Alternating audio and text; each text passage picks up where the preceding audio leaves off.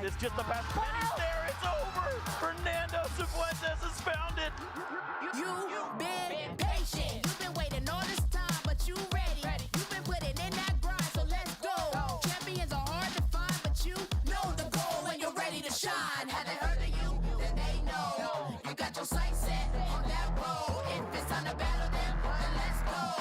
Cause you'll never stop. Show them what you got.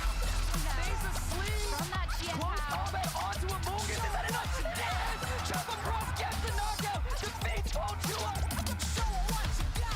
Yeah, they already know. You got your sights set on victory road. Show them what you got. Yeah, they already know. You got your sights set on victory road. Gets the look down. Can you look down the wish cash where he has a little bit of health left? Oh! What HP left. I know.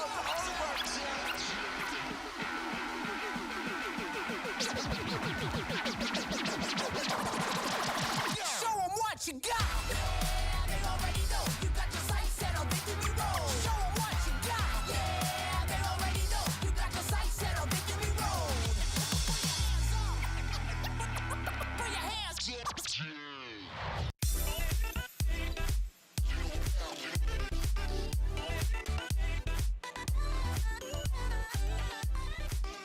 Good morning, trainers. Welcome to the Pokémon Regional Championship here in Milwaukee. I'm Alpha Phoebe, joined here by DFI-E250, Wisconsin native. I am from Wisconsin. I absolutely love the Milwaukee Regional Championships. It was not on the calendar last season. The last time we were here was 2023, where Bulk 88 took on Kimisui in the grand finals. Now, if I had my choice, Nick, we would have the regional championships in Wisconsin all the time. Just every regional taking place in my home state. But that choice isn't up to me. What is up to you, trainers, the choice that you have today is on our community choice vote. Who do you want to see streamed next? So be on the lookout in the Twitch chat to cast your vote here today. While you're doing that, let's take a look at the regional schedule here. So we're at the very end of the regional season. After Milwaukee, there's just one more North America regional left in Portland, Oregon, followed by NAIC in New Orleans, and then it all comes down to Worlds in Anaheim, California, 2025. And to get your spot at Worlds, you can either win a regional level event or you can be in the US and Canada. The top 75 trainers on the championship point leaderboard will secure their ticket to Worlds. First place gets 350 championship points. Championship points are great. They also help you win travel awards like to NAIC coming up in New Orleans. So that's the future. Let's rewind a little bit and take a look back at Atlanta, Georgia, where our last regional was at. Here's the recap. It was the debut of the full Might and Mastery update in the North American region, and there was a record-setting turnout of over 200 trainers testing their might in this new meta. Pokemon like Shadow Sableye, Claydol, and Cradily skyrocketed in usage, but fringe picks like Corviknight, Lapras, and Shadow Primeape were X factors all weekend. Out of Pocket and Ashton Ash recreated the same magic they had at NAIC 2024 by controlling the winner's side of the bracket, but the main character is not always who we expect. Down on the loser side of the bracket, Elam was taking out top trainer after top trainer. He hung on against Nighttime Clasher to secure one of the best victories in Championship Series history. No way! But debuff isn't enough though to take it out. I think Nighttime Clasher might be able to hang on here. Resisted Ice Bug. Wait! Elam comes away with it. Elam faced another major challenge when he met Ashton Ash in the losers finals, the trainer that defeated him on day one. It seemed like a disadvantage when Elam had no answer to Ashton Ash's Corviknight, but Elam in his Shadow Drapion seemed to have an answer for everything. In the grand finals, Pocket started out on top with amazing execution, but after Elam dropped game one, he masterfully bounced back, with a staggering 6 straight victories to win his 2nd regional of the season. Elam once again is your 2025 Atlanta Grand Champion. If you want a chance to be a part of Pokemon history, join in on the action by going to Pokemon.com/compete to find events near you.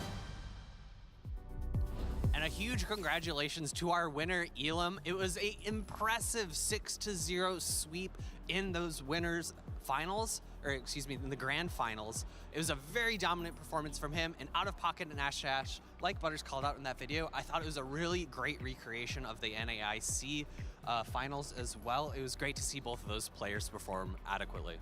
As well as Butters mentioned, it was really great to see some of the Pokemon that really rose up in the Atlanta Regional. We had Claydol, we had Cradilly, and Shadow Sableye really have breakout performances here in Atlanta. But this was earlier, Nick. This was before Tinkaton was eligible to be used. And we talked very early in the season about how Dugong had its swan song, and maybe this is going to be the swan song for Azumarill. Maybe people have probably said that time and time again, but Azumarill has been here for the longest in the Pokemon in the Open Great League format.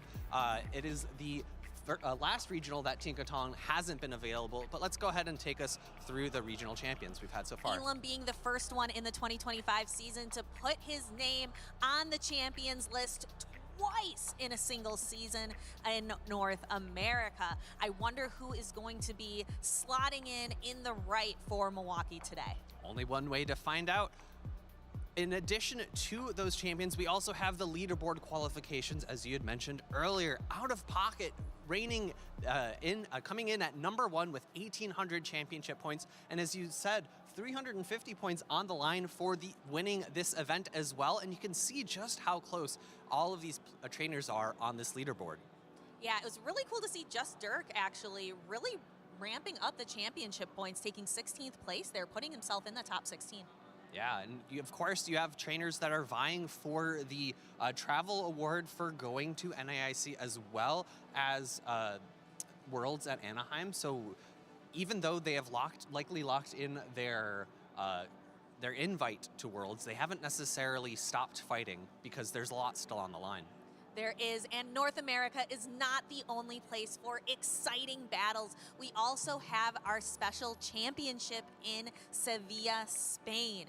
HK Assassin took the win, Padoman taking 2nd place, both trainers bringing a Talonflame.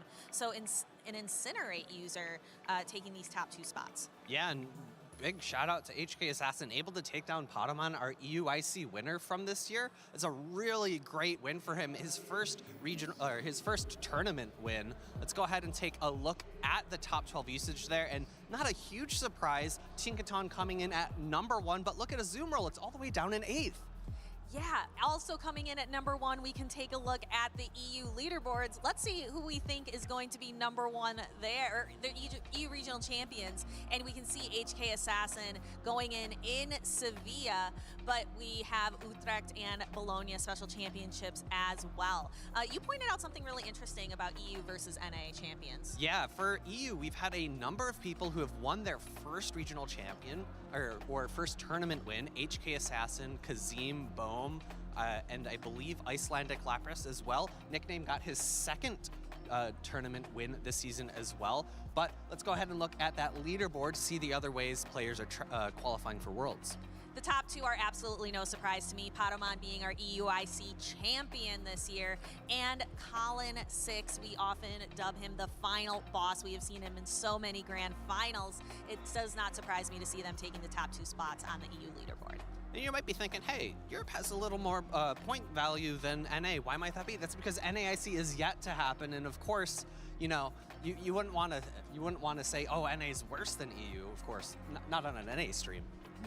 Never, but we are all looking forward to NAIC coming up, and we'll see those championship points on the rise. Yeah, so we have a list of Worlds qualifiers. You know, Yakai, Inadequate, Smarto, and Beasleboy have all qualified from last year's Worlds. But are there any other names on this list that are sticking out to you, Stephanie?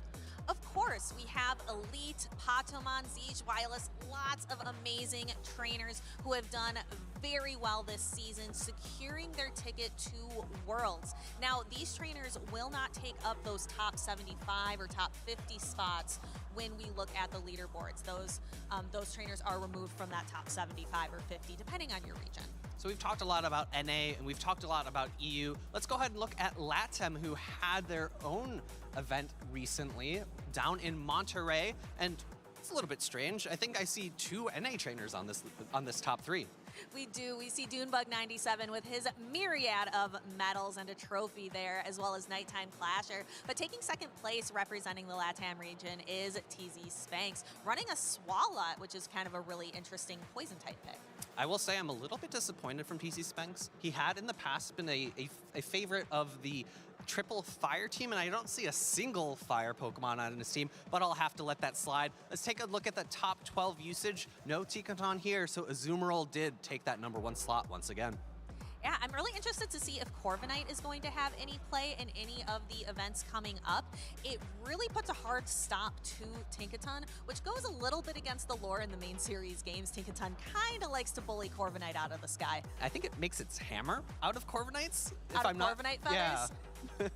All right, let's go ahead and take a look at the leaderboard for Latam. Of course, #1 is Martogalde, no big surprise, followed by Richie, Harjef, as well as Ashton Ash.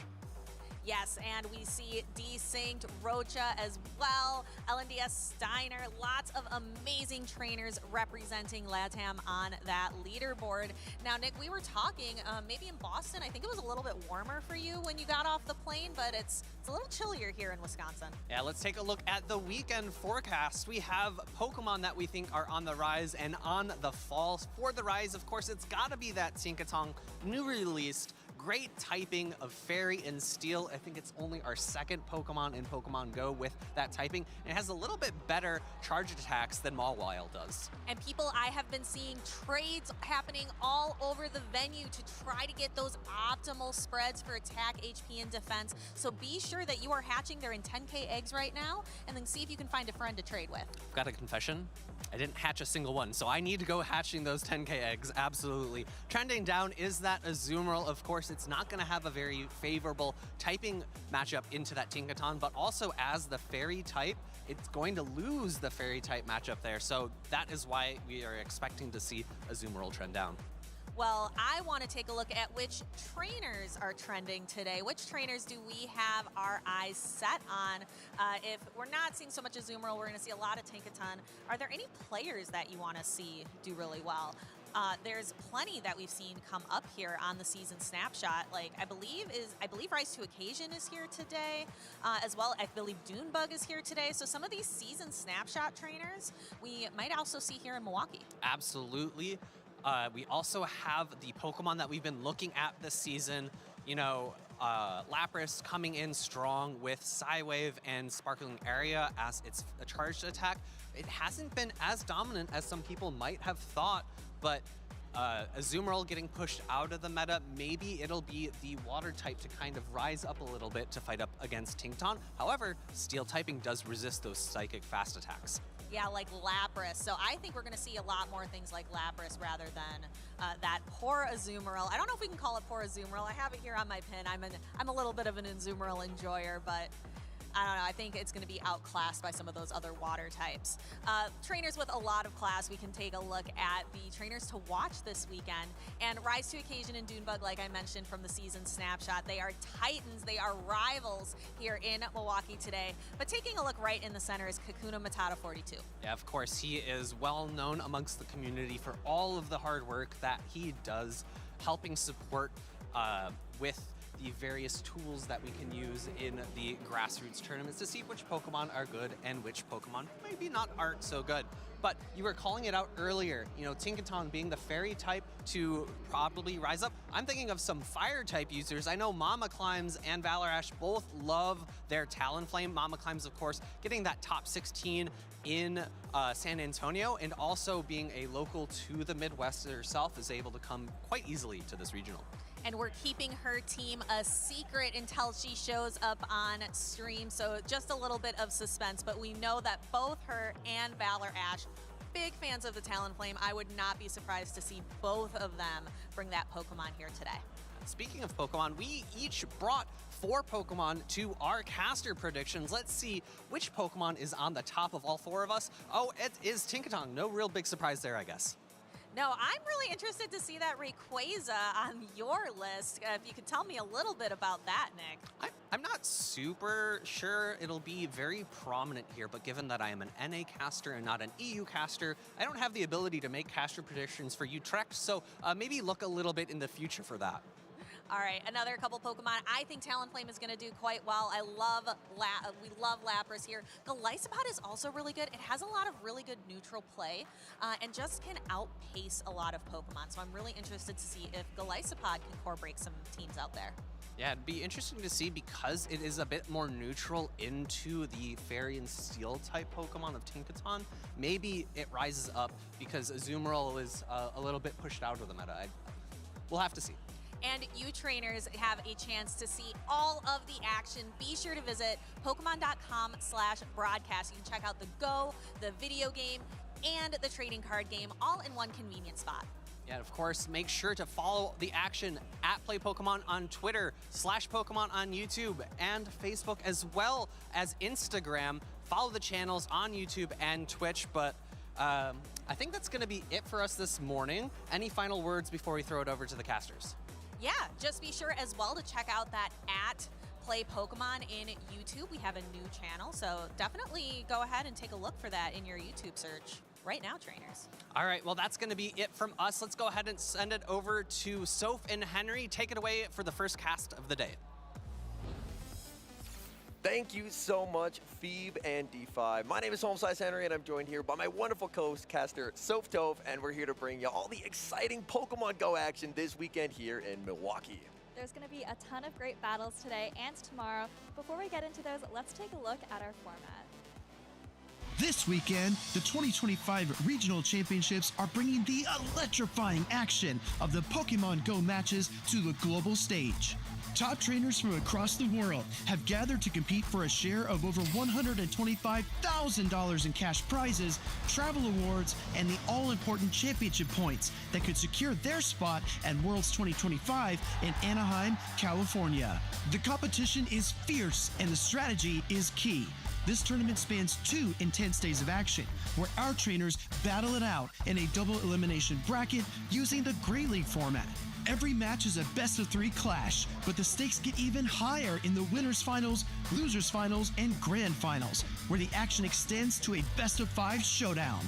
Trainers will be strategizing in a Bring 6, Pick 3 format, each one carefully selecting a team of 6 Pokemon, but only 3 will enter the fray in each game. Every choice could be the difference between victory and defeat. Who will etch their name into the history books this weekend? And who will punch their ticket to Worlds 2025 in Anaheim? Don't miss a minute of the action. Stay tuned all weekend long to watch the battles unfold live. To stay up to date on future Play Pokemon events, visit Pokemon.com/play. We are getting very close to the end of the regular season, but there's still a lot to fight for besides just that World Championships qualification. Let's take a look at the prizes that our trainers are going to be fighting for today. And in first place, $2,500, 108 booster packs. And I mean, there's still a lot, even if you're not getting first place here. Tied for 5th, $1,000, 72 booster packs. I don't even know if I could open that many booster packs, so that is a lot of cards. A lot of cards, a lot of fun to trade and open with your friends, but let's take a look at some of the tools that our trainers will be using to try and earn some of that cash and those booster packs. I was actually really looking forward to seeing this top usage because, again, this is the first North American tournament with Tinkaton. No surprise to me that it's a #1 spot, but I do have to say I was actually expecting a little bit more usage. Yeah, Tinkaton sitting at 39.7%, so we have no Pokemon even over 40% usage, followed by Lapras, 2 Pokemon that have incredible synergy, the Shadow Jumpluff Claydol, and the Shadow Drapion plus Azumarill core. It used to run the scene. Now all the way down to 5th and 6th place. This is a bit of a surprise here, seeing those 2 Pokemon. I guess that is the impact of Tinkaton. This Pokemon is here to stay, and it is instantly top usage here in Milwaukee. It's really interesting because Tinkaton is a core breaker for that Drapion Azu core, but it also kind of replaces Azumarill in that fairy role. So I think that's kind of why we see the usage of those Pokemon drop down a little bit. And I know we're not getting quite into our first match yet, but interestingly, I was looking at their teams, and I think both of the trainers are actually sticking with that old Drapion Azumarill core. So we'll have to see if that continues to play out successfully throughout the day.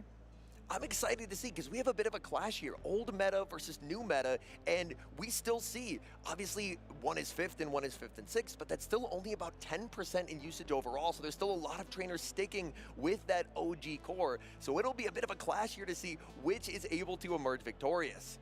I think Stephanie was saying earlier that a lot of trainers are still trying to trade for those Tinkaton, looking for that low attack stat spread. So I wouldn't be surprised if, some trainers already have the Tinkaton, I think 39.7% of them, and then the rest of them are still like, well, I still need the fairy coverage, I still maybe need that steel coverage elsewhere, so that's probably why they might still be sticking with the old meta.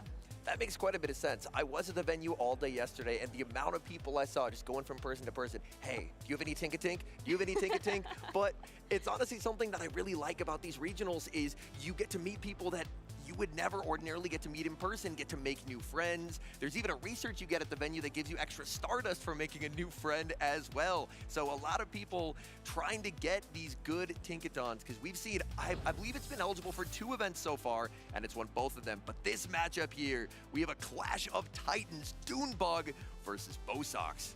And Dunebug, of course, fresh off that win in Monterey, and I think this is actually almost the same team he had in Monterey with the exception of the Mud Slapper. He had Gastrodon in Monterey, and here he's bringing the Kanto Marowak, but like I was saying earlier, no Tinkaton on either side. We're probably going to see more of that Drapion Azumarill play. And that's an interesting adjustment here from Dunebug. Gastrodon, it feels like it's more of a defensive pick. It's a lot bulkier, it's stronger when Protect Shields are down because it can take the hits. Whereas Shadow Marowak, it feels more offensive. Where the Shadow Marowak, it has a lot faster pacing, 4-3 to the Bone Club, 5-4 to the Rock Slide, but if shields are down, if a charge attack's landing on Shadow Marowak's gonna have a tough time.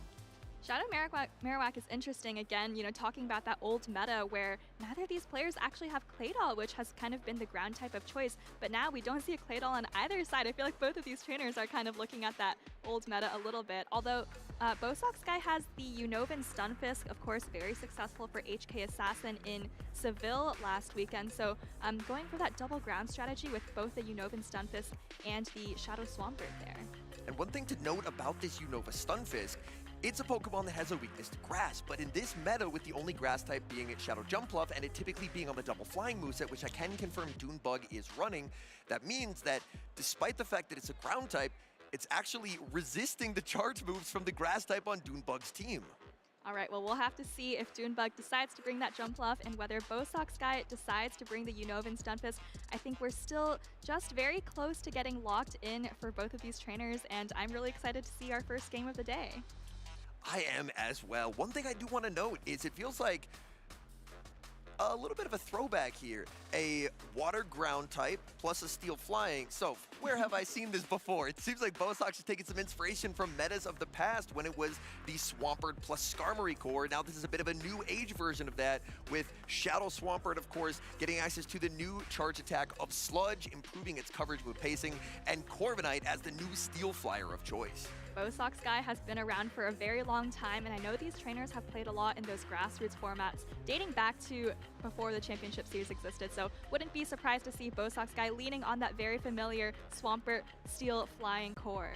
It looks like we do have lock-ins here. Game number 1 at the Milwaukee Regional Championships. It's the battle of ground types. Shadow Marowak for Dunebug versus the Shadow Swampert for Bosox. And this is a matchup where if shields are down, it's scary for Marowak, but with shields up, Marowak is absolutely chunking away at the Swampert with those neutral mud slaps.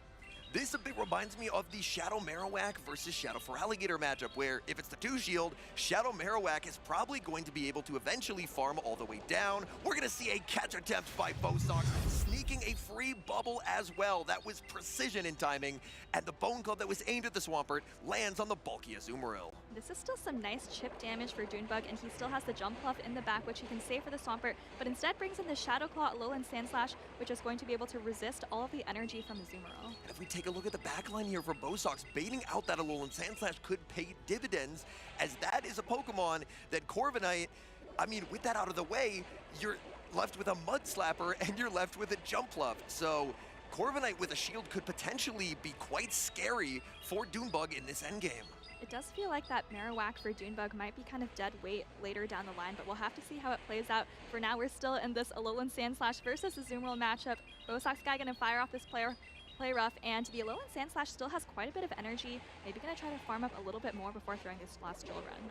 Sandslash could look to exit with the back-to-back drill runs here and will do just that. Nice energy management by Dunebug, because this means that no matter what Bosox brings in here, it's going to get hit with a charge move, and this is damage that will add up. And he does come back in with the Swampert, hoping to get a nice mud shot down, but like you said, has to deal with this Ice Punch coming through, and Bosox is going to put up a shield. Bosox looking for a farm down. The Mud Shot goes through. Down goes Sandslash. And for Dunebug, he chooses to send in the Marowak. Banked a Bone Club before switching out here, and this Bone Club applies immediate pressure. And just like that, in a split second, Swampert goes from 2 shields down to 0. Swampert does have a Hydro Cannon loaded though, so Dune now has to decide whether he wants to shield, and he actually uses his shield on the Marowak, which we were saying might actually be dead weight for Dunebug here, so we're gonna have to see what happens now. Bosox goes straight into the Corviknight, and 0 shields left on either side. And this is where you want to be as the Corviknight, as Corviknight really thrives when shields are down. It does not have a lot of fast attack pressure. We are gonna see the Rock Slide land. This is valuable damage for Dunebug, as this could put it, with the Mud Slaps, closer and closer to double acrobatics range. And this is the downside of Corviknight. You mentioned the very little fast attack pressure, and Bosox not able to get a farm down, gonna have to expend some energy to take out the Marowak. Now it is the Jump Bluff in the back, but these sand attacks are doing absolutely nothing. I think we're going to need 2 charge attacks to take out the Jump Bluff.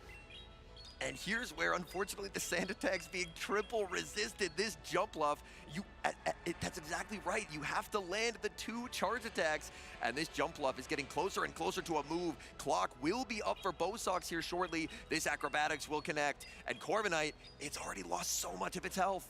Yeah, that is a Shadow Acrobatics coming through, and Corviknight able to hang on, able to just get to the Iron Head and not quite a Sky Attack, but I think this is still going to be enough to take out the Jump Bluff. And now the question is there still any energy left on the Swampert? Oh wait, no, that was Dunebug's last Pokemon. He's able to take game number 1. The Corviknight proving to be too much to handle, baiting out that Sandslash, paying off. Pretty nice dividends here from Bosox, and it seems that was a winning strategy, getting those Protect shields down, because in the zeros, even if Corviknight cannot farm you down, Corviknight had the bulk to withstand that acrobatics. Dunebug needed a second move, but the energy just wasn't available. I think maybe just one more Mud Slap even for Dunebug could have been enough to make the difference there. Let's take a closer look at Bosox team here, that we saw the Corviknight in play last game, as well as the Shadow Swampert, that, you know, Mudboy Flying Steel Core that you mentioned, which has served so many trainers so well over the years, and paying off for Bosox here as well in Milwaukee. As we look back at this game, a pivotal moment right here was Bosox 1 Mud Shot, the switch, and look at the bubble sneak here, because this is free energy for the Azumarill that allowed the Azumarill to land this play rough later in the match. Dunebug was able to get a double up, but unfortunately, he ended up having to give up shields, and that just set up the Corviknight so well. It looked kind of scary for Bosox like you said, going from 2 shields to 0 in just an instant, but I think for Dunebug, maybe thinking he had to prioritize the Marowak over the Jump Bluff, and that just didn't pay off for him, because as we saw, Jump Bluff with 0 shields against Corviknight did not play out very well. And a really nice optimization from Bosox in that endgame. I believe he ended up throwing that Iron Head on turn 1 of that 3rd Mud Slap. Obviously, he could have gone for 1 extra sand attack, but then the Mud Slap damage would have registered. So that small optimization by Bosox, I believe, ended up being the difference there, as that Corviknight barely held on, surviving that Shadow Acrobatics. So really nice precision from Bosox and that proves to be a difference maker against a ferocious opponent in Dune. A difference maker for Bosox and we'll have to see if these trainers try to switch up their teams for game number 2. Kind of felt like both both players had a lot of play against each other, but maybe wanted to make a couple of adjustments in terms of how they were playing, how they managed their shields. So I wouldn't be surprised to see them bring very similar teams for game number 2. Looking across Dunebug's team, that Shadow Swampert for Bosox, it just looks incredibly safe, and it looks like we don't have to wait much longer. We have lock-ins. It's the Shadow Jumpluff, but it does not catch the water types. It catches the Corviknight. This is not what Dunebug was hoping to see. It's like the end of last game playing out in the lead here, but it's actually not the worst matchup for Jumpluff. You mentioned those triple resisted sand attacks, so with shields up as the Jumpluff, you can actually shield up the damage from those sky attacks and get a lot of damage off on the Corviknight. I believe the Shadow Jumpluff does have the ability to win the 2 Protect shield. We're going to see a switch and a nice catch by Dunebug. He's able to make the Sky Attack energy not go very far, as it's going to be resisted on the Sand Slash. But Sand Slash is going to be met with that ever-present Shadow Swampert. But the great thing for Dunebug is that he was able to sneak a Shadow Claw in on that switch in. That allows him to now outpace the Shadow Swampert to the very first charge attack. We saw Precision rewarding Bosox in Game 1, and now Precision from Dunebug in Game 2. They're both able to execute that catch and sneak technique, which is down to 0.5 seconds of precision. And that pays off here in a really nice way, as now Dunebug has the ability to shield, because he has the Ice Punch, but no charge attack available for the Swampert. Boxguy is going to invest a shield here to save the Swampert. I don't think you can get the Mud Shot down, but maybe you can try to go for it or farm up as much energy as you can before throwing the Hydro Cannon. But actually, it was really close whether he could have gotten that Mud Shot down, but chooses to just throw the Hydro Cannon here before the Sand Slash can try to Shadow Claw down. Decides to play it safe and go for the Hydro Cannon. In comes the Malamar. Malamar looking for the farm down and gets it. The Psy Wave damage connects, but that's not what Malamar was hoping to see, as a Azumarill hits the field. Even with a small energy head start, this is looking very difficult for Dune. All the energy from Malamar is going to be walled by Azumarill. Superpower coming through, this is just a little bit more efficient, but it does debuff the Malamar, so I have to imagine that Dune is going to want to switch out into Jumpluff soon. Maybe trying to go for a catch of the Play Rough, but Bosox, very patient, banks all that energy and now brings in the Corviknight. And the scary thing is this Azumarill energy, it goes everywhere into Dunebug's remaining Pokemon. We're going to see the Acrobatics connect. That's going to get the Corviknight very low, and unfortunately, Jumpluff, even with the energy head start, is getting outpaced here, and we will see the Sky Attack reached by the Corviknight. But Dunebug knows that because the Azumarill has so much energy, he does actually shield up the Sky Attack, maybe not sure whether that does more or less than the Ice Beam. And Dune farming up a ton of energy. I don't think you can get the Fairy Wind down, so he does go for the Aerial Ace at the last second. But for Bosox, he knows he can let this go. The Azumarill has the Ice Beam loaded. That's double super effective damage. And throughout the course of this battle, there has been more and more damage taken. That's going to be a CMP tie here. Charge attack priority. It's the Aerial Ace onto the Ice Beam. But this is going to be some nice chip damage for Dunebug. There's a tiny possibility that the Malamar might be able to hang on, get some Psywave damage off, but the Malamar has also already been chipped by a couple of fast attacks, so I'm not sure if Dunebug's Malamar is going to be able to power through the rest of this game. Oh man, this Malamar, every bubble that lands gets it closer and closer to Play Rough range. The Azumarill is already pretty low. We will see the foul play come through from the Malamar, but Azumarill, it's too bulky. It's hanging on, and now the Play Rough is reached. And that foul play was nowhere near the damage that Dunebug needed. Bosox gonna land the Play Rough, gonna barely take out the Malamar and take this 2-0 victory in winners round 3. That Shadow Swampert plus Corviknight duo proving to be absolutely devastating for Bosox, and it really felt like Swampert in both games was able to generate a really nice advantage for Bosox. Well, I'll tell you what, you're talking about the Shadow Swampert, but I feel like the Corviknight was surprisingly the star of the show there for me. I feel like we've seen Corviknight kind of fall just a little bit short in a lot of these situations, but it was really safe into Dunebug's team, and I really liked how Bosox kind of maneuvered it around, knew when the damage was resisted, and he could get a lot of mileage out of that. I really like the Game 1 game plan. He was able to keep that Corviknight hiding in the back, and once he got those Protect Shields down, then the Shadow Jumpluff just didn't really have anywhere it could go. And then Game 2, running the same line, but saying, I'm leading the Corviknight, Dunebug's leading that Jumpluff, and that just put him in a very difficult spot, and he just really wasn't able to recover. Yeah, even with that nice catch on the Alolan Sandslash in the mid-game, it's still not a great matchup against Shadow Swampert. You know, we saw the Shadow Swampert able to take the Ice Punch, whereas Alolan Sandslash not able to take the Hydro Cannon. So even with the nice catch, even with actually taking down the Shadow Swampert from Boxguy, remember it fainted with a full Hydro Cannon. Even with all of that, it still wasn't enough. Yeah, that Azumarill. Malamar up energy, so incredibly deadly, but unfortunately was not quite enough. As we go back to game number 1, and Bosox, we saw it a couple times in the series, the catch and the sneak, the free damage and energy is so nice. And throwing this play rough here, guaranteeing damage onto that Sand Slash, set up a nice farm down for Bosox later in this match. Yeah, nice energy management from Dune, but like you said, giving a couple of extra mud shots to Shadow Swampert. And, you know, in this meta, which does feel like it's so much about energy advantage, just a couple of mud shots, a couple of Shadow Claws even can really flip a game. And right at the end, the Corviknight barely hanging on, but making the Iron Head. It's neutral damage, but it's enough. And Bosox was able to take the 1-0 lead.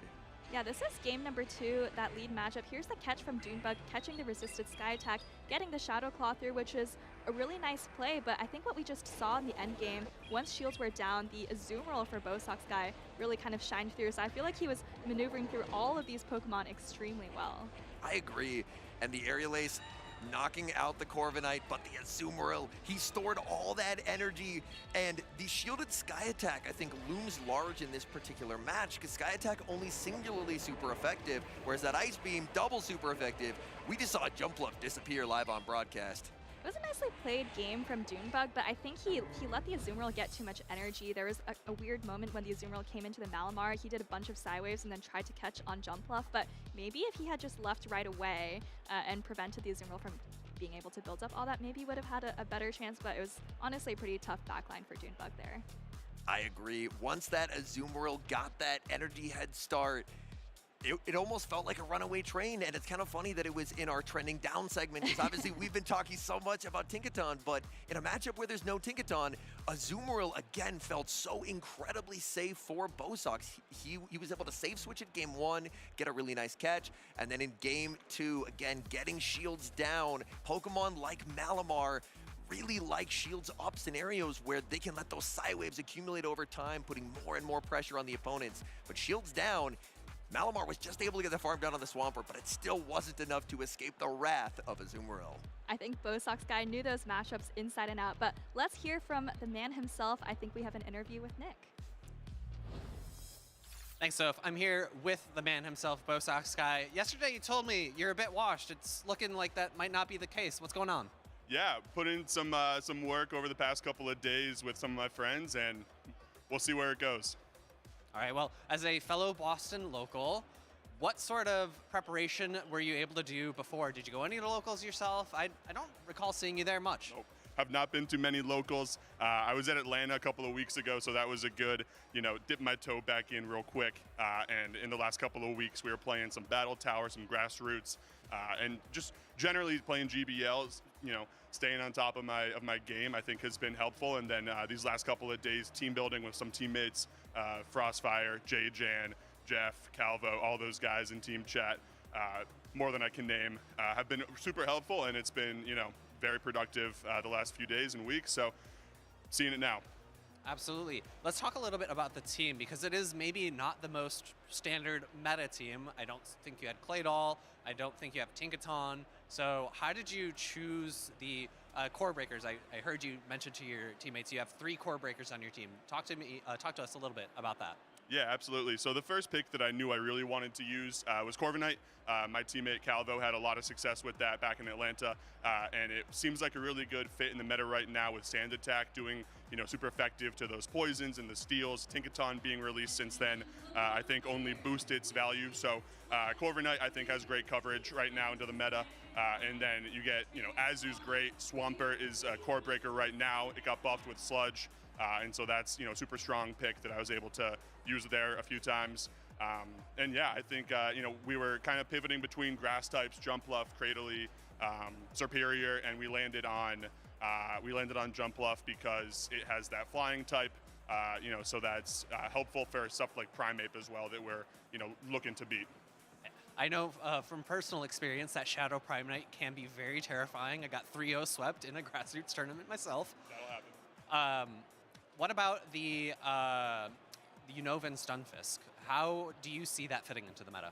Yeah, absolutely. I think Electric is great right now in my round 1 matchup. I played a Galissapod and Stunfisk came into play there big time. And I think Stunfisk with that, like we said, the ground damage goes a long way. Thundershock, isn't as great as Mudshot used to be, I don't think, in terms of, just like versatility and flexibility.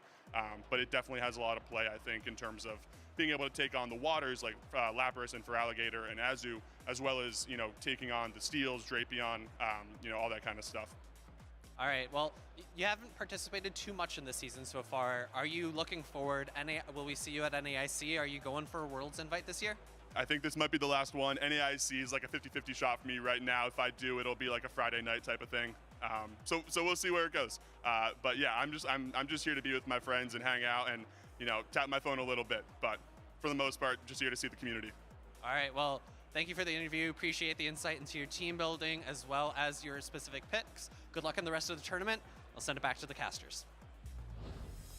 Thank you so much, Phoebe and Bosox. And the thing that really stood out to me from that interview was a sense of community. You could tell the impact that this community has had on, he shouted out a ton of his friends who helped him with team building and practice and getting prepared for this tournament. And just the fact that that's one of the reasons for him competing today is getting to hang out with his friends, this wonderful community that we have built. And as you mentioned also, tap his phone a little bit, which it seems like it's going pretty well there with an early 2-0 victory. Yeah, he mentioned he was just kind of dipping his toes back in, but taking out Dunebug, I don't even know how many regional championships he has at this point, is definitely no small feat. But, you mentioned that sense of community. I think Phoebe even mentioned that he hadn't seen Bosox at their locals, but I recommend that you do actually check out your locals. If you scan this QR code, you'll be able to find events near you. I think there's all levels of play, from the more competitive cups where you can earn championship points to kind of more casual events where you can just learn to play, maybe just kind of connect with your community. And locals can be such a good opportunity to test out strategies that you might be considering for a potential regional championship. Of course, there's always going to be an amazing opportunity to do these trades as well. If you've hatched a Tinkatink, really good opportunity to find someone you haven't met before, add a new friend, trade it, and see if you can get one of those really optimized Tinkaton. We haven't seen one on broadcast yet, but I assure you, they are very scary to battle against. Maybe we'll see more of them in day 2. I am still surprised that we didn't get any Tinkaton, although we've only seen one match so far. But I think definitely, pro tip here, if you want to get those optimal, maximum defense Tinkatink or Tinkaton, I recommend you find someone who you have absolutely 0 interactions with, add them as a friend, and make sure that very first trade you do is that Tinkatink. I think that's a really valuable point, because with the lower friendship, there is no IV floor on those trades. So you can get some really interesting spreads that you can't get from hatching. And there is, as you specifically mentioned, if you reach a certain defense stat, Poison Sting from Shadow Drapion, one of the Pokemon that has terrorized the meta for months. It's like 2/3 of all regionals. It's been winning it. Will actually do 1 less damage per Poison Sting, which turns it from a great matchup into a dominant win. All right, well, you're giving away a lot of secrets for all the aspiring Tinkaton trainers out there. So far we've seen Shadow Drapion on both of the teams from our first 2 trainers, and I think, our next match is still getting ready, but I think those 2 teams also have Shadow Drapion. So it's looking like we're going to be, kind of sitting back, looking at maybe flashbacks to previous metas for at least the first part of day 1 here. I am very happy to hear that. And speaking of previous metas and Tinkatink trades, I was actually able to meet up with Gabby, who was one of the VG casters, and I traded her some Tinkatink. She sent me some Galarian Corsola. So even at these regional championships, it's an amazing opportunity I was lucky enough to get a good Tinkaton, but I still don't have a good Corsola. So finding those people with the low friendship, it's just such an advantage of being here at the venue. If you're looking to kind of jumpstart your inventory or your arsenal of Pokemon, I think just coming to a regional championship offers a lot of great opportunities. We've talked about those trades, but there's also a lot of special spawns in the venue that are really relevant for PvP. There's also a lot of trainers around to help you with maybe those Gigantamax raids. So definitely a lot to take advantage of if you come to the venue. And I believe double Stardust as well. So many benefits here to traveling to these regional championships. And you know who else traveled to regional championships? Shadow Mimikyu and Keenbart. Shadow Mimikyu I see a Furret on the team, I'm immediately happy. Furret, one of my favorite Pokemon, and I'm so happy that with these updates, Furret now sees play. And Furret actually looks really, really good into Keenbart's team. The worst matchup is probably that Shadow Drapion, which of course resists those sucker punches. But other than that, I think especially if you start ramping up your damage, you know, you're going to be hitting Lapras and Stunfisk for super effective with those Trailblazes. And the sucker punches, I don't even want to think about what those would look like on the Shadow Alolan Marowak there. Let's take a look at Keenbart's team. Speaking of, we saw the Shadow Kanto Marowak in match 1. Now the Alola Marowak in round number 2. And that's paired up with the Shadow Drapion, the Jumpluff, Credilli, our first sighting of Credilli today. So a double grass strategy from Keenbart, Lapras, and again, a Unova Stunfisk. We didn't see it brought in round number 1, but it can prove to be interesting bench pressure as it can do a good job at walling off Pokemon like Talonflame, the Jumpluff, and super effective damage into the Lapras and the Drapion. I think if it avoids the Claydol on Shadow Mimikyu's team, the Unovan Stunfisk could definitely be a key player, but I'm looking at that Credilli for Keenbart where, I mean, it kind of struggles versus the Shadow Drapion, but other than that, I mean, it's hitting almost everything on Shadow Mimikyu's team for super effective damage, so we haven't seen a lot of Credilli play, at least in the very short Tinkaton meta that we've had, but I feel like this could be a good chance for it to shine. I agree. One thing I did want to double check was the Lapras moveset for Shadow Mimikyu, and it looks like Shadow Mimikyu does have Ice Beam. So Lapras does typically get outpaced in that matchup, but with Ice Beam, even at -1, Ice Beam is still going to inflict some pretty solid damage in return onto that Credilli. So while Credilli does look pretty strong, I think there is some pretty nice counterplay there. Yeah, I think a lot of the times you see someone maybe like safe swap a Lapras met by a Credilli, but like you mentioned, the Ice Beam isn't too much energy, and also I think maybe like 2 Sparkling Arias comes pretty close to knocking out the Credilli, so it's actually not the worst matchup in the world, even though you're taking super effective damage as the Lapras.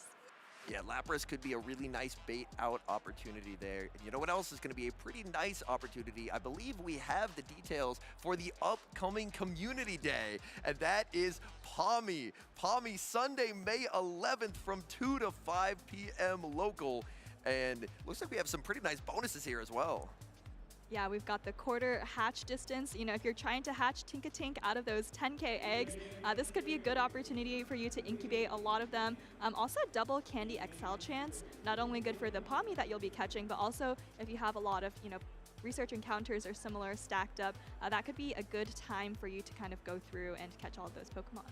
And +1 special trade, and trades are going to be cheaper. So yet another opportunity. If you're going out there meeting local trainers in your community, another good opportunity to try and re-roll some of the stats of these Tinkatink that you have, because Tinkaton, the high stat product Tinkaton, it is incredibly, incredibly fun to play. Hey, I'll tell you what, this is match number 2 on the stream. Still no Tinkaton. I have to say, I am a little bit surprised.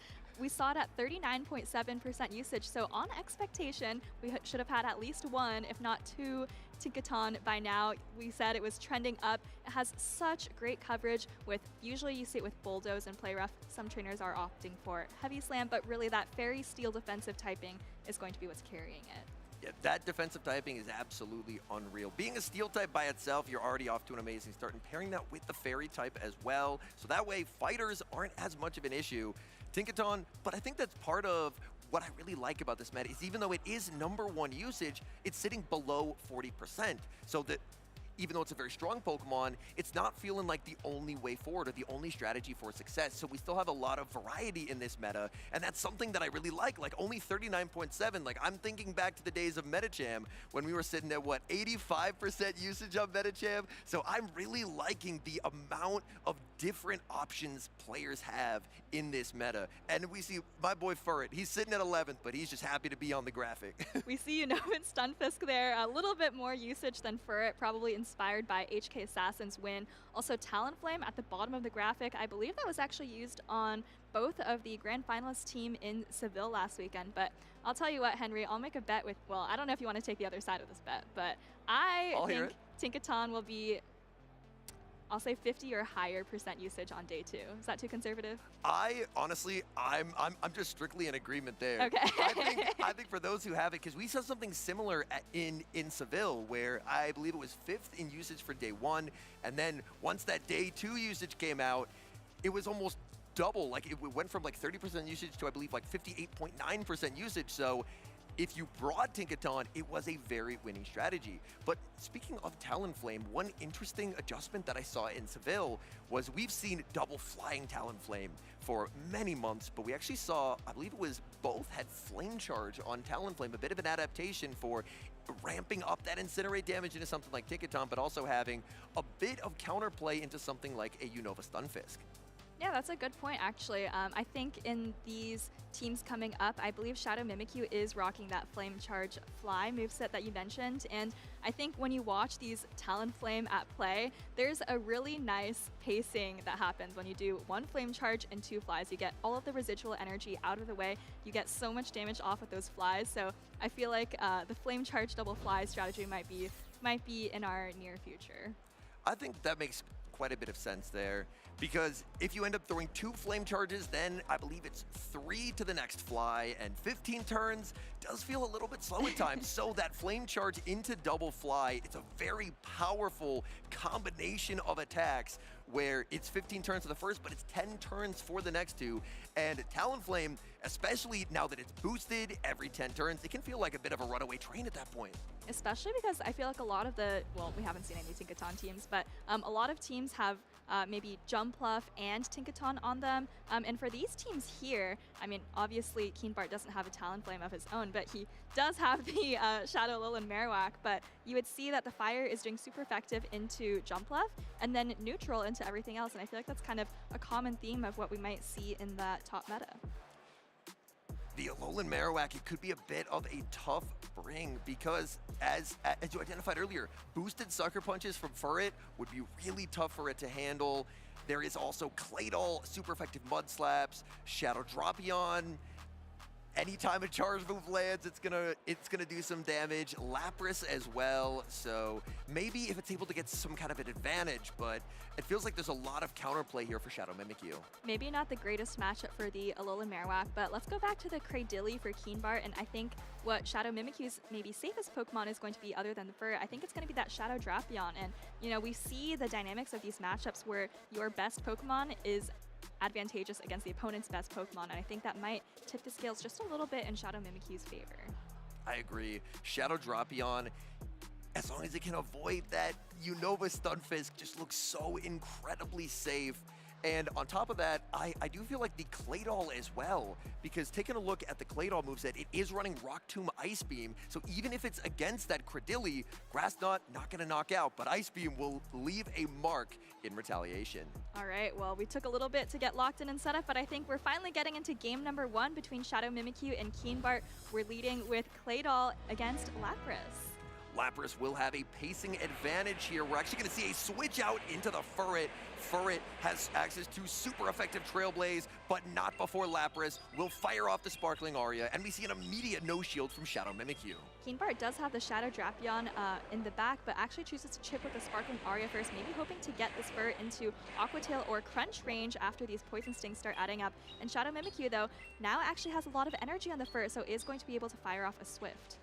This Swift is going to land, another Swift loaded and ready to go. So is the Crunch, but Keenbart decides to not throw his charge attack there. Could have played to the charge attack priority, but instead choosing to let the Swift land. And now the Shadow Drapion has lost almost all of its health. Yeah, going to fire off a Crunch, and I think an Aqua Tail might have been enough, but you're likely not getting to multiple charge attacks anyway, so it does go for that heavier hitting Crunch and able to maintain switch advantage. But you know what? If Shadow Mimikyu gets some energy on either of these Pokemon, that could be very difficult for Keenbart to deal with. In comes the Claydol, 1 Mud Slap, and goodbye Drapion. It could very well be met with the Cradily as Keenbart looks to reposition, but that Shadow Drapion for Shadow Mimikyu looks so safe. He actually sends out the Lapras, so choosing to save that Cradily in the back. Rock Tomb is reached, but we see Lapras firing off the Sparkling Aria first and grabbing an early Protect Shield from Mimikyu. And we saw Shadow Mimikyu instantly swap out of this lead, but it's actually not a bad matchup at all for the Claydol because you have these super effective Rock Tombs, and I believe those Psy Waves are doing exactly 1 damage per attack. So even with this -1 attack from the Rock Tomb, there's the switch to Credilli, answered with the Shadow Dropion. Shadow Dropion continues to farm up energy, but with the energy advantage, Credilli's going to strike first with the Rock Tomb. We did see that full Poison Sting come through though, so that could help Shadow Mimikyu with that little bit of energy deficit that you mentioned. And Shadow Mimikyu going to build up a little bit of energy before throwing this very first crunch, 4 Poison Stings, and throwing on very good timing. That free Poison Sting is a massive difference maker, because you're going to see right here, Shadow Mimikyu is 1 Poison Sting off the next crunch, and that is entirely because of that free Poison Sting. And Keenbart, a little bit of a grimace there, as now this Shadow Dropion is going to apply so much pressure onto Credilli, and there goes the final Protect Shield of the match. And I think I saw the defense fall as well on that first crunch, but Keenbart is going to fire off a Grass Knot here. This is actually resisted damage, but maybe thinking that Shadow Mimikyu might have had the opportunity to switch out into the Clay Doll there. Shadow Mimikyu going to shield it up there and instantly meet the Lapras with his own Clay Doll. I think he can still hang on to an Aria here. Also gets the full Mud Slap through, so Shadow Mimikyu looking like he's in a very good spot here. Energy management on this Clay Doll will be very helpful in this end game. The Aria lands, going for the Rock Tomb immediately. And Rock Tomb, this is super effective damage onto the Lapras. We see a full charge on that Rock Tomb. Down goes the Lapras. And now for Keenbart, these Bullet Seeds not doing a lot. He's gonna need to throw some energy here because a move will be reached. That's a nice overfarm by Keenbart. But a lot of Mud Slap damage was taken by the Credilli here, and the Drapion still has some energy, I think, and also still has some health. Yes, already has the Crunch loaded, so that's going to be a very clean game number 1 for Shadow Mimikyu. That Shadow Dropion, once the opposing Dropion was baited out, was just so deadly for Mimikyu. We identified it has very little counterplay on Keenbart's side outside of the Unova Stunfisk. And man, Shadow Dropion, we definitely felt why it's been a top meta threat for many months in that game, as that was expert piloting by Mimikyu. And I definitely expect to see Mimikyu continue to bring that Shadow Drapion. Even if the Unovan Stunfisk comes into play, you have the super effective Aqua Tail to hit back.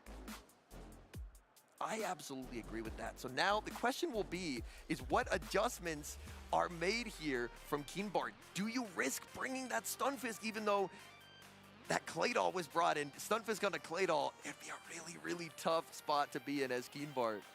Well, here's a question. I am actually not sure if Keenbart needs to make any adjustments to the actual team. Maybe you bring in the Unovan Stunfisk, but I feel like the Lapras, Credilli, Drapion team has a lot of play into Shadow Mimikyu's team. And I think Keenbart actually had an advantage with Switch Advantage to realign Credilli onto Clay Doll instead of Lapras, but instead got the Credilli onto the Shadow Drapion, which, as we've said, just feels like it's so safe into Keenbart's team that you should probably just be expecting it at this point. I think that's a very wise point. Is this line, it's a very good one, but the lack of repositioning ended up making it very, very tough. Mimikyu getting the knockout with the Rock Tomb. Rock Tomb KOing the Lapras, and then Credilli trying to get to 2 moves, but it just could not get there. And the Dropion with the Crunch stored just made it feel very comfortable for Mimikyu throughout the course of this matchup. And contrary to popular belief, Lapras as a water type does not have a very comfortable matchup against Clay Doll because of those super effective Rock Tombs from the Clay Doll, and then your own Psywaves just being resisted and doing very, very little damage. So I feel like if Keenbart maybe brought that team, maybe just realigned his Pokemon a little bit differently, could have had a better outcome. Looks like we do have lock-ins for game number 2, and it looks like the tides may be turning here as Keenbart picks up a pretty nice lead, leading Credilli into that Clay Doll.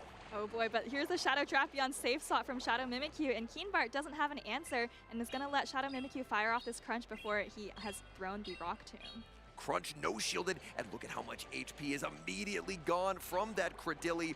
1 and the Rock Tomb here, and now Mimikyu has to decide. He knows he's going to be debuffed by this Rock Tomb. Do you decide to invest in the Drapion? He says no, and Rock Tomb connects. And Keenbart now going to dip into his own Drapion. You did debuff the opposing Drapion, so it should be very, very comfortable for Keenbart to maintain Switch Advantage, but at this point, your Credilli is very low, so you have to wonder how useful that Switch Advantage is going to be.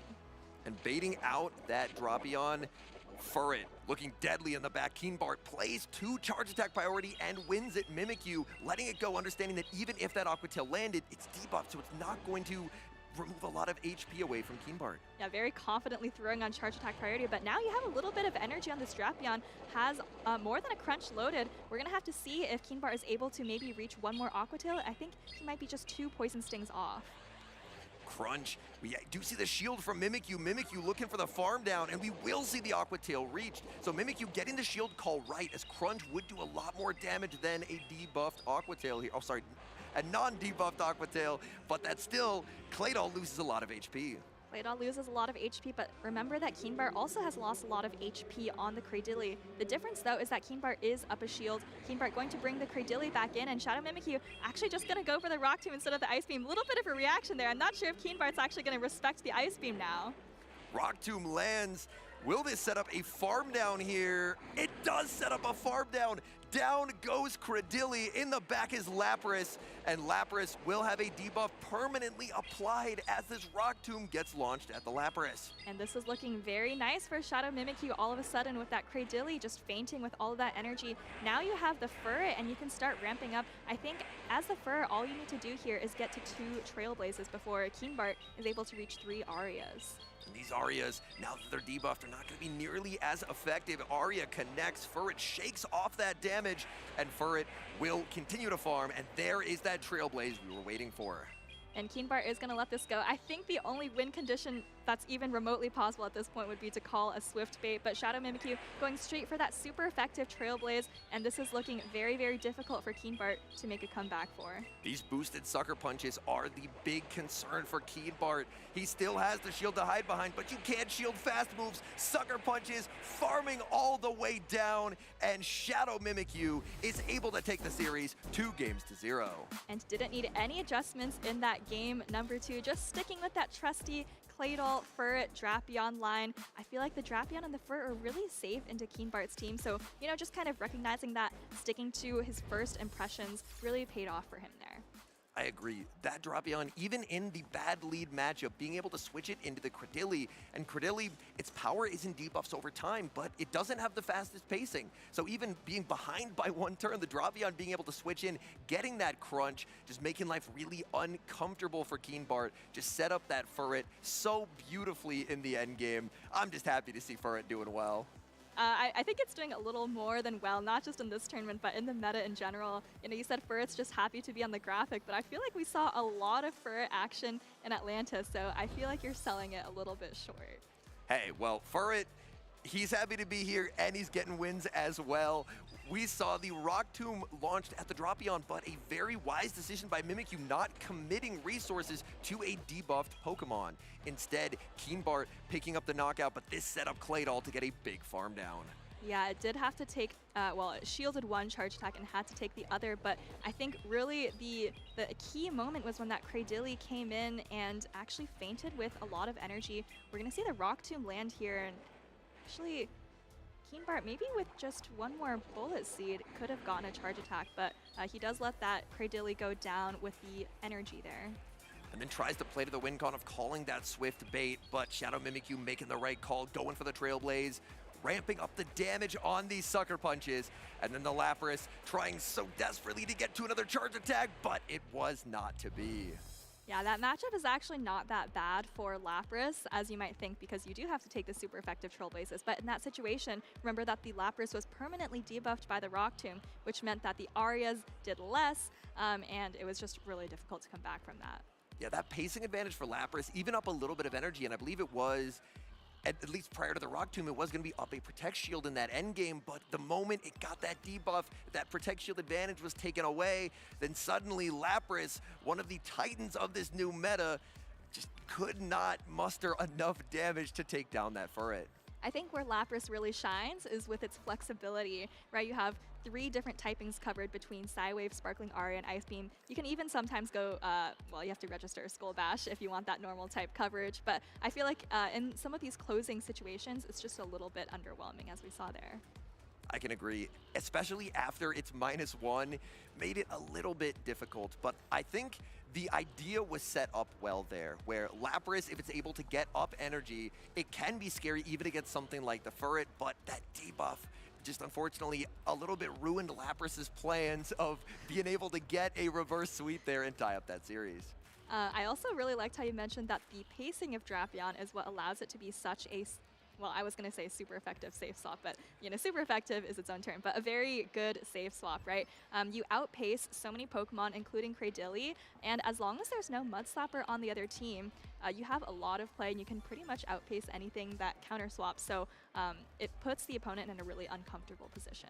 Especially because the Drapion tech of use was Unova Stunfisk, which wasn't brought to the field. We haven't seen the Tinkaton yet, and if your opponent has a Tinkaton, suddenly that Shadow Drapion save switch is looking a lot less safe because you're suddenly met with a Pokemon that's surviving 3 Aqua Tails. Your Poison Stings feel like you're healing this Pokemon. You can't generate an advantage, and that's what Drapion for months has been so consistent at. So it'll be a little bit interesting to see. Drapion's had a little bit of a reign of terror so far. It's been incredibly, incredibly strong, but it'll be a little bit interesting to see if it can continue as we see more Tinkaton teams. Yeah, we'll have to see whether these Drapion, who, I mean, we've seen Drapion in every matchup so far, but we'll have to see if they can kind of continue once they start meeting the Tinkaton, maybe in the later stages of the bracket. Because like you mentioned, Tinkaton has a really dominant matchup against Drapion. It has that super effective Bulldoze most of the time, which it paces to very, very quickly, and able to hang on to 3 charge attacks. So yeah, I said that Drapion only has to fear Mud Slappers, but now, yeah, there's also Tinkaton.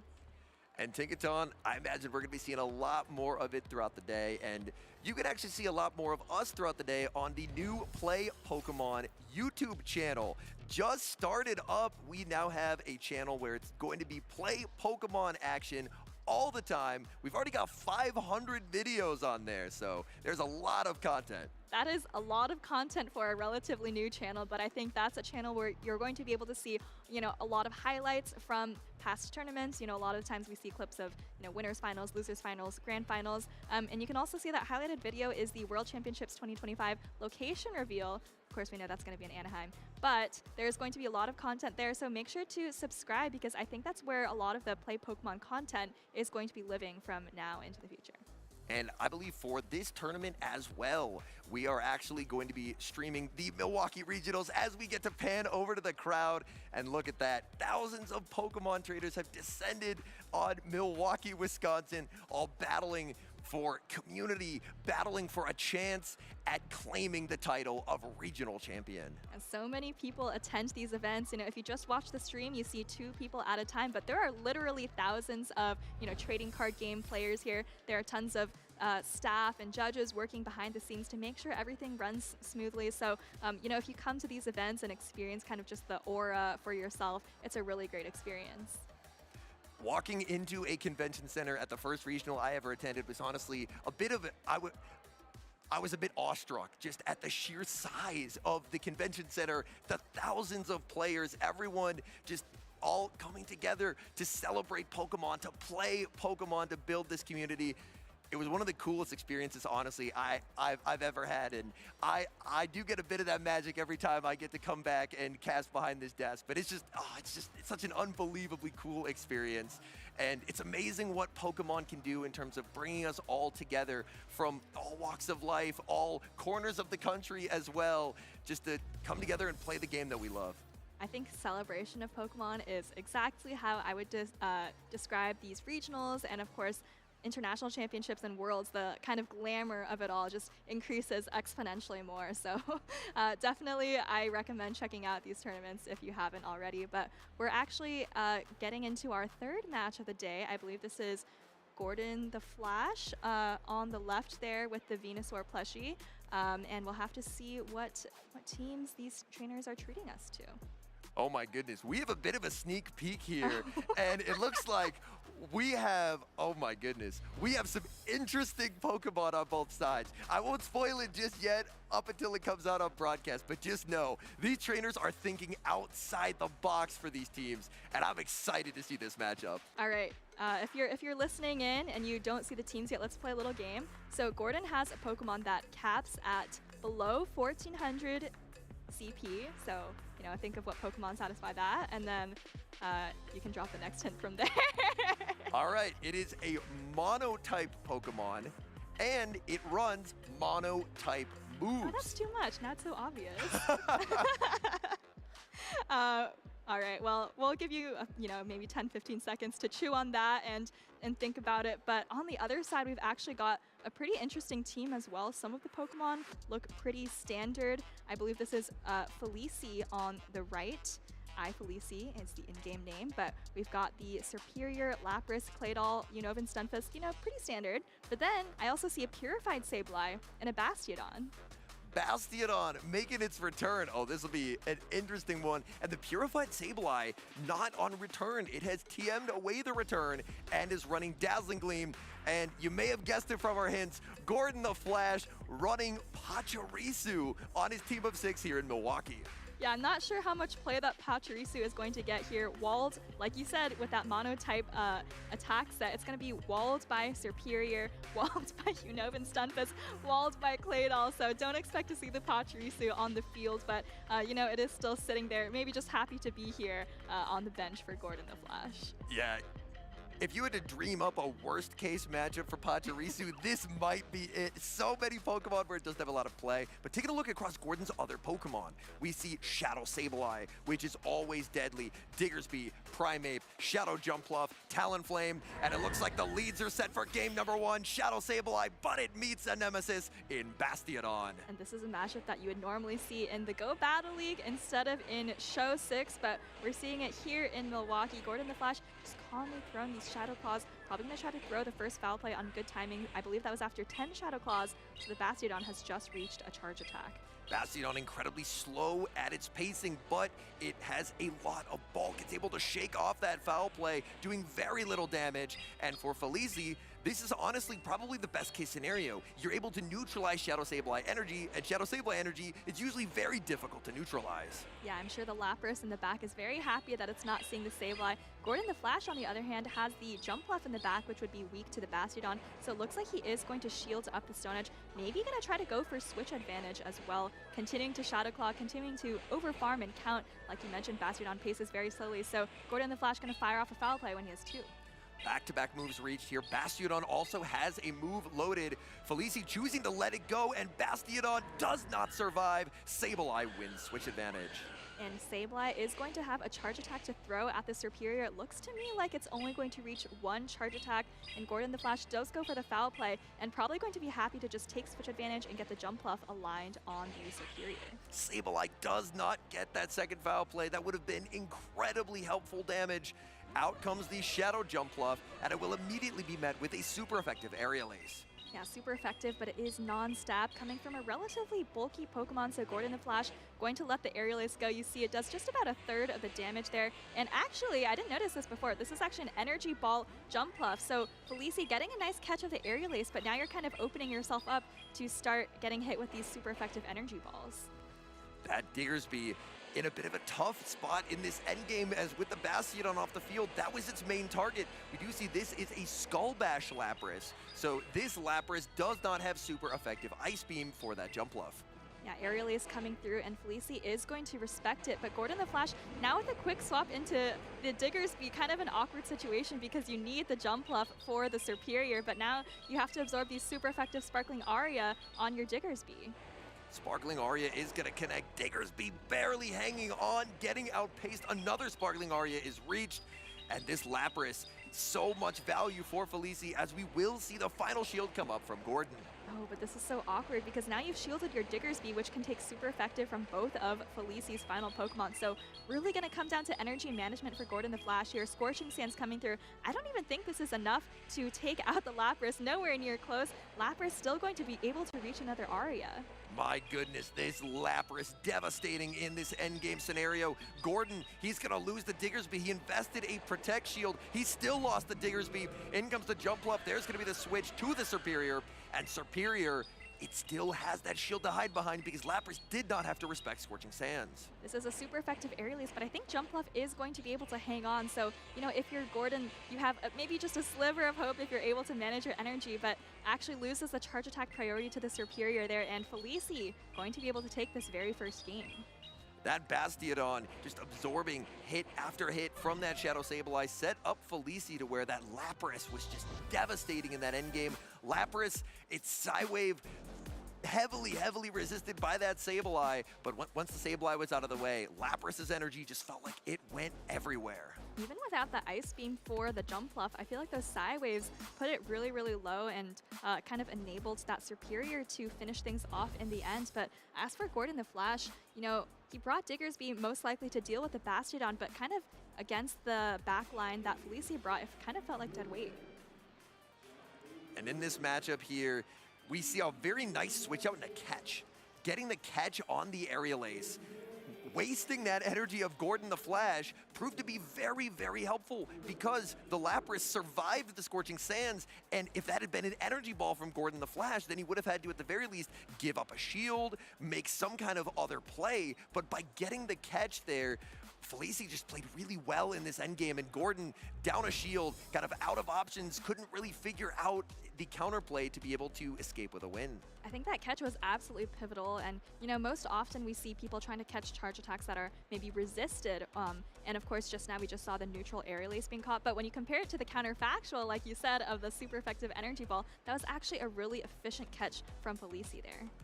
It looks like these battlers are locking in for game number 2. Gordon the Flash versus Felicia. It's Lapras, and it's going to be met with the Shadow Sableye. Gordon the Flash sticking to his guns and leading the Shadow Sableye, and Felicia is actually staying into what I would consider just a horrible matchup for Lapras. Yes, you can hit with these neutral Sparkling Arias, but you know, the Psy Waves do absolutely nothing, and Sableye can very comfortably take one Aria. And look at the backline for Gordon the Flash. This is Gordon the Flash saying enough with the Bastiodon. I'm bringing out the Diggersby. I'm bringing out the Primeape as well. So Bastiodon in the back looks like it's going to have a very tough day. All right, well, Gordon does go straight for the Power Gem, which Felicia correctly shields up. And now Felicia is able to reach the second Aria before Gordon has decided to throw that foul play. And I do like this shield from Gordon because even though you've already taken a lot of damage, these Psy Waves, I mean, look at the health bar of the Sableye. That's not doing a whole lot. We will see the foul play fired off by the Shadow Sableye. Felicia now has to make a decision. Do you invest the final shield here? He says no, and foul play will connect, and down goes Lapras. And Gordon has switch advantage once again, but now you're actually on even shields instead of being down a shield. You also have a lot of energy banked, so I would have to give the advantage to Gordon the Flash in this situation. Oh, but Gordon actually saves the energy, brings in Primeape because he knows he has 2 answers to the Bastiodon. I love this play from Gordon. The energy will be more valuable elsewhere. Don't let Felicia do what he did in game 1, which is use Bastiodon to absorb all this energy. Instead, the aggressive pivot into the Primeape. Primeape looks to ramp up on damage as Superior is going to grab the final shield with a super effective Aerial Ace. But Gordon already has, I believe, another Rage Fist loaded on this Primeape, and these Karate Chops are also adding up pretty quickly, so I think the Rage Fist is going to come close to knocking out. Felicia actually didn't even tap the Aerial Ace there, so there's no opportunity to confirm landing the Aerial Ace with a charge attack priority, and I have to wonder if Gordon's going to go immediately for this second attack, but actually doesn't, going to let the Primeape go down. But there is still the energy available on this Shadow Sableye, where Shadow Sableye can land a foul play, and while it's not super effective, it's going to inflict serious damage. No switch out from Felicia. This damage is landing on the Superior, and now this Bastiodon, I don't think it's gonna like what it sees in the back. Yeah, Diggersby finally finding its target in the Bastiodon, so this is going to be a very good game for Gordon the Flash. I also really like throwing the foul play right away because I think Felicia just had about 1 second left remaining on the switch timer, so Gordon really able to confirm that he's able to pretty much knock out that Superior and confirm the victory for this game. And these smackdowns, I mean, they're just absolutely healing this Diggersby here. Diggersby taking no damage whatsoever. Scorching Sands number 2 is reached. And Gordon the Flash, an adjustment in strategy. Primeape providing incredibly flexible play as a safe swap. And that's Gordon's key to victory, to staying alive in this winner's round 2 matchup. Evens up the series 1-1 with that adjustment. I do have to, you know, worry a little bit though. If you have Sableye and Primeape on the same team, feels like both of those are Pokemon that really love to use up the Protect Shields. But it worked out for Gordon there because we saw Sableye in that very advantageous lead matchup against Lapras. Sableye being able to win that matchup and exit with energy was so key. The shields were even, but Sableye had a whole extra move, the pivot into the Primeape, successfully luring out that Superior, and then the Sableye, as you identified, landing that charge attack, and the Diggersby, once that Superior was out of the way, shutting down that Bastiodon. There might have still been a tiny chance for Felici if he had been able to land a Frenzy Plant on the Diggersby, but because of all of that energy that Gordon had saved from the lead matchup, you know, that kind of just confirmed Superior's fate and didn't allow it to do any damage to the Diggersby. So for Gordon, I really like that Primeape adjustment. I'm really hoping that he stays with it in this game number 3, because looking across the team for Felici, there isn't really a tough matchup for that Primeape. Even against the Psychic-type Claydol, you have super effective Rage Fist. I think the worst matchup would probably be that Purified Sableye, which of course is one Dazzling instead of Return, but let's see what happens. And this is fantastic for Gordon the Flash, sticking with the Primeape, and it's found the Bastiodon. Oh, that is devastating. In comes the Lapras. Psywave's hitting for super effective damage, but Primeape can immediately pressure a shield with a close combat. Felici immediately on the defensive as the first Protect Shield goes up. But you still have the very hard answer of Sableye in the back, and that's exactly what Gordon the Flash decides to switch into. Like I said, you can take this Aria with absolutely zero problem. You're up a shield, and honestly, I know it's early, but I don't really see how Gordon loses this game. Things could get a little bit interesting if the Superior is able to be, oh my goodness, the Power Gem is reached. I was gonna say, if Superior is able to be in an even shield scenario, maybe there's a chance, but the shield advantage, it stays on the side of Gordon the Flash, and this is looking dire for Felici. And those shields are going to be critical. Felici is going to bring the Bastiodon back in, so Gordon doesn't know that it's that Superior in the back, but I think he knows that he's going to need to prioritize his shields with Primeape, and you know, he also knows he has ABA strong to the Bastiodon, so wouldn't even be surprised to see him just bring Diggersby in here to absorb the energy. But Felici looks like reaching for the Superior. Superior gets a small energy advantage, but Gordon still has access to that Primeape. The Primeape's still pretty healthy. Those Psywaves did about 25% of its health bar, and he's gonna send the Primeape into Superior. And the Primeape is actually dry, and the Vine Whips are adding up relatively quickly. Felici going to be throwing the Aerial Ace, I believe, very quickly, but oh, this is very risky. Gordon's actually going for the close combat, and it lands on the Superior, and I think that's going to be very critical in finishing out this game for Gordon. Now he can just let the Primeape go. And the nod from Gordon. Primeape did its job, neutralized Superior, and now for a second game in a row, it's gonna be Diggersby shutting down Bastiodon. We will see an Aerial Ace bait, but for Gordon, he knows any move from Superior is gonna do more than a move from Bastiodon. So Diggersby in prime position in game number 3. Just an Aerial Ace, but I mean, Diggersby on even shields versus Bastiodon. Even if Diggersby had 0 shields and Bastiodon had 2, I think Diggersby would handily take this matchup. Bastiodon's already been chipped as well, so I think Gordon the Flash going to be able to take the series 2-1.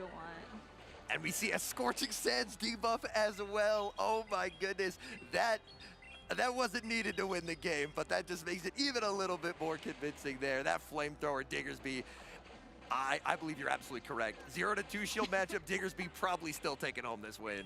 Scorching Sands coming through. Curious to see if Felici decides to shield this up, but looks like he is going to just let the Bastiodon go down. Gordon the Flash able to come out of that 0-1 hole to take the series off the back of the adjustment to the Primeape. Very important. Game number 1, that jump fluff felt like it was more of a liability than a benefit to the team. Benching it for games 2 and 3, saying that Sableye Diggersby pairing, it's a very strong one, but Primeape, the key to victory, offering such nice play into basically anything that Felici could have brought, and it pays massive dividends. I think Felici, yeah, maybe it just had to commit to the to the Purified Sableye and hope that it landed on the Primeape, but kind of a tough composition otherwise. Like you said, the Primeape for Gordon the Flash was actually just really safe into the entire team. Kind of makes you wonder why it didn't show up in game number 1, but you know, found its mark in games number 2 and 3. And this Sableye, honestly, I feel like Lapras it couldn't really ever generate an advantage because he chose to run Power Gem over Dazzling Gleam. We've seen trainers use both, but the Power Gem was key in this series. Superior getting ahead on energy, but Gordon can just bring in the Primeape. No baits here, close combat connects, and at that health range, Superior was not doing enough damage to that Diggersby.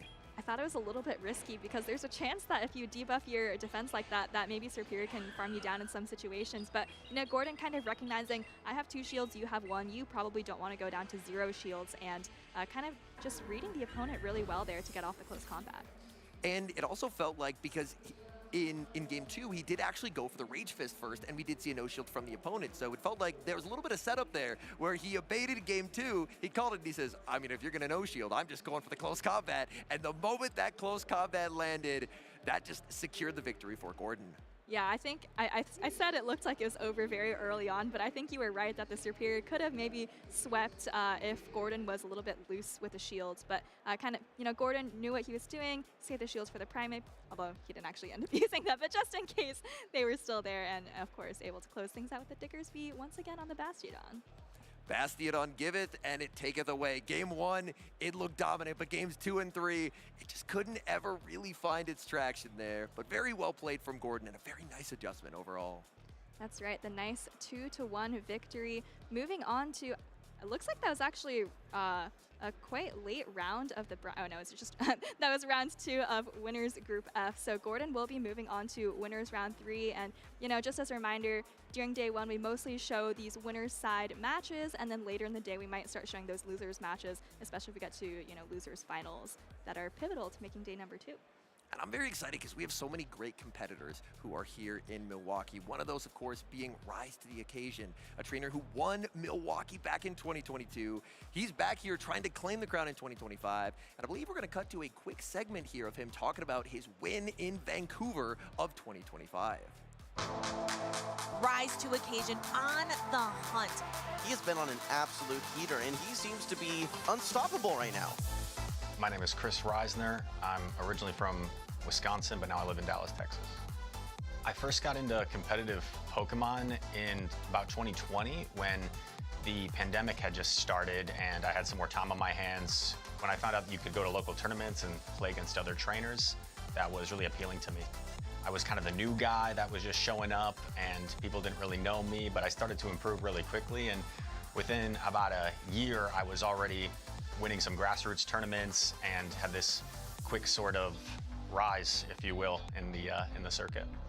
It's just a game, right? But it really is like a microcosm for life, and I feel like every time I've gotten knocked down or have had embarrassing moments on stage where I just completely throw a game, I've always come back stronger.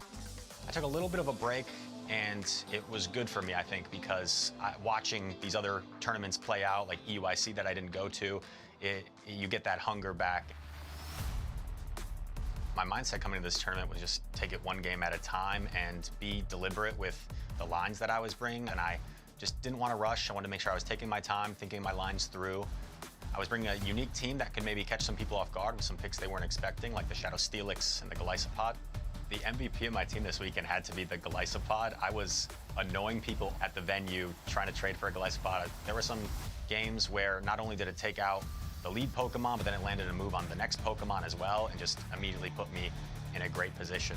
This time I lost right away on day 2, and I was able to keep climbing all the way through the loser's bracket. So this is probably the best loser's bracket run I've had. I fell just short in my last tournament. I was right there, one game away, maybe even one play away. So to come back from that and come back stronger is something I'm really proud of. Rise to Occasion is your 2025 Vancouver Regional Pokemon GO champion. He has won a regional in 4 consecutive seasons.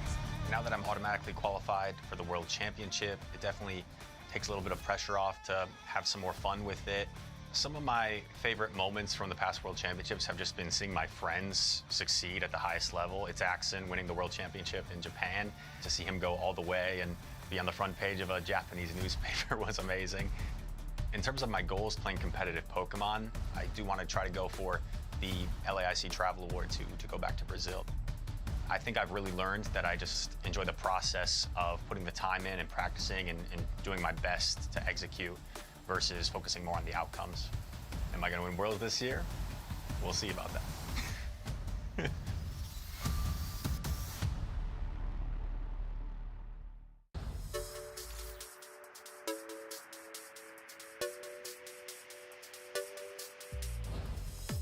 Well, this is actually my first regional, so I didn't actually prepare that much.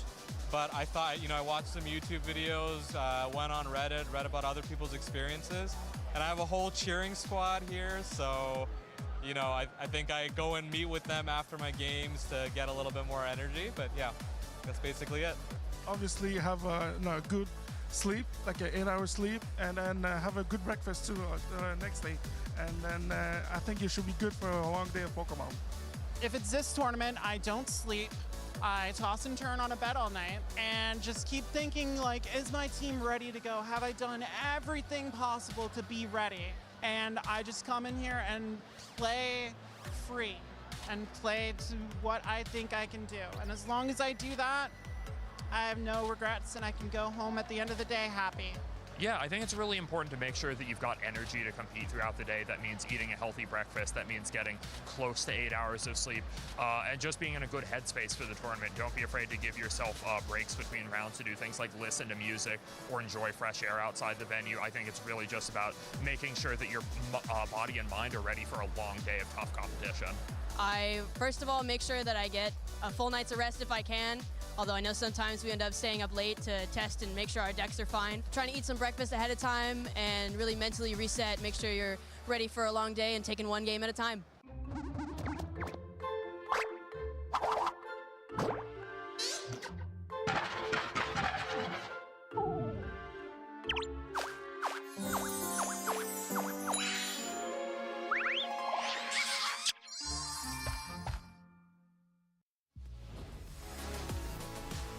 We are ready to begin here with our next set of battles in Milwaukee. Are you ready to go, Nick? Absolutely. We are just getting started. This is going to be the 4th match up on stream. We saw some really intense battles so far, but we are well on our way through this tournament. And we have some trainers getting ready on the stage. Maybe a few lesser known than some of the ones we've already seen today. We have Sword Slash, who is going to be fighting Dijon the Jin, also just known as Dijon, sometimes just called Spicy. Yeah, and we haven't really seen too much of the meta play out so far. I was in my interview with Bosox, I was talking a little bit about the Pokemon he was using, a little bit of off-meta picks. I'm really excited to see kind of as the day progresses, which Pokemon really start to shine on these teams. Let's take a look at these teams. For Sword Slash, he does have a Dusclops, which is quite interesting. I feel like we saw that in that one little mini meta that we had in Vancouver, right? But we haven't really seen too much of it since, so I'm excited to see how it does. You know, pure ghost typing is pretty neutral across the board against most of the meta. We haven't seen too many dark types. You know, Shadow Drapion, of course, has been out there for a long time, but Poison Sting is going to be doing resisted damage against that ghost subtyping. I am also really interested to see how Dusclops is going to play out, because you're right, we had it in the Vancouver meta, but we haven't really seen it a lot since. We've seen it maybe a little bit more in like Go Battle League, different cups and things, but not as much in the championship series. So interested to see how that's going to play out. I'm a big fan of Dijon's team. I love Golisopod. It is one of my favorite Pokemon to use in Go Battle League, and I also used it in the challenge on Friday. You can enter, they have challenges and cups here, so you can actually do some of your locals and get some of your local championship points right here at regional tournaments. And I used a Golisopod, and it was pretty great. And I think it's going to be really useful for Dijon here. Looking at his team, he doesn't have too many amazing answers for Shadow Primeape, given the moveset that is actually being run from Sword Slash. He's going to be running Rage Fist and Ice Punch. Ice Punch going to be able to do double super effective damage against that Shadow Jump Bluff, and going to be able to put a lot of pressure on the shields from Dijon. I mentioned once again in that interview with Boxguy, the amount of pressure that Shadow Primeape can push out with how fast it paces to its charge attacks, how damaging they can be, and being able to ramp up your attack with that Rage Fist. It's a very, very potent Pokemon. It is, and really one of the only fighters that we see now. It used to be in previous metas, we would just see Annihilate everywhere. Back in the day, you would see Medicham everywhere. Now you see a lot of teams, much like the team that Spicy Dijon is running, doesn't have a fighter at all. Yeah, you don't have quite amazing coverage into things that fighters typically do well against. Aside from the like Rock Steel type Pokemon like Bastion that we saw in that last matchup, you know, something like Claydol does really, really well against that Pokemon. But you know, Tinkaton, Jump Bluff, even something like the Cradily isn't going to do super well into that Rock and Steel type Pokemon. So, you know, Dijon would really need to heavily rely on that Claydol if he ever goes up against that a Bastiodon. Yeah, like we saw in that most recent match. I guess some people are still utilizing Bastiodon even in the current 2025 season. That last Bastiodon user really got punished, though, for bringing it. Yeah, it's very it's very alignment dependent. You need to make sure that it does not get lined up against a Pokemon that it is weak to. And you saw that it got lined up against the Primeape in that final game, and with your second best answer on your team being a Lapras, which takes super effective damage from the close combat that was available to that Primeape, you're really forced into a bad spot where you're going to need to use a shield even after switching in, which puts you really, really far behind. You know, the Shadow Sableye came in afterwards, and Gordon the Flash was able to maintain that switch advantage there because of the amount of pressure that Primeape was able to pull out. We'll have to see how Sword Slash utilizes it in this matchup, given that maybe it has a few more Pokemon on Dijon's team that it won't be able to hit for as super effective damage. You know, I'd mentioned Claydol, but also, like you said, the Glycopod, able to resist that fighting type damage, able to resist the Ice Punch. So you're going to be able to not put out as much super effective damage in that matchup. Right, another reason I like Glycopod, this is a really ground-heavy meta, and Glycopod resists those ground-type attacks. That makes it really unique. It shares the same typing as Araquanid, which is that water and bug type, which made it awesome in the Walrein metas of the past. That's why Weedle actually became kind of notably used the Araquanid to win a tournament because of its great matchup into Walrein. All right, well, that's enough about the past. Let's come back to the present. We are ready for our first battle here between Dijon and Sword Slash. It's going to be that ever-safe Dusclops into the Cradily. It's a pretty neutral matchup, but Ice Punch is available for this Dusclops.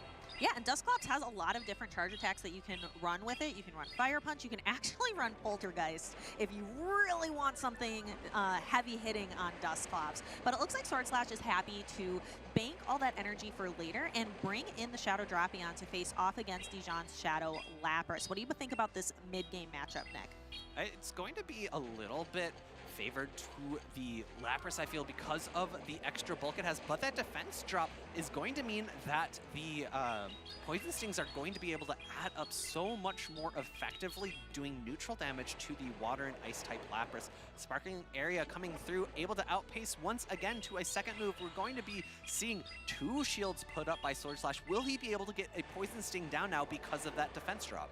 Ooh, that's a bit of a Poison Sting down. Will Lapras be able to get to that Sparkling Aria? I think it might have. So Sword Slash instead is going to opt to throw the Aqua Tail, doesn't want to risk getting hit with a Sparkling Aria. Dijon able to pull out both shields from Sword Slash here. Sword Slash able to hold on to switch advantage, and in comes a fairly solid wall to the energy in the Tikatong. Quick switch out back into the Cradily. No Ice Beam available for Sword Slash, so it's going to have to throw these neutral Sparkling Areas as opposed to super effective Ice Beam. Yes, and that Sparkling Aria is going to connect. It's a lot of nice neutral damage hitting against the Cradily. Dijon used to be called spicy. I think part of that was he would run Cradily. Cradily used to be quite a spicy pick, not so spicy anymore. Definitely has a solid spot in the meta, especially with that Rock Tomb. You can see that it caused an attack fall in the opposing Lapras. Another no shield here from Dijon, putting both of his shields for the Tinkaton in the back. Sparkling Area going to be enough to knock out, and will another one be reached? It looks like yes. Dijon unable to go for the farm down, going to be likely forced to use a shield, or no, actually opting not to. And going ahead, we're going to see Tinkaton can take a lot of damage. I'm excited that this tournament is an opportunity to see Tinkaton in action. Bulldoze, a very unimpressive charge attack, but it's going to be more than enough to knock the Lapras back out. And here comes Sword Slash with that Shadow Drapion. It's got 2 attacks locked and loaded.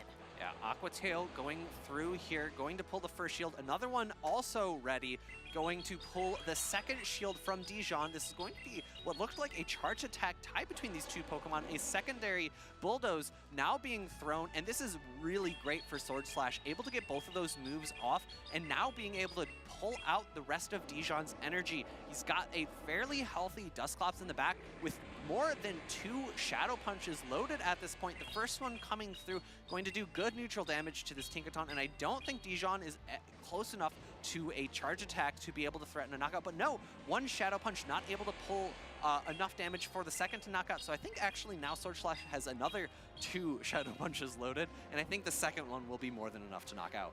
Or a fast attack, but there is a play rough ready. It looks like Sword Slash might not have been quite there. The play rough's gonna come through. It is not enough.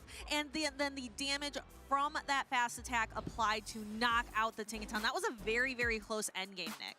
Yeah, the charge attack play rough is quite good, but Tinkaton is not the most attack-weighted Pokemon, so you saw that it did not do the amount of damage necessary to pull the knockout onto Sword Slash's Dusclops, and you got to see some really great energy management from Sword Slash there, able to stack the moves on Dusclops, switch out, not throwing any energy after the debuff came through from Dijon's Cradily. I really liked that play going into the mid-game, and then able to pull both shields, with the loaded energy on the Shadow Drapion. Really, really impressive stuff from Sword Slash. Yeah, I'm interested to see how we are going to see the trainers switch things up in the next game. Will we see maybe a little bit more Golisopod? Are we going to see the Tinkaton again? I like that we're seeing Tinkaton. I think it has a really good spot against Sword Slash. Playrough not able to pull the knockout there, just a little too much health remaining, as well as a charge attack loaded, but that Hex was able to pull the knockout nonetheless. Going into game number 2, I think Dijon might need to figure out a way to preserve some Pokemon in the back, like Sword Slash did, maybe utilizing those shields a little bit earlier.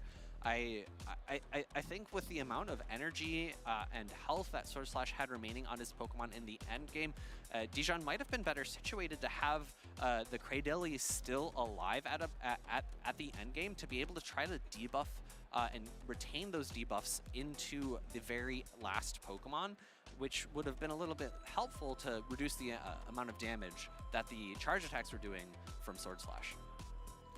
And I do think that Dijon is going to continue to keep bringing that Tinkaton. It just looks so safe, Nick, into Sword Slash's team. It just has like really everywhere to be able to throw its energy. Yeah, and it's really tough for Sword Slash to bring that Unova Stunfisk with the double grass line on Dijon. So I agree. Tinkaton then becomes extremely safe. You just need to maybe utilize your shields a little earlier on those harder hitting moves. Aqua Tail maybe not the most energy efficient move to shield up. But here we go into game number 2. It is going to be the Dusclops into the Shadow Lapras. And Dusclops going to be needing to utilize its same type attack bonus, but very neutral Shadow Punches. Dusclops is a very tanky Pokemon. It is not known for attack output unless you're using that charge attack Poltergeist. So you're going to see these Shadow Punches just kind of slowly chip away.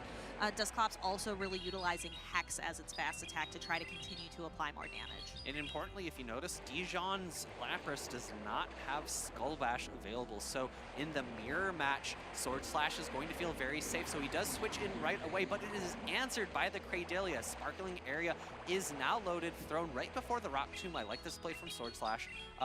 I'm not 100% sure he needed to pull out the Cradily, but maybe trying to catch a move onto the Lapras is what he was intending to do there in that early stage. You mentioned that Sword Slash's Lapras does really well into the mirror, but in this matchup, you really want Ice Beam. So it really is, you do have to make that very tough decision when you decide what do you want to pair with Sparkling Aria on your Lapras. It looks like Sword Slash is going to apply a Sparkling Aria now onto Dijon's Cradily, and it is not quite enough to knock out. Cradily is able to throw one more Bullet Seed to get a little bit more energy before knocking out with this Rock Tomb.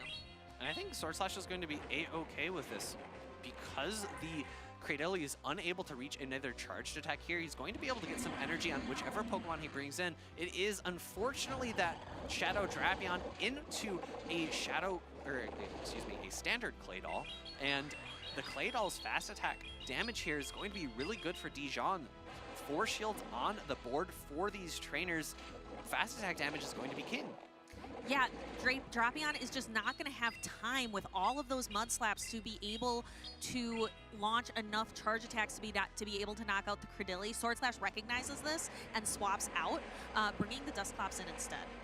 Dijon's going to get a really nice farm down here. Shadow Punch is not the strongest move. It is same type attack bonus, but Dusclops is really bulky, able to get the Psywave down, 2 charge attacks loaded now, and I think Dijon has this one in the books. The Sparkling Arius are going to be able to pull both shields. It's going to be a really nice farm down for Sword Slash, which might make it a little bit close in the end game if he's able to come out with 2 moves, but I think the Claydol has some energy and will likely be able to get a Rock Tomb debuff off at a point, and it might lower the effectiveness of the unshielded charge attack. And yes, going for that Rock Tomb, Shadow Drapion, no shields left to protect it. Rock Tomb, not a super powerful attack. Its attack power comes in where with its attack drops. And Sword Slash doesn't even have enough time to throw both of the charge attacks in order to even attempt to knock out that Credilli, bringing us to an even series 1-1. We're heading into a decisive game 3. That was a really solid team read from Dijon there, bringing multiple Pokemon that are going to thrive against that Shadow Drapion. You know, the grass type in Cradilly, typically grass types really struggle against poison types like Shadow Drapion. However, with the access to Rock Tomb, a really potent move, a really good energy efficient move, as well as having the ability to lower the attack of your opponent, means that the grass type's able to really confidently fight back against that poison type, especially given that it doesn't typically run Sludge Bomb. It's typically Aqua Tail and Crunch, so you're not able to really threaten any super effective damage into Cradilly. Taking a look at the replay, we can see Dusclops again just so bulky and able to, Sword Slash able to bank a lot of energy to try to use later, but it just didn't end up being as impactful as I think Sword Slash needed that to be. Yeah, and maybe a potential play here for Sword Slash could have been doing fewer Psywaves into the Cradilly to offer his Shadow Drapion more energy on the farm down. As you saw at the very end game here, the Rock Tomb came through, didn't quite pick up the knockout. So if he did have maybe 2 crunches loaded at this point in time, maybe if he gets the defense drop with the first and then the second one applies before the Rock Tomb comes through, maybe he has a win condition. But with Dijon having really great energy management, coming out with a Rock Tomb into that final moment really allowed no great plays for Sword Slash there in that game number 2. Dijon's been bringing a core of Shadow Lapras and Cradilly each game so far. I'm really curious to see if Dijon is going to bring that again. With Shadow Lapras and Cradilly being pretty consistent, I'm wondering if the Shadow Primeape on the side of Sword Slash could be useful.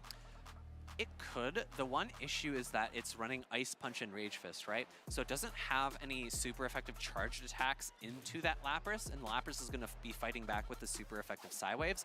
So that becomes a matchup where you really need to be able to ramp up that Shadow Primeape, get it with that boosted attack into that matchup so that those Rage Fists can start feeling like they're super effective as opposed to just neutral. Yeah, and then the fast attack damage as well being ramped up is going to be really useful into Lapras. Speaking of Lapras, that's how Sword Slash is going to start off this matchup against the Cradilly. Cradilly resisting the Psywave damage, and Cradilly's going to be able to throw super effective Rock Tombs. However, Lapras outpaces with Sparkling Aria, able to launch this charge attack first. Shielding up is not a big surprise here. Typically, as the Claydol, you want to shield up the first charge attack, as your Rock Tomb will be lowering the attack of your opponent's Pokemon.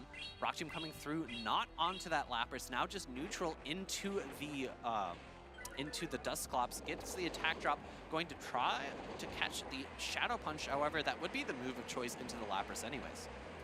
Yeah, Dusclops is just so safe for Sword Slash, but just because it's safe, just because it's neutral, is it going to be enough to turn the tide of the game? Going to start launching those Shadow Punches into the Lapras, trying to unleash all of this energy, but it's barely going to take Lapras down to half health. I really like this play from Sword Slash, though. He's baiting out the Lapras, What's he going to bring in afterwards? He's going to bring in his own Lapras, get a huge farm down because none of the energy from Dijon's Lapras will threaten his own. It's Sparkling Area Ice Beam. We'll have to see if Dijon recognizes that this farm down will be really key for him, and he potentially could try to pivot out into one of his 2 Pokemon in the back. Sword Slash waiting out the timer, actually bringing in the Primeape instead, maybe trying to ramp up, get that energy like we were talking about earlier. So it looks like you do not quite have the future sight today. You are not the Cresselia, Nick. Yeah, the really tough thing here, though, is that now his full line of 3 has been exposed. No shield into the Rage Fist, a bit surprising because I think he had energy for the Ice Punch. The Ice Punch might have gotten a knockout. The charge attack is now loaded from Dijon. This is going to go ahead and lower the attack stat of this Primeape once more. So now we are at net 0, going to be able to build up to another Rage Fist, 3, 4, switching into the Lapras, trying to save that energy for a matchup in the future.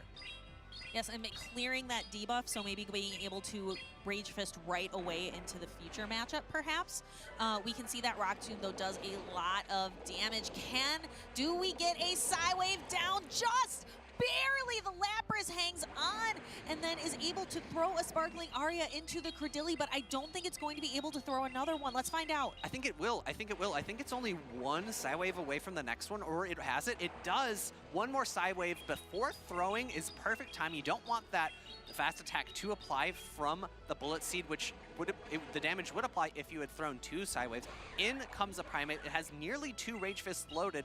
No shield on this first one, I think, is exactly the play Dijon needs to secure this game, as this will not pick the knockout, but he does have a lot of health left on this Lapras, and super effective Psywaves will secure him game number 3. That was, again, really tight games, I would say, from Sword Slash and Dijon. Those were all really exciting. I would say, though, Dijon bringing that Lapras, bringing the Credilli each and every time, they make such a powerful core, and Sword Slash just couldn't find a way around it. Yeah, there were really no amazing answers to that core. You know, Credilli felt pretty safe into that team, and if you're going to be playing Dijon, you're probably going to want a Credilli answer.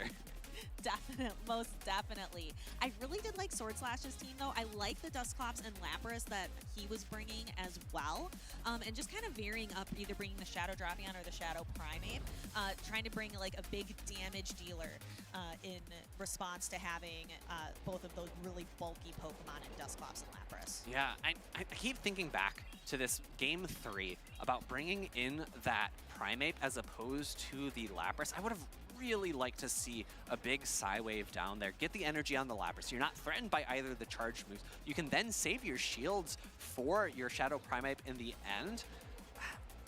It would have been tricky. It was a tough call, of course, but I think potentially if Dijon allows for the full farm down in that instance, Sword Slash is in just such a strong spot. He was still able to get 2 Sparkling Areas off in the end game, but it just wasn't quite enough. I know, and that's something that Sword Slash might recognize. It's always tough. Hindsight is 20/20, as they say. You can always think of ways that, maybe if I had played this a little bit differently. That's why I recommend trainers who are looking to do even better in the competitive circuit or in Go Battle League, record your battles and go back and rewatch them. That's a great piece of advice, and frankly, a piece of advice that I need to listen to because I don't actually go back and watch my battles too frequently afterwards. Also, the screen recording on my phone makes my phone really, really slow, so I sometimes don't even screen record it in the first place. But great piece of advice for trainers who are just getting started out there. Maybe attending some local events. Always a good spot to start. Yeah, be sure that you are out there attending your locals.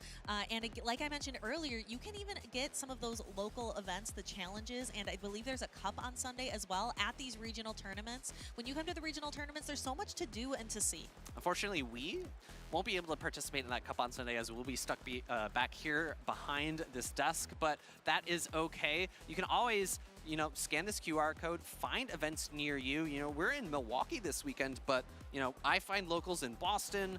I'm sure you find locals in the greater Wisconsin area all the time. Back when I was in Minneapolis myself, there was a pretty good local scene. So, there's going to be locals all around the country. Make sure that you find one near you so that you can attend and get some championship points yourself. Yeah, and if you play in those events, if you're at a regional tournament, you can also get some tickets for the prize wall. They have a lot of really good prize wall prizes there today, and all kinds of side events that you can do as well. I think there was an Ultra League battle that happened yesterday, maybe a Master League battle. I think there's some Pokemon Pocket tournaments happening.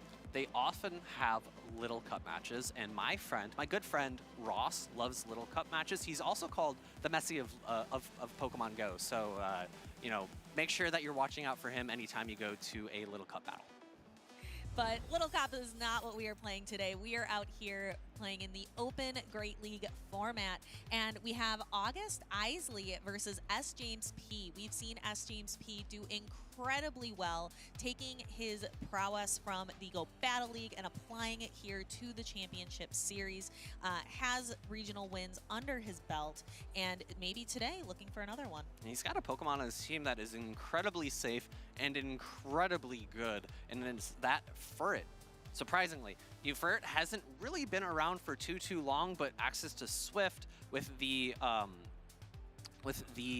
upgraded Dark type fast attack. I'm blanking on it right now. Sucker Punch. Thank you. It is just so potent. Trailblaze doing super effective damage into Azumarill, even though we're not seeing Azumarill as much anymore. I think it makes it a really strong contender. However, something like Tinkaton resists all 3 of those moves, so maybe a good reason to have Tinkaton on your team of 6. I really have been enjoying Furret as well. Across the ocean, Paula Shaw has really been enjoying using Furret. I believe she took 9th place in Sevilla at the special championship there with Furret. She did really well, and it's such a fun Pokemon to play. I love its attack animation. And looking at the rest of these teams, no big surprise from August Isley. Jumpluff plus Tinkaton core, I think, is going to be a core that we see a lot this weekend. A Malamar still on the team, looking fairly decent into the rest of S. James' team. Besides, of course, that Tinkaton Fairy type damage, going to be one of the few types that do super effective damage into that Dark and Psychic type. Yeah, do you think Malamar is a little bit more on the rise right now? August Isley bringing the Malamar. I've seen it. I saw it a little bit in the challenge yesterday. Does it have any potential play here? I think it does in the right matchups. You know, you're going to probably want to avoid that Furret, but something like Lapras being able to triple resist those Psywaves means that you're basically taking no fast attack damage. You, of course, aren't going to be resisting the charged attacks from Lapras with that Sparkling area and Ice Beam and or the normal type charge attack. I'm just struggling with fast charge attacks right now, sorry. So it has play there. It has play into the fighting types.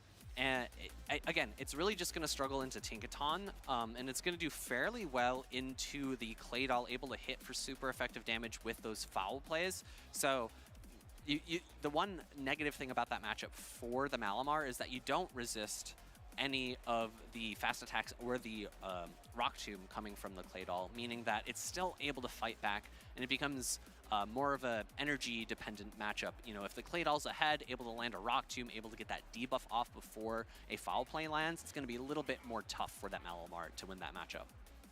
So maybe Malamar going to be a little bit more useful. I see we're finally starting to see more Tinkaton, maybe as we move in, because this is the winners finals of Group A. Oh my gosh. So we didn't see as many Tinkaton, I think, earlier in the day, but now we can see, like, this is a great Pokemon because it's on both sides of the field of the winners finals of Group A. The winner of this is going to be moving on to day 2 already.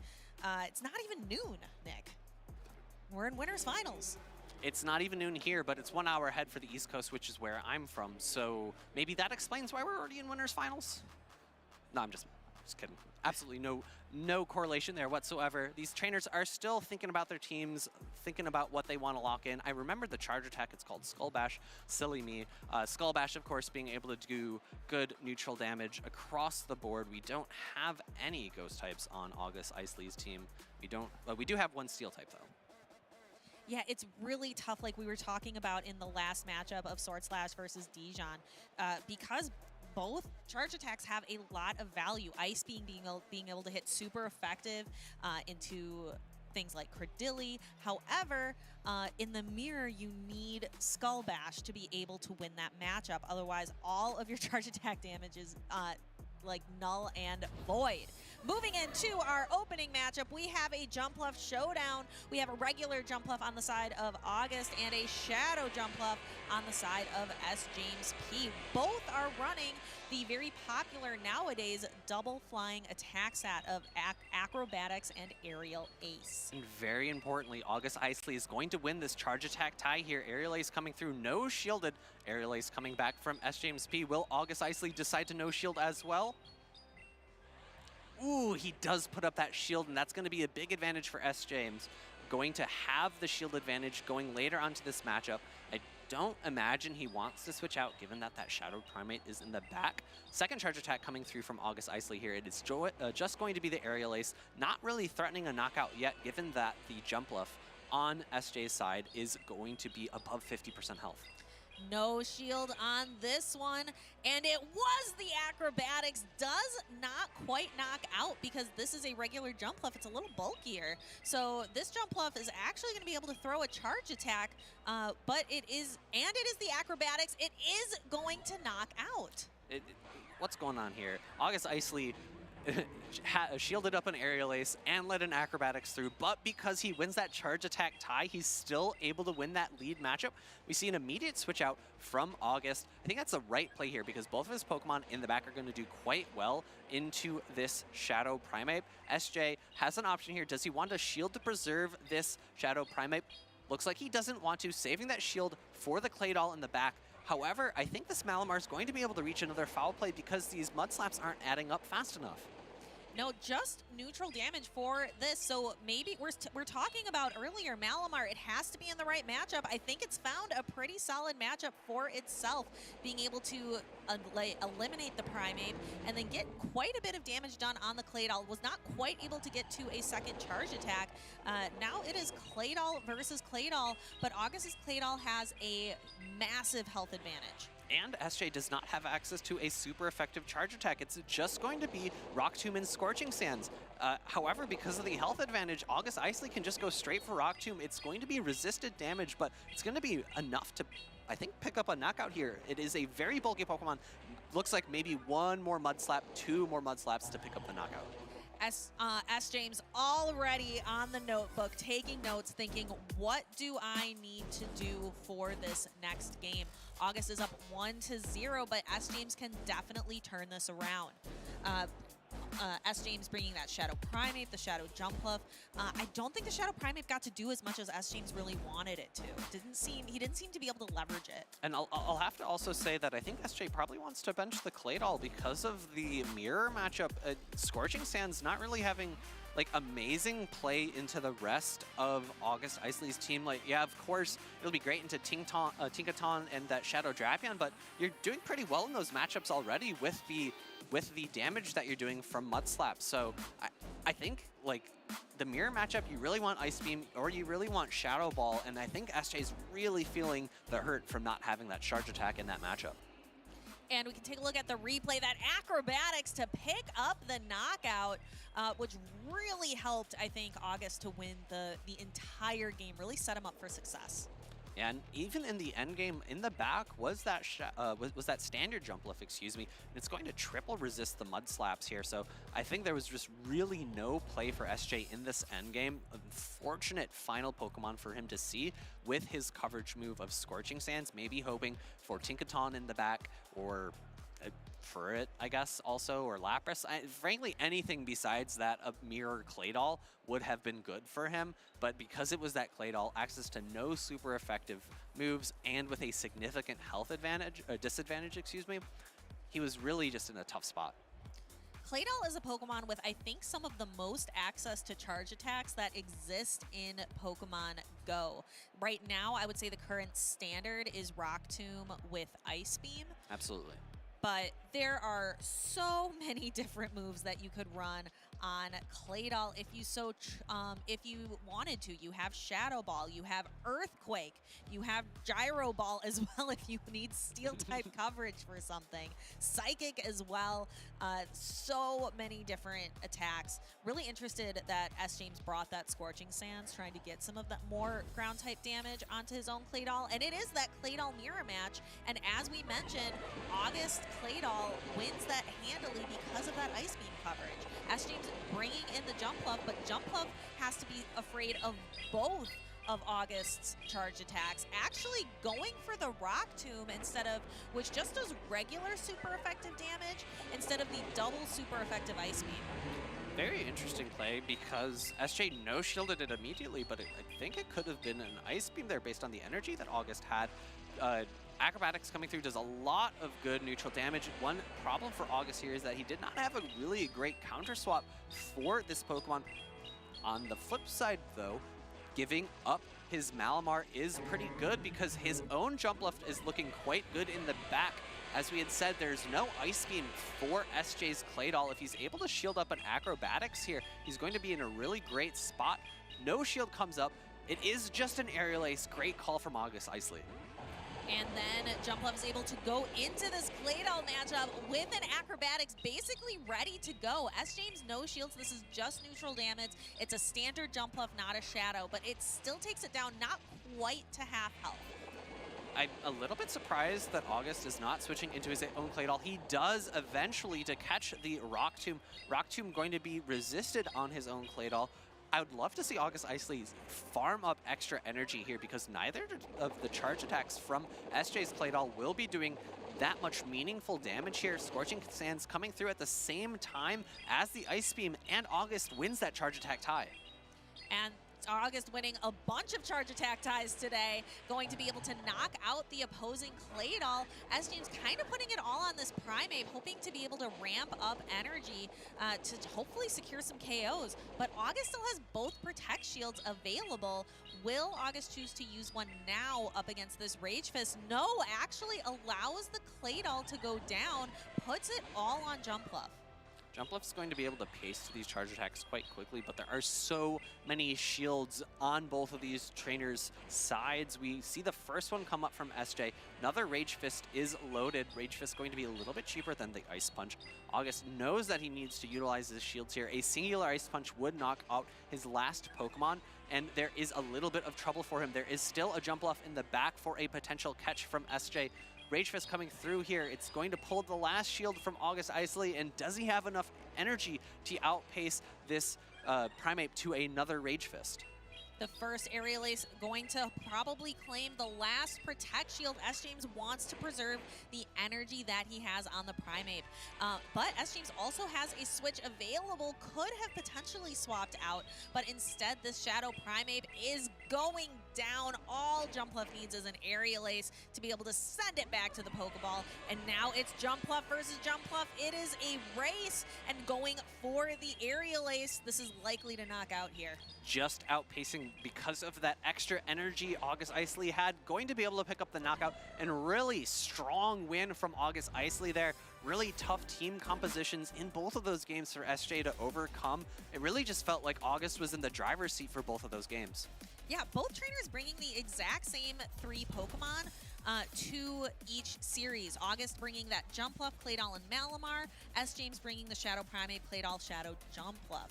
So really both times, because S-James didn't change up the team, maybe just that same combination of 3, August had a little bit of an advantage. And I would have really liked to see the Ferret come into play, frankly just because I think it's so good, but I get the hesitation from SJ. Tinkadong is going to be just such a bad matchup for it, and both of these trainers have Tinkaton, but I don't think we saw it in any of these games. Disappointing, Nick. I love Tinkaton. I'm very excited to have it in the meta. I think it's such a fun Pokemon. I think its lore is very fun from Scarlet and Violet. And it's just a great opportunity to meet up with trainers in the venue or trainers at home in your local communities and do some trades to try to get those optimal HP defense and attack stats. Yeah. And it was tough, right? Because I think Claydol also looked quite good for both of these trainers, but SJ had the inherent disadvantage with his Claydol's moveset. You know, maybe the Scorching Sands helped him in previous matches to get to this point, but it was really a detriment in this matchup not having the ability to hit for super effective damage. He also lost that charge attack tie, which meant that August Isley's Claydol came out so much healthier in that matchup. and I think he was also losing the jump left charge attack tie as well, which is a little bit surprising because typically we see shadow Pokemon winning the charge attack tie against non-shadows because they don't have as good of a spread. You have less access to them to really optimize those stat spreads, but maybe August is very specifically chosen his jump left to try to win those charge attack ties in those mirrors. That's kind of what I was thinking. When you're in a meta and you know you're going to be seeing a lot of the mirror, you know that a Pokemon is going to be really, really popular, sometimes it's nice to have two different Pokemon. You can maybe have one that you use maybe in Go Battle League or in different situations that just has high HP, high defense. But then you have another one that you build that's going to win those charge attack ties. I know that's something Speediest Chief and I have talked about. Like, he has two Frostlass, depending on if it's going to be a meta where Frostlass is very unique and you're only going to see a few of them, or if it's a meta like a Go Battle League meta where it's Frostlass everywhere, you really want one that's going to win charge attack ties. And that's a really important one too, because one singular Shadow Ball is able to pick up the knockout. So if both trainers are only throwing straight Shadow Ball, whoever wins the charge attack tie is going to win the matchup and typically win the game. And we are interested to see is who's going to win the next game. Spicy Dijon is back on the stage, but this time up against Silent Beast. This is the winners finals for Group B, continuing to bring you the exciting big matches here Saturday of the Milwaukee Regional Championships. And you know what else is really exciting for you in particular? Both trainers have Golisopod, so you're going to hopefully get some Golisopod action here. I will. I absolutely love it. I think it's such a fun Pokemon. I think the Shadow Claw damage has a lot of places to go in the current meta. Of course, not against Furret, which is something that Silent Beast also has on his team. But Golisopod, again, I think the X-Scissor has a lot of really great neutral play, as does Aqua Jet, and you just pace to them so quickly. The one disadvantage Golisopod, it's not necessarily a very bulky Pokemon, and it does take a lot of different super effective damage, especially from like all of the like Aerial Ace, from like a Jump Bluff. There's a lot of different ways to hit it for super effective. The other detriment for it is that Bug type doesn't resist Dark type damage. It does super effective damage to Dark types, but it does not resist it in return. So something like the Furret, almost said Bullet Punch, the Sucker Punch is not going to be resisted, and it really makes that matchup better for that Furret, able to hit back with just neutral damage with those fast attacks, able to get to those Swifts so quickly. But on the other side, Dijon does have another Tinkaton. We see Tinkaton on both teams again, so that's 4 out of 4 Tinkatons so far in winners finals. It might, we'll have to see, does this push the Furret away like it did in that last matchup, or will Silent Beast choose to bring it to try to answer the Pokemon like the Claydol, like the Golisopod, or even the Cradilly? I'm really curious to see if Silent Beast is going to bring that Shadow Typhlosion.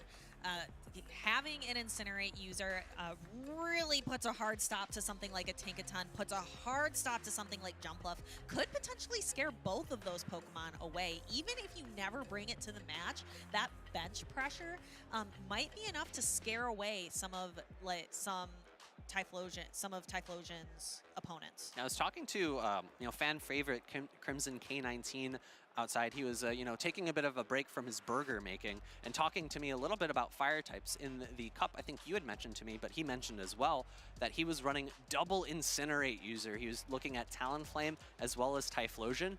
I think he opted for the Talonflame in the end because he didn't like getting mud-slapped down, and that's what Silent Beast is going to have to really be careful about in this matchup if he decides to bring that Typhlosion. Needs to avoid that Claydol at any and all costs. Yes, but Claydol's really going to be relying on that fast attack pressure from Mudslap. It can, because if you're running, for example, Ice Beam, that's not very helpful. You can use the Rock Tomb as well. And what's interesting about that matchup too, Typhlosion, one thing that's great about it is every 2 Incinerates you're at a Thunder Punch. That doesn't really help you in the Claydol matchup. You have to be able to hit the Blast Burns. Yeah, and again, Ground type doesn't resist fire, so it is at least neutral damage there. However, Claydol is extremely bulky, so I think even a blast from a Shadow Typhlosion plus the Incinerate damage, I don't think really threatens a knockout, and I don't think it'll necessarily threaten a shield from Dijon unless that's his final Pokemon. You know, looking at the other Pokemon on his team, he has basically taking neutral or super effective damage all across the board. Lapras is going to be neutral. It's going to be neutral against the Golisopod as well as that Cradily. You know, rock type there going to resist, grass type taking super effective and canceling each other out. But the two Pokemon on the right side of Dijon's team, both the Jumpluff and the Tinkaton, are going to take super effective damage. So it looks pretty safe outside of that Claydol. I also really want to see Silent Beast for it, but again, I'm not sure how much play it really has. Against Cradily, it's kind of tough because you can't really use your Swift, that really quick charging attack that you have. It's great into the Claydol. It doesn't do and then Tinkaton doesn't help it at all. Oh, we're going to see that Shadow Typhlosion right away, Nick, but it's being met with the Lapras. Now, again, Shadow Typhlosion, all you need is 2 Incinerates, and you're at the Thunder Punch already. Silent Beast actually going for the 3rd Incinerate, perhaps going to bait a Blast Burn, but is going to have to do so at the cost of a Protect Shield, because a Sparkling Aria would certainly knock out. Able to get to another Incinerate, is now at back-to-back Thunder Punches, so Dijon's got a decision to make. Are you going to double shield the Lapras or just kind of let it go? Decides to let it go. Yeah, I think you have to let it go at that point. You can't get to another Sparkling Area in time, and a quick switch out from Silent Beast there makes a lot of sense, and he does have a Shadow Claw or 2 advantage in this matchup. Going to be able to throw this X-Scissor. It's going to be doing a good amount of neutral damage here in the mirror matchup. I get not just 1 Golisopod on the screen, but I get 2 at once. What a treat for me. And we have X-Scissor again. It does a lot, like you mentioned, a lot of neutral damage in the mirror. It's going to depend on who can get to that next attack first, and that is going to be Silent Beast, actually charging up a little bit extra, recognizing that Silent Beast himself came into that matchup with a little bit of an energy advantage. And I think Dijon really needed a shield there because the fast attack damage from the Claydol would have been resisted by the bug subtyping on Silent Beast's Golisopod. He would have gotten to a Aqua Jet onto the Claydol, and that would have pulled his final shield. In comes the Claydol. Blast Burn is loaded, going to be able to pull the shield from the Claydol, and Furret is waiting in the background to do super effective Sucker Punch damage into this Claydol. And Claydol's stuck here for a while, having to take that super effective Sucker Punch damage. Dijon does not have the option to switch out anytime soon. Now, Silent Beast is going to have to deal with all of these Rock Tombs, but if he wanted, he could just use Trailblaze to kind of neutralize that, bringing us back up to net 0 like you mentioned. I'm a little bit surprised he's going for this Trailblaze. Maybe the Trailblaze plus Sucker Punches will be enough to pick up the knockout. I think Double Swift might have been a little bit safer. In comes the Rock Tomb, not able to pick up the knockout yet. I think Rock Tomb is going to be a little bit shy on picking up this knockout. I don't know my Furret calculations super well. Furret's bulkier than you might think, and able to get to a Swift to knock out this Golisopod, and then with no Protect Shields remaining, the Swift is going to knock out the Golisopod. Claydol comes back in, but it's energy dry. All Furret needs to do is scurry over, do 1 quick Sucker Punch, and that's all it is going to take. Furret be like, I'ma punch you, sucker. So that brings it 1-0 in the favor of Silent Beast. So happy to see both the Golisopod and the Furret. I really liked how Silent Beast was able to utilize the Shadow Typhlosion. What Typhlosion is great at is taking Protect Shields from the opponent, because very few Pokemon are interested in tanking a charged attack from a Shadow Typhlosion. Even if it's just neutral damage, sometimes even resisted damage. It's just such an attack-weighted Pokemon. Oh gosh, the word interested there really threw me. It's just, I'm interested in taking a Blast Burn. It is what I want to do. Here we see Thunder Punch able to pick up the knockout like you called, going to be able to get some more energy into that final matchup where it was crucial to reach that Blast Burn in time to pull that shield away from Dijon's Claydol so that those Sucker Punches and the Trailblaze could come through. But you can see here just briefly in the matchup how much a Mud Slap really does to a Shadow Typhlosion. It is so threatening. So if Dijon had been able to maybe have that alignment a little bit better, could have neutralized all of that damage from the Shadow Typhlosion. Just the alignment wasn't quite in his favor. And Swift, such a strong move, definitely getting an over knockout there into that final low HP Golisopod. Gonna have to see how Dijon pivots. Does he try to cover for that Shadow Typhlosion a little bit more carefully, or does Silent Beast potentially leave it on the bench, given how potent it was in that lead matchup against that Shadow Lapras? Yeah, and did Dijon bring the Credillion that last matchup? His signature Pokemon? I don't think so. No, because he brought the Claydol, the Golisopod, and I believe it was the Lapras, right? Yes, Lapras. So maybe Dijon needs to maybe lean a little bit more in to his signature Pokemon of Credilli. And go back to his roots. Go back to his roots. The grass type roots. Yes. And we are going to see both of these trainers lock in very shortly, but it's tough. It's a little bit of mind games always. So you have to, like, Dijon's got to think. He brought the Shadow Typhlosion in the lead once. Is he going to do it again? He does, and this is the alignment Dijon needs to be able to neutralize that Shadow Typhlosion. Forces Silent Beast to quickly safe swap into the Golisopod, and Jumpluff is a really solid answer to this Pokemon because those aerial aces are super effective, Golisopod being a bug and water type, and Golisopod really only able to counter with neutral damage with X-Scissor. Yeah, the flying type for Jumpluff really shoring up that bug type weakness. A second X-Scissor coming through, not going to threaten a knockout yet. I think because he's no shielding here, Silent Beast is now afforded the opportunity to potentially double shield his Golisopod and get a farm down.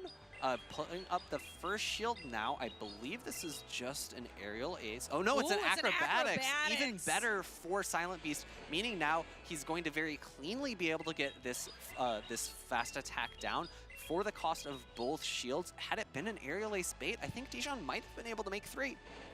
But that is not the case here. Golisopod loaded on energy, but now because it costs 2 shields, Silent Beast has to be really, really careful. Shadow Typhlosion cannot take a hit from just about anything, so really needs to be able to protect it and align it well.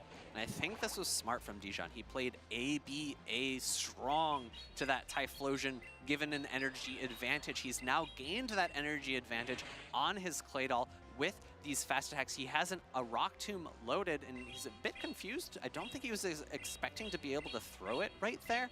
Rock Tomb coming through, going to pick up the knockout. Now there's no energy left for the Cradilly. However, I think it's going to be able to get to the Rock Tomb right before the Typhlosion was able to reach its own Blast Burn? Yeah, I'm trying to say Fire Blast, but it hits like a Fire Blast. We basically have no Pokemon that run Fire Blast because it's not that great of a move in Pokemon Go. Anyways, back to the matchup. Trailblaze coming through is going to be able to do good neutral damage to this Cradilly, boost its attack stat. Can Silent Beast get the farm down before the next Rock Tomb comes through? No, it was a charge attack tie. This is going to go ahead and remove that boost from the table, and it looks like an undercharge coming in from Dijon the Jin. Maybe trying to get a little bit of farm on the Claydol. Furret is going to be able to... it had the Swift. I think Silent Beast wanted the Trailblaze, so did not go for the Swift when he had it. And because Silent Beast decided to give up both Protect Shields early in the game, there is nothing protecting the Shadow Typhlosion now as it goes down. Dijon ties this series up 1-1. We are in a decisive game 3. Dijon goes back to the drawing board thinking, how can I, because he had a really strong start with that Claydol. So he's got to think, how am I going to reverse sweep? I've got to win the second one too. What am I going to do? Is he going to lead the Shadow Typhlosion a 3rd time? Really has to think about it. And I think Dijon made a really great team compositional call. He saw what Pokemon were in the back for Silent Beast in game number 1, and Silent Beast basically ran the same team, right? Switching into the safe swap of the Golisopod, what is Dijon's best answer? It's going to be that Jumpluff, right? And he made sure to have Jumpluff in the back, the Pokemon that's going to be weak to that Typhlosion, but also had Cradilly in the back in case Silent Beast went for the 2-shield farm down like he did, so that he could carry this energy over into the Typhlosion and pull a shield with the Cradilly, or get the knockout with the Rock Tomb from his own Claydol. And we are going to see that Rock Tomb, I think, very, very shortly. For it doing everything it can, but it just cannot get to that Trailblaze. I'm not sure if that would have even made a difference in this end game.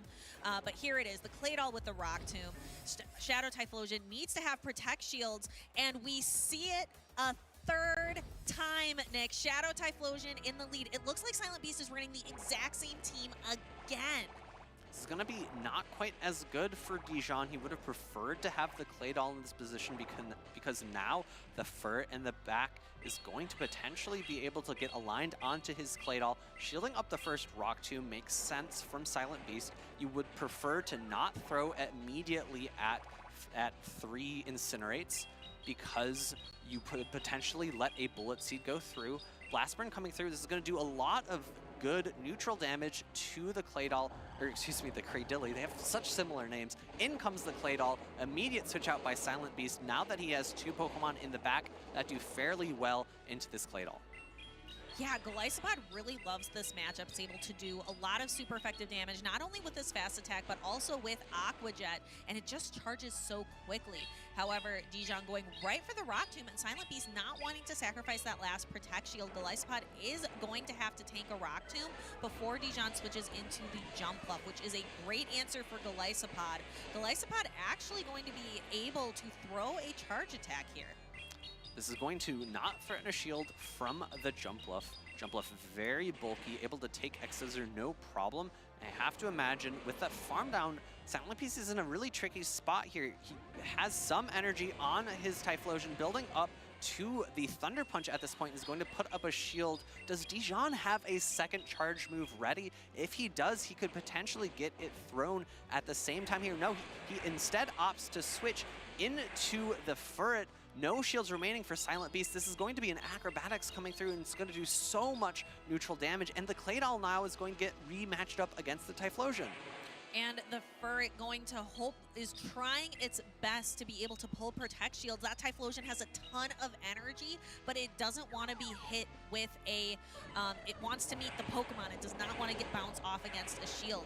Here we have the Furret trying to get to that charge attack again. It does reach the Trailblaze. Dijon needs to use a Protect Shield here, more than likely. He has to actually no shield because if this knocks out, there's a Blast Burn loaded in the back, so that was the exact right call from Dijon. He had to pray that that didn't knock out. It was enough damage. Those Sucker Punches really added up, but Blast Burn threatens so much more severely than Trailblaze from that Furret, so had he shielded, the Typhlosion's going to win that charge attack tie, and it's going to be able to do so much neutral damage with Blast Burn. Makes sense, and yeah, just really needed that Trailblaze to not knock out. However, with the Sucker Punch damage included, it was too much for that Claydol to handle. It really just goes to show how important good timing is in that matchup, because I think maybe 1 or 2 fewer Sucker Punches onto that Claydol, the Claydol does survive, able to get potentially a charge attack tie with that Typhlosion, throw the Rock Tomb at the same time as the Blast Burn, shield the Blast Burn, and that game number 3 becomes Dijon's win. It was a very tight end game, and it goes to show just the precision plays that need to be made in Pokemon Go to take you from a trainer who maybe does okay in a tournament and the winner of the Group B finals. I was gonna say, yeah, maybe they're the winner of Group B, but you had that joke right on cue. That was a really intense best of 3 there, back and forth. Really, you know, Silent Beast really stuck with his guns there, right? He stuck with his gut. He went for the same team composition over and over and over, and he just hoped and prayed that Dijon overcorrected with his team reads. You know, game number 2, he got it exactly right, but he switched it up in game number 3, put the Cradilly in the lead as opposed to that Claydol, and everything just changed from there. Yeah, when you're up against an opponent and they run the exact same thing 2 times in a row, it's hard to say because you think they'd have to be crazy to run it again, right? But maybe not. Those are the sort of mind games that you do get in a best of 3 that become a little less potent in a best of 5. Like, sure, you could run the same team 5 games in a row, but I don't think I've ever seen it happen before. Someone scroll through all the footage ever from the Pokemon Championship Series, and please let me know if someone's ran the same team 5 times in a row. That would be wild. What was wild was all of the battles we've seen so far today. Let's go ahead and look back at some of that footage. We're going to take a quick break, but don't go anywhere. We have lots of exciting matches left here at the Milwaukee Regional Championships.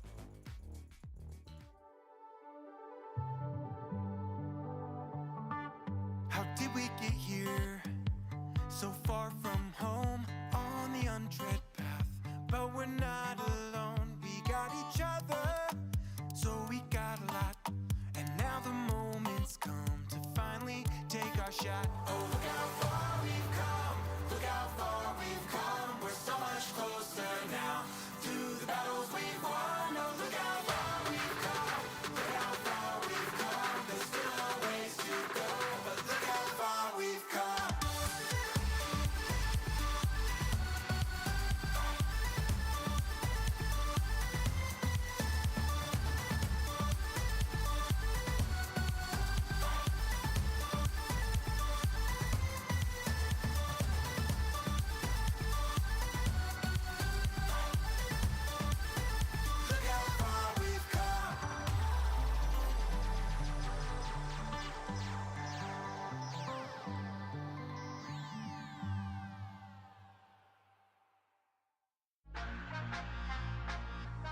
My name's Sean Plowski. I'm from Wildwood, Missouri.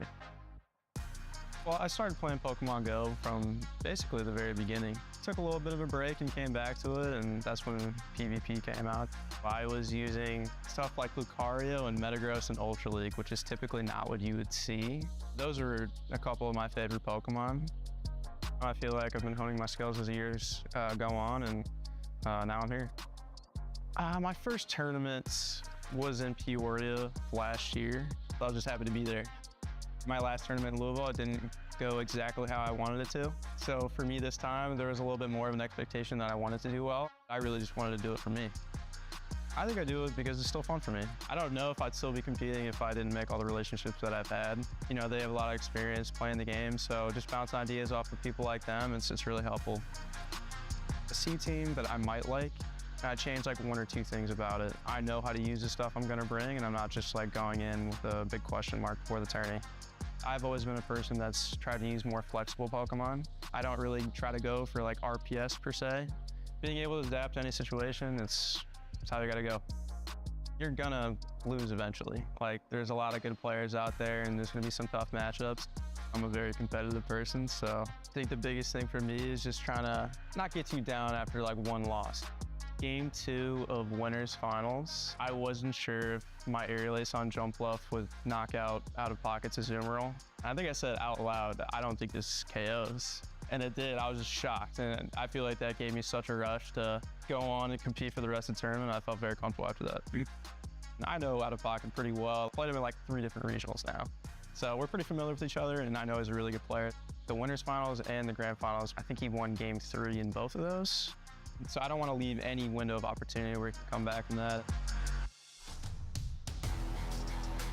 Absolute fireworks on stage. SJ is your Sacramento 2025 regional champion. I mean, this was really the goal. I just wanted to qualify for Worlds, and winning Sacramento did that for me. I feel good to win a regional. I don't think the feeling will ever not feel good. By the end of it, I'm a little mentally spent, but I'm just really happy I was able to get it done. Last time for Worlds, I didn't really like my team, so for this go around, I would like to, you know, spend a little bit more time on it and find a team that fits my play style again. With Dodge, I don't think I've gotten the opportunity to play him head on in a while, maybe ever. He took a break, came back, and won the first regional of the season, so I would like to play him. I would love to win the World Championship, but there's a lot that can happen in this game, so you just kind of have to take things one step at a time. It would mean a lot.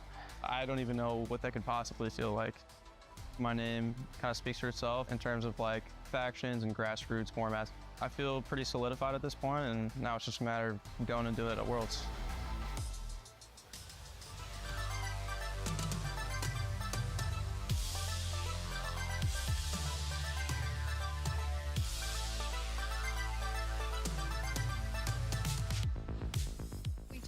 one of our multi-time regional champions at this tournament, and that is S. James P21, but we're about to get the opportunity to watch another one of those, and that is Rise to Occasion on the stage coming up. But my name is Softoph, and I'm here joined by my good friend, Slice Henry.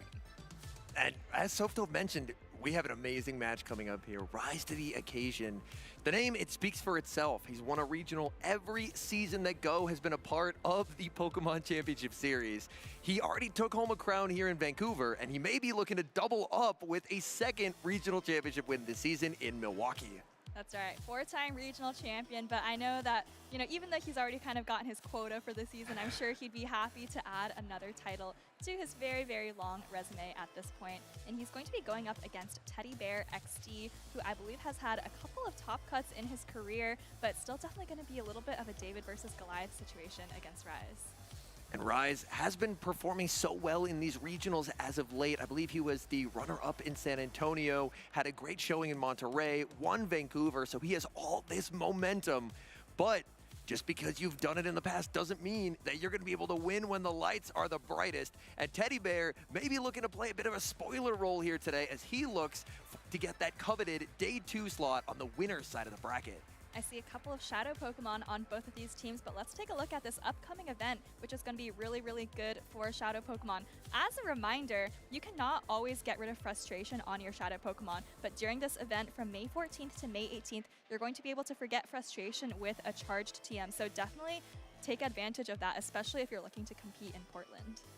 And a couple of Pokemon that we've seen on stream already today. Shadow Typhlosion, Shadow Cyndaquil 1-star raids, Shadow Lapras in 3-star raids, and the new Pokemon, Shadow Malamar. We just saw Shadow Malamar a regular Malamar get Day 2 with August, and with the Shadow being able to increase the damage on those Psywaves, I am incredibly excited for this addition to Pokemon Go. Yeah, I think there's going to be a couple of matchups. Obviously, we're going to have to see how Shadow Malamar plays out, but I think there's going to be a couple of key matchups that Shadow Malamar might be able to just kind of muscle its way through with those Psywaves. So I'm really excited to see Malamar in addition to some of those new other Shadow Pokemon that are going to be coming to Pokemon Go. And with Psywave being a 1-turn fast move, having that extra shadow damage, even if it's only 1 extra damage, that's 1 extra damage every half second. That adds up so much. Like, that's such a big difference compared to like a 1 extra damage on an Incinerate, where it's 1 extra damage every 5 turns. This is 5 damage every 5 turns. So I'm incredibly excited.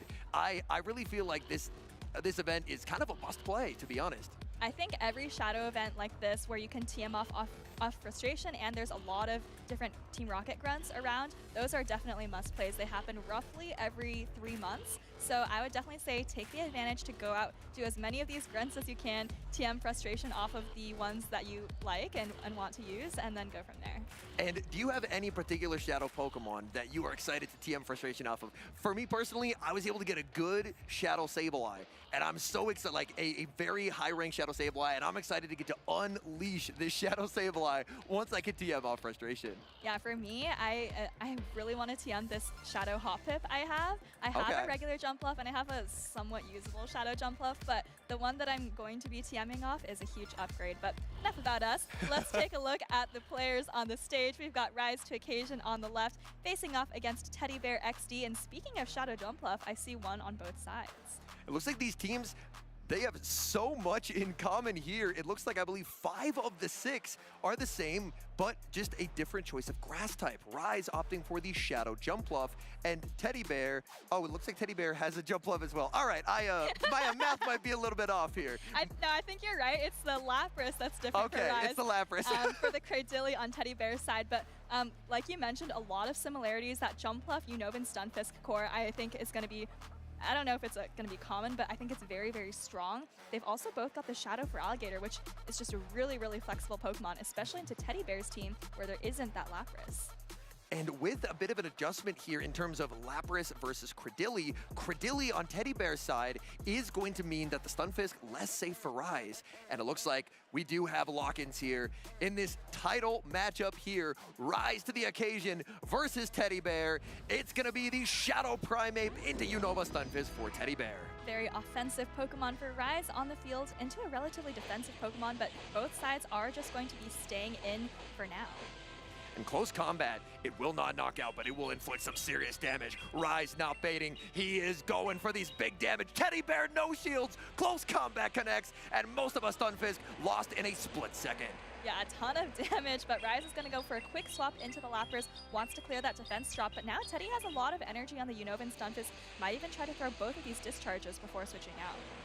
Chooses to bank that discharge and send out Tinkaton, as Tinkaton does have an ability to survive 2 Sparkling Arias. Psywave does not do a lot of damage, but if you're Teddy Bear, this is a really good opportunity to leverage the type advantage matchup to get a healthy energy head start on the Tinkaton, because 2 Sparkling Arias is not going to cut it against the bulky Tinkaton. I like this overfarm from Teddy because, like you said, you can take 2 Sparkling Arias very, very comfortably, and because I don't think Play Rough was quite enough, he's probably going to try to get some extra energy with these Fairy Winds before throwing. A little bit over 100 energy there, but does get off the Play Rough. Play Rough no shielded by Rise. Lapras does have quite a bit of bulk to it, and Play Rough, it's gonna be close. Lapras hangs on 1 HP remaining. In comes the Primeape, but thanks to the overfarm, there's an immediate bulldoze from Teddy Bear. Yeah, nice reaction seeing the Primeape coming in, not letting himself just get karate chopped down, and now Teddy is actually gonna bring in his own Primeape and actually got the 50% defense drop, which means he's going to be able to farm down that much quicker. True, that does mean he may get slightly fewer karate chops here, but you're also taking less damage, which if you're a Shadow Primeape, I think is overall going to be pretty nice. But now we see the matchup that we saw at the start of the game, but now in reverse, as it's going to be the Primeape against the Unova Stunfisk once again. And Teddy Bear actually going straight for the super effective Ice Punch, maybe taking a page out of Rise's book, not messing around with those Rage Fists. And the Ice Punch does land, and now I think this might have been a charge attack priority on the Rage Fist. And Rise still has those Protect Shields to hide behind, but he's going to have to use them now. It is going to be a Rage Fist bait that does get shielded. Rage Fist, slightly cheaper energy cost than that super effective Ice Punch. And this Mud Bomb is going to be no shielded by Teddy Bear, and this is going to hurt. And Teddy still has his own Unovan Stunfisk in the back, but going to actually stay in and let Rise farm him down. But he knows that the Thunder Shocks aren't going to be doing very much to his own Unovan Stunfisk. So it's going to come down to energy, and he already has a Mud Bomb banked. So for Rise, he is able to force the final shield, but Teddy Bear banking that energy from earlier comes back in a big way here, as now he will look to land the double Mud Bomb. Will Rise get a catch here? Rise over farming and gets the catch! The perfect prediction! Rise to the occasion, does it again! Making full use of this 1 HP Lapras. Read that Teddy was, I think, at 100 energy, knew that was exactly when he was going to throw the Mud Bomb. But is it going to be enough? Rise still has a shield, but is still not quite at the Mud Bomb.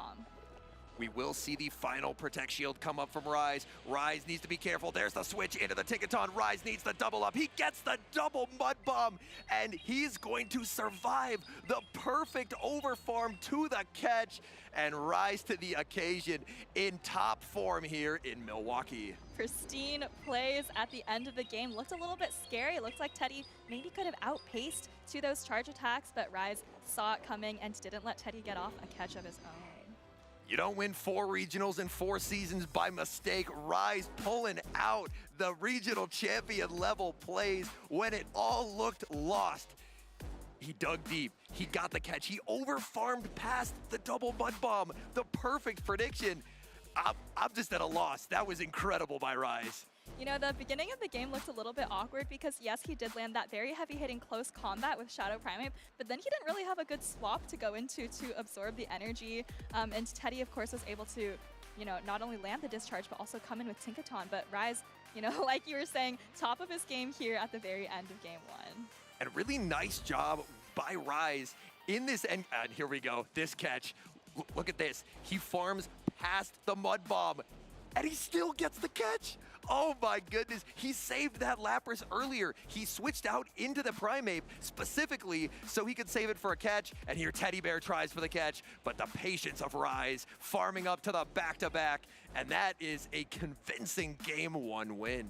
And Rise knew the energy on Tinkaton, knew he wasn't in danger of taking any charge attacks, so he knew he could just farm up a little bit of energy, and it really takes concentration throughout the game to be able to have that awareness. Very great games by Rise. Now, if you're Teddy Bear, do you decide to try and bring the Credilli? It's a bit of a risk because that Shadow Primate would be an absolute nightmare for it, especially because it's running that Shadow Close Combat. Whereas Teddy Bear, they're very similar teams, but a difference in moves that they're opting for the slightly faster pacing of Ice Punch, but it doesn't quite have that same closing power as a Shadow Close Combat. I still like the Tinkaton for Teddy. I feel like it had a lot of play into Rise's team. Really just has to look out for Unova Stunfisk and Shadow for Alligator, and because of the Cradily, I don't know if Rise would actually bring them together. We do have lock-ins for game number 2. It's going to be Unova Stunfisk staring down the Lapras for Rise to occasion. This is an interesting matchup because I think depending on the exact stat spreads, Lapras might be able to actually get to 2 Arias in the zero shield situation, but we're going to have to wait a little bit to get there. Teddy Bear going to throw off this first discharge. And I know Rise was actually at the venue yesterday, trading with a lot of trainers trying to get a really good Lapras. So this will be interesting to see if Lapras is going to be able to survive the super effective barrage of discharges from the Unova Stunfisk.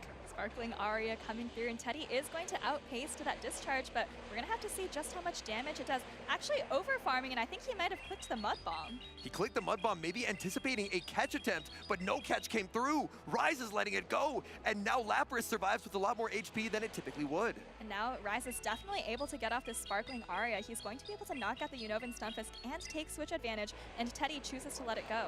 This does set up a nice farm for the Shadow Primate. Shadow Primate up 2 Karate Chops is going to make life very difficult for Rise. It's going to outpace for Alligator. It's going to outpace the Shadow Jumpluff. What do you do here as Rise? Oh, and this is giving me flashbacks to Ash in Atlanta with that Shadow Primate just outpacing absolutely everything. Rise is actually going to let this first Rage Fist go. If he's able to take the Rage Fist and make a Hydro Cannon, that could allow his Jumpluff to do something, but there's still that full health Tinkaton in the back for Teddy. And Tinkaton does a great job at shutting down the Jumpluff. One thing to note here is when Rise eventually does switch, does Teddy Bear stay in to throw the Ice Punch? And if so, could desync the switch clocks and will fire off this charge attack. So this could potentially give Rise an opportunity later in the match to switch back in that for Alligator, but things are still looking very, very difficult. I like that identification. I think that's exactly going to be Rise's very, very narrow possible path to victory here. Teddy gonna throw this Ice Punch.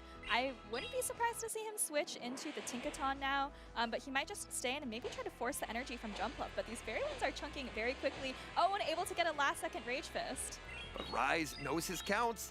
This is going to be a +1 Rage Fist, but this is only neutral damage. It will add up. There's so much Jumpluff energy. Jumpluff energy goes far into everything, but not the Tinkaton. Tinkaton will be able to shake off 2 Shadow Acrobatics pretty comfortably here. And I think the Feraligatr might have switched out just at the Hydro Cannon. Teddy Bear doesn't get the Fairy Wind through there, and now, like he said, the switch clocks were desynced, which means Rise is going to be able to switch in. I think he is going to be able to make the Hydro Cannon, but now Teddy Bear is going to go for that farm down. Really needs to land a Play Rough on the Jumpluff. This could get a little interesting. Hydro Cannon does a lot of damage. We're going to see a farm down by the Tinkaton. Tinkaton needs a Play Rough to knock out here. It's the Shadow Jumpluff. I don't think Shadow Jumpluff has what it takes here, but this is going to come right down to the wire. It's going to be very, very close. Shadow Jumpluff actually does hang on and is going to be able to make the acrobatics. This is resisted damage, but I think it might be barely enough to take out the Tinkaton. Oh my goodness, acrobatics into the Tinkaton, and Jumpluff proving me wrong, clutches the win. Very low HP remaining, and a deep breath there from Rise. That game was a very tricky game to navigate out of. And just a couple of HP remaining on the Jumpluff at the end of the game, and you have to wonder if maybe just one more Fairy Wind would have done it for Teddy Bear. I think that's what they're discussing on the stage right now. Yeah, being able to potentially outpace the Feraligatr there could have been a win con, but was not able to outpace, needed to go for the farm down there. And then after that Hydro Cannon landed, there just wasn't enough HP remaining on that Tinkaton. Yeah, it took, I mean, a Hydro Cannon and multiple acrobatics, I think. So definitely difficult even for a bulky Pokemon like Tinkaton. But I think a little bit of missed Fairy Wind, but the trainers are standing up, so I think Rise to Occasion is going to be able to take that series. And that honestly looked to be a pretty tough matchup because the Unova Stunfisk looked to be pretty safe into Rise's team. So Rise was needing to try and be as flexible as possible, and that Primate landing that close combat in game 1, even that wasn't enough. He still had to make an incredible catch to escape that Unova Stunfisk because his energy just goes everywhere into his team. A lot of action from Shadow Primate on both sides in that matchup. Like you mentioned, the close combat landing, and then of course game 2, I think Teddy able to pull both shields with his Shadow Primate, but really kind of needed the Tinkaton to close things out, and it just wasn't able to. As we go back into the replay, the decision to Mud Bomb, potentially worried about a catch onto Stunfisk, that did set up farm for the Shadow Primeape, the Feraligatr grabbing the shield, and then it was all up to Jumpluff, but Jumpluff had to give up shields, committing to the farm down, taking the Rage Fist, but exiting with energy. Yeah, actually, you talk about that Mud Bomb maybe thinking that Rise is going to try to catch on the Stunfisk, but I actually wonder if Teddy was, 5 steps ahead of us and going for that farm down on the Primeape. And Primeape energy did go very far, but in that endgame, PlayRough just not enough damage. The Shadow Jumpluff hanging on, making the acrobatics, and a bit flipping the script here, saying, type disadvantage? I did not see a type disadvantage.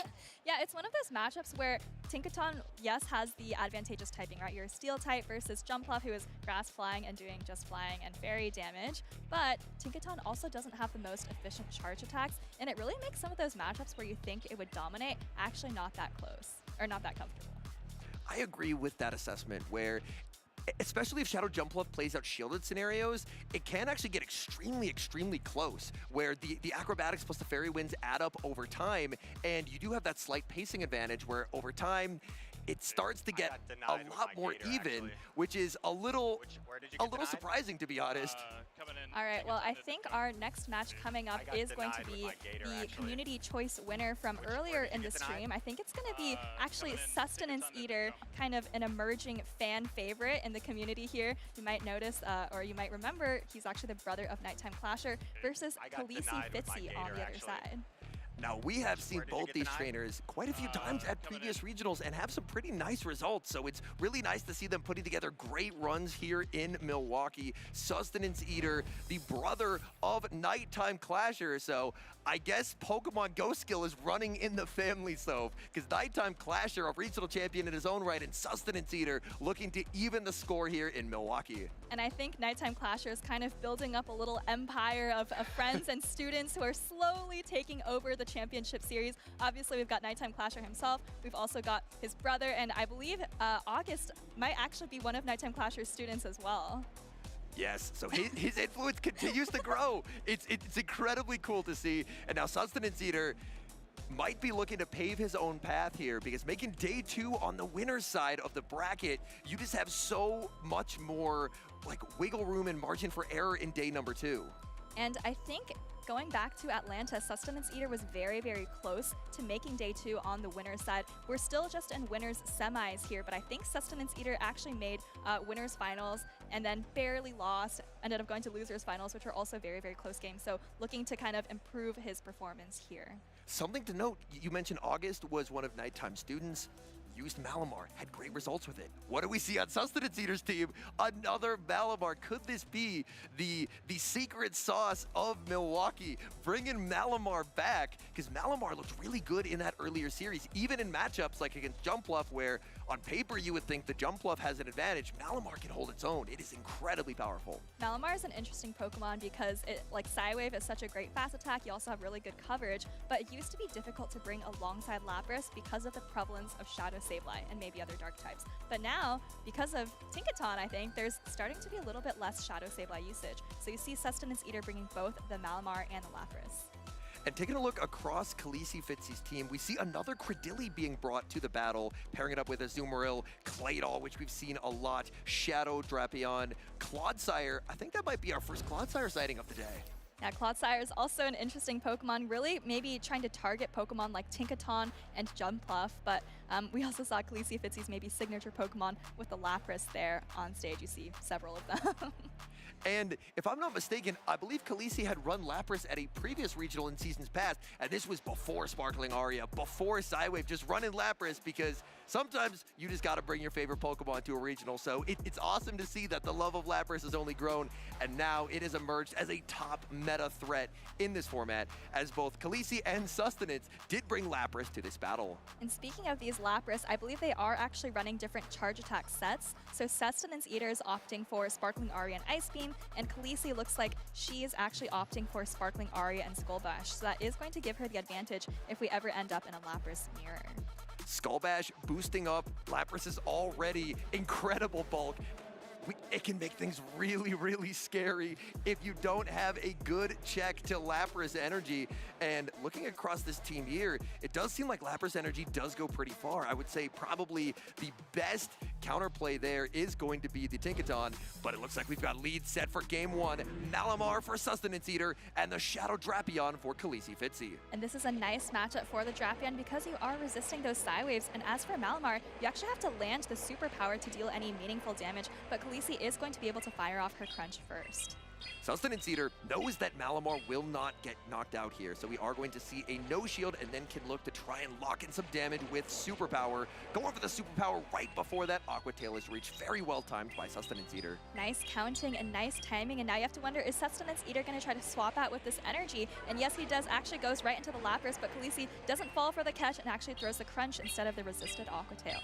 Decision time for Sustenance Eater. Crunch is going to be no shielded. I actually like this play.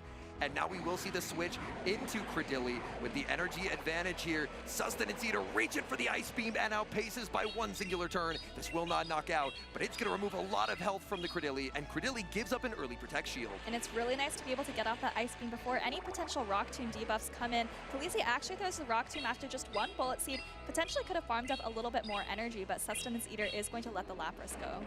Down goes Lapras. Sustenance Eater has two pretty good options here. Going to send in the Malamar. Malamar will be able to unleash Superpower, playing 2 charge attack priority there. Very, very nice mechanics by Sustenance Eater. Just very precise in his gameplay throughout this game. But the Superpower actually doesn't even take out the Cradilly, and now the Malamar is locked in there, can't switch out. And Khaleesi, I think, is going to be able to knock out the Malamar with this Rock Tomb, and Sustenance Eater is left down to just the Tinkaton. And Tinkaton, it's a very powerful Pokemon, but when a Mud Slap user hits the field, that's not what you're hoping to see, as even with entirely resisted charge attacks, Claydol can just fire off this Rock Tomb, debuff the Tinkaton, and with no other Pokemon left on the field, there's no way for Sustenance Eater to reset this attack drop. Yeah, no Scorching Sands for Khaleesi, but I mean, the Mud Slaps, look at that. We've only thrown one resisted Rock Tomb, and the Tinkaton is already below half health. Sustenance Eater going to fire off this Bulldoze, but Khaleesi isn't shielding. Khaleesi, I really like the thought process there, saying even if it's the play rough, you're -1. That's not going to do a lot of damage. Now, because of that Bulldoze drop, we will actually see a shield on the play rough, just looking to keep this Claydol as healthy as possible so it can continue Mud Slap after Mud Slap against this Tinkaton. Firing off a Rock Tomb, maybe just to make extra sure that the next play rough doesn't do too much damage, but Sustenance Eater actually is going to shield it up, but I think the writing's pretty much on the wall for this Tinkaton. Yeah, at -2 attack, and Claydol being a -1 defense, this play rough, it's just not going to do nearly enough damage. And Khaleesi Fitzy is going to take game number 1 in convincing fashion. There's 3 Pokeballs at the top of the screen. All 3 Pokemon still remaining with health. Really felt like she had all the answers. She had the Drapion into the Malamar, the Cradilly for the Lapras, and of course the Mud Slapping Claydol for the Tinkaton. So Sustenance Eater kind of in a difficult spot right now in this series as Khaleesi waves to the audience. Khaleesi, I really liked the line that she ran, and we can take a look at the team. It is actually a Sludge Bomb Clodsire, so that is good information to have. So if it does end up on that Lapras, doesn't quite have that same super effective damage that Stone Edge would provide, but Sludge Bomb does allow for faster pacing, which can have its advantages.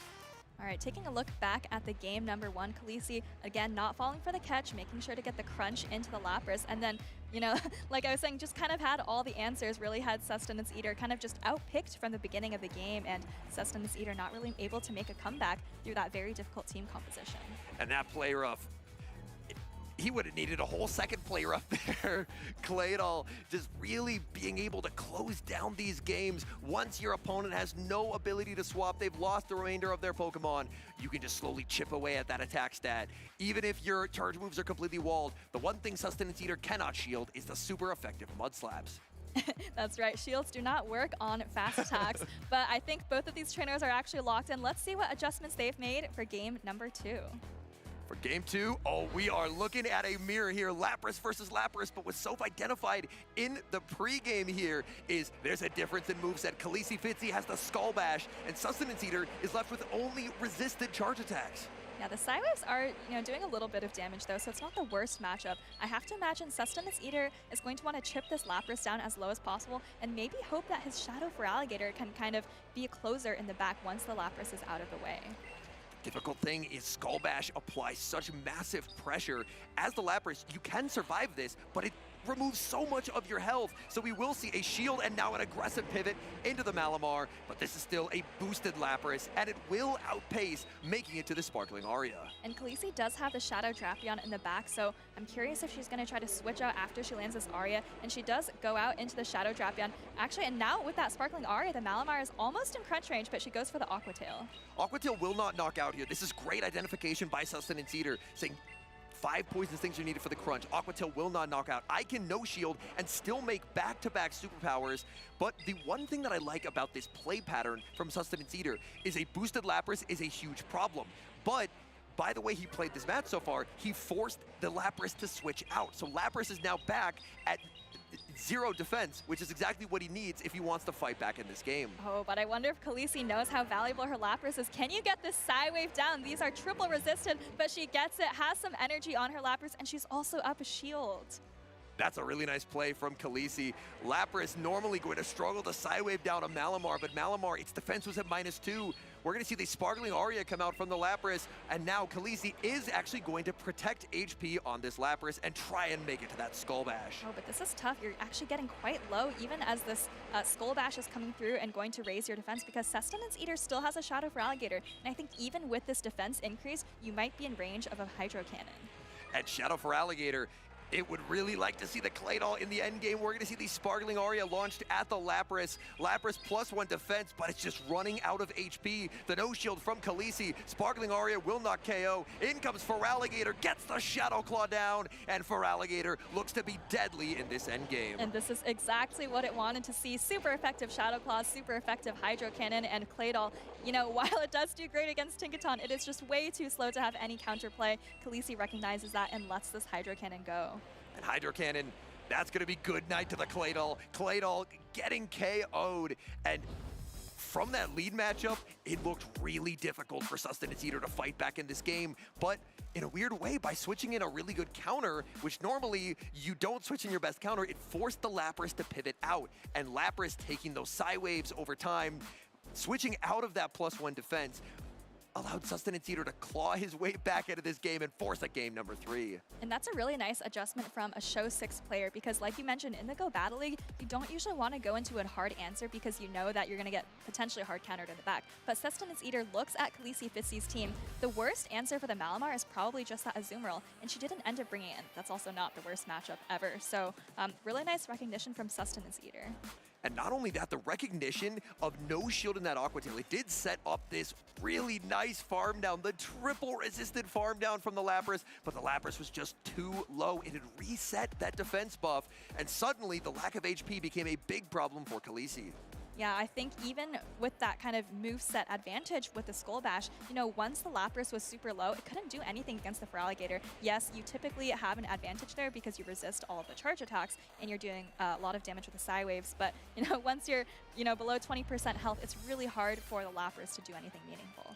And Shadow for Alligator, it's been one of the deadliest sweepers in the Championship Series since Lantern was nerfed back in the day. And it's good to see it return to form, being able to Shadow Claw down a boosted Lapras, and then its energy just went everywhere. There was nowhere for Claydol to run. I'm kind of surprised that we didn't see Feraligatr even crack the top 12 of that day 1 usage, but this is Pokemon where, like you said, has incredible sweeping potential, and I wouldn't be surprised to see it creeping into the day 2 usage. I think that's a very good point. We've seen Feraligatr, it's performed very well, and it's in winners semifinals, so if we can get a few of these Feraligatrs in day 2, things could be interesting. But to get to day 2, you're going to have to win this decisive game 3, and what a lead! Tinkaton makes its appearance, and is ready to shut down Shadow Drapion. And this is your favorite matchup. Let's watch for how much damage these Poison Stings do and see whether 3 Aqua Tails are enough to knock out the Tinkaton, but Sustenance Eater is also curious to find out how much they do and lets this Aqua Tail go. We do see the Azumarill in the back for Khaleesi, and Azumarill, it's probably a closer matchup into the Tinkaton, but its charge attacks are still walled, so this is still a bit of an uncomfortable spot to be in as Khaleesi. As Bulldoze lands, will we see the debuff? We do. An Aqua Tail coming through, but Sustenance Eater is going to be able to take it very comfortably and probably wants to farm up just a little bit more energy before throwing a Bulldoze that would threaten to knock out the Drapion. We will see this overfarm can throw 3 and the move. Perfect counting here by Sustenance Eater. Very nice precision in gameplay again. but will we potentially see, because I'm expecting to see the Claydol here. Will Sustenance Eater look to pivot out of this matchup, and does. In comes Feraligatr, answered with the Azumarill, and this is everything Sustenance Eater could hope for. This is Feraligatr's ideal scenario. You have 2 shields up. You're in a matchup where you're taking little to no fast attack damage. Hydro Cannon coming through, and this is resisted damage, but Feraligatr just has, I think this is such a nice matchup for it. And Shadow Feraligatr, as long as it doesn't let a play rough land, it's taking such little damage from these bubbles. So as Sustenance Eater, Shadow Feraligatr will have incredible value in this endgame. Azumarill, it was on our trending down graphic because of its slow pacing. And when you have every 10 turns to a Hydro Cannon like Feraligatr, Azumarill has never felt like it has slower pacing than this exact moment. Hydro Cannon coming through, and I think it's also in Hydro Cannon range now. Khaleesi's Azumarill is still reaching for those charge attacks, but not even close to another play rough. She's going to shield it up though, actually at maybe just 1 bubble away from a play rough, but Sustenance Eater still has so much energy on this Feraligatr, and of course there's still that very weak Claydol lurking in the back. Play rough coming through from the Azumarill. Sustenance Eater double shielding the Feraligatr, doubling down. In comes the Claydol, and Claydol, oh my goodness, it is just getting overrun by this Shadow Feraligatr. Now we talk about the slow pacing on the Azumarill, but Claydol has a very similar problem. I believe it's actually just 1 Mudslap away from a charge attack, but Feraligatr has done more than its job here. Gonna rely on the Malamar to kind of close things out, maybe get off a super effective foul play. Malamar in prime position. The switch timer not available for Khaleesi. No ability to catch this foul play. And Sustenance Eater looking to write a story here in Milwaukee as he fights his way back from down 0 games to 1. Malamar foul play into the Claydol. That's going to connect. And with a few Psywaves more, that's going to be his ticket to day number 2. And he's even going to flex a little bit and catch this Ice Beam on Tinkaton. Didn't really need to do that probably. I think Malamar could have taken care of things all by itself, but really wants to put an exclamation mark on his run here in Milwaukee. And Tinkaton, we mentioned it so much earlier, and Tinkaton was missing in action. Well, here is Tinkaton. It's putting on a show in that Azumarill Shadow Drapion core that was so strong earlier. Suddenly, we are seeing some cracks appear in that core as Tinkaton advances to winners finals. That's right. I think we've seen, as we're getting into the later stages of the bracket, right, we've already seen winners finals for both Group A and Group B, and that was also a winners semis match. Like you said, cracks starting to appear, Tinkaton starting to creep its way back into the usage. Might even be at more than 50% usage on day number 2 tomorrow. And my goodness, we saw leading that into the leading the Drapion into the Tinkaton. What do? Do you switch in the Azumarill? You're completely walled. You don't really want to send in the Claydol. It kind of felt like there was really no way out, but a great call in choosing to lead that Tinkaton, and it shows that there may be some new meta blowing in here in Milwaukee as Tinkaton with a statement win. And I think Khaleesi maybe dropped her signature Lapras pick in that game number 3, thinking, of course, that it might, run into the Tinkaton, but that ended up just making her very, very weak to the Shadow Feraligatr, which kind of took the spotlight in the second half of the game. And that Shadow Feraligatr, the moment the Azumarill switched in, we saw both of us had a pretty big reaction here behind the desk because we know Shadow Feraligatr up energy is an absolutely terrifying sweeper. There was the switch into the Claydol. Claydol could not even farm down, was forced to throw energy, and then Malamar was just in prime position to close out this game. Yeah, Feraligatr couldn't quite get the job done and completely 1v2, but, with a little help from its friend, the Malamar was able to take that game number 3 for Sustenance Eater. It's very well played by Sustenance Eater. Game 1, it looked a little tough, but that's why these are best of 3 series. Sometimes you've got to dig deep, fight back, and emerge victorious, and that's exactly what he did. And again, another Malamar having great success here in Milwaukee. Sustenance Eater, you mentioned game number 1 looking tough. I think game number 2 was also looking very, very tough, right? Leading the Lapras into the Skull Bash Lapras on the other side, but was kind of able to maneuver his way out of that situation. And then, of course, game number 3 just being very dominant. So really a reversal of momentum in that series. And an incredibly impactful adjustment, bringing that Shadow Feraligatr, because if Shadow Feraligatr was able to dodge that Lapras, where Lapras will absorb quite a few Hydro Cannons there, but outside of the Lapras, it felt so safe into that team, and that was just a perfect example of why if you team build a little bit soft to that Shadow for Alligator, Shadow for Alligator can apply some serious pressure. We saw it kind of missing from the last little segment of the meta, but I think it's really back now because even though there are still a lot of Lapras around, it's one of the very few kind of offensive Pokemon that do well into Tinkaton, right? We think about Pokemon like Drapion, like Sableye, like the Fighters. They all lose to Tinkaton, and Shadow for Alligator is kind of really the only one left standing that has a lot of shield pressure it can apply and that is favorable against Tinkaton. And as we see a bit of an adjustment in the poison roll of Shadow Drapion trending downwards, and on Khaleesi's team, the Clodsire, because Clodsire is a poison that can do very well into the Tinkaton, but Clodsire and Tinkaton both not big fans of that for Alligator, so a bit of, with Tinkaton arriving, the meta shifting, it's shifting in a pretty favorable way here for our good friend for Alligator. I think also, not only does it beat Tinkaton, it also is covered by Tinkaton very, very well, right? For Alligator does well against Claydol, which threatens Tinkaton. And Tinkaton, you know, helps out for Alligator by covering some of those grass types. So it's a really, really nice core of 2 Pokemon, and I think Sustenance Eater recognized that. It looks like we are getting ready on the stage for our next round here. Looks like it is going to be the winners round 4. And taking an early look at the teams, and it looks like we do have a Tinkaton. So Tinkaton continuing to make its presence felt here in Milwaukee. Just one Tinkaton though, and you know, without looking at the players, looking at the rest of the teams, I would just guess that whoever has Tinkaton is going to do better in this matchup here. But let's take a little bit of a deeper look than that. We have Iomero on the left there with a very interesting team there. That's Tinkaton, Lapras, Unova Stunfisk, and Jumpluff, and Primeape. Actually, this looks pretty similar to Ryze's team, I want to say, with the exception of the Dusclops. And on the other side, we've got Ox, or the Ox. No Tinkaton, but there is an alternative steel type there in the Ferrothorn. Pairing that up with a Jumpluff, Blastoise, Claydol, and Credilli. Count them up. I think that's 3 grass types on one team. Yeah, that's a lot of grass types, and there's no fire type to be seen on Iomero's side, so maybe some nice play there. Ferrothorn is a very interesting Pokemon that we haven't seen a lot of play for in the Championship Series, but does have a little bit of play here, obviously very favorable into the Stunfisk and the Lapras. And it looks like the coverage move that Ferrothorn has opted for is Thunder. So Thunder, super effective into most flyers, but with Jumpluff having the grass subtyping, it is going to be hitting for neutral damage. So at the very least, there is some coverage for that matchup. But the Tinkaton Ferrothorn matchup's got to be a bit interesting because, I mean, there's a lot of resistant damage going around on both sides, with the exception of the neutral Bulldoze from Tinkaton. But Bulldoze not really known for its damage. Yeah, Thunder without Stab is also not really known for its damage, so I'm actually not sure how that plays out.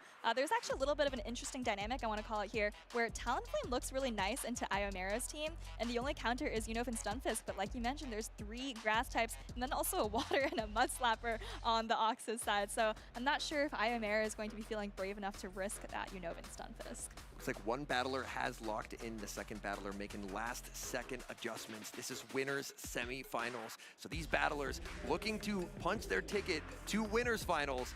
But anytime I see Shadow Primeape on the team, and I do see it on Iomero's team, I always worry a little bit as the opponent, because Shadow Primeape, we saw Shadow for Alligator as a sweeper, but Shadow Primeape is also terrifying if it can get any kind of an advantage. It looks like Iomero's Shadow Primeape does have Karate Chop, Rage Fist, and Ice Punch, so no close combat, but the Ice Punch is going to come in really, really handy for those grass types. And there's 3 of them. Looks like we do have a double lock-in here. Ox versus Iomero. Game number 1, Talonflame, but that's not what it was hoping to see, leading into Unova Stunfisk. But the Ox has 2 grass types in the back, but he actually stays in to do some Incinerates. Not really sure what the plan is here, but now finally after 2 Incinerates comes into the Cradilly, and Iomero, ready for the switch, brings in the Primeape. Primeape down energy, so it will actually be met with a Grass Knot. Iomero using a Protect Shield as a Grass Knot would inflict massive, massive damage onto the Glassy Primeape. And no messing around with Rock Tomb, but Iomero is actually going to have a little bait of his own. This is just a Rage Fist, not the super effective Ice Punch, but the Ox is actually going to let it go, recognizing there's no close combat, so I think Cradilly could have taken either of those charge attacks. Can the Primeape get the farm down here? No! The Credilli too healthy. That forces Primeape to throw more energy, so Primeape will exit this matchup with quite a lot of boosted attack here. It's +2, but not as much energy as it would have otherwise. And the Talonflame comes back in, still has a lot of energy, but not able to get it off before Iomero throws this Rage Fist. That's going to pull a Protect Shield from the Ox, and you know, this Primeape is still in the field. It's going to make another Rage Fist if you don't throw, so Ox decides to go with a Fly. We will see the immediate no shield, as getting that shield back is so nice for Iomero. Iomero was able to hold on to that energy on the Stunfisk, so he will be able to send back at the Stunfisk, and if the Talonflame doesn't switch out, 2 Thundershocks and a Discharge will apply immediate shield pressure. And this is really nice alignment for Iomero, still holding all of that energy. I don't think the Stunfisk has thrown any charge attacks yet, but able to get his Dusclops aligned with the Ferrothorn, and these super effective Ice Punches are going to be really useful in the matchup. And I'll confess, this is not a matchup that I have seen played out before. The bulky Dusclops against Ferrothorn. Dusclops will have a pacing advantage. Shadow Punch not going to hit for a lot of damage, but if you can get to a lot of Shadow Punches, it will add up over time. Shadow Punch landing, so yeah, that is some neutral damage because the Ice Punch would also be neutral and Shadow Punch is just a little bit more efficient. So another Shadow Punch coming through here for Iomero, putting the Ferrothorn at maybe about 1/3 of its health, maybe 25% as these hexes continue to add up. And I think this Stunfisk energy that Iomero was able to hold on to throughout the course of this entire game is going to be the path to victory here. Power Whip connects. Dusclops will not get knocked out, but we will see a quick switch into the Talonflame to absorb this energy. And nice catch from the Ox there. You definitely want to let this go because you know that the Unova Stunfisk has so much energy, but Iomero going to go to a lot of energy there. 2 Thunder Shocks and throwing the Discharge, really wants to maximize all of that Thunder Shock damage, and here the Ox just decides to let it go, maybe recognizing that the Ferrothorn might be your path to victory, but there's still a lot of energy for these neutral Mud Bombs. We do see the back-to-back Mud Bombs reached here by Iomero. The Ox would need 2 Power Whips, but he just doesn't have the energy available. 1 Thunder Shock and a Mud Bomb. This is neutral damage, and this should be a Game 1 win for Iomero. A really nice team read leading the Unovan Stunfisk, which is really his only answer to Talonflame, but luckily it found its mark. He was very patient throughout the battle as well, saving the energy for when it mattered. And I think there was a really interesting choice of a line by Iomero, as he left behind that Shadow Jumpluff and the Tinkaton that would be taking massive super effective damage from the Talonflame, instead opting for the Shadow Primeape and the Dusclops and the Unova Stunfisk. Stunfisk obviously the best counter, but Dusclops at least can fire back neutral damage, and the Shadow Primeape, if it gets boosted, was actually able to pull shields away from that Talonflame. I like the line from Iomero. I don't even know if you need to make adjustments for Game 2 because you need the Unovan, well, you don't need, but you might want the Unovan Stunfisk for the Talonflame. The Primeape, like you said, is just so flexible, and then the Dusclops also really, really flexible and adds some bulk to the team. So I like that line a lot. Maybe just change up the order a little bit, but wouldn't be surprised to see him go with the same 3. Yeah, because looking across Ox's team, I mean, the worst you can have for the Dusclops is probably a Credilli, which just debuffs it over time, but you can still hit back with super effective damage. So I think in this matchup, Dusclops, that's a really great point. It just looks so incredibly safe. And in a matchup where Talonflame looks very scary, I think leading on that Dusclops can prove to be a winning strategy. And I'm not sure what adjustments the Ox can make. Maybe you can keep bringing the Credilli, because yes, you have to watch out for the Primeape and the Tinkaton, but it has pretty favorable matchups looking at the rest of Iomero's team. So maybe you bring the Credilli, you surround it with the Talonflame, and kind of just hope you get the alignment that you need.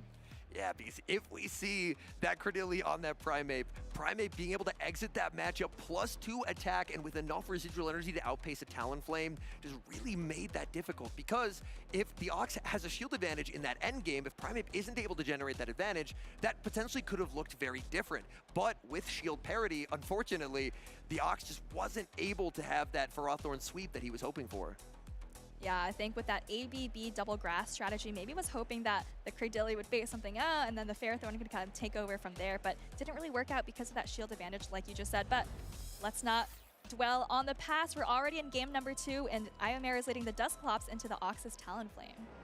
Now this Talonflame does have access to Flame Charge, but look at the pacing on that Dusclops. Before even 2 Incinerates are thrown, there's already a Shadow Punch being fired at the Talonflame. The Shadow Punches don't do a lot of damage, as we've seen throughout the day, but the Hexes actually do add up, and they generate energy very, very quickly. So the Ox is going to continue to throw these Incinerates, and Iomero, in the meantime, happy to just throw another Shadow Punch.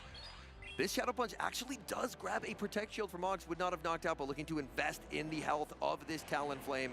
Talonflame farming up to the max energy and will now fire off a Flame Charge. Yeah, but the Flame Charge isn't going to knock out the Dusclops, so I think you need to maybe throw another Flame Charge or another Fly. Does opt for the Flame Charge, so that in the case he's able to do more damage with the Talonflame, those Incinerators will do even more damage. This Flame Charge does grab a shield, but let's see those Incinerates now. Those Incinerates, so much damage. Can Dusclops survive? No, it cannot. All that energy is lost. That is devastating for Iomero. And I think he went for the timing, the optimal charge attack timing, but like you said, I think that was close to 100 energy, and now all of a sudden, this Talonflame, those Incinerates are doing a ton of damage to the Primeape, and the Ox is just going to continue ramping up with another Flame Charge. My goodness. We've seen it a few times. The one thing you can't shield is fast moves, and this is now, I believe, +3 Incinerates. Look at the Primeape getting absolutely melted by this Talonflame. And the Ox, I was going to say, you can even shield just to get that little bit of Incinerate damage and does put up the shield. I don't know if you can hang on to more Karate Chop, so the Ox does switch out, I think, banked a charge attack, and this is looking fantastic for the Ox. Great decision there to be up a little bit of energy, because now the Ox gets the acrobatics first, so making the read that if you're bringing a Primeape into a boosted Talonflame, it's probably this Jump Bluff in the back. And what a great play there by Ox. Brilliant stuff, and that should put him pretty comfortably here in the driver's seat of this matchup. A lot of energy on Iomero's Jump Bluff, but I don't think it's going to be enough. As a reminder, the Ox still has a bit of the Talonflame in the back, I think with a charge attack loaded, as well as a full health Ferrothorn, but I think maybe if you don't want to reveal that, you just come back in, and one Incinerate is enough to take out the Jump Bluff. Oh my goodness, we saw the power of Talonflame in that matchup, and I believe the Stunfisk did not make an appearance that game, and the lack of the Stunfisk, its presence was felt. There was no way to stop the Talonflame. The Talonflame just completely ran away with that game. Yeah, we saw in game number 1, Talonflame not really able to kind of perform to its best, you could say, because it was lined up against the Unova Stunfisk kind of throughout the game. But game number 2, you see what happens when Talonflame isn't lined up on something that hard counters it, right? It just ramps up and kind of ended up just sweeping through the whole team. And that decision to run Flame Charge, we saw it in Seville, and it paid. I mean, it was so good. It was so good for the Ox, nodding there. And this decision right here, trying to get both Shadow Punches, and does not get it, losing all that energy. And then the Talonflame just continuing an absolute rampage. These Incinerates, so much damage onto that Primeape. Yeah, maybe Iomero, if he had just settled for one Shadow Punch, or actually, I think he still could have gone both off if he had just done one Hex and then one Hex. But yeah, it did go down with a lot of energy, which really would have helped out against this Talonflame, which was just running rampant through his entire line. I really liked the decision to lead the Dusclops. Dusclops feels like it can really set up the team against basically any lead that you can encounter. But that decision, losing all of that energy, really meant that the Dusclops wasn't able to get the advantage that it was hoping for, and then Talonflame just ran away with that game. And if you're Iomero and you just saw that Talonflame running away with the game, you might think that you have to bring the Unovan Stunfisk kind of back into play. As for the Ox, he has been running Talonflame Double Grass in both of the first 2 games, of course switching out one of the grasses, so we'll have to see what the Ox decides to do for game 3.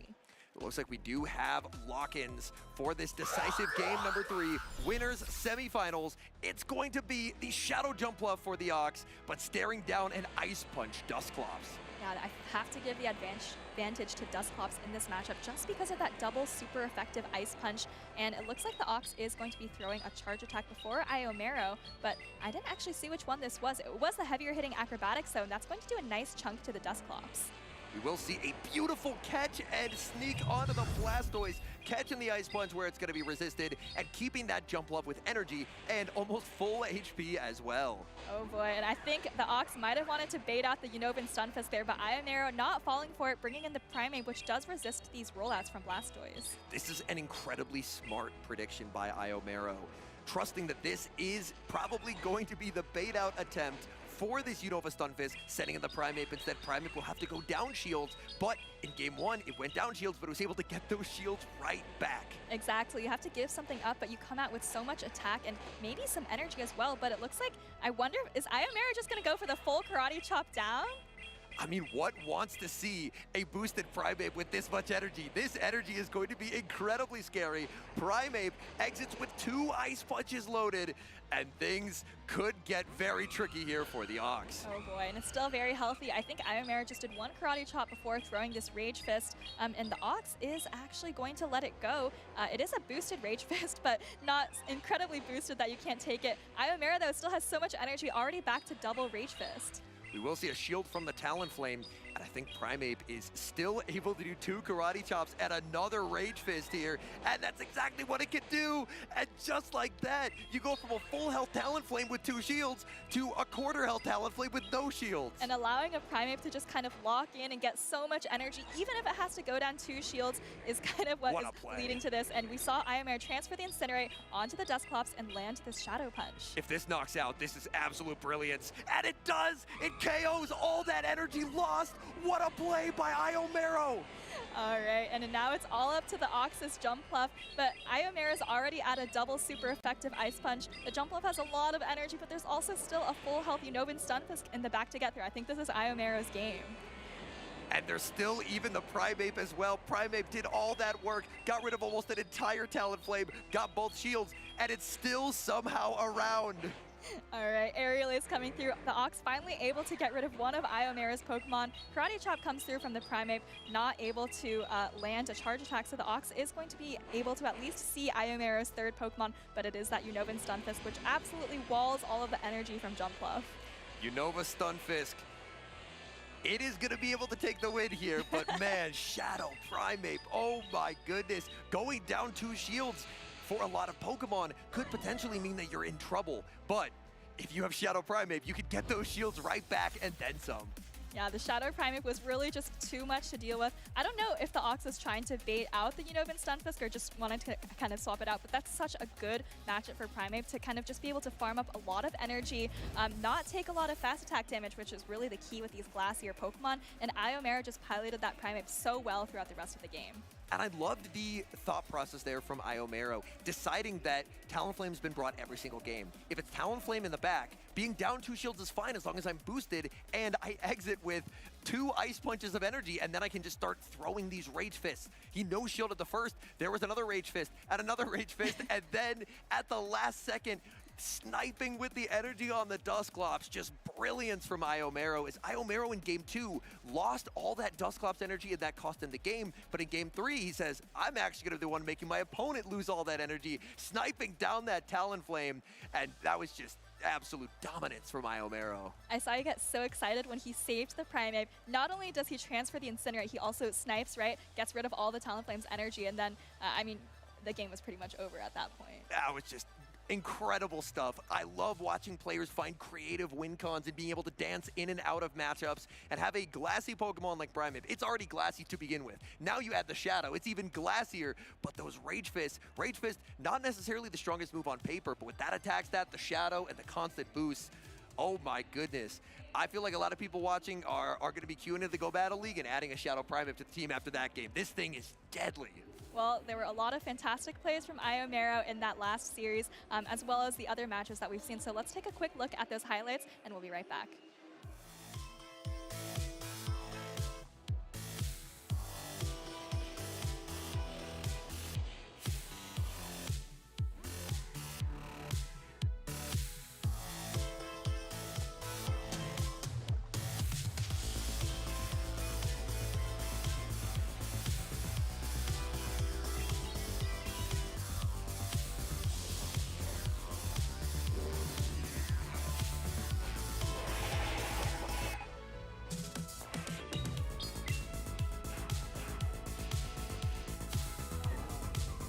I don't know if they... I got denied with my Gator, actually.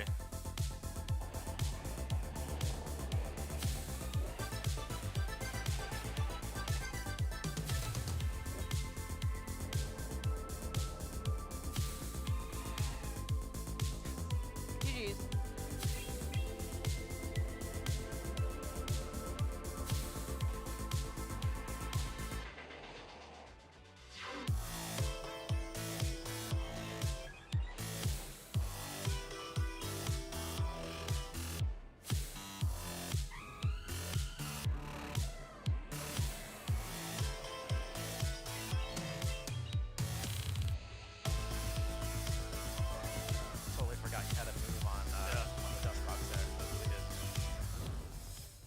Welcome back, Pokemon trainers. My name is HomesliceHenry, and welcome to A Slice of Home, a segment where today we're talking about some of the local tournaments that players can participate in and earn championship points in between these regional and international championships. Today, I'm joined by a special guest, Rainfall, who is here to talk about his local community and how that has influenced his journey as a Pokemon Go player.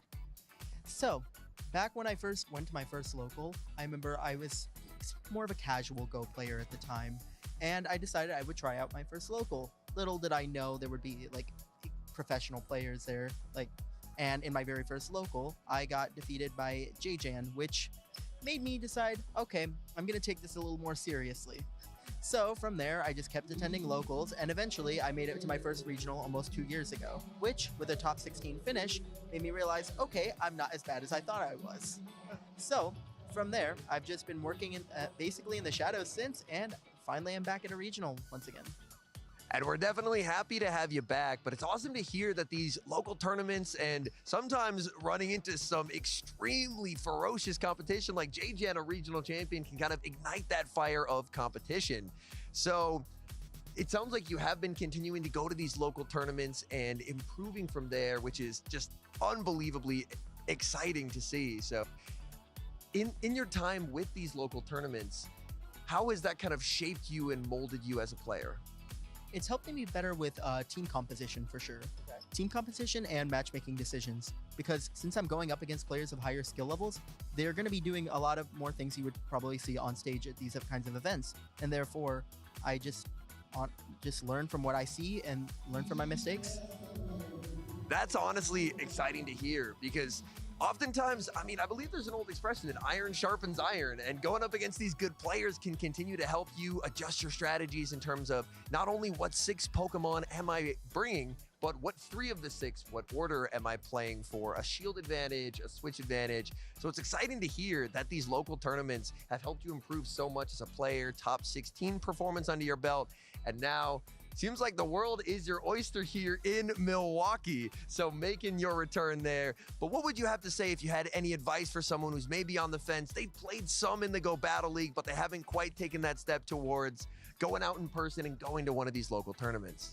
Honestly, just take that step. That step is what you need to get out there. That step is what changed my trajectory with this game in general. That's awesome to hear. Thank you so much for joining us today, Rainfall, and thank you for sharing your words of wisdom and what has helped your Pokemon Go journey. And now let's get back to some exciting Pokemon action.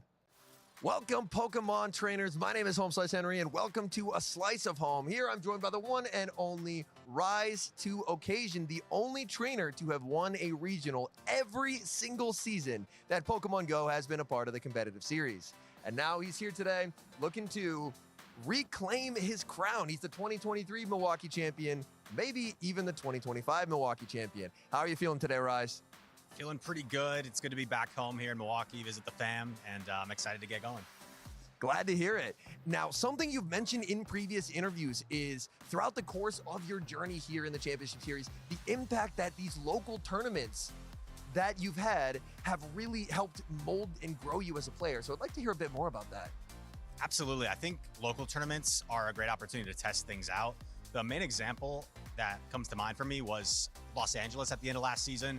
I was testing out a double dark moveset Umbreon that a lot of people thought was pretty crazy. And I tested out and actually won a few locals with it against some really solid competition. And that gave me the confidence to actually bring it to a regional. And then it went pretty well.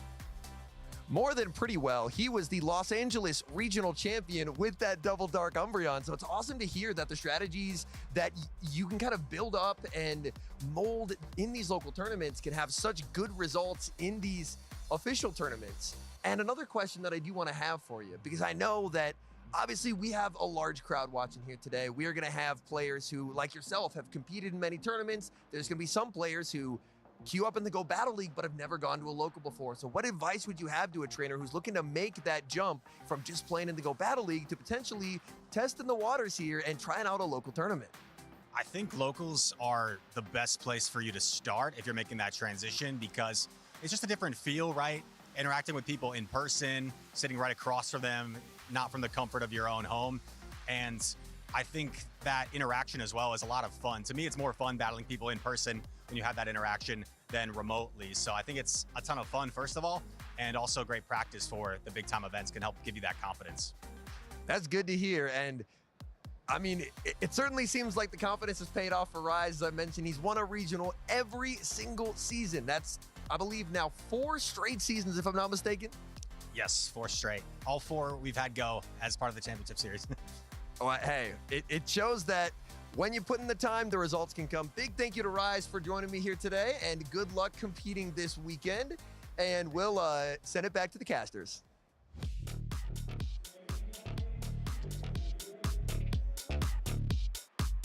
Thank you so much, Homeslice Henry, for that interview with Rise to Occasion. As he mentioned, the only trainer who can say that they have won a regional championship in all 4 seasons that Pokemon Go has been part of the championship series. I am DeFi250, also known as Stephanie Christine, and I am so pleased to be joined here by Nick at the Milwaukee Regional Championships.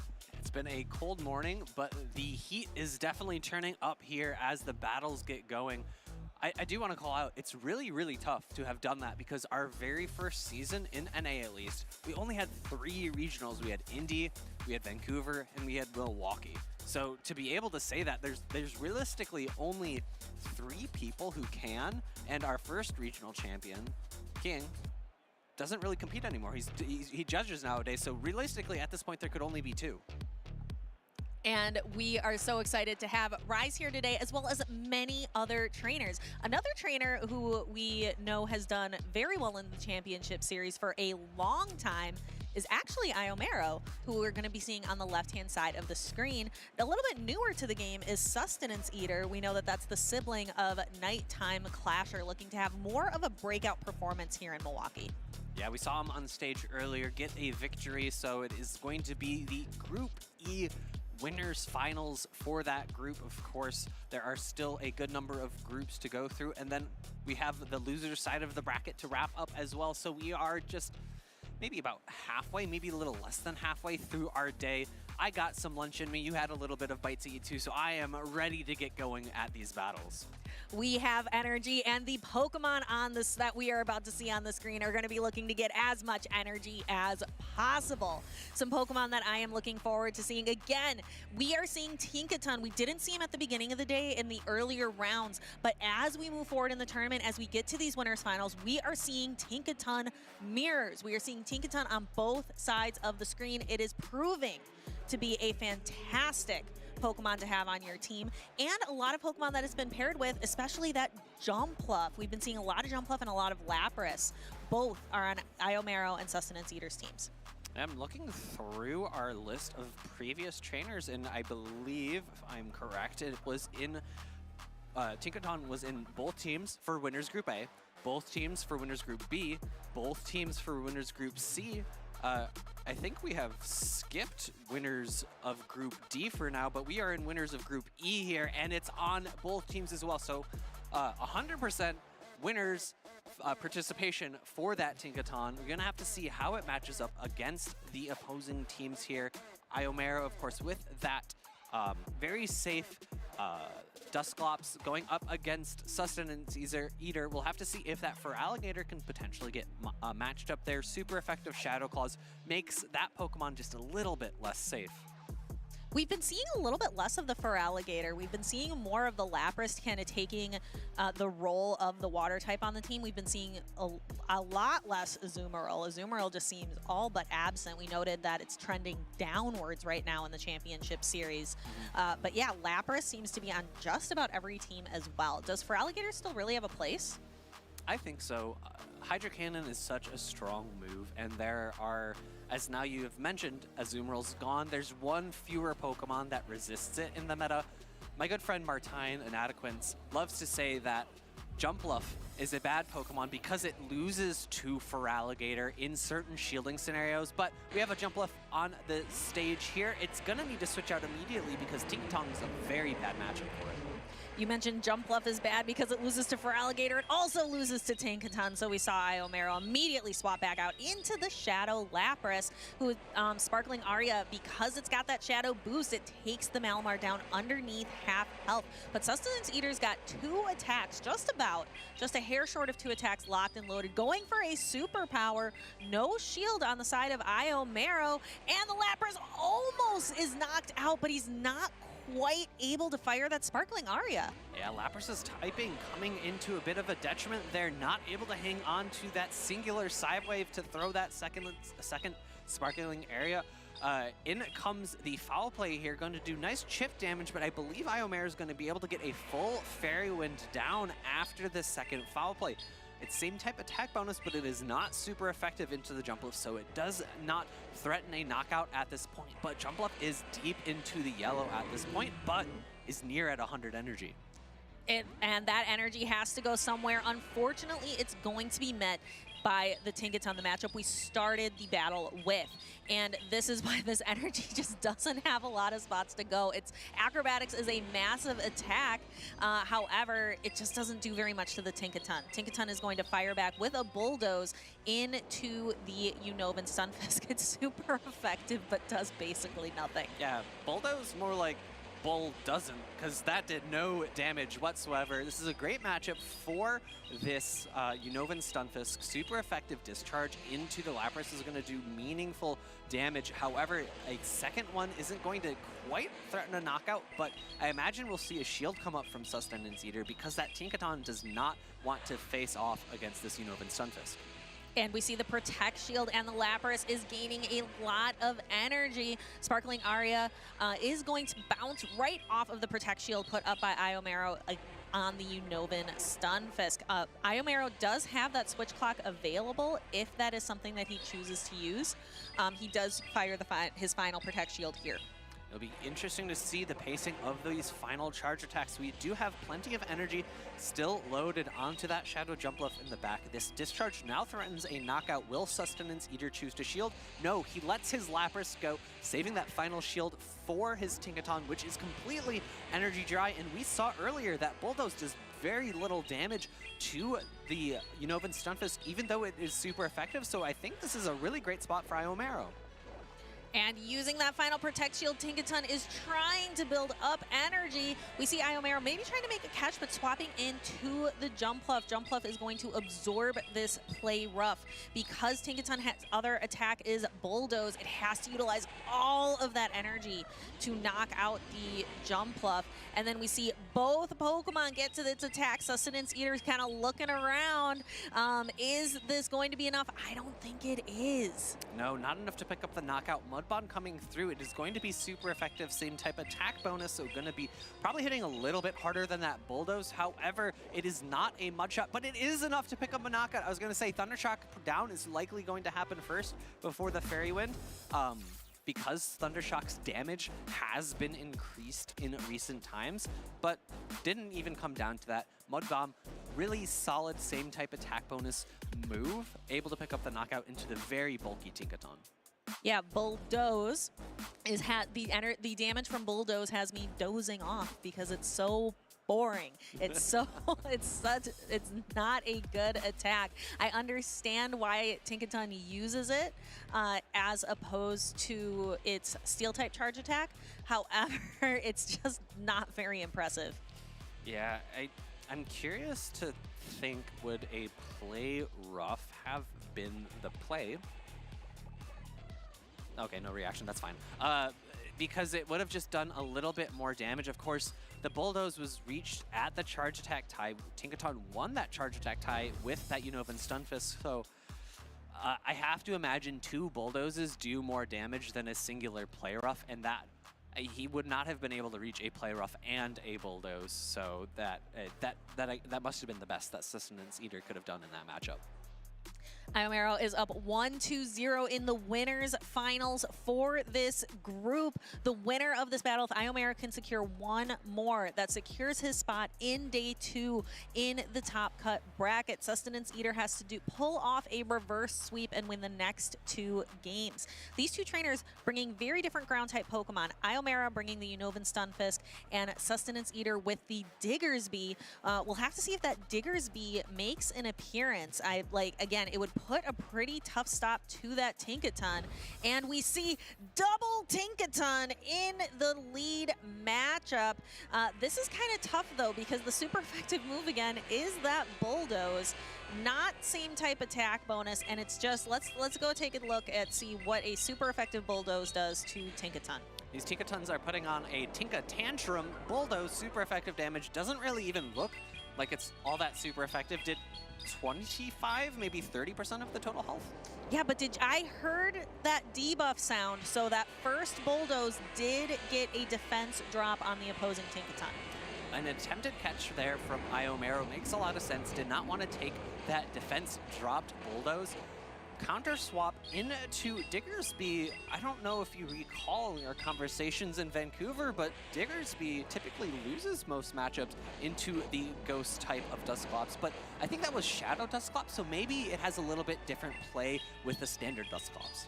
And we're going to get to see that play out here. Dusclops really benefiting from the Ice Punch damage. Ice Punch was buffed recently. However, Sustenance Eater was able to take down Dusclops' attack with the Scorching Sands. Scorching Sands does have a rather low chance to drop the opponent's attack one stage, and Sustenance Eater got a good roll there.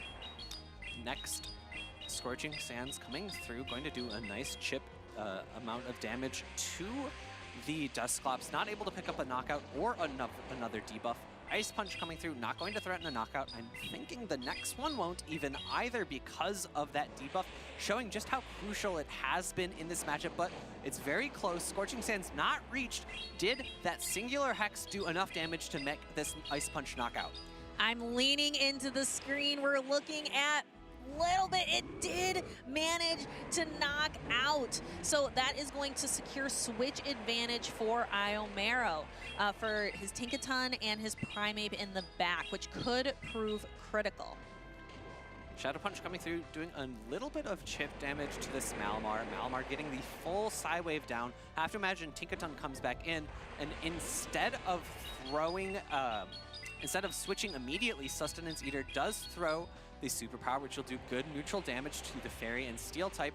Now in Bulldoze range, but the Bulldoze is caught, and you see the frustration from Sustenance Eater. Really would have preferred to throw a Play Rough into the Fighting type. Bulldoze, it's neutral damage, but it just does not do enough. Yeah, these Fairy Winds are doing much more damage, as we get several of those in. Iomero choosing to shield the Bulldoze, the next Bulldoze, and then we can see Primeape is ramping up energy, going to throw this first Rage Fist. Does Sustenance Eater choose to shield the first one, knowing that it's not going to be as impactful as the second? I like the call because he does survive. However, now Iomero's in a... Oh, no, chooses to shield. I thought he was going to go for the Fairy Wind down. Instead, opting to throw the Rage Fist immediately, predicting Sustenance Eater is going to switch in the Malamar and try to snipe. Iomero does have a lot of energy on his own. The Psywaves are resisted. Can he reach a Bulldoze and a Play Rough? This is a Bulldoze base. This is a really big call from Sustenance Eater. Oh, and he puts up a Protect Shield. So, but now this superpower is going to land and knock out the Tinkaton. Yeah, maybe playing that up a little bit. Did not realize how much energy that the Malamar had. It's going to be able to farm down this Primeape in the end game, even with that attack drop. Sustenance Eater maybe had a few misplays there in the middle game, but the team composition was able to carry him through. The alignment of where that Shadow Primeape was for Iomero, just not the right spot, just taking so much damage from the Malamar, not able to knock out the Tinkaton with that Rage Fist, still having to put up that last shield. to prevent the Bulldoze from knocking out. My favorite moment from this match was when the Dusclops was able to knock out the Diggersby despite having that attack drop. It was going to be razor thin margins, but the Dusclops was just barely able to secure the KO. And from like the player's perspective, that has to feel really great for Iomero. You know, he lost the percentage chance on that first Scorching Sands, but it didn't really end up affecting the matchup all that much, because one fewer Ice Punches would have never really been able to knock out, so it didn't require him to throw more energy. He got the perfect knockout right after here, one more Hex into the Ice Punch, able to pick up the knockout. Really great for him, able to go into this next matchup. However, his Shadow Primate just didn't have a ton of play in the back end into the Tinkaton as well as the Malamar. Yeah, Shadow Primate is tough. It needs a lot of shields, and it needs to be able to match up against a really good target. There are some Pokemon in the meta right now that are really neutral that you can put, like I would say Furret is a very neutral Pokemon in the current meta because there are so few Primates running around. There are so few fighters running around. But Primate is definitely much more of a polarizing Pokemon where it can do really well if it's up energy, if it's up shields, if you get it just in the right spot. It can be very tricky though. And the best players won't allow you to get that energy advantage that you really need on a Shadow Primate. So it really goes to the players to be able to prevent those farm down situations from occurring. With the shortened switch clock that we've had for quite some time now, it's a little bit harder to get those farm down scenarios. And in our opening matchup, this is a great matchup for the Diggersby. And we can see the battle going ahead. Ooh, looks like maybe it was a little miscued, but I think it might have. Ooh, looks like we might be having some technical difficulties there. Little bit of stutter there from Iomero's side. He was unable to really get too much to happen. We're seeing both of the players kind of looking at the judges to see where we go from here. Looks like the Diggersby was able to throw a Fire Punch. In comes the Tinkaton, and it looks like our players are going to continue playing it out until the screen comes up, and it looks like we're going to be getting a reset on that match. Yeah, so maybe just a little bit of refresh on the phones, clear things out, make sure we're ready for the next battles. Our players are ready, but the phones, it didn't seem like they were. No, maybe they didn't get a good lunch. Maybe the phones needed to get a good lunch. Or a good night's sleep, you know? When do phones ever sleep? Do you ever turn off your phone? I don't, and I know I probably should. I never do either, so. All right, let's think a little bit more. We're back. So once this gets settled on the screen, we're going to be back in a decisive game number 3. Iomero 1, Sustenance Eater 1. This is the winners finals for Group E. Winner does move on to day 2. So this is a very impactful game. What are some Pokemon that you are hoping to see? What we saw in the beginning, the ideal matchup would have been Diggersby into that Tinkaton. So Sustenance Eater really able to align the Diggersby properly into Tinkaton. Tinkaton can do a lot of work with Play Rough in that matchup, but because Diggersby is able to get to those Scorching Sands and it does such nice, super effective damage, nothing like that Bulldoze damage we were seeing earlier. Yeah, Scorching Sands and Bulldoze, slightly different moves in terms of how much damage that they put out, as well as Diggersby having that same type attack bonus. It's a bit tough, right? Because after the swap, Iomero brought in his own Tinkaton, and Sustenance Eater was able to respond with the jump up. So Sustenance Eater was in a very commanding position in that match. We'll have to see if he's able to recreate that sort of positioning again, in this repeat of game number 3.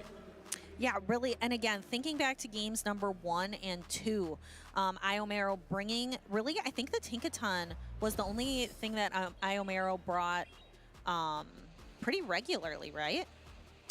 Yeah, and I think, was the Stunfisk in game number 1?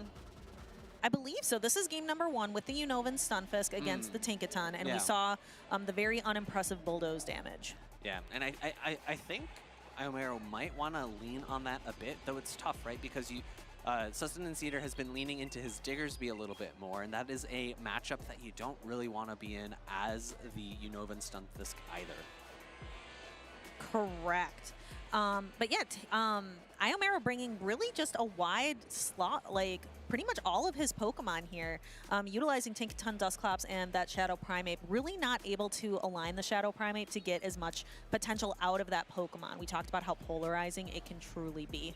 Yeah, and if Iomero wants to avoid polarizing matchups, I think he'll want to lean into that Dusclops again, given how safe it can be in a meta where very few Dark-type Pokemon exist. Of course, Sustenance Eater does have the Malamar, but that Malamar is also sub-Psychic typing, which makes it a lot more neutral into the Ghost typing of that Dusclops. And Dusclops does have a significant bulk advantage in that matchup.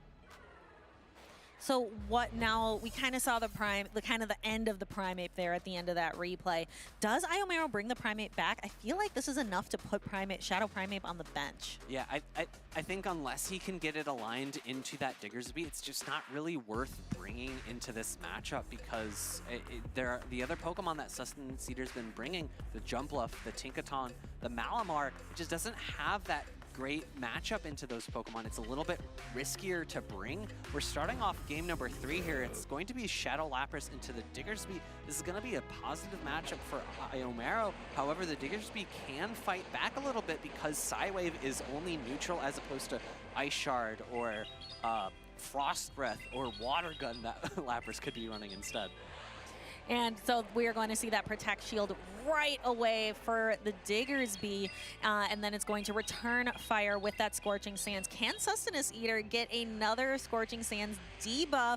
I don't hear the sound, doesn't look like it. Unfortunate this time around. However, look at how much damage he is doing to this Lapras. He can quite easily take the Sparkling Area and throw potentially even just a Fire Punch at this point to pull a shield or pick up a knockout. Instead, we see a switch by Iomero into the Shadow Jumpluff, not afraid of that Tinkaton counter switch, I guess.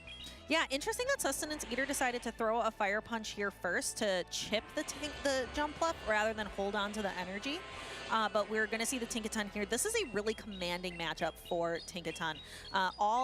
Even in Acrobatics into Tinkaton, you're going to see it maybe does a quarter health. It's just not much. So this is very commanding place for Tinkaton to be. Very great timing from Sustenance Eater here, knowing that he's going to winch that Charge Attack tie into the Shadow Jumpluff. Play Rough going to do a lot of good neutral damage into the Jumpluff, not pick up the knockout. However, Sustenance Eater is absolutely fine taking its Acrobatics. We talk about how Bulldoze doesn't do all that much damage, while Tinkaton makes Acrobatics, one of the best moves in the game, look like it does not do all that much damage. Counter-swapping in the Lapras to absorb this Bulldoze. Iomero kind of recognizing that this isn't going to do very much damage. The Lapras is going to be able to hang on. It does get a Bulldoze defense drop, and because of that defense drop, Iomero not able to get to that Sparkling Aria. However, Iomero now has a shield advantage into this final matchup. Foul Play is loaded, it is going to be resisted, and it's going to be the move that Sustenance Eater needs to throw at this point in time in order to not debuff himself further. So getting a little bit of chip damage, gonna go for another Foul Play to chip a little bit more, and we actually see Iomero use that Protect Shield, afraid of getting hit with a neutral superpower. Going now for the Play Rough. This is not a bait. One shield remaining from Sustenance Eater. Does he choose to use it now? He does. That is a great call from Sustenance Eater, protecting this Malamar. He needs to be able to throw a superpower before the next Play Rough. Great timing once again. Does not pull the shield from Iomero. He's saving it for a Pokemon later on, or maybe another charge move. The superpower is not enough to knock out. We see a quick swap in to the to Sustenance Eater's own Tinkatons in order to absorb this charge attack. Would rather see it here than on one of his other two remaining Pokemon. We are at the very final stages of this game, trying to get as much Psywave damage as possible. Iomero goes for the Bulldoze. I don't think it's going to be enough. It's only neutral damage. It barely does half of Malasmar's health, but there's another defense fall. That might be impactful here as the Foul Play is going to be shielded here. Fairywind going to be doing a little bit more damage now. The Diggersby, I think, is close to another Ice Punch, or Fire Punch, excuse me, but it is not in range. Sustenance Eater is able to get the farm down and able to secure game number 3. What amazing games. Congratulations to Sustenance Eater for winning Group E Winners Finals. Those were fantastic games, keeping me on the edge of my seat. Yeah, not as commanding of a lead in that game. 3 repeat there for him. However, he was able to utilize the momentum he could get from his Pokemon, switching out and able to capitalize on the energy advantages he had built up, as well as the pressure from Psywave from his Malamar. I think that really just goes to show why Malamar, we're seeing it a little bit more now, because even resisted into a Pokemon like Tinkaton with its steel typing, it's able to deal so much pressure because of that same type attack bonus Psywave. Yeah, and we're going to see this great moment from Sustenance Eater able to absorb the energy so that on his own Tinkaton, I thought this defense fall could have been the end. However, able to kind of stick through. The Malamar was able to hang on. That was like 1 HP right at the end. That was so much fun. One thing I really liked about Iomero, I want to point out, he used every single one of his Pokemon on the team of 6 at least once in that series, which is not something we often see. A lot of times, thinking back to some of the matches we've already casted today, trainers will just stick to one group of 3 Pokemon, maybe switch up the lead, like which Pokemon is in the lead, which one's in the back, but they kind of stick to that one formula. It's kind of fun to see, like, show me everything on your team. And it probably just goes to show how balanced Iomero's team is if he's able to bring all 6 of his Pokemon to a singular set of 3 matches. You know, you'll oftentimes have a Pokemon that you're using for bench pressure. Maybe it's Shadow Typhlosion, or maybe it's Bastiodon, something like that, where you don't necessarily want to bring it to every matchup, and it kind of pigeonholes you into utilizing your other 5 or 4 Pokemon, depending on how many Pokemon you're using for bench pressure, which makes you a little easier to read, which is definitely a benefit for the way that Iomero's playing this set out. Having all 6 Pokemon available, a lot harder to read which Pokemon he's going to bring to any individual battle. Quick question for you, Nick. Do you have any siblings? I do. I have 2. Wow. So do you have any like sibling rivalry going on with that? Not really. Me and my siblings get along quite well. I don't think I've really ever had that many fights with either of my siblings. So I know, like, as a sibling, sometimes, like, once you, like, the older sibling does really well, or, like, the first sibling does really well, it can kind of be a lot of pressure to follow it up. Let's see how Nighttime Clasher follows up Sustenance Eater's win in that last match. We can see Nighttime Clasher over here on the left. Are we going to see a win from both brothers here today? Potentially. I'll have to agree. I am the youngest of all 3 siblings, so I definitely feel that pressure from my older siblings succeeding. They're both married, they both have kids. I'm single, I don't have kids. But are they doctors? Do they have their doctorate? They both do. I didn't know that. That's fantastic. Very well-educated family, Nick. Moving on to what we can see on the screen, we have Nighttime Clasher versus Spartan L17. So we have this trainer coming from Mexico to play today, hoping to score a win here in Milwaukee. This is the winners finals you mentioned earlier. We went on to Group E. Now we're going back to Group D for this winners finals. I'm going to put on my detective glasses here. I think I spy with my little eye. Is that the same exact team as his brother? Or is it extremely similar? I'm seeing Shadow Feraligatr, I'm seeing Shadow Jumpluff. That's looking like the same exact 6. Well, you know, if it works, it works. If it's not broke, don't fix it. Maybe these 2 did some training together and arrived at the same conclusion. On the other side of the field, Spartan is going to be using a significantly different team from Iomero. He does have that same Unova Stunfisk, but Cradily on the team.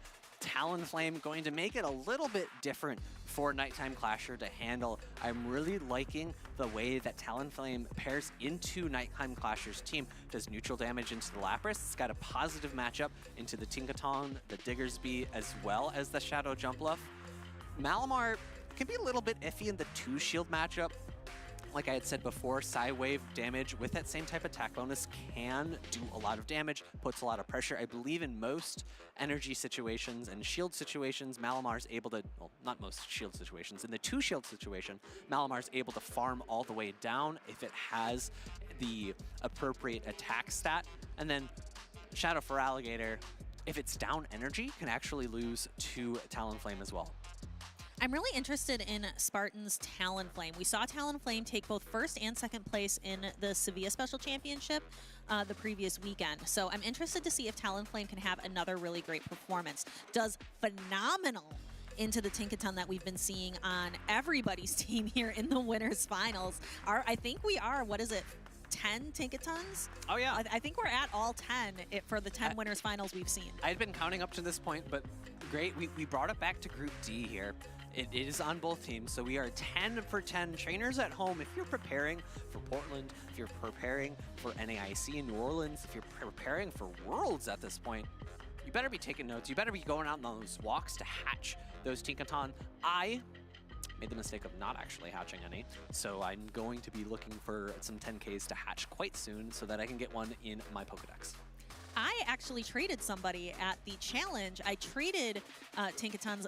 Mine didn't turn out very well, but the one that I traded away to Heather was actually like top 10 rank Tinkaton. When you saw her, did you say, "Hey there, Heather, would you like to trade some Tinkaton?" I would love to get a Tinkaton. I did say that. Hey there, Heather. So I'm really glad that we got to do that trade. I'm glad it worked out for somebody else, even though it didn't work out for me. There was definitely a lot of excitement when we saw how good that Tinkaton was with its stat spread.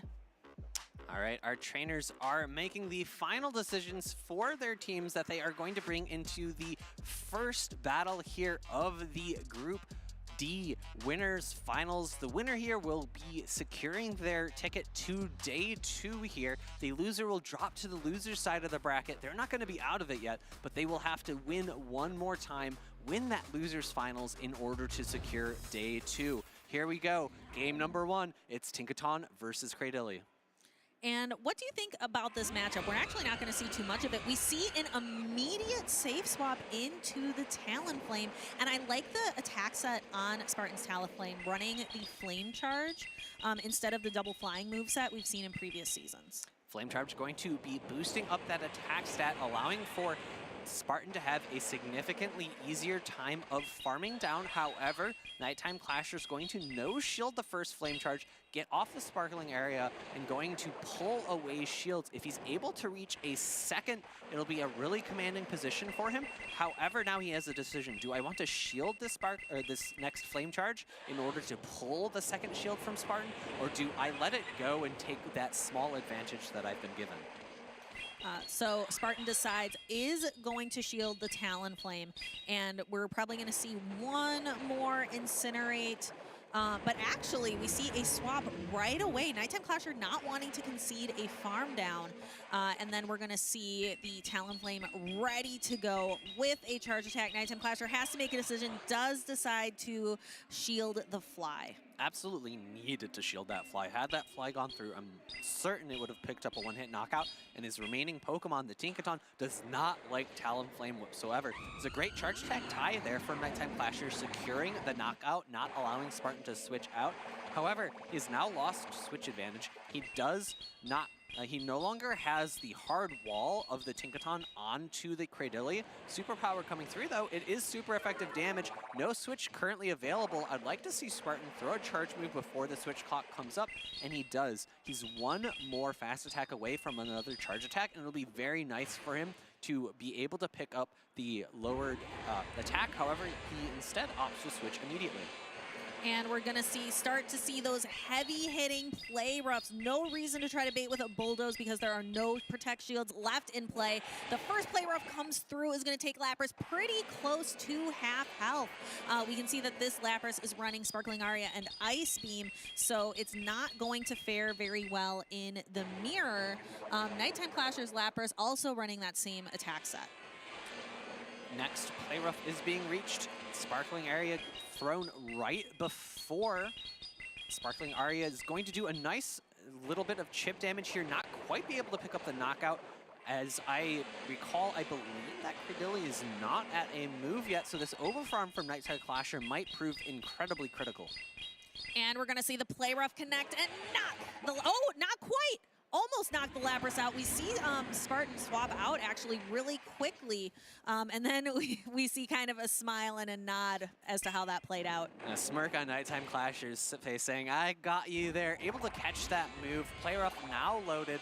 Building up extra energy, actually reaching for 2 bulldozes, playing incredibly safe here, just in case there's a move loaded on Spartan's Lapras. However, I don't think there is. I think he was just fine to go for the Fairy Wind down, but there's absolutely nothing wrong with playing to a more safe win condition.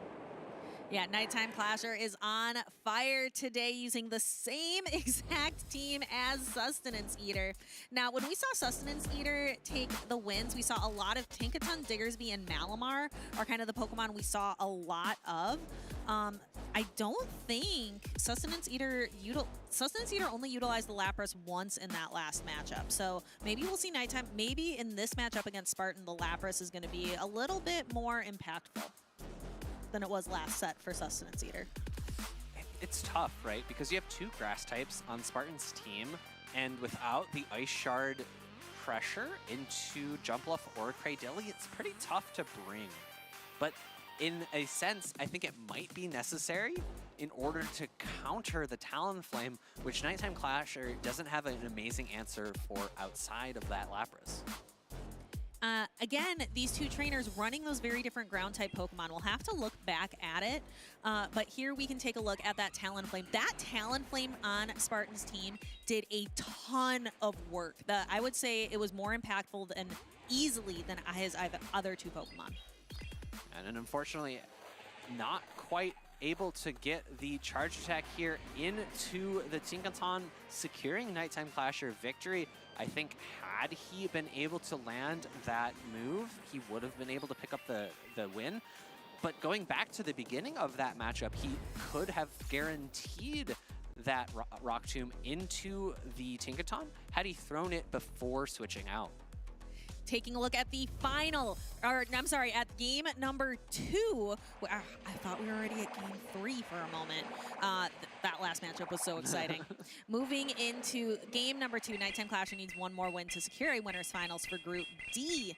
And we are going to see right away at the start of this match, Cradily debuff with a Rock Tomb, and the Nighttime Clasher going for a superpower. This means that the Malamar is going to be 2 stages attack debuff after this. Superpower coming through, doing good amount of super effective damage.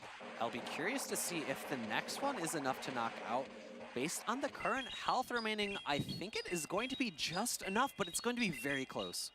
Let's take a look. Superpower comes through, and it is enough. Cradily goes down, and we see a quick pivot by Nighttime Clasher into the Diggersby, and Talonflame just going to try to do as much as it can. This is a great matchup for Talonflame as it resists the Fire Punch and the Scorching Sands. Yeah, this is actually exactly where Spartan wants to see this Diggersby. His 3rd Pokemon in the back is very weak to it.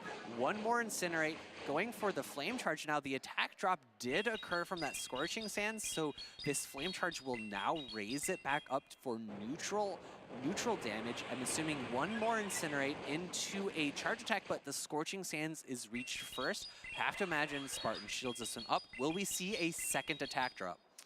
That would be quite a feat from Nighttime Clasher. We're going to see another Incinerate go through before a Fly. Fly coming through. I think this is going to be just enough to threaten a knockout. 1 more Incinerate could come through after to pick it up. It looks like it's just shy. Fire Punch able to be thrown here. However, I think Spartan's fine with no shielding. This, I don't think it'll quite pick up the knockout, but I think he's going to immediately pivot to get a farm down. The Incinerate actually picks up the knockout. It'll be curious to see if it pops up. Does he have a move loaded? Yes, he has a Fly and a Flame Charge. Able to switch now. 2 shields remaining for Nighttime Clasher. Is going to have to try to find a way through this Malamar so that this Stunfisk can get onto that Lapras in the back.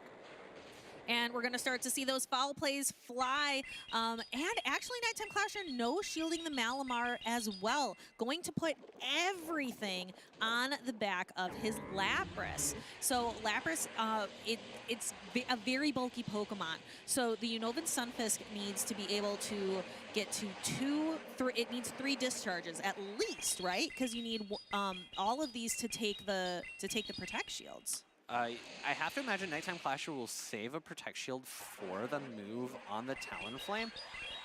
So you're right. I think he does need to get to 3 here. No shielding the first. Second one's going to pull the shield. Talonflame wins a charge attack tie into Lapras, but it's looking like he's going to be able to outpace into a second Sparkling Aria here. And I think Spartan might need to get a CMP catch.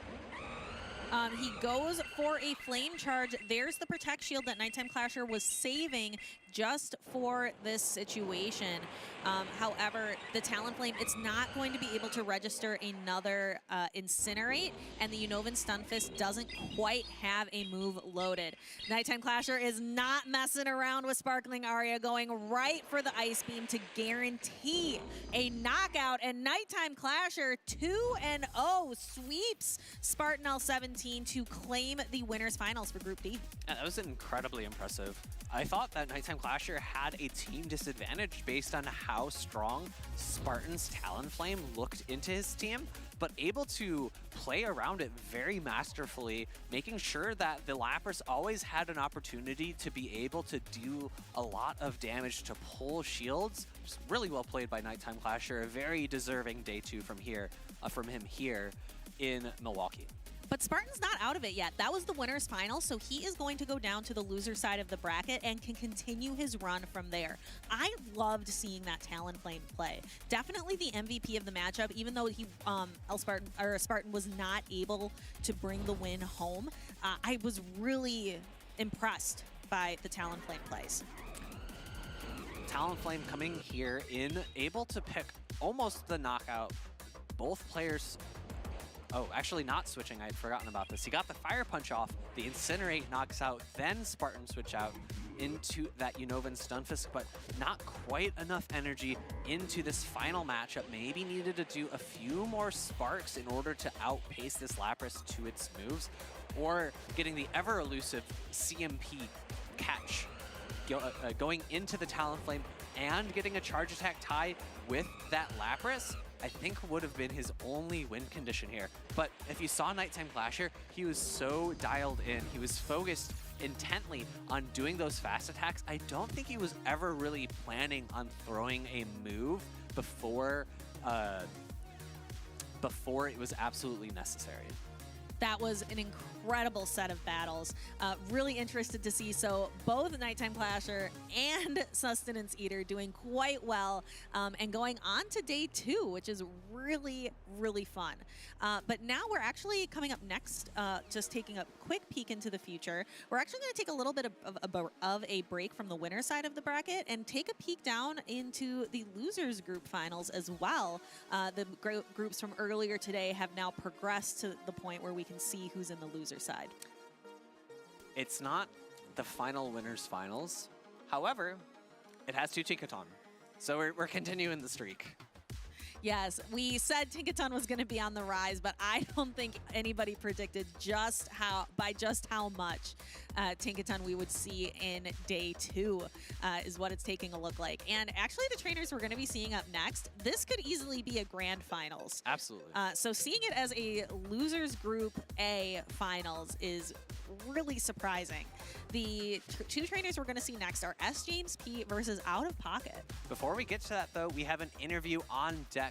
Home Slice Henry, or as our producer called him, Homie Henry, has got an interview with the brothers who ran the same team. We'll have to hear which one of them came up with it first. Thank you so much, Stephanie and Phoebe. My name is Home Slice Henry, and I am here with, honestly, the I was going to say Wonder Twins, but they are brothers. They are twins, though. Sustenance Eater and Nighttime Clasher both making day 2 winner side of the bracket. I'm going to have to start with Sustenance Eater. I believe this is your first day 2 winner side. Talk me through that moment when you realized that your day was over and you punched your ticket to day number 2. Yeah, so I was just using Malabar. It was just slapping around, and I knew it was going to slap all the way down. I was good to go. Glad to hear it. And Malamar typically struggles with Tinkaton, but in that decisive game, Psy-waving down one of its worst matchups to exit with energy there. I mean, I have to imagine, upon seeing that health range, there had to be a moment of just, wait a minute, I can win this. Yeah, it was kind of like that, but like before that, I was kind of manifesting some debuffs. You know, whenever I use Bulldoze, I'm just praying for a nice little debuff or any other mon actually, so it just works out for me usually. And big congratulations, your first day 2 on winter side, and now we got the other brother, Nighttime Clasher. This is not your first day 2 on winter side. You are a regional champion, someone who has, and something that has been a common theme so far in these interviews is kind of your influence on other players. A student of yours, August, made day 2. Your brother made day 2. You are now in day 2. Talk to me about that journey of kind of building up other players, and now you almost have this like little clique of players who are just dominating the competition.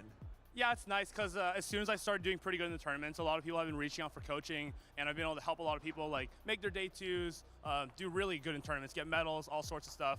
But this time I actually decided to take my brother's team because it looked a little better than whatever I was doing. So sometimes you got to be humble. You got to learn from those who are new and maybe have something that they want to share with the scene, and no one really knows about it.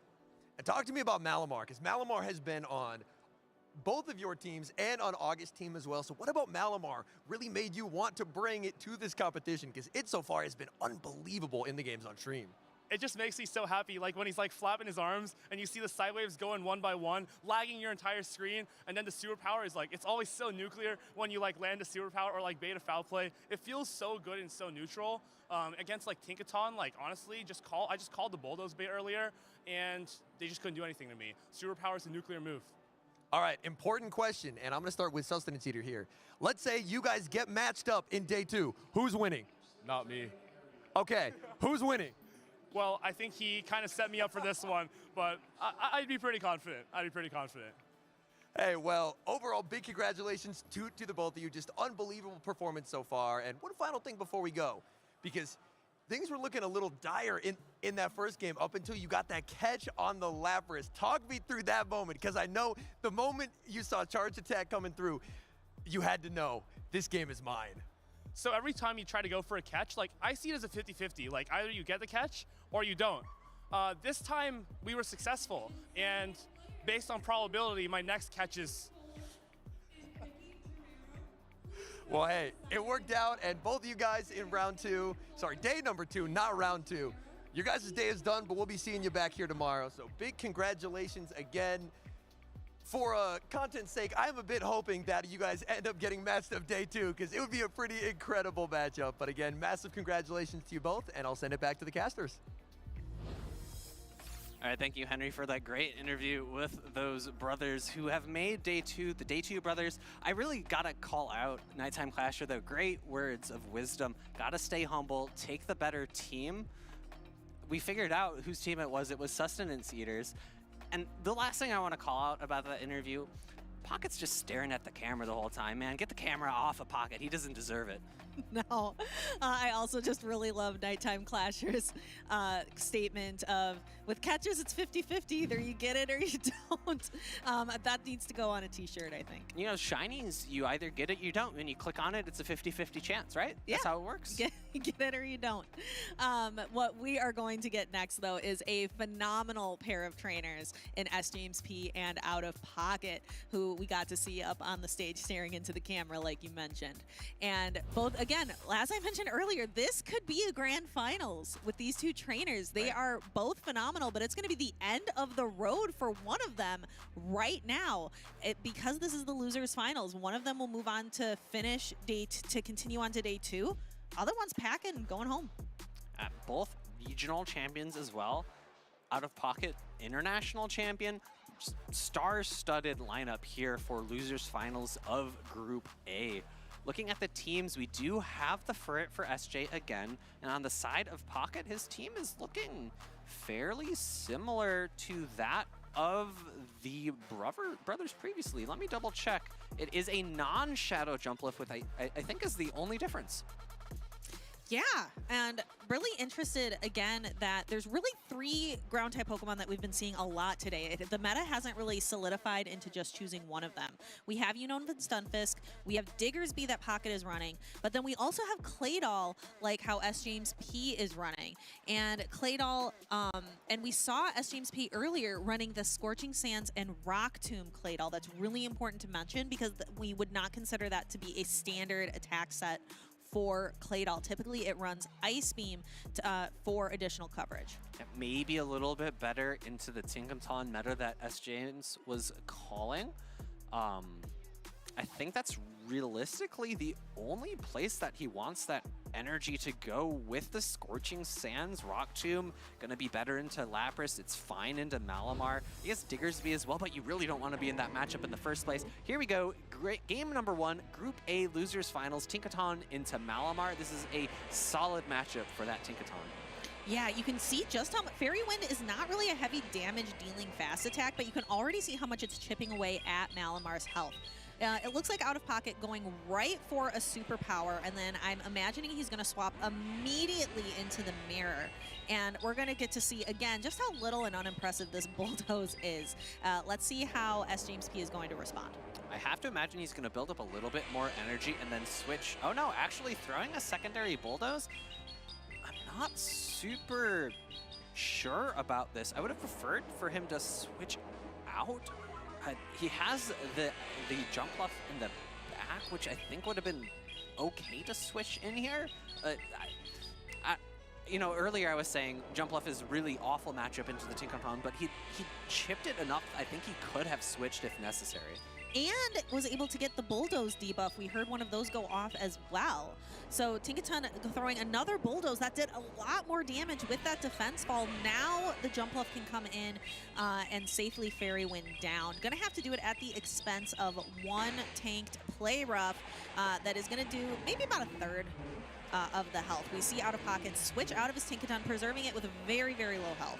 And this is a very interesting matchup where neither trainer really has great answers for the other person's Pokemon. Not a great answer on SJ's team for that Tinkaton switch, and not a great answer for the jump bluff here from Out of Pocket. Neither Malamar nor his own jump bluff want to go into a jump bluff that's loaded with energy. Aerial Ace now shielded. Can SJ get another move off in time? Yes, he does. He goes immediately for another Aerial Ace bait, getting that last shield from Out of Pocket. So Jump Love uses that Aerial Ace. S-Team still has a full health Furret in the back. We actually see a catching on a one-turn fast attack. Very impressive by S-James, is going to absorb that foul play. Out of Pocket's only going to get one Psy Wave in return. Oh, and gets a catch of his own back onto the Aerial Ace. SJ a little bit frustrated with that. Going to completely undercharge, but I think this is still going to be enough to pick up the knockout, and his switch clock is not up yet, so he might just get farmed all the way down here. Yeah, that is unfortunate. So the Malamar now has almost 2 attacks fully loaded, is just going to be able to superpower twice. S-James actually shielding the first one, which makes sense because the second superpower is going to be one stage attack dropped. Yeah, Out of Pocket had a chance there to be a little bit cheeky, throw the foul play and then the superpower. However, the secondary superpower, even though it's one stage debuff, will do so much super effective damage. Swift is loaded onto the Furret, but it is an extremely healthy jump bluff in the back. 2 Swifts won't be nearly enough damage to knock out, and the acrobatics will be reached well before this third Swift would be reached. We see SJ give up, no shields remaining, acrobatics coming through, picking up game number 1. That is not what I want to see from Furret, Alpha Feed. I really enjoy Furret. I think it has a lot of great neutral play, but in the back, with only 1 shield against a fully loaded Malamar, just did not have anywhere else to go. What do you think S-James was hoping for in the back? Because it definitely wasn't the jump bluff. My guess is probably the Shadow for Alligator, potentially, or maybe even the Diggersby. Or frankly, almost anything in the back would have been fine, but Out of Pocket brought a team that was very strong into the Furret. Great catches back and forth. SJ getting this first one, neutralizing the Malamar's energy. However, Out of Pocket able to return the favor with the catchback on his own Tinkaton, and that provided him the ability to get the farm down afterwards, which was very crucial going into that final matchup. Yeah, both trainers bringing Tinkaton, both trainers bringing a jump bluff, 1 Shadow, 1 not. The key difference here was that Furret and that Malamar matchup. So we are going to have to see how we're going to have to see how S. James is going to adjust. If he doesn't want his tournament to end right here, right now, he has to reverse sweep out of pocket with 2 wins in a row. Furret, that might have been enough to scare Furret back onto the bench because it just didn't have anywhere to go. I wonder how S. James is going to adjust. Yeah, it's really scary. This is our first streamed match of the losers side, so this is the first time that we've seen anyone with their back really up against the wall. Gonna be tough. I think maybe the Furret is not the call given how strong Out of Pocket played against it in that game number 1. The question is, what does he bring to answer it? Is it gonna be the Lapras? Or what is he going to bring instead? Is it going to be the Lapras? Is it gonna bring the Claydol? I don't think it's gonna be the Shadow Primate, but we'll have to see. It looks like our trainers are locked in, and this is a great lead for SJ. It is that Claydol into Tinkaton. S. James might be breathing a little bit of a sigh of relief. Out of Pocket going to switch in his own ground type Pokemon, which is the Diggersby. S. James building up a lot of energy. I'm curious to see if he's going to switch out or stay in with the Claydol. I think he might throw a singular Scorching Sands and then switch out, given that he does not have another amazing answer like the Claydol for the Tinkaton in the back. Scorching Sands number 2 coming through into this Lapras. I actually really like that play from SJ because it mitigates the opportunities for Out of Pocket to get those debuffs into the remaining matchup if he forces Out of Pocket to throw into his lead Pokemon. Yeah, I really like banking all of that energy on the Claydol. And here, Lapras is a fine answer to the Diggersby, being able to throw super effective damage. Out of Pocket actually made, as soon as he can, trying to swap out into the Tinkaton to absorb these Sparkling Arias instead. The switch timers are a little misaligned because S. James stayed in that matchup so long. So we've got just another few seconds before S. James can answer again with the Claydol. He should be able to right after this charge attack is thrown. It'd be interesting to see if SJ does a immediate switch and throw here, or if he stays in this matchup expecting a play rough to be thrown, maybe out predicting Out of Pocket here, maybe Out of Pocket thinking, hey, I think he's going to bring in the Claydol. I'm going to throw my heavy hitting move here and prevent a fast attack down, but instead now is met with the Claydol. Fast attack down does not quite occur before this Bulldoze is thrown, but as we've seen time and time again, Bulldoze is just not the strongest move. It does basically nothing. And the Shadow, now we've got Shadow Jump Love into Malamar. Malamar definitely doesn't want to get hit with that Acrobatics. S. James has 2 Protect Shields to guard his Shadow Jump Love from significant damage. I think this Jump Love is starting to look really, really good. Jumpluff is in a positive matchup here for sure. Acrobatics coming through. Out of Pocket tries to make a call, but it is the heavier hitting move, going to almost get Fairy Winded down. Just enough health to survive, get this foul play off, and pull away SJ's first shield. Yeah, that's an easy shield for S. James. He's got this Shadow Jump looks really, really good. The Tinkaton is very low on energy. Diggersby does have a lot of energy, though, because we're going to see this first Fire Punch can connect with the Protect Shield. I think he's almost at another one.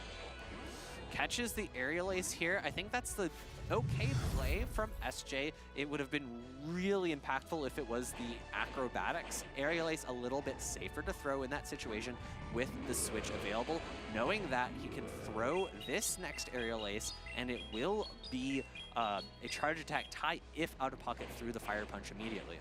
Now S. James has 2 attacks loaded on the Claydol. Actually goes for the Rock Tomb first. So Out of Pocket shielding a not very effective attack that's going to drop the attack of the Diggersby, make the Scorching Sands a little less impactful. I think it still might knock out. Let's see, Claydol is very bulky. Can it withstand? It does by just a hair. S. James is able to throw the Scorching Sands, and this should be enough. We've got 2 trainers who are laughing. These are such intense battles. S. James won that by a thread. I'm pretty sure SJ did not realize that he was going to be able to hang on, but it was the absolute correct play to throw that Rock Tomb. So little health remaining on his Claydol, and had it picked up the knockout, he would have been able to get a Fire Punch into that Jump Bluff, and it might have been able to pick up the knockout because I don't think the Jump Bluff had another move stored. I'm excited to see the replay of that match because especially right at the end, that was so close. Very, very exciting. And you can see, again, I love seeing the trainers laugh it off right at the end. Bulldoze doing what Bulldoze does, which is basically no damage. In comes the Jump Bluff, able to get that farm down. Fire Punch going into the Jump Bluff, pulling the shield. The catch, though, into the Tinkaton, able to mitigate some of SJ's energy. And we are going to see, as again, the laughter at the end, as James not realizing his Claydol was going to hang on. Throwing that Rock Tomb first and getting that attack fall and pulling the shield from out of pocket was massive. That was beautiful endgame play from S. James. And we've been joking around all day about just how terrible Bulldoze is, but can you imagine if Tinkaton had a better second attack than Bulldoze? Like, we are already seeing it all over the place. I don't think Tinkaton needs to be more dominant with a better secondary charge attack. Nah, we can give it to it. Nah, I think we're fine. Nick just wants to see the world burn. Heck yeah. Moving in, we are now at a very decisive game 3. It is the end of the road for one of these trainers, either for S. James or for Out of Pocket. Pocket seems to be a little bit more calm, cool, and collected here. S. James, I did not realize he was going to win that game. I think it came as a surprise to him. So really interested to see, can S. James keep with this momentum, or is Out of Pocket going to wrestle away a win? Yeah, it's really tough. SJ can't really rely on too many of his Pokemon. He had basically the best lead for himself there with the Claydol into the Tinkaton, but the save swap of the Diggersby providing a little bit of threat to him. He did not feel very safe, very confident to switch out of the matchup, built up so much energy, and then only after the first Scorching Sand was thrown, then did he switch into his own Lapras. I think this Diggersby is a little bit tough for him to handle. It's not going to be amazing matchups all around for him, and he's just not been willing to bring his Shadow Primate because he knows how strong Out of Pocket is going into that Pokemon elsewhere on the team. Taking a look at our decisive game number 3, we have a Tinkaton mirror match. These Tinkaton are going to be throwing Bulldoze into each other. I'm interested to see, are we going to see a catch? How are these trainers going to set up their back lines? We have the Jumpluff and the Lapras for S. James P, and we have the Diggersby and the Malamar on the side of Out of Pocket. So this could be really critical how this first matchup plays out to set up success for the Pokemon in the back. Both trainers getting the defense drop there, but we did crucially see that SJ was winning the charge attack tie. Very strangely enough, these trainers are overfarming to the exact same energy counts and throwing their charge attacks a second charged attack tie, but not when the moves are being reached, but significantly after. I think these two trainers must just be on the same wavelength. We're seeing Bulldoze do a little more damage due to the defense drop, and then we see looked like perhaps an attempted catch, and now we're at Diggersby versus Lapras. What do you think of this matchup, Nick? I just want to say SJ is in Out of Pocket's mind right now, knowing that he's not going to throw on charge attack tie because he knows he's going to lose it, so he overfarms with his Tinkaton.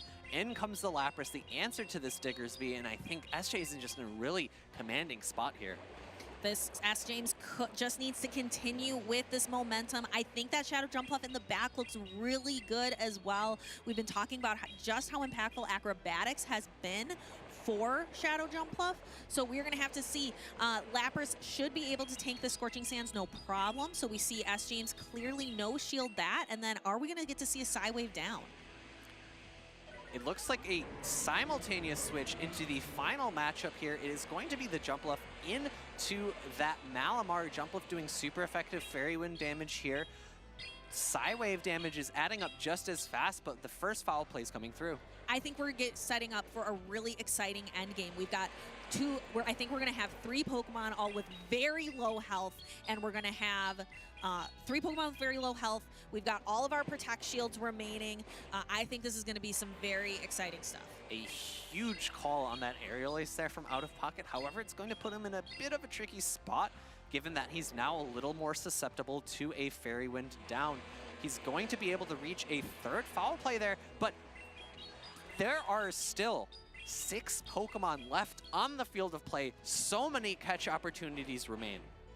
And we see Jumpluff get to the aerial ace, but then S. James makes the catch out of pocket, kind of deciding how many bubbles, how powerful do I want this foul play to be. It does knock out. So now S. James has the decision to make. Do I bring in the Jumpluff? Do I bring in the Tinkaton? Out of pocket still has a Protect Shield, so he has to pull the Protect Shield away and knock out the other 2 Pokemon in the back.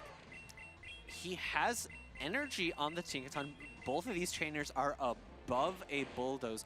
However, Out of Pocket does have the shield. He's going to be able to farm up extra energy here. He's going to want to throw before the aerial ace, but no, he doesn't want to throw before the aerial ace. He wants to catch the aerial ace. So now the Diggersby is going down. Out of Pocket's Tinkaton has to knock out both the Jumpluff and the opposing Tinkaton. So Out of Pocket needs to throw the heavy-hitting Play Rough in order to knock the Jumpluff out. But there's a Bulldoze loaded. S. James needs 2 of them, though, and doesn't quite get there. So Out of Pocket, this Bulldoze is going to connect, knock out the opposing Tinkaton. Out of Pocket has secured day 2 going through the losers finals of Group A. That is end of the road for S. James today. Holy, what a game number 3 there. Can we get 2 more? Can we get these players to sit back down and play 2 more and make it a best of 5? Because gosh, that truly felt like a grand finals at a international or worlds level event. That's exactly what I said at the beginning of this match. I'm surprised it wasn't the grand finals today, but Out of Pocket is going to be continuing on through the loser side of the bracket tomorrow, trying to get to that grand final seat. For S. James today, that is the end of the road, but phenomenal battles. I knew from the moment I saw all 3 Pokemon still on the screen, we've got all these Protect Shields still remaining, that it was going to be a fast-paced endgame with lots of catches, lots of switches, really exciting stuff. Yeah, just a little bit better at positioning for Out of Pocket there. With that extra shield, allowed him a little bit more flexibility of when he wanted to throw his moves. He had the safety net of that final shield, allowed himself to go get his opponent, get the energy to that aerial ace, and still get that final critical catch, putting his Tinkaton in that winning position. Just beautiful plays all around. Yeah, I'm excited to go ahead and see the final highlights of those battles. It is going to be so great to go ahead and check those highlights out. We are going to be taking a break here, but you go ahead and watch those highlights, and we will be back with some more exciting battles after this.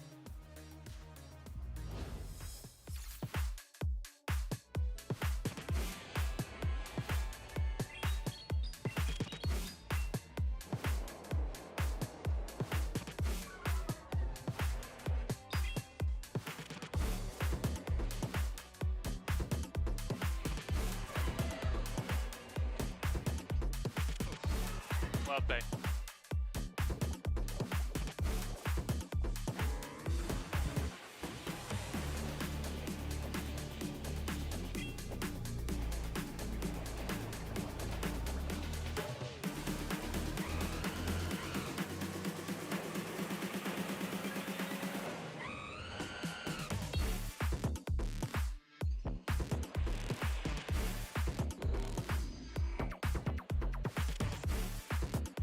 GG's.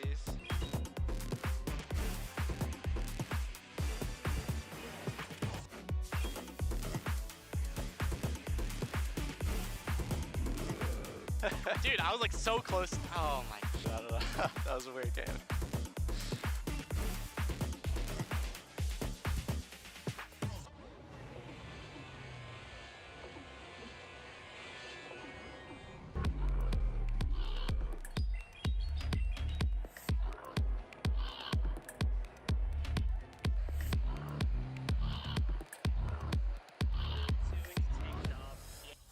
Welcome back, Pokemon trainers. My name is Home Slice Henry, and welcome to A Slice of Home, where today we are interviewing more trainers, talking about the local scene and the impact that it's had on their tournaments. Now, today I'm joined by Sceptile Ice, a trainer who, throughout this 2025 competitive season, this has been a season of transformation from a battler who attended quite a few regionals and was able to get a top cut or two to now pretty consistently top cutting. So talk me through what has helped you kind of make that jump here in your play. As much practice as possible and studying matchups, knowing the ins and out of my entire team. That's awesome. And it sounds like from what you're mentioning off camera as well, that a lot of that practice can take place in your local tournaments. It sounds like you have a pretty accomplished competitor as one of your locals, and that can kind of help with this process of really testing teams and really working out, like, is this going to be a strategy that can help take you to the top? I don't know if they... I Yes, got denied Out of with my Pocket gator, is my actually. local, so I do see him from time to time. We're not always at the same tournaments, but it's always one of us there, so it gets pretty competitive, and it's very helpful for practice. Glad to hear it. And now, so walk me through this season so far, because I did allude to it a bit earlier where you've had quite a few top cuts here. So what has been your results so far this season? I am 4 for 5 on top cuts. My only bad tournament was San Antonio, where I got 17th. I have Toronto, where I was finalist, so pretty good.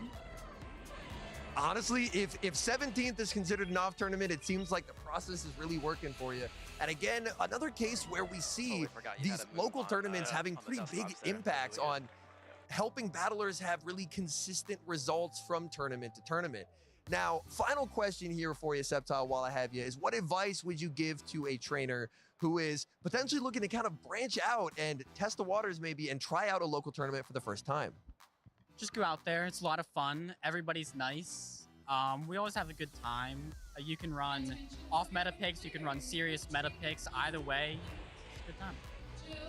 Thank you so much for sharing your insight, Sceptile. And back to the Pokemon action. Bomber goes down.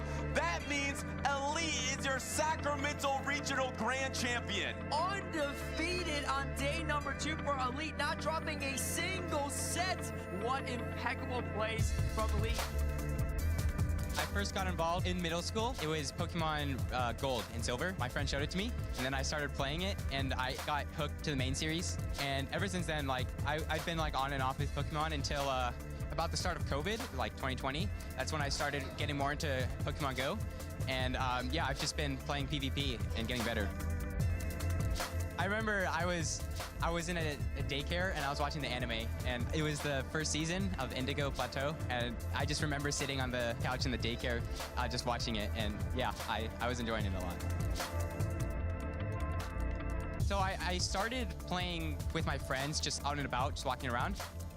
And it was ever since Go Battle League started. I wanted to be like really good at Pokemon, and I wanted to compete in the World Championship. At the time, Pokemon Go wasn't a part of the competitive circuit, but I like started playing it, and like I enjoyed the game, and I felt like I could get good at it. So I put in more time in practice, and then eventually the game joined the circuit. Then I started taking things even more seriously, and I'm qualified for the World Championship. And he's going to be the 3rd trainer from North America to have that guaranteed invitation to World Championships. I want to do well in Worlds. I don't want to put a placing on it, but I want to do like really good in Worlds this year, and I'm going to prepare for it. It's just mainly game mechanics for me, like just learning and mastering those, like counting my opponent's fast moves and knowing exactly when they're going to get to the charge moves, and just keeping that all in my head like the whole game. We're going to see Elite take it. It was when I played Caleb Pang in the finals, the grand finals, when I went 6-0. It was that whole day really. Just starting from the losers bracket, going all the way back up into the grand finals, and then ending up winning it all. That's definitely the biggest moment for me. It's not really looking up, because I like to think of myself as a good player, and I think everyone else has like a chance to win. But yeah, I would say Wadaj and my friend Pocket as well. I think those two are really good players, and I'd like to stay like on par with them. Originally, I had a drive to win, and I still have that drive, right? But it started to become more like a drive to just be with friends and hang out with everyone that like I've made really good friendships with, and yeah, just to play the battles and just enjoy my time here.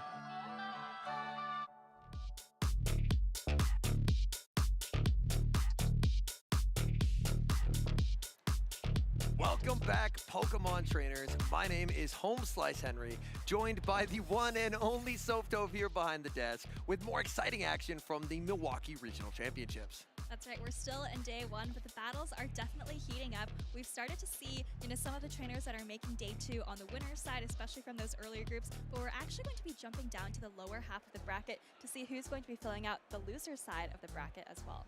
Looks like we have some losers finals on our agenda here today, and that means these trainers are one best of 3 away, so close to qualifying for day number 2 here in Milwaukee. Yeah, just to give a little bit of a preview, these are actually both trainers who have been on the circuit for a very long time. They've both been successful. I believe they've actually both been to a grand finals, and that's going to be Dijon on the left. I believe we've already seen him on the stream earlier today, and Beach on the right. Now, for those who've been watching the Pokemon GO competitive series for a while, there may be an old meta monster on the right side. That is Lantern. Lantern, I never thought I'd see it again here, but here it is in a losers finals, and it looks like that Beach is actually opting for Water Gun on that Lantern. And we've started to see a lot more Tinkaton on the field as well as the day has progressed. So you mentioned the Lantern on Beach's side. It definitely might have play into the Tinkaton. Also maybe the Golisopod, even though it has Water Gun, and then resisting all the charge attacks from Jumpluff. So that's going to be key. But I do think that a key core in this meta is going to be Tinkaton plus a Water. So I would expect to see something of that form maybe from both of these trainers. Tinkaton plus a Water has consistently been a winning strategy all day. Another strategy that's worked out really nicely has been just 2 shielding Shadow Primate. Beach has a Shadow Primate, but it looks like he has opted for Ice Punch. So Ice Punch offers really nice coverage when a lot of teams are running Shadow Jumpluff. You have that incredible 5-4 pacing, and a double super effective move from a Pokemon with an attack stat of Primate is no joke. Yeah, up 1 Karate Chopper, even just on even energy, Primate can definitely take out Jumpluff, even if it's flying around in the sky there. But looks like we're already locking into game number 1 here. We've got Lapras on the left for Dijon versus Tinkaton on the right for Beach.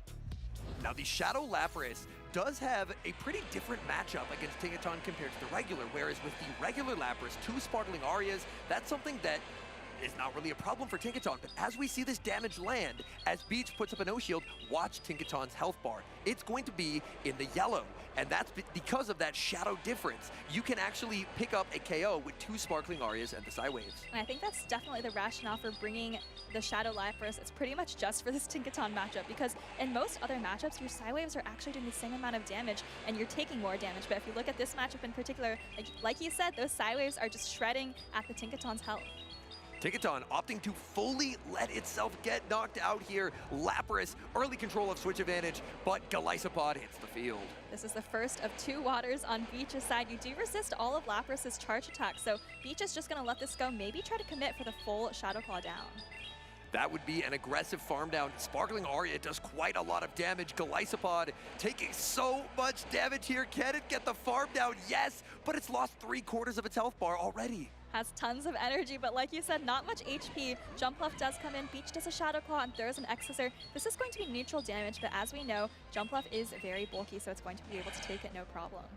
Jumpluff shrugs off that damage, continues to farm. Another X-Scissor fired off by the Golisopod. And for Dijon, if he wants to, he can afford to survive this damage, and that's exactly what he's going to do.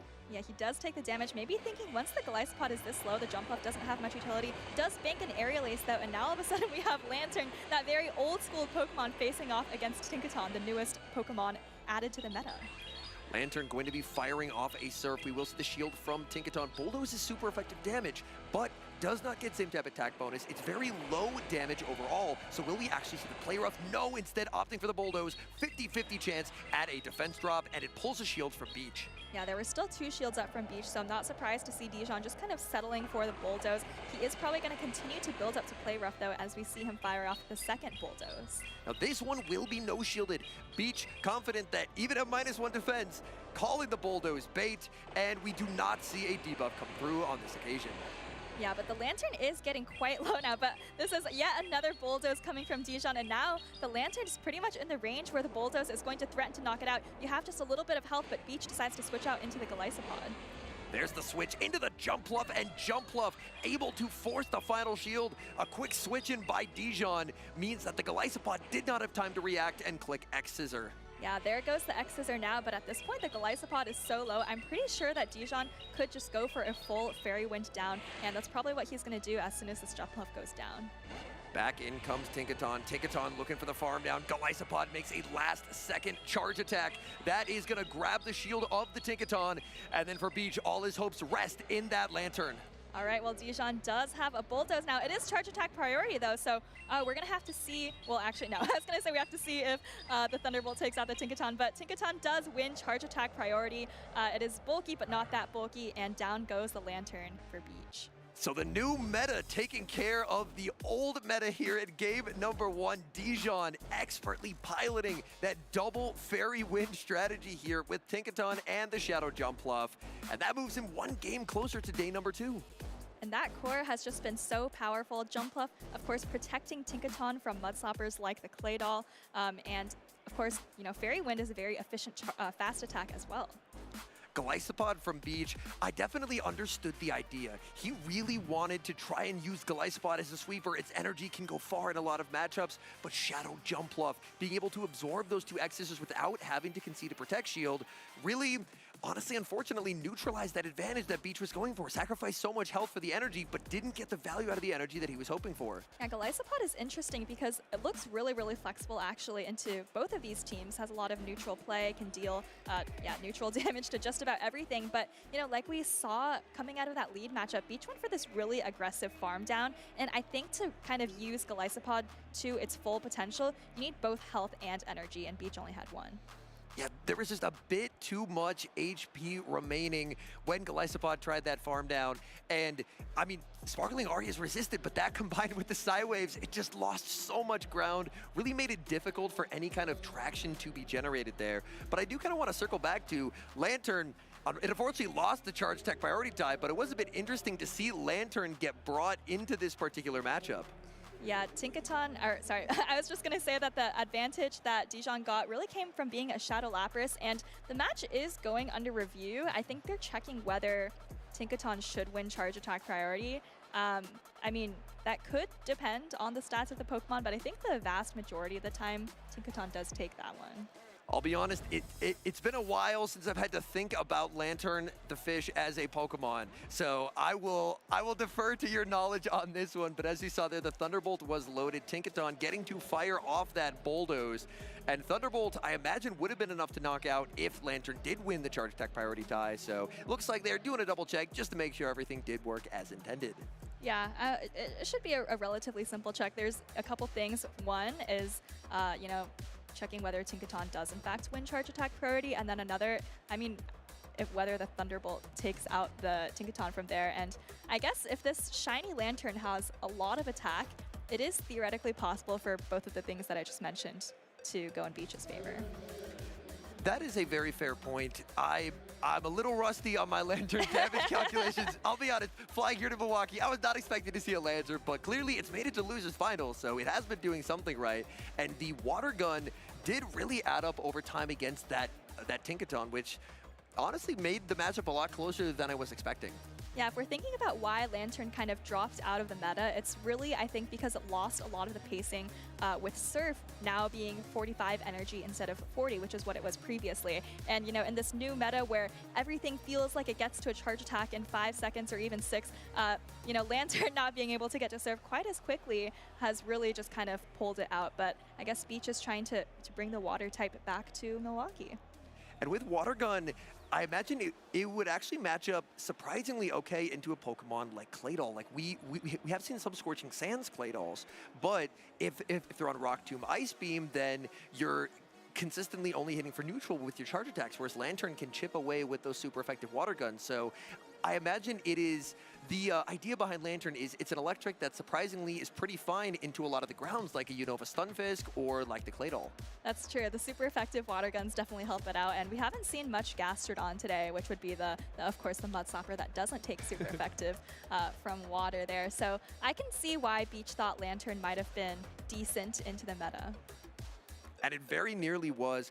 That's a bit of an interesting meta trend that we've seen a lot more Diggersby this weekend and a lot more Claydol, and it seems Gastrodon, which proved to be a very nice pick in an Azumarill Shadow Drapion environment because it offered a lot of neutral play there. It could survive a hit no matter what was throwing it. But it seems like people are opting for a different flavor of ground type now that Tinkaton has made its entrance into the meta. Yeah, key point there is about trying to address the Tinkaton, right? Because I think prior to last week, it was really just, or sorry, last meta shift, it was really just Claydol that was the ground type, but now people are exploring Pokemon like Unova and Stunfisk, Diggersby. We even saw a Clodsire earlier to try and deal with the Tinkaton. So yeah, there's a lot of variety in the ground types right now. And I really like to see that variety. Honestly, from the top on down, like the fact that Tinkaton is only, I mean, it's #1 in usage. It's still below 40%. Well, so, we'll see about day 2. Yeah, day 2, I'm expecting day 2 to look quite a bit different because as the day has progressed, I think it's no accident that suddenly we're seeing a lot of Tinkaton because Tinkaton, for the battlers who brought it, is proving to be a very successful strategy just by the fact that it has an incredible defensive typing, and Bulldoze may not be the greatest move ever in terms of damage, but it does offer really nice consistency, a consistent 10 turns to a move, and in that game especially, a Bulldoze debuff on that first Bulldoze and it was a shielded Bulldoze at that, really helped simplify things for Dijon. Yeah, I have a little challenge for those of you at home who are maybe looking at this matchup as we're waiting to hear the results of the review. Try and build a team of 6 that doesn't have Tinkaton and then tell me that you're satisfied. Because what I found is that Tinkaton just basically fills every weakness that you can think of, right? It covers regular Lapras, not Shadow. Covers Pokemon like Cradily, which it's really easy to be weak to. It covers the fighters, which it's also really easy to be soft to. And it just has so much defensive utility, as you mentioned. And then, of course, I mean, Steel, as we know, is the best defensive typing, but Fairy paired with that just really gives it such great coverage. I'm liking the variety in Steel types that we have with Tinkaton. Also, we've seen a rise of Corviknight as well, and other Pokemon with an incredible defensive typing. I know lore-wise, I believe Tinkaton usually does pretty well into Corviknight, but here in Pokemon GO PvP, I believe that Corviknight pretty comfortably has the upper hand there by just completely walling any move Tinkaton could ever hope to throw. Yeah, and I think, you know, we were talking about the rise of ground types, but I think Corviknight with that, of course, a super effective sand attack and then resisting all of Tinkaton's charge attacks, I think that's a big reason that we've seen the rise of Corviknight.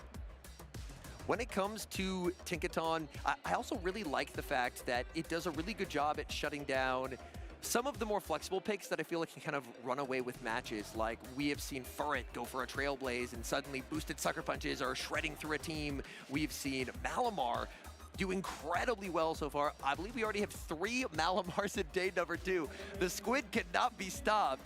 But that's another matchup where Tinkaton can do very, very nicely. So I really like what you said, that for those who have access to Tinkaton and have already done the trades and gotten a good one, it really simplifies the team building process so much to have this Pokemon. Yeah, you talked about Malamar and how we think we have 3 into day 2. Well, let's just remember those are all 3 from the same team and the same kind of little group of training partners, you could say. Of course, that's the Pocket Nighttime Clasher Sustenance Eater team. But, you know, speaking of Malamar, we are going to have Shadow Malamar introduced to the game in just a couple of weeks here. So I'm curious to see whether that's going to shake up the meta for Portland at all, or if people are going to, you know, kind of just play it safe and pretty much stick with the Milwaukee meta.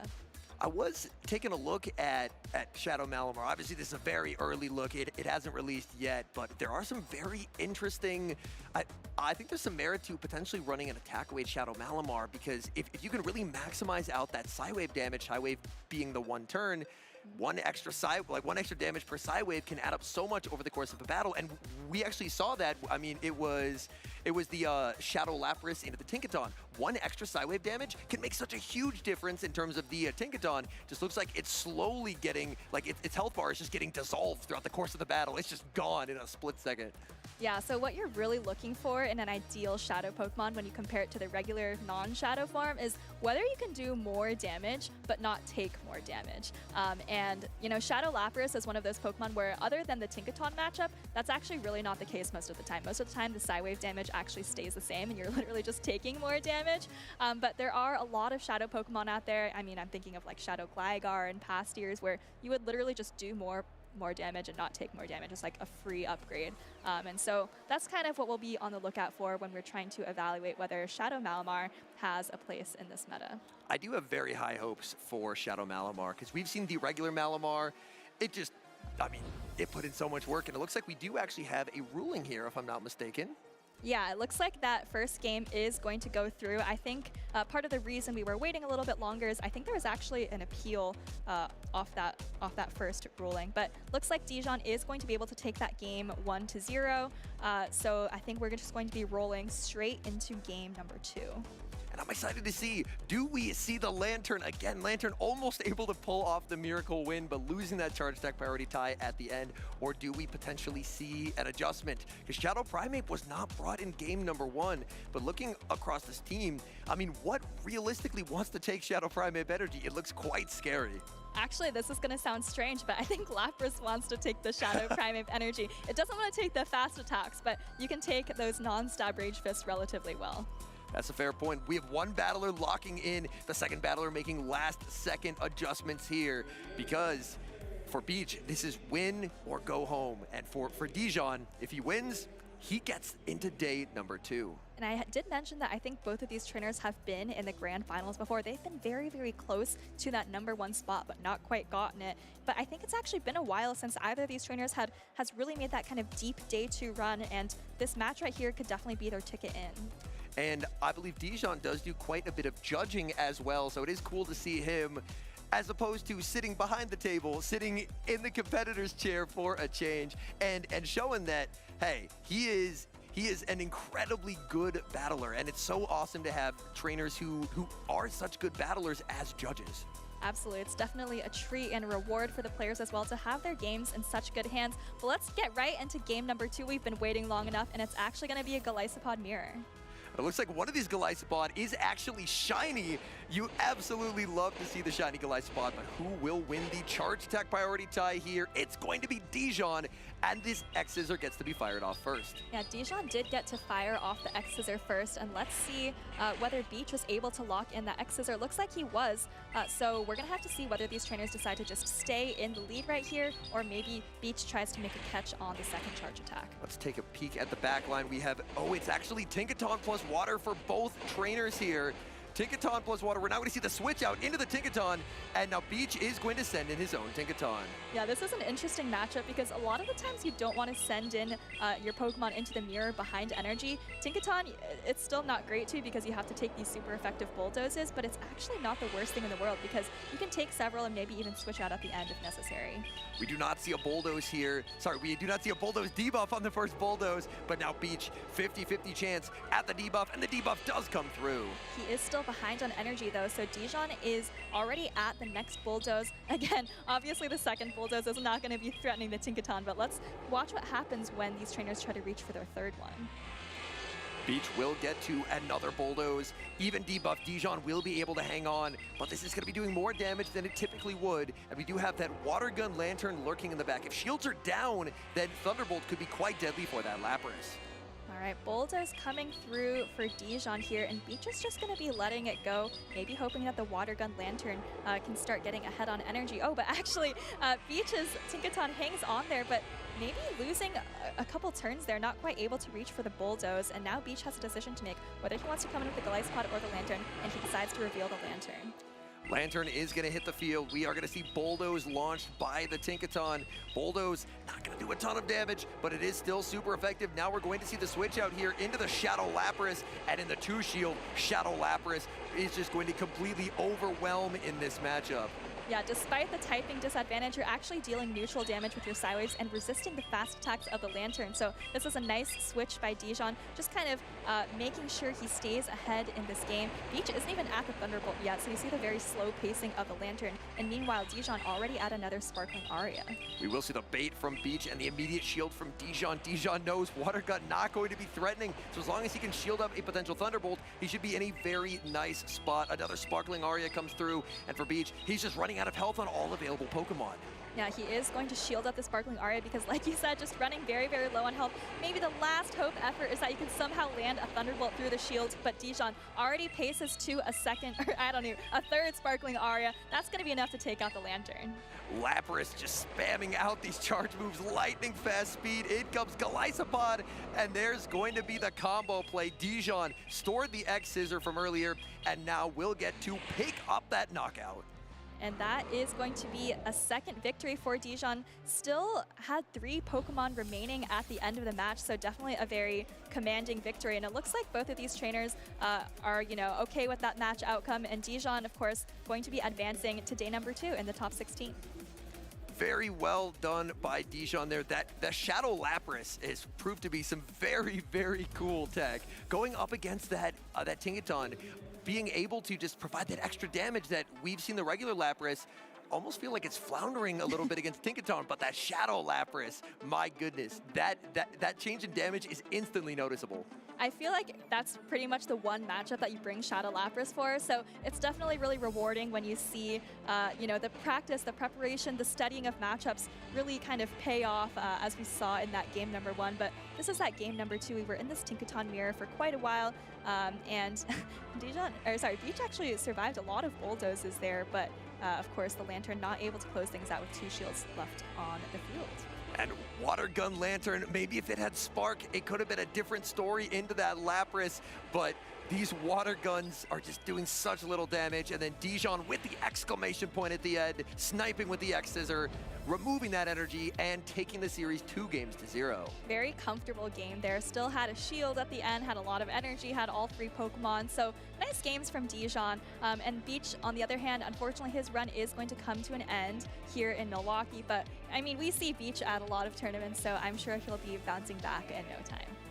One thing that I do want to highlight is just I'm very impressed by Dijon. And Dijon, throughout that series, it really felt like he was playing at a very precise manner. Like he was making sure that his swaps were very timely, charge attacks timed very well, and it's really nice to see like such crisp mechanics get rewarded, because it is just it is poetry to watch. It's just incredible. Yeah, I don't know if it's just Dijon's demeanor on stage or maybe it's his experience as a judge, but I feel like he just kind of is very calm, very precise, as you mentioned, and really just kind of knows what he wants to do, right? When there's a switch from the other side, he's not panicking.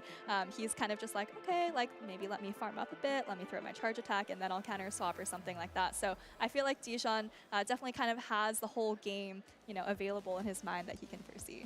We've seen some unbelievable battles so far, and I'm actually excited to hear from the viewers who are watching at home. It sounds like we have some social media posts queued up here.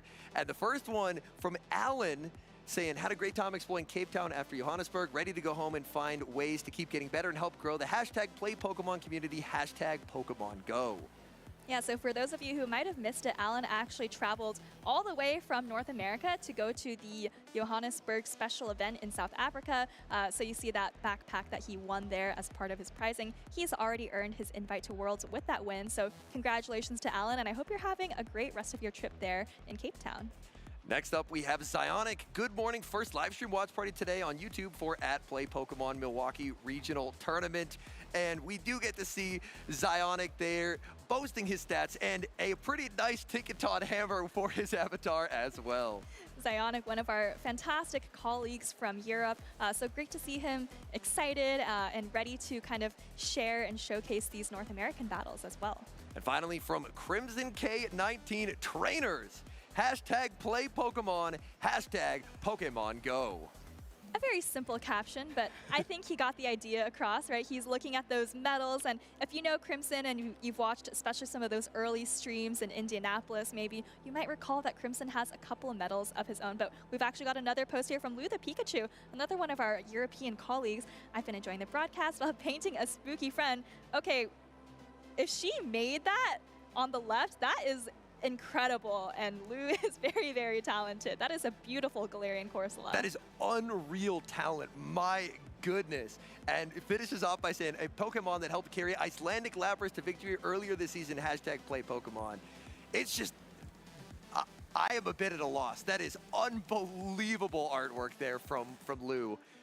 I'm left speechless, Soph. I don't know what to say. That's pretty beautiful. I hope she's able to maybe enter some of those. I know we have TCG artwork competitions sometimes, so definitely hope to see Lou maybe submitting some art into that in the future. And it looks like we do have some information about our next losers finals. This is going to be for Group C. It looks like we're going to have Teddy Bear versus Elmo is Innocent. That's right. I think we saw Teddy Bear earlier in the stream. I believe he lost to Rise to Occasion, who has advanced to day number 2. And now Teddy, kind of lost his chance earlier in the winners finals, but trying to kind of find that opportunity still here in the losers finals. Now, Pokemon, I'm very happy to see, and it's surprisingly not furred, is Shadow Blastoise. Shadow Blastoise, we saw, I believe it was Dialap at a previous regional, have a great result running Shadow Blastoise. He had this really innovative strategy of the moment he could get any kind of an advantage, like he could get some damage on the opponent or grab a shield, Shadow Blastoise hit the field, and it really felt like it had opponents fighting for their tournament lives as Shadow Blastoise continued to roll and deal massive oppressive pressure. I think we saw a regular Blastoise earlier in the stream just get kind of demolished by a Primeape, but this is actually a Shadow Blastoise. Gonna hit a little bit harder with those Hydro Cannons. Maybe that's gonna help out with some of these matchups, especially against Tinkaton. I could imagine the Hydro Cannon doing more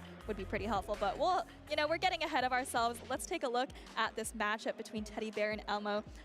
Is there anything else that stands out to you besides the Primeape on Teddy Bear's team? We are seeing a lot of Unova Stunfisk, and Unova Stunfisk again making an appearance on Teddy Bear's team. He's chosen to pair it up with 2 grass types, Shadow Jumpluff, and, oh, look at Elbow there, wonderful stuff, and Cradilly, and then has that ever-dangerous Shadow for Alligator, Shadow Primeape, and Tinkaton. So a few bulky options for Teddy Bear, but also it feels like he has quite a few Pokemon that at any time could be incredibly deadly sweepers. We were talking about the diversity of ground types out there, and I see Elmo is innocent actually has 2, has both the Cradilly and, the Claydol and the Clodsire there, and we haven't seen a lot of action from Clodsire, but I think it actually has a lot of play into Teddy Bear's team, so I'm curious if Elmo decides to bring it. Yeah, Clodsire doesn't really, I would say probably its worst matchup would be the Shadow for Alligator, but up a little bit of energy, that's surprisingly fine for the Clodsire because Shadow Hydro Cannon from Feraligatr hits everything hard, but the fact that Clodsire can absorb that damage and still survive the Shadow Claws after, Clodsire could prove to be a bit of an X factor in this matchup potentially. Yeah, curious to see whether Elmo decides to bring it. There's still a lot of other options on the table though, including that Golisopod, which I think can hit everything here for neutral or super effective damage. So that could also be another nice pick for Elmo. We do have double lock-ins here. It's losers finals, a trip to day 2 on the line. Elmo is innocent versus Teddy Bear. And this is the Shadow Jumpluff for Elmo versus the Cradilly from Teddy Bear. And this is a very weird matchup. You would expect the Flyer to be able to handily beat the grass type on the ground, and that is Cradilly. But with his super effective rock types, it's actually quite an uncomfortable matchup. And we see an immediate no-shield from Elmo. Teddy Bear willing to concede a free Fairy Wind in exchange for locking down a debuff before any damage gets applied onto that Cradilly. And Acrobatics is going to come through, but like you said, because Teddy Bear was able to get that attack drop, he's going to be happy to let that first Acrobatics go and not have to expend a Protect Shield so early in the game. Another Rock Tomb is reached, and this Rock Tomb will be enough to knock out the Jumpluff. Elmo now with a difficult decision, and he will actually invest a Protect Shield into the Shadow Jumpluff, which is now 2 stages debuffed. Yeah, tons of energy on this Jumpluff. So Acrobatics coming through with both of the debuffs. I'm actually not sure whether this is enough to take out the Cradilly. Looks like it barely isn't, but that just means maybe some extra energy from Elmo. And yeah, he actually wants the extra energy on his Blastoise instead of on the Jumpluff. Able to preserve that Jumpluff, resetting that 2-stage attack drop. Primeape is going to hit the field. Blastoise will immediately be put on the defensive as Rage Fist comes through. Yeah, actually no shielding the Rage Fist. This is going to be the least heavy-hitting Rage Fist that the Primeape throws, but it still does quite a bit of damage to the Blastoise, and you start to see those stab karate chops really adding up. This Shadow Hydro Cannon would do way too much damage. Teddy Bear thinks about it, realizes he likes his Primeape, and he's going to be protecting it from the massive damage of Blastoise. That's going to be a charge attack priority tie, well timed by Teddy to prevent Elmo from forcing that final shield unless Elmo shields himself. And Elmo decides to let the Blastoise and that Hydro Cannon go, so actually going to bring in the Golisopod, but I mean, how many times have we seen this, Henry? You have a boosted Primeape on the field. It's going to be really, really hard to get this out without significant fast attack pressure, and Elmo does not have that at his disposal right now. And this is double boosted. You know what? Triple boosted now. This Primeape, oh my goodness, he's gonna let it go because he's saying my Unova Stunfisk up a shield should be able to close out this game. Exactly right. Teddy has seen Elmo's entire team at this point. He knows that his Unova Stunfisk deals super effective damage to Golisopod and resists all of Jumpluff's energy. So I think Teddy, you know, of course we love seeing the Primeape just shred through teams on its own, but Teddy is going to be relying on the Stunfisk here to close things out. It definitely feels like the safe play from Teddy, understanding I don't need to overcomplicate things. As much as I love a +3 Shadow Primeape, my Unova Stunfisk with a shield, there just isn't a way for Elmo to damage it, because the discharge will pick up the knockout, and all you have left is flying damage, and that's resisted by the electric type. Yeah, and this Unovan Stunfisk is super healthy. Elmo's going to throw another charge attack here, but I don't think it's going to be enough to put a dent in this Unovan Stunfisk. Yeah, it doesn't even take half of what's remaining on that Unovan Stunfisk, and now a discharge is going to come through. I think Teddy is going to be able to take this first game. Calm, cool, and collected is Teddy Bear. Discharge not quite going to be enough to knock out, but discharge number 2 is going to lock in the game 1 victory. So getting that positive alignment for Credilli, if you're Teddy Bear, honestly really felt like a key to victory here, as Credilli was able to get that shield advantage, and with shield advantage, Shadow Primeape was deadly in the end game. Yeah, you were talking about how it might be nice to put Shadow Blastoise on the field once you have an advantage, but I feel like Teddy was thinking the same thing about his Shadow Primeape, right? Able to pull a shield with the Credilli, and then once he was able to do that, the Primeape just kind of shredded through a lot of Elmo's health. That Primeape, he just got so much value out of it. Being able to resist those rollouts. Blastoise, the entire reason for running the Shadow is all of that oppressive damage, but if you're resisting the rollouts, you have shields for the Hydro Cannon, then suddenly it just feels like a golden opportunity for that Primeape, and Primeape was able to a little bit run away with it. And for Elmo, what adjustments now do you make? Because that Primeape plus Credilli combo was an incredibly effective one. Well, I think this is where that Clodsire we were talking about really comes into play. You're able to resist those karate chops, although you do have to watch out for the Ice Punch.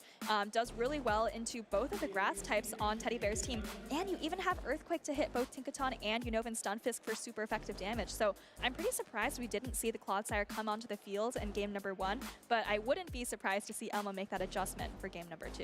I think Clodsire is a really nice prediction. We identified, even against the Unova Stunfisk, if you're up a little bit of energy, if Stunfisk, I believe, is even down 1 Thundershock, then that matchup can get very uncomfortable, as the Clodsire would then have a slight advantage. One battler has locked in, the other battler making last-second adjustments here. They're chatting about it. Here we go. Game number 2, there's a double lock-in. Wishing each other some good luck. This could be Elmo's last battle in Milwaukee, so gonna try to lock in. And this is actually a favorable lead. He's got the Shadow Blastoise into the Shadow for Alligator. Now both these Pokemon will be hitting for neutral damage with their fast attacks. Blastoise farming up quite a bit of energy, but it will be for Alligator striking first with a Hydro Cannon. Elmo more than happy to let that damage land. This is resisted damage, so Shadow Blastoise, even though it is a Shadow taking damage from a Shadow, is able to take it. He is going to build up to the Skull Bash and actually goes straight for it. Doesn't even mess around with the Hydro Cannon. Teddy Bear's thinking about it. Does he call it? No, he is going to get that Protect Shield, and shielding up that much energy is incredibly good for Teddy Bear. And all of a sudden, this Shadow for Alligator is looking very, very menacing. Tons of energy on this Shadow for Alligator. The Blastoise is very low despite that defense increase. Elmo's actually going to shield it up. Maybe wants to get off one more Hydro Cannon, but actually decides to just save it and bring in the jump up. This is scary with the for Alligator up energy.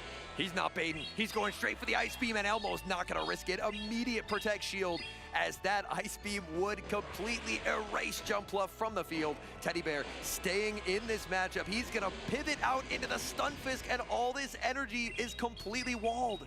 Great understanding from Teddy. I love that he built up energy on Shadow for Alligator before coming in to wall this energy. It's all resisted. Remember, this is a mono flying charge attack Jumpluff here, so really nice recognition from Teddy to be able to just take acrobatics after acrobatics.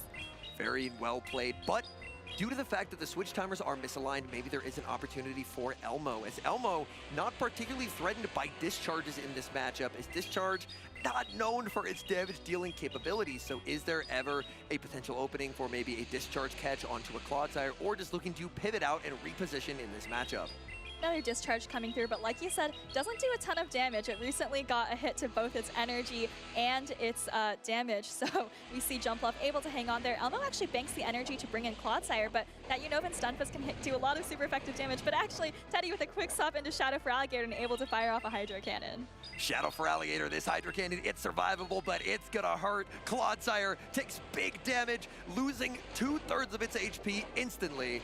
Elmo farming up here, and no! He plays to the CMP tie that he does not win, and down goes Clodsire with close to 100 energy. Miscounted the energy a little bit there, but honestly, even just to have a chance in the rest of this game, probably had to get a full farm down, which was just not happening. Brings in the Jumpluff to finish off the Feraligatr, but at this point, you just have a couple of HP remaining on both the Shadow Jumpluff and Shadow Blastoise. This is gonna be tough. In comes the Stunfisk. Stunfisk able to force the energy, and now Credilli with a shield looks very, very safe for Teddy Bear to close out this game. Acrobatics connects, down goes the Stunfisk, but in comes Credilli. Well, actually, it's going to be pretty hard for Credilli to bullet seed down that Jumpluff, but Elmo's going to switch out and try to get the last shield with this Hydro Cannon. Teddy, I think, is probably just going to let it go for the bullet seed down, and then maybe try to get back-to-back Rock Tombs off on the Jumpluff. And there it is, the Rock Tomb is reached, and that's gonna be game over. Teddy Bear with a 2-0 victory, nicely rebounding, and Teddy Bear claims his spot in day number 2 here in Milwaukee. Yeah, nice 2-0 victory, very clean. As for Elmo, he is going to end his run in Milwaukee in the losers finals, but honestly, that was a very nice run. I believe that's all the way in the top 24 of this tournament, which has over 100 trainers, so definitely no small feat. And as for Teddy Bear, we're gonna have to wait to see more of him in action tomorrow. And I'm very happy to see him have a nice bounce back series, because in winners finals, it was up against Rise. Rise was able to make an amazing prediction, and that sometimes can be a bit demoralizing, but he's able to bounce right back, and that's why double elimination, you lose once, you're not out of it. You can still fight to claim your spot in day number 2, and that's exactly what he did. I feel like I've seen Teddy make a couple of deep runs, but also I've seen him come very close to making day 2 a couple of times and not quite make it. So definitely happy to see him succeeding here in Milwaukee. But let's take a quick look back at this series. I think what we just saw was maybe the play where Teddy was able to bank energy and then absorb the Jumpluff's energy on the Unova Stunfisk, and then of course able to bring the Shadow Feraligatr back in. So, you know, with these very complicated matchups, it's really hard to keep track of things sometimes, but I think Teddy Bear did a great job. Yeah, unfortunately the Clodsire unable to get the farm down there. If it got the farm down, there was a chance, but that Shadow Feraligatr, it's just too fast getting to those charge attacks. And Credilli, great job endgame at being able to secure that victory, surviving that Shadow Blastoise Hydro Cannon, because even in neutral damage, that Hydro Cannon hit. Oh my goodness, it was so much damage. I feel like the Credilli didn't have too much work to do. There was probably collectively 10 HP left on Elmo's side, but I feel like the star of the show really was that Shadow Feraligatr, right? It was pretty much able to neutralize the Blastoise, able to do a ton of damage to the Clodsire as well. So Teddy really showing us, again, why Shadow Feraligatr is such a great Pokemon. And it was a true battle of the water starters, the Feraligatr versus the Shadow Blastoise. And I think a really impactful moment in that game was the decision to go for the Skull Bash. Skull Bash, so much energy. If it lands, the Feraligator's gone. But Teddy Bear, he thought about calling it, but he shielded at the last second, and getting that shield call right, erasing so much energy, just really put Feraligatr in an advantageous spot. And then with careful gameplay and switching it in endgame, saving that energy, all those careful plays pay off in a big win. Yeah, it's really tempting to go for that, neutral Skull Bash instead of the resisted Hydro Cannons, but it's also just so risky. And especially when you're Shadow versus Shadow in the lead like that, getting that Skull Bash shielded really kind of led to, one thing kind of leading to another throughout the rest of the game, and it was really tough to come back from that. One thing that I do want to take a look at here is actually going to be throughout the course of this season. We know these battlers, they're trying to become the Milwaukee Regional Champion. Who has won so far? We have Merida Marto taking the crown in February, San Juan out of pocket, and EUIC with Pato Man and the Shadow Walrein. Yeah, and just looking at those North American names, we have Out of Pocket and Rise to Occasion already making their way to day number 2. As for Elam and Dunebug, I believe Elam did not come to Milwaukee and Dunebug was actually eliminated already. So, still 2 trainers who maybe kind of want to make multiple entries for them on the next version of this graphic. And we do see a couple Pokemon that are rising there as well. The Lapras, the Tinkaton, Shadow Drapion might be suffering a bit of a decline here thanks to our good friend Tinkaton. But it has been really nice to see the Tinkatons just put in so much work as the rounds progress. Like, we are seeing these Tinkatons, not only is it top usage, but it seems like the people who are using it are having a lot of success as well. Yeah, I think there's a couple things that go into that, right? First of all, Tinkaton by itself is just such a good Pokemon, but in terms of thinking about what Pokemon are successful, you also need really good players to be picking it up, and I think that's what we've seen with top players like Out of Pocket and Rise to Occasion making it to day number 2 already.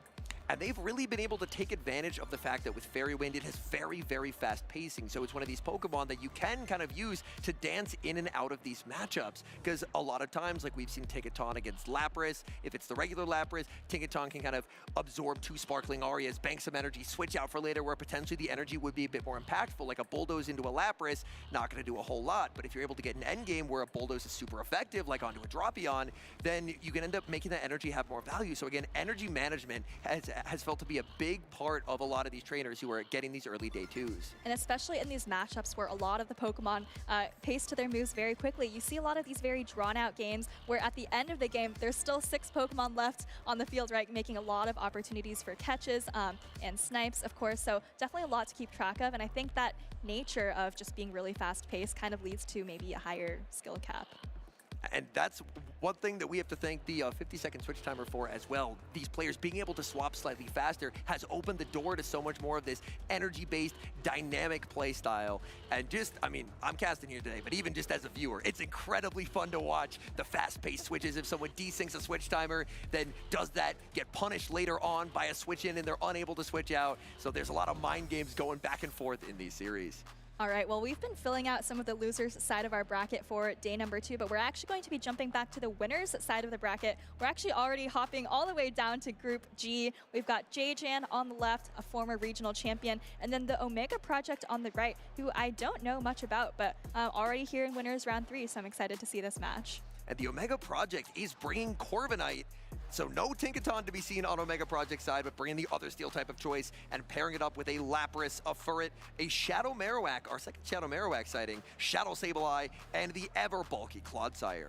And Shadow Marowak, again, a very interesting alternative to Claydol, where you don't take super effective damage from the Shadow Claws on Pokemon like Feraligatr, so that could be a key adjustment for the Omega Project here. But in terms of that Shadow Marowak, it has a lot of play into J-Jan's team, but you do have to watch out for that Superior and its super effective Vine Whips. If it can dodge the Superior in the 2-shield, I think everything else but the Superior has to fear that Shadow Marowak on J-Jan's team. Even the Lapras, that Shadow Marowak, the alternating 12-turn, 9-turn pacing for the Bone Club, the Mud Slap Bone Club combination really adds up, even though it's only hitting for neutral on that Lapras. Yeah, that matchup is pretty interesting because I think Marowak can win, especially if you're able to get those successful Bone Club baits. But of course, Marowak itself would also get one hit by the Sparkling Aria, so kind of an interesting matchup to play around with in terms of shield usage and energy.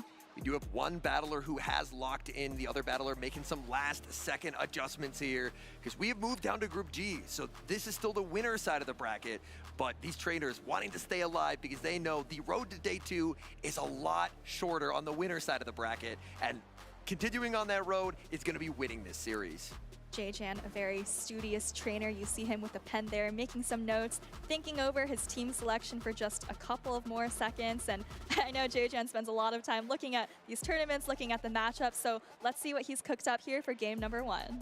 Looks like we have a pair of lock-ins. It's going to be Superior for J-Jan, and that's going to be met with the Furret for Omega Project. This is a matchup I don't know if we've seen on stream quite yet, but Superior does have access to that very efficient Frenzy Plant charge attack, and as for Fur, it's going to be throwing these Swifts, which are less efficient, but also just a little bit quicker. Interesting decision here by J-Jan. J-Jan running probably arguably his 2 best Marowak counters in the Lapras and the Superior, but Omega Project with the read, saying, if you're going to run strong to it, I'm just not going to bring the Marowak, and instead opting for a line with Furret, Lapras, and Corviknight. Frenzy Plant lands there, does a lot of damage to Furret, but it is able to get to this Swift. I believe that's a charge attack priority. I think J-Jan did tap on the Aerial Ace, but he is just going to let the Swift go, maybe hope that the Superior can hang on to still fire it off. This could potentially set up a really interesting farm down for the Corviknight. Obviously, Steel flying into grass, normally dominant, but Sand Attack is going to be resisted there, so he could get a lot of farm if J-Jan decides not to pivot out, but no, he's going to go for the farm on the Lapras. Lapras does get a healthy Psywave head start. And this Lapras from Omega Project does not have Skull Bash, and neither does J-Jans, which he comes in to meet the opposing Lapras with. So this could be quite a long, drawn-out matchup that we see in this Lapras mirror. And the interesting thing about the Lapras being met with the Lapras is this now does set up Corviknight into the Shadow Drapion in the end game. Corviknight can usually have the upper hand there. Corviknight would more often than not typically prefer shields down since it does have a pacing disadvantage. Yeah, J-Jan does have a little bit of a health advantage, but also a little bit of an energy disadvantage in this Lapras mirror match. So we're going to have to see how that impacts how this matchup plays out, or if either of these trainers decide to switch out prematurely. I could potentially see if Omega Project's Lapras is ever energy dry, a switch into the Shadow Drapion, and there we go, right on cue. Drapion hits the field. We're going to see the Sparkling Aria come out from the Shadow Drop.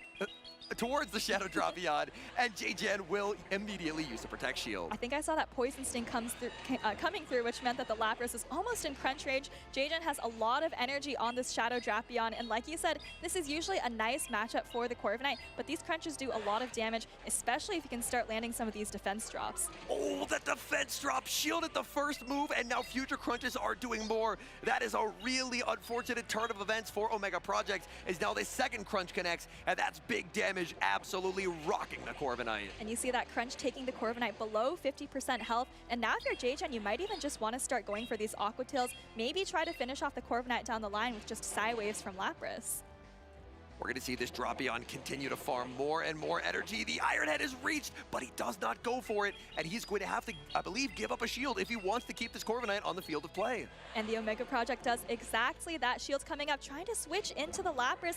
Maybe wants to try and catch an Aqua Tail, but J-Jan, very patient, sees it coming and goes for the crunch. This is going to be enough to take out the Lapras. So Lapras will get knocked out. This is going to come down to energy management with Corviknight. Will Corviknight have enough in the tank to close out this game? Corviknight going for the Iron Head immediately. So Drapion is gone. It's going to be up to a race here to the charge move between Lapras and Corviknight. Now, Corviknight is definitely in Sparkling Aria range, and J-Jan actually already had the Sparkling Aria loaded. He is going to be able to take game number 1 here. My goodness, that Lapras mirror went on for so long that I forgot there was a Sparkling Aria banked, but J-Jan, calm, cool, and collected here, never in doubt, and he's going to secure the Game 1 advantage. Showing why he is a former regional champion, trying to make his way back to day number 2 here in Milwaukee, maybe reclaim some of that former glory. And that was a great first game from J-Jan, like you said, bringing 2 of the best answers he has to the Shadow Marowak, but actually didn't even come on Omega Project's side. So will Omega Project decide to bring the Marowak? And if so, does J-Jan continue to try and run a line where it's basically ABA strong, like he's leading and he has a closer, that are both his best answers there? Because if Shadow Marowak ends up against like a Shadow Feraligatr plus Drapion core, it could get really difficult. Yeah, I feel like we saw in the San Antonio Grand Finals, Elite just using the Shadow Marowak against the Feraligatr Drapion core to great effect. So that's probably what Omega Project could try to go for, although I'm not sure if J-Jan's going to end up bringing that Feraligatr, given that there's a Furret on Omega Project's side. This crunch debuff was such a tough one. Shielded the first crunch, the second crunch doing way more damage, and that really put Corviknight on the defensive. It just lost too much HP, and that meant that it was in Sparkling Aria range endgame. Yeah, a lot of those situations where you think there's a possibility that your defense drops, you usually want to try to save your shields for the later charge attacks instead of the prior ones. But it's also tough because there's a possibility that you're more likely to get baited down the line. So I can see why Omega Project decided to shield the first. Yeah, it's a very tough game if you get debuffed. Unfortunately, that risk does get punished, and the debuff did come through. It looks like we do have lock-ins here for game number 2. It's going to be the Lapras making the return for J-Jan into the Corviknight for Omega Project. Both trainers sticking with their relatively safe Pokemon. Corviknight very flexible into J-Jan's entire team, so it makes sense to bring it as a lead. You are resisting those Psy Waves from Lapras, but the Sparkling Arias do quite a bit of damage. We will see the Iron Head launched by the Corviknight and an instant no shield here by the Lapras. Lapras able to absorb that damage comfortably, and only after a few more sand attacks will it actually get below half HP. Yeah, Sparkling Aria coming through here. We'll have to see if this takes Corviknight below half HP, because that'll tell us whether the second Aria will threaten to knock out. It looks like it doesn't, so Corviknight probably going to be able to take the zero shield situation here if that's what J-Jan decides to do. Corviknight opting for the Iron Head. Sky Attack would do slightly more damage in this situation. Iron Head, we're going going to see a no shield banking up the energy and sending in the Shadow Drapion. Yeah, JGen maybe noticing that the second Aria wouldn't KO, and Omega Project staying in for quite a bit of time before switching in Clodsire. But now JGen has so much energy, and it's going to start firing off these super effective Aqua Tails. Things could get very tough for this Clodsire, as Clodsire does typically get knocked out by 3 Aqua Tails, and JGen is already at Aqua Tails number 2 and 3 when the Earthquake is reached. I think that's a charge attack priority, so Omega Project is going to be able to fire off his own Earthquake before JGen's 3rd Aqua Tail, but it's still a very uncomfortable situation. I definitely expect to see JGen shielding this up, farming up a ton of energy before throwing that final Aqua Tail. The Shadow Drapion, even if it's met with the Corviknight later in the match, the Corviknight's already taken enough damage to where Drapion's energy is actually extremely threatening. We're going to see a charge attack priority tie here on the Stone Edge to the Aqua Tail, and now Omega Project has locked in a charge attack. While it would do a lot of damage, it would not be enough to knock out. This is nice counting from JGen. I wonder if he knows that this is just a Stone Edge, and it looks like he does instantly no shields. He knows he can still take the Stone Edge and a lot of fast attacks before getting knocked out, but actually decides to save all the energy and come into his Feraligatr.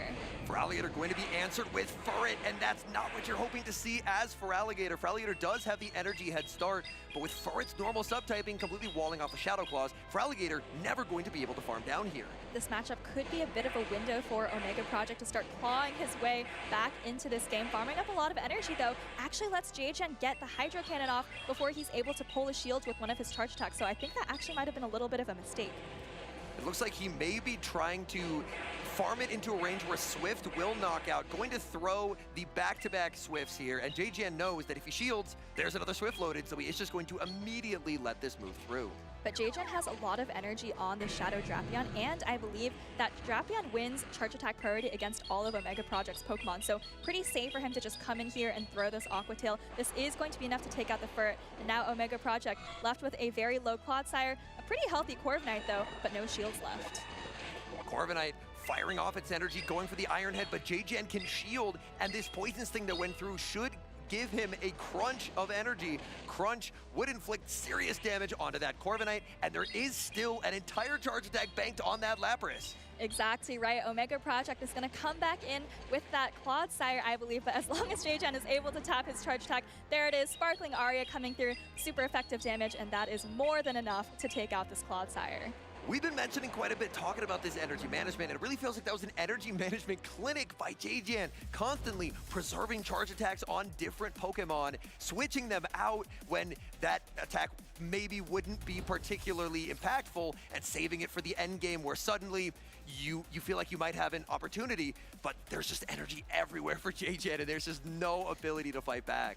Yeah, we talked a lot about the pacing of all of these meta Pokemon, right? Pokemon like Drapion, Feraligatr, even Lapras getting to Sparkling Aria in 5 to 6 seconds. So JGen really kind of understanding that, maneuvering in and out of all of these different matchups, and able to take a very clean 2-0 victory there.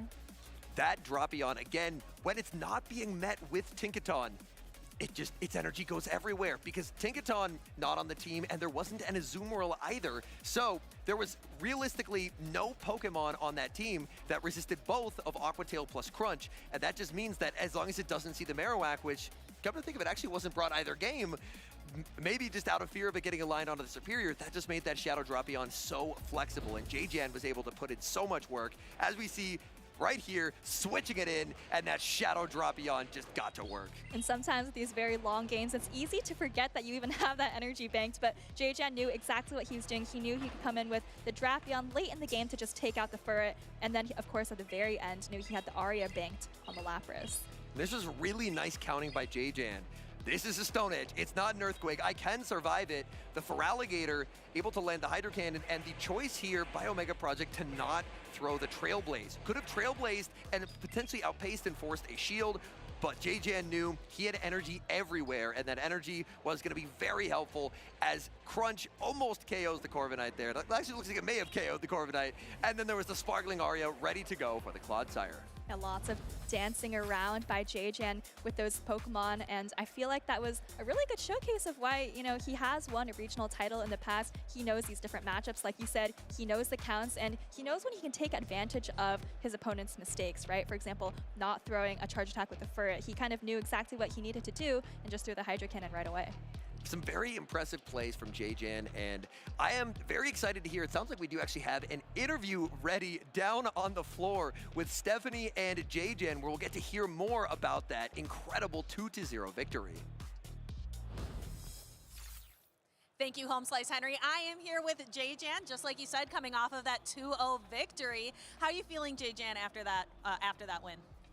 Yeah, I'm feeling pretty good, knowing I think I've qualified for points at least for this tournament. That's always the goal coming in, is try to, keep getting points to try to, qualify for Worlds. Last year, obviously, I got the auto invitation. It hasn't quite gone the same way this year, so just trying to do my best at every tournament. Awesome. Tell me a little bit about your team construction in this meta, which I don't think really has settled in quite yet. Yeah, it was very difficult to try to come up with a team. The final team actually came straight from Soph herself. I was DMing with a few people before, trying to figure out what they're running. And then I asked, what's the most used Pokemon? Try to go with that kind of stuff. Soph believed in the team, so I felt like I could run it. I've done that as well. Soph has believed in some Go Battle League teams, and I've used them to a lot of success as well. Just before this, we were chatting about how your opponent is actually a local of yours. Yeah, it's cool to be able to play some of my locals. That was Omega Project's first time on stream. He's been to a few tournaments before. It's cool to be able to have the local scene showing up at the regional level. Awesome. And other than Softove, obviously, is there anyone else you would like to shout out here today before I let you go and prepare for your next battles? Yeah, shout out to Jackson and Frost, who are here. They competed already in the tournament. Shout out to my parents. Shout out to the JJan fan club, of course. All the JJan fans celebrating right now. Awesome. It's always good to have a good fan club. Now, we are going to watch some great highlights from those battles and then take a quick break, but don't go anywhere. The Milwaukee Regional Championships is far from over.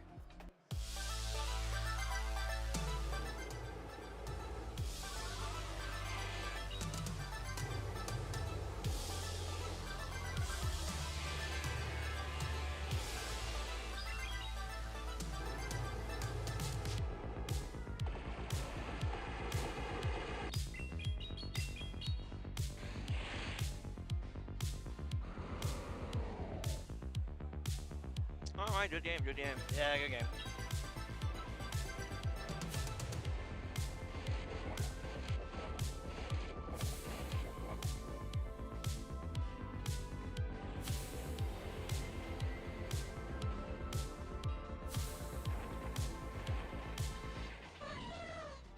Man, Stunfisk, man. You just had to have the core breaker. The heartbreaker, if you will.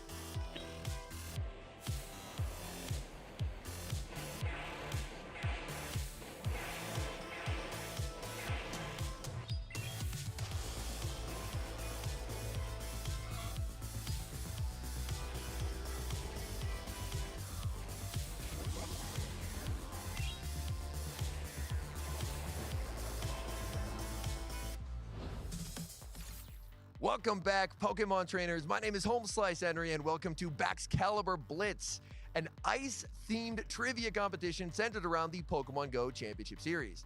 Now, I have two contestants here who are actually both competing this weekend in Milwaukee for the chance to become the 2025 Milwaukee Regional Champion. Contestant number one, I'll have you introduce yourself. I'm Out of Pocket. Nice to meet you, Out of Pocket. And how many tournaments have you done here before? So many, dude. So many. Would it be fair to say that you have played these games before? Oh, 100%. Wow. Awesome. Welcome, Out of Pocket. And now we have our second trainer. I'll have you introduce yourself. I'm Dylan. Nice to meet you, Dylan. And have you competed in any tournaments before? No, this is actually my first time coming to one of these, so I'm really excited. Hey, that's awesome. So we have a tenured competitor, an international champion, and a trainer who's showing up to their first regional. So we should be in for a good trivia competition. Now, this is going to be a 1st to 3, and these will be questions centered around ice types that have had success in the championship series. So I'm going to ask a question. When you have an answer, raise your hand. I'll hand over the mic. And if you get it right, you get a point. So the first of which will be around the European International Championships from 2025. What Shadow Ice-type Pokemon helped Pato Man claim the European International Championship? All right. That'd be Walrein. That is correct. 1 point here. Pocket, you're down early, man. Do you have a comeback in you? 1 trillion%. All right, glad to hear it. Next up, we go to the Atlanta Regional Championships, also from 2025. Tomahawk UK managed a top cut performance with 2 Ice-type Pokemon. Oh, he's ready. Alolan Ninetales and Shadow Lapras. That is correct. Well done. All right. Next up, we're actually going to Brazil and the 2024 competitive season. And that is LNDS Harjeff actually managed to get a perfect unbeaten regional. And there was an Ice-type Pokemon on that team. What Ice-type Pokemon did he bring?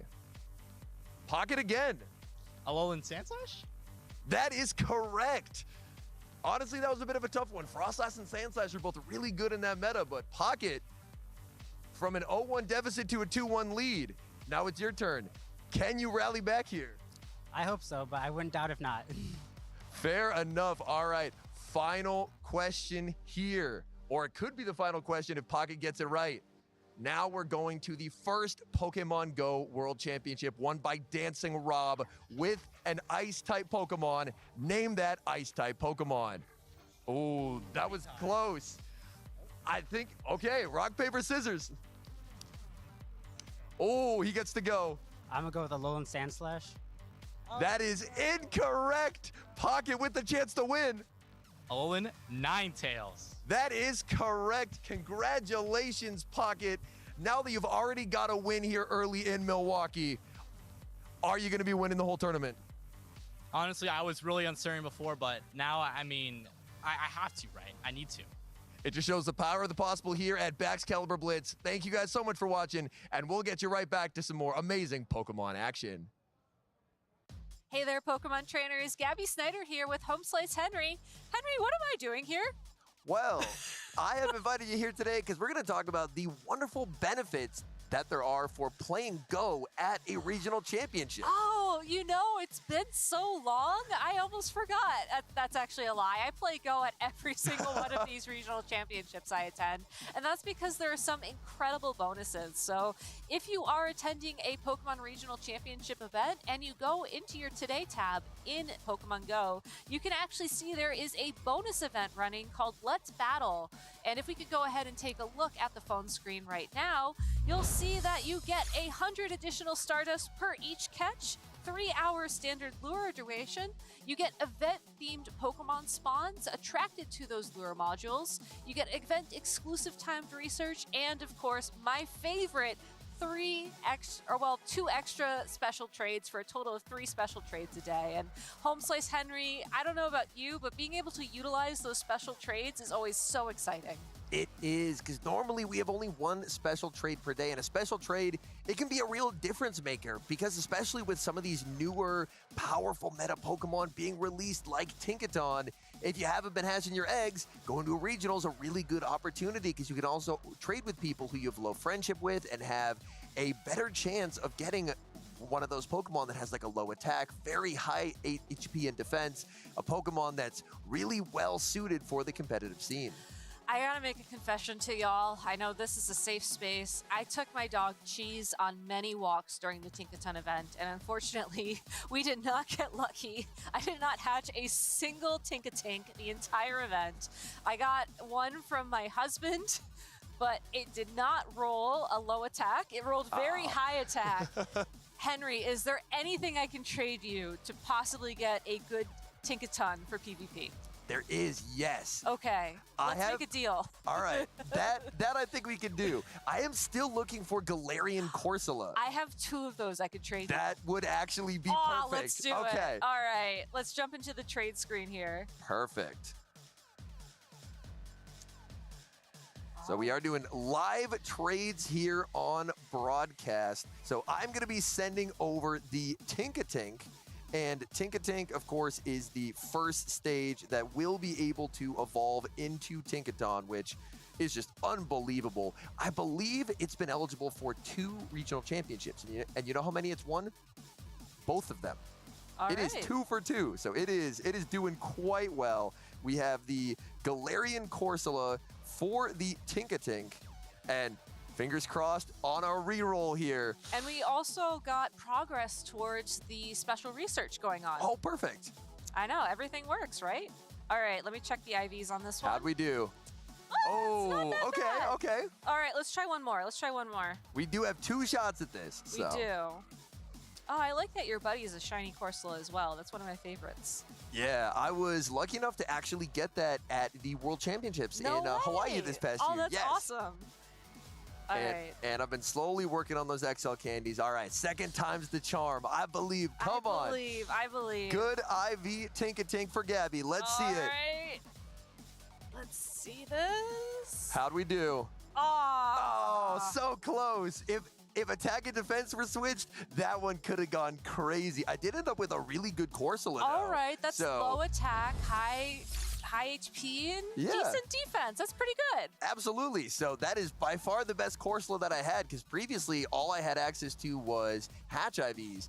And that's one of the nice things is having these extra special trades is you have an ability to swap a Pokemon like a Tinkatink, a Galarian Corsola, or if you're still after one of those legendaries as well, like I know it hasn't seen as much play recently, but something like a Cresselia or a Registeel in seasons past, they were dominant forces to be reckoned with. So they're just, even if you go to these tournaments as a spectator, they have spectator passes, and being able to, they oftentimes have community days during these regionals as well. And so if you get a boosted dust community day and the boosted dust from being at the regional, you're swimming in Stardust. I know. That's exactly why I make sure to play every time I'm at a regional championship. So, hey, next time you attend a regional championship, or maybe this will inspire you to attend, make sure to open up Pokemon Go and take a look around. You never know when you'll make a new friend or maybe make a new trade that'll help your next Pokemon Go Battle League run. So thanks for watching. We'll be back with more Pokemon action soon.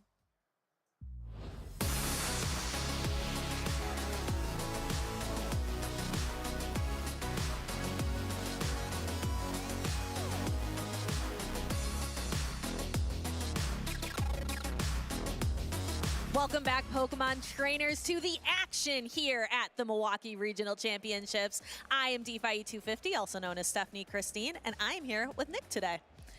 And Nick, they just got done talking about all the different things that you can be doing at a regional championship. They focused a lot more on the trades, which is really exciting, but what about raids?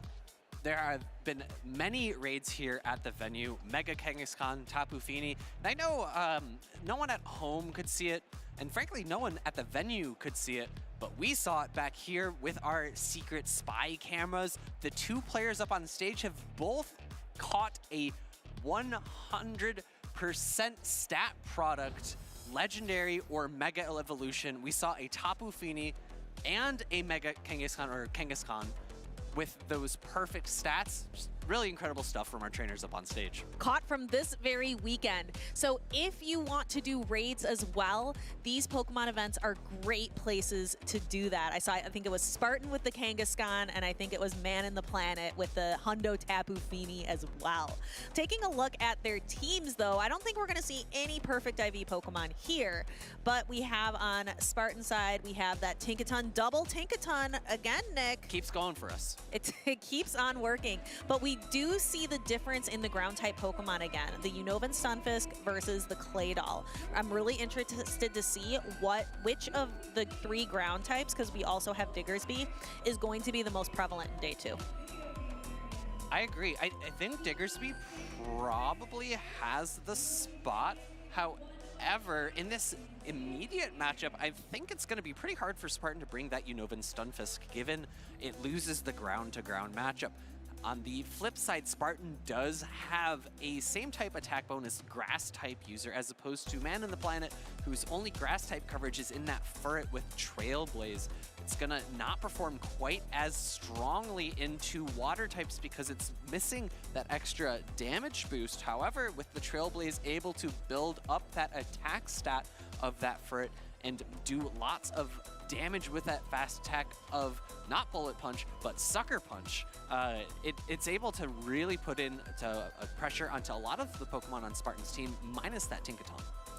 Speaking of the Tinkaton, one of its hardest counters is Talonflame, and we're seeing that on both teams as well.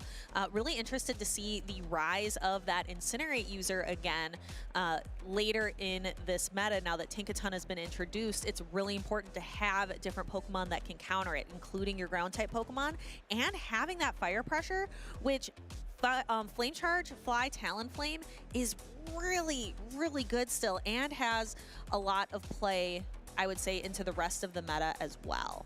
And it looks like actually the two Talonflames have different attack sets. If we look at Spartan's Talonflame running that Fly Flame Charge, like I mentioned earlier, where the Talonflame on the side of Man and the Planet is running that double Fly attack set of Fly and Brave Bird. Yeah, Fly and Brave Bird had been the most common move choices for Talonflame for a long time because we hadn't seen Steel types in the meta for ever, more or less, since Galarian Stunfisk is not in the meta. Registeel hasn't been strong in the meta for a while. The most recent Steel type was like Shadow Steelix, I think, in Vancouver. But here we go. Game number 1, Spartan on the left, Man in the Planet on the right. This is a great lead for Spartan. The Cradilly into the Claydol. Yeah, and even though the Claydol is shiny, beautiful shiny there, but I don't think that's going to help it any bit against this super effective damage that is coming its way from a Grass Knot. Takes the very bulky Claydol almost down into the red, and we're going to see Claydol fight back with Ice Beam. Now, we saw a Claydol earlier not bringing Ice Beam in its attack set. This is why Ice Beam, this is one reason why Ice Beam is so good on Claydol. Yeah, a bit surprising to see the no shield there. Ooh, Rock Tomb here now thrown and is caught onto the Tinkaton. This is probably the move of choice here, given that both are resisted. Attack does drop. In comes Azumarill, keeping it away from the two grass types that Spartan has in the back. Yeah, this is a real, I love this call for Man in the Planet to bring in the Azumarill, because honestly the Shadow Drapion would be okay here as well, especially now that the Tinkaton was debuffed with Rock Tomb. But I like that he brought in Azumarill to avoid, he knows the Cradilly's there, he doesn't know about the Shadow Jump Fluff yet, but maybe making a really good like team call. I'll be curious to see if Azumarill ever really switches up towards Hydro Pump in this meta with more Tinkaton. Charge attack now being thrown by Tinkaton. Play Rough going back and forth on each side. Play Rough here is neutral damage, whereas when Azumarill throws it, it is resisted damage, and it looks like he's going to throw 3 more bubbles before a move. However, the Tinkaton now has reached a second Play Rough, which is going to do a lot of damage to this Azumarill. And no shield for Man in the Planet, recognizing Azumarill can tank it and actually swapping right into the Shadow Drapion. And this isn't too bad with the Jump Fluff here. The Poison Sting's doing super effective damage, and Shadow Drapion can just pace to these crunches so quickly. Let's see, can we get a debuff right away? No debuff to be found. Shields up for Man in the Planet. 2 shields there, only 1 for Spartan. I don't think the debuff is super necessary, whereas in even shield situations, it might have been. Aerial Ace Bait comes through. Man in the Planet not super happy with that. Looks like a charge attack tie now. Great timing for Man in the Planet. Going to be able to prevent the energy from Spartan to be used here, because I can't imagine he wants to shield, given it would lead towards a very juicy farm down with Poison Sting later. Spartan's got to make a decision, come in with the Cradilly, come in with the Tinkaton. Tinkaton is very low on health, and Cradilly has a ton of energy. Throws 1 Bullet Seed before throwing the Rock Tomb, which allows Man in the Planet to make this catch onto his Cradilly. Not very effective, but still knocks out, even though Spartan undercharged. Great catch from Man in the Planet there. Next, Rock Tomb coming through, going to do a lot of good neutral damage here in this matchup. Shield coming up, doesn't want to take it, realizes that this will probably be the hardest hitting move left in the game, unless... I think it's probably pretty similar to Bulldoze, given how bad Bulldoze is. We have decided that for sure today. Spartan going ahead and throwing a Rock Tomb, which is going to debuff this Shadow Drapion, as well as do quite a bit of good neutral damage. We are running low on health on all of these Pokemon. No shields remaining, so every attack is going to hit. We have the crunch. It should be enough to knock the Cradilly out. Tinkaton remains, but the Azumarill comes in, and it is loaded on energy. Even though this this play rough is resisted, a stab play rough from an Azumarill should be just enough to knock the Tinkaton out. And Man in the Planet takes an early victory here in the losers finals for Group D. Spartan needs to be able to turn this around to keep his tournament dreams alive today. What do you think Spartan can do to adjust? Do we need to see the Talonflame? Do we need to see the Lapras? What do we think? Frankly, I think the team composition was fine. I think it was pretty neutral into the team. Unfortunately, Shadow Drapion just had a little too much play for Man in the Planet, and he was able to maneuver it in such a way that it was able to be very impactful. Catching this Rock Tomb on the Tinkaton, very great. However, I think it positioned him in a spot, especially this catch here, to be a little bit more vulnerable to Man in the Planet a little bit later on. The catch there, the switch, the energy built up onto the Azumarill because of the debuff on that Tinkaton. Again, just gave Man in the Planet a little too much wiggle room. Yeah, also Man in the Planet able to position that Azumarill really well to avoid both grass types on Spartan's side of the field. Here we have Unova Stunfisk into that Shadow Drapion. Now, Unova Stunfisk does have an advantage here, being able to throw those super effective Mud Bombs. However, Shadow Drapion still is going to outpace to Aqua Tail. Aqua Tail is not same type attack bonus, however, look how much it still did. Yeah, the great thing for the Unova Stunfisk, though, is even though it's taking super effective damage from those Aqua Tails, is that it is able to very comfortably take two, actually opting to catch here on the Lapras, go ahead and neutralize some of this energy here. Man in the Planet's going to have to choose, do I want to switch into Azumarill or do I want to switch into Tinkaton after I build to a Crunch? Actually, no, opting to throw the Crunch now before switching because he's only taking resisted damage from these sideways, double resisted by the Dark typing, but that Poison subtyping taking super effective damage from Psychic type neutralizes one of those resistances. And then we have the Tinkaton coming in. Now the Lapras has been softened up a little bit. It's at a lot lower health. Tinkaton is going to have to tank this Sparkling Aria. However, that's just fine. Tinkaton is free now to build up a little bit more energy. But there's another Sparkling Aria. Is Man in the Planet going to shield this? I don't think so. I don't think it quite threatens enough. And I do really like the overfarm there from Man in the Planet because he was in a position where a Bulldoze would not have been enough to knock out. Switch into the Talonflame, countered by the Azumarill. This is a great spot for Azumarill. I really like how Man in the Planet threw 2 Fairy Winds before swapping out. So he was able to get a little bit more energy, but that Incinerate damage didn't quite apply. Azumarill now throwing the Ice Beam. Great timing for Man in the Planet.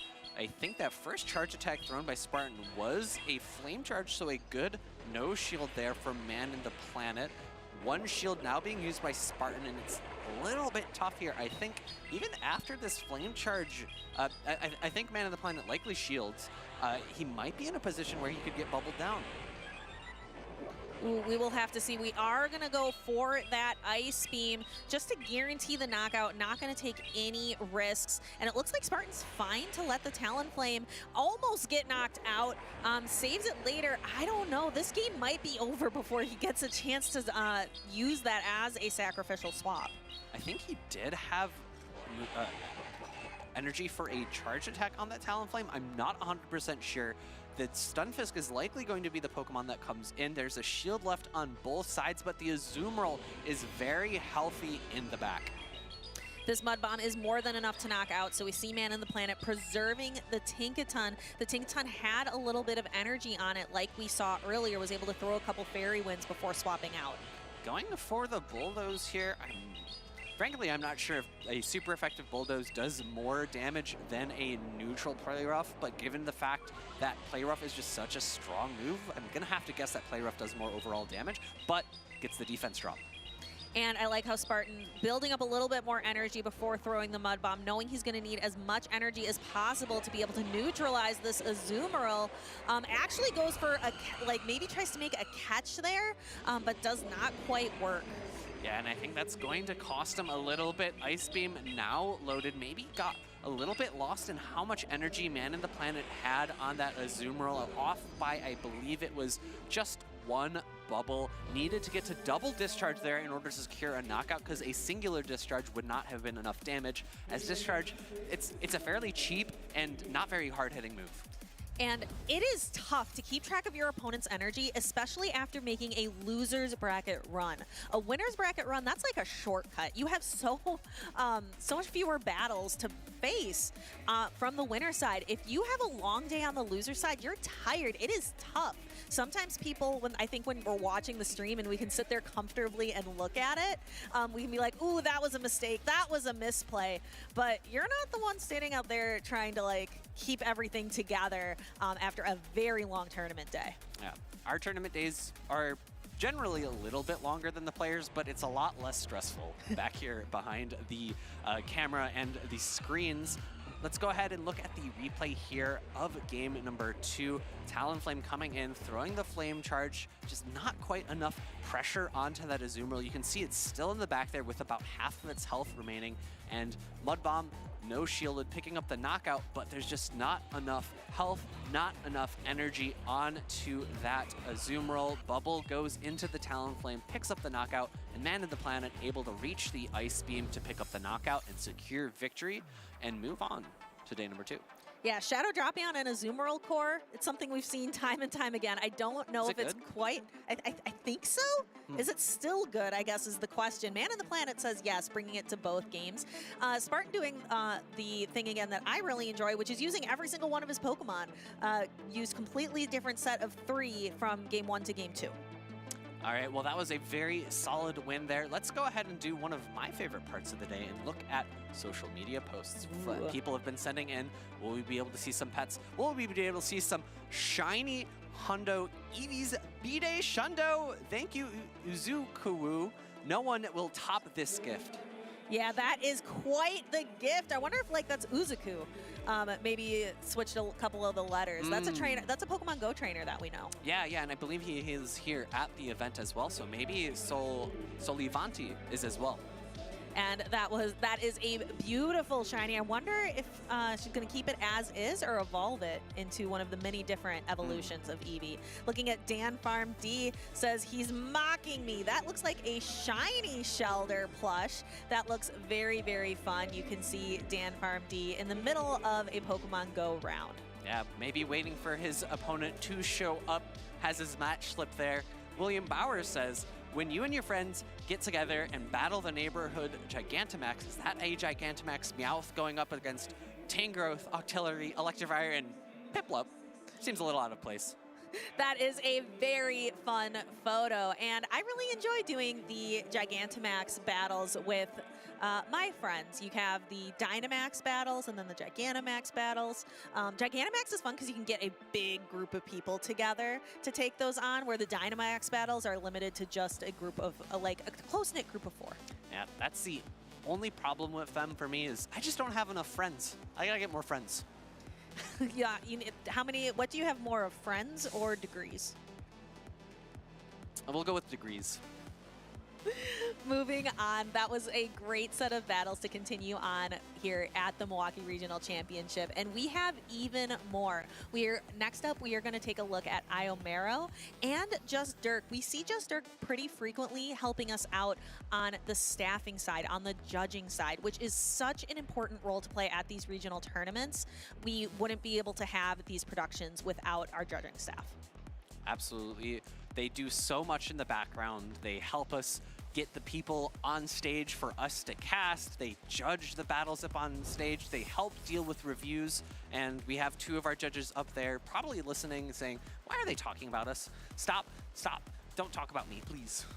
Yep, and Just Dirk also bringing his partner, which is Pepsi, the dog that we love to see. We always welcome Pepsi at these championship events. Of course. And let's wait a bit to look at the teams. Both of our players are still with their headphones off, but you, of course, at home, if you're at home, you can talk about the teams with your friends that I don't have. I don't know why I'm making fun of myself so much. It's just so easy to do. True. Taking a look at Just Dirk, I remember seeing him on that championship point leaderboard as well at the beginning of the stream. He was number 16. So this is a trainer who's been doing not just helping out at regional events, but also participating and taking advantage of all the different local scenes, taking advantage of the cups, taking advantage of the challenges to be able to secure all of those championship points. And with the changes that were made with this season to the best finish limits, you're not required to go to as many events as you might have been in past seasons in order to get those championship points to fight for those leaderboard positions. I haven't done the math, which is frankly embarrassing for me. I should have done the math, but I'm very curious as to what the highest potential championship point value one could have at the end of a season if you go win all 3 ICs as well as 2 regionals, and then as well as have all of the local points as well. It must be like 3,000 points or something. It's got to be a ton.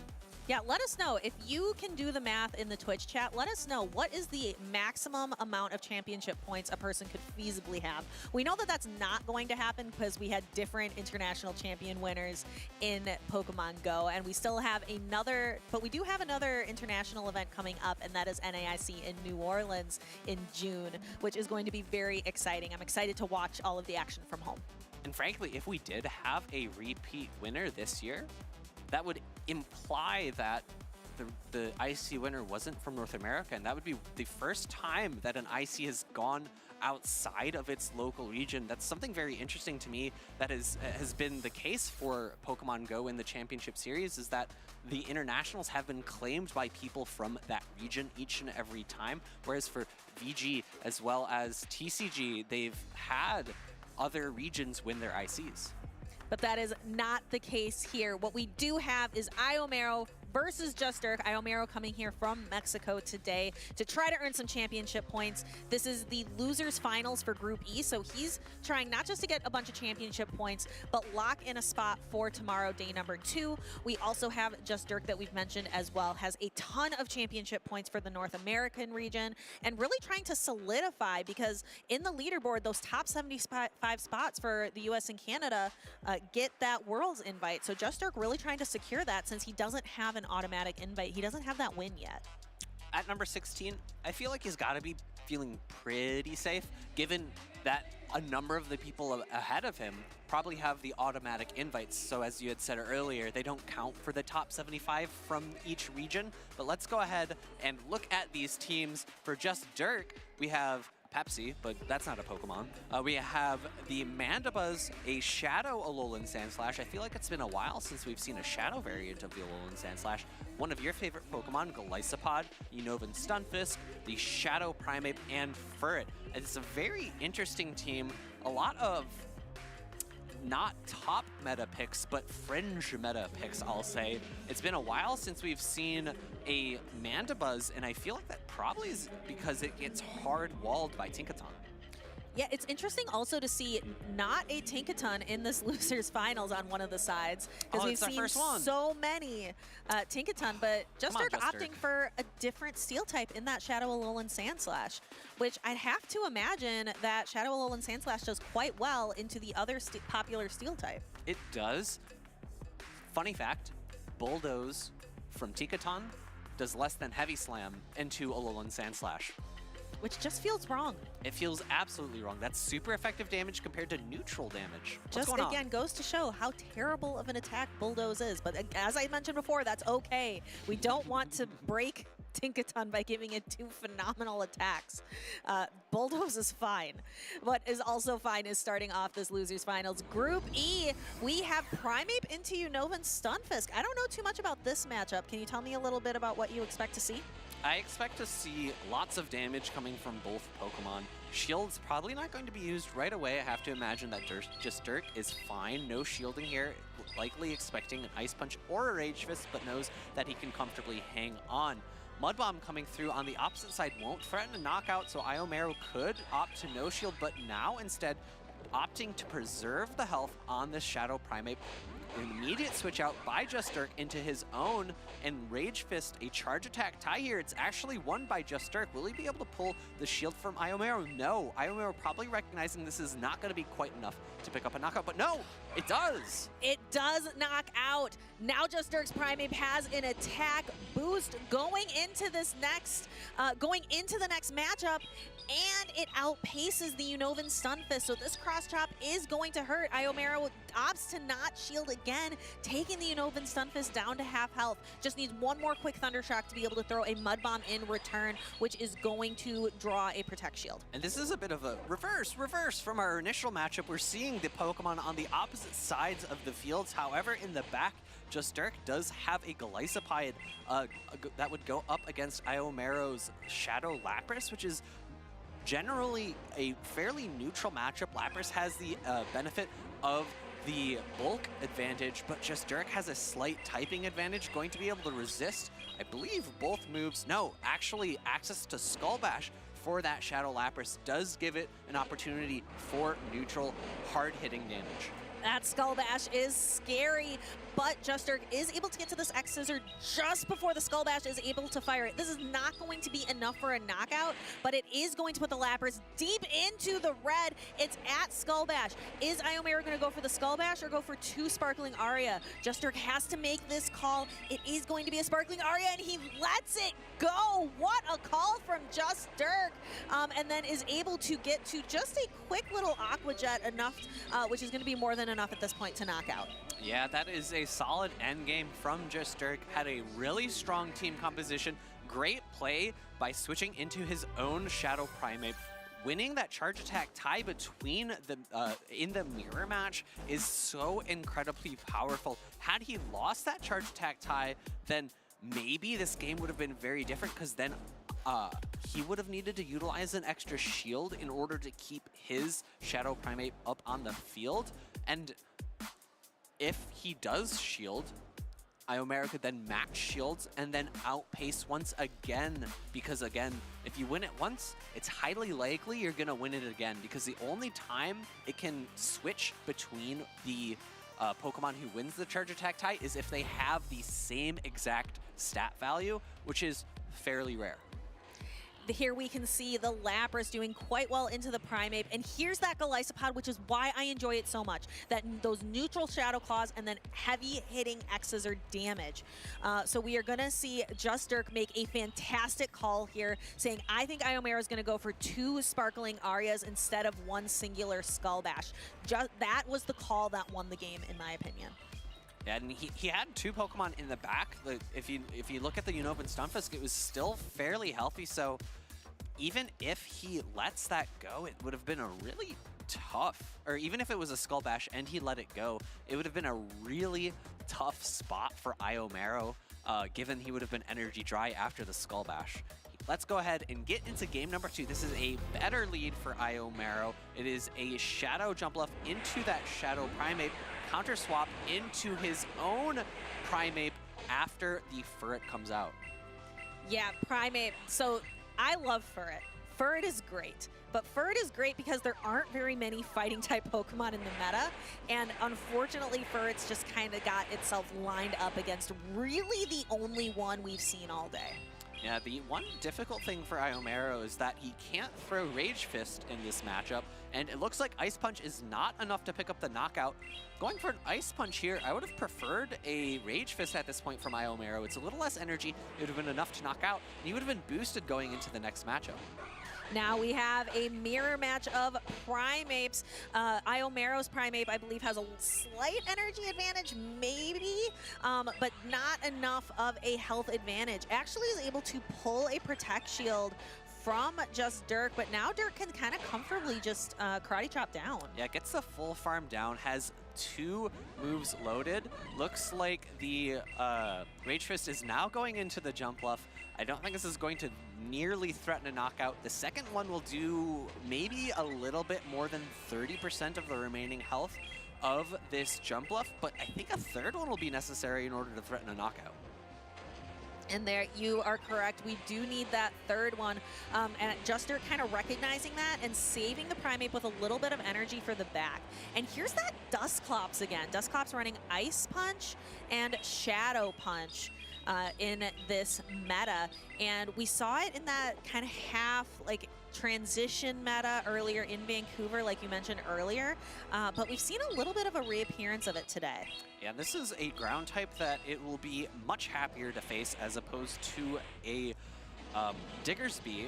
And of course, he's got to be, Iomera has to be very happy that this was able to avoid the Ferret. It would have been an awful matchup for him. I think the Ferret would have been able to get a massive farm down as well as get the Trailblaze boosts to be able to do a lot of damage with against any other Pokemon in the back that Iomero had. Mud Bomb coming through, going to do a nice little bit of chip damage and potentially put this into farm down range afterwards if Juster decides to shield. We are going to find out, does Juster use the shield? He does. He protects the Unova Stunfisk, and the Unova Stunfisk wants to try to get as much energy as possible, but Iomero decides to expend the energy here in order to try to get this Stunfisk off the field of play. Doesn't quite do enough, so we see a quick swap into Shadow Jumpluff to try to just finish this Stunfisk off. There is very little health remaining on this Primeape, able to get to a Rage Fist. However, even if he throws it into the Jumpluff, he knows there's too much health remaining on Iomero's Dusclops. He would not be able to get a Karate Chop down, and that is going to be game number 2 going over to Iomero. There's also a shield on Iomero's side, so throwing a Charge Attack would have made no difference anyways. I'm really interested. Iomero hasn't brought the Tinkaton yet, and I think Just Dirk really built a team that has quite a bit of play into Tinkaton, but Iomero's just hasn't decided not to use it, decided to switch things up, use the Dusclops, use the Shadow Primeape. We've seen the Stunfisk and that Shadow Lapras. Lots of variety on this team today. And we see our players talking a little bit to the judges. It is possibly going to be a dispute. I believe there was a lost turn when the Primeape came in from Just Dirk, and we saw that Iomero was able to get to that Charge Attack first. However, as we saw in game number 1, Just Dirk wins that Charge Attack tie, and that likely caused Just Dirk to have to shield in order to preserve that Primeape. So I think that's what happened. We'll let the judges determine whether or not that affected the outcome of the game. So our match is going to be under review, so please hang on as that is discussed by our judges who are up on stage. We were talking, I was saying earlier that they probably wouldn't want us to talk about them too much, but we can bring the spotlight back to the rest of the battle, talk about the Pokemon that they were using as our judges make that decision. Yeah, as I mentioned earlier, Iomero not using the Tinkaton. We can actually take a look, before we talk more about the teams, we can take a look at what the judges are currently reviewing, which is a missed fast attack. Yeah, coming in 1 turn late means that the Rage Fist for Iomero is ready before Just Dirk's is, and that means that he's not able to get that Charge Attack tie, which is so impactful, why he likely brought a Shadow Primeape with really high attack in order to win that Charge Attack tie in the mirror match. Very crucial for Pokemon that are squishy and you sometimes see the mirror match for, like a Shadow Primeape. Also very impactful for Sandslash in metas where Sandslash is popular. I think we saw that be very crucial in the Atlanta Regional with Elam versus I forget who was playing, but it was an Alolan Sandslash mirror, and his once the Charge Attack tie was able to get the victory. So those little moments are so important and so critical. We thank our judge team for taking the time to review to make sure that the results of the battle are like truly fair. And it was nighttime clashing. I remembered. My brain is just always like maybe 2 turns behind. It gets a 2-turn swap when it's thinking about things, not a 0-turn swap, not a 1-turn swap. Those Pokemon Tinkaton, we haven't seen them too frequently in this matchup. I am disappointed that we are only seeing 1 on the field of play so far, kind of ruining our 2 Tinkaton streak that we had going. I'll be very curious to see if our day 2 usage is close to 100%. I think we've only had that one other time, and I think it was with Metacham a long, long time ago. Yeah, and Metacham certainly not on 100% of teams now. We've had quite a few meta shakeups since then. Do you miss the Metacham meta at all, Alpha Phoebe? I do and I don't. I think there were some points of the Metacham meta that I enjoyed. There were other parts that I didn't quite as much, such as anytime Noctowl and Trevenant were both super popular, felt like the game was very rock, paper, scissory. Trevenant has absolutely no play against Noctowl. I do miss Noctowl a little bit. I feel like it's one of my favorite flyers to have been popular in the meta. Very bulky, good coverage move. So I do miss it a little bit, but it was good for quite a while. It had its time in the spotlight. Happy to have other flyers be in the spotlight now. Yeah, the metas where it was a lot of Trevenant, a lot of Lantern, a lot of Noctowl. It was kind of either you loved that or you absolutely hated it, and we're happy to see it go. What I believe we have from the judges is a rematch. Mr. Turnt, we're seeing that there was missed a turn right when Primeape swapped in, would have won that charge attack tie based on the previous game, so there was a rematch and there's no appeal. Alrighty, well, let's go ahead and reload into a game number 2 here. It's a best of 3, so Iomero is back to a position where he is going to have to win 2 games in a row in order to secure a victory here in this losers finals for Group E. Justurk, 1 more win away from making day 2. So we need to erase that last battle from our minds. It does not exist. We are 0-1. Justurk needs that 1 win in order to secure that place. Iomero's trying to not have that happen, trying to fight for that spot in day number 2. We're going to have to see how Iomero is going to switch this up, though, because Dirk seems with his kind of like you mentioned before, kind of core-breaking team, kind of slightly off-meta team. And again, I think Justurk just likes to run Pokemon that he enjoys as well. We're going to have to see how that's going to play out. I think one of the most crucial things for Iomero is that if he's going to opt to play his Shadow Primeape, he needs to get it in a position where it has energy advantage, because as we've seen time and time again, it's going to lose that charge attack tie to Justurk's. So he needs to make sure that he's able to throw his moves earlier than Justurk can in order to secure victory in that mirror matchup. Our trainers are just about locked in. If Justurk can win this one, he secures his spot. Iomero needs this win to keep his tournament dreams alive. And we have Jumpluff, Shadow Jumpluff into Unova Stunfisk. What do you think about this lead matchup, Nick? It's a deceptive matchup. You have a grass type versus a ground and electric type. However, the grass type is also a flying type, and it's only running flying type charged attacks.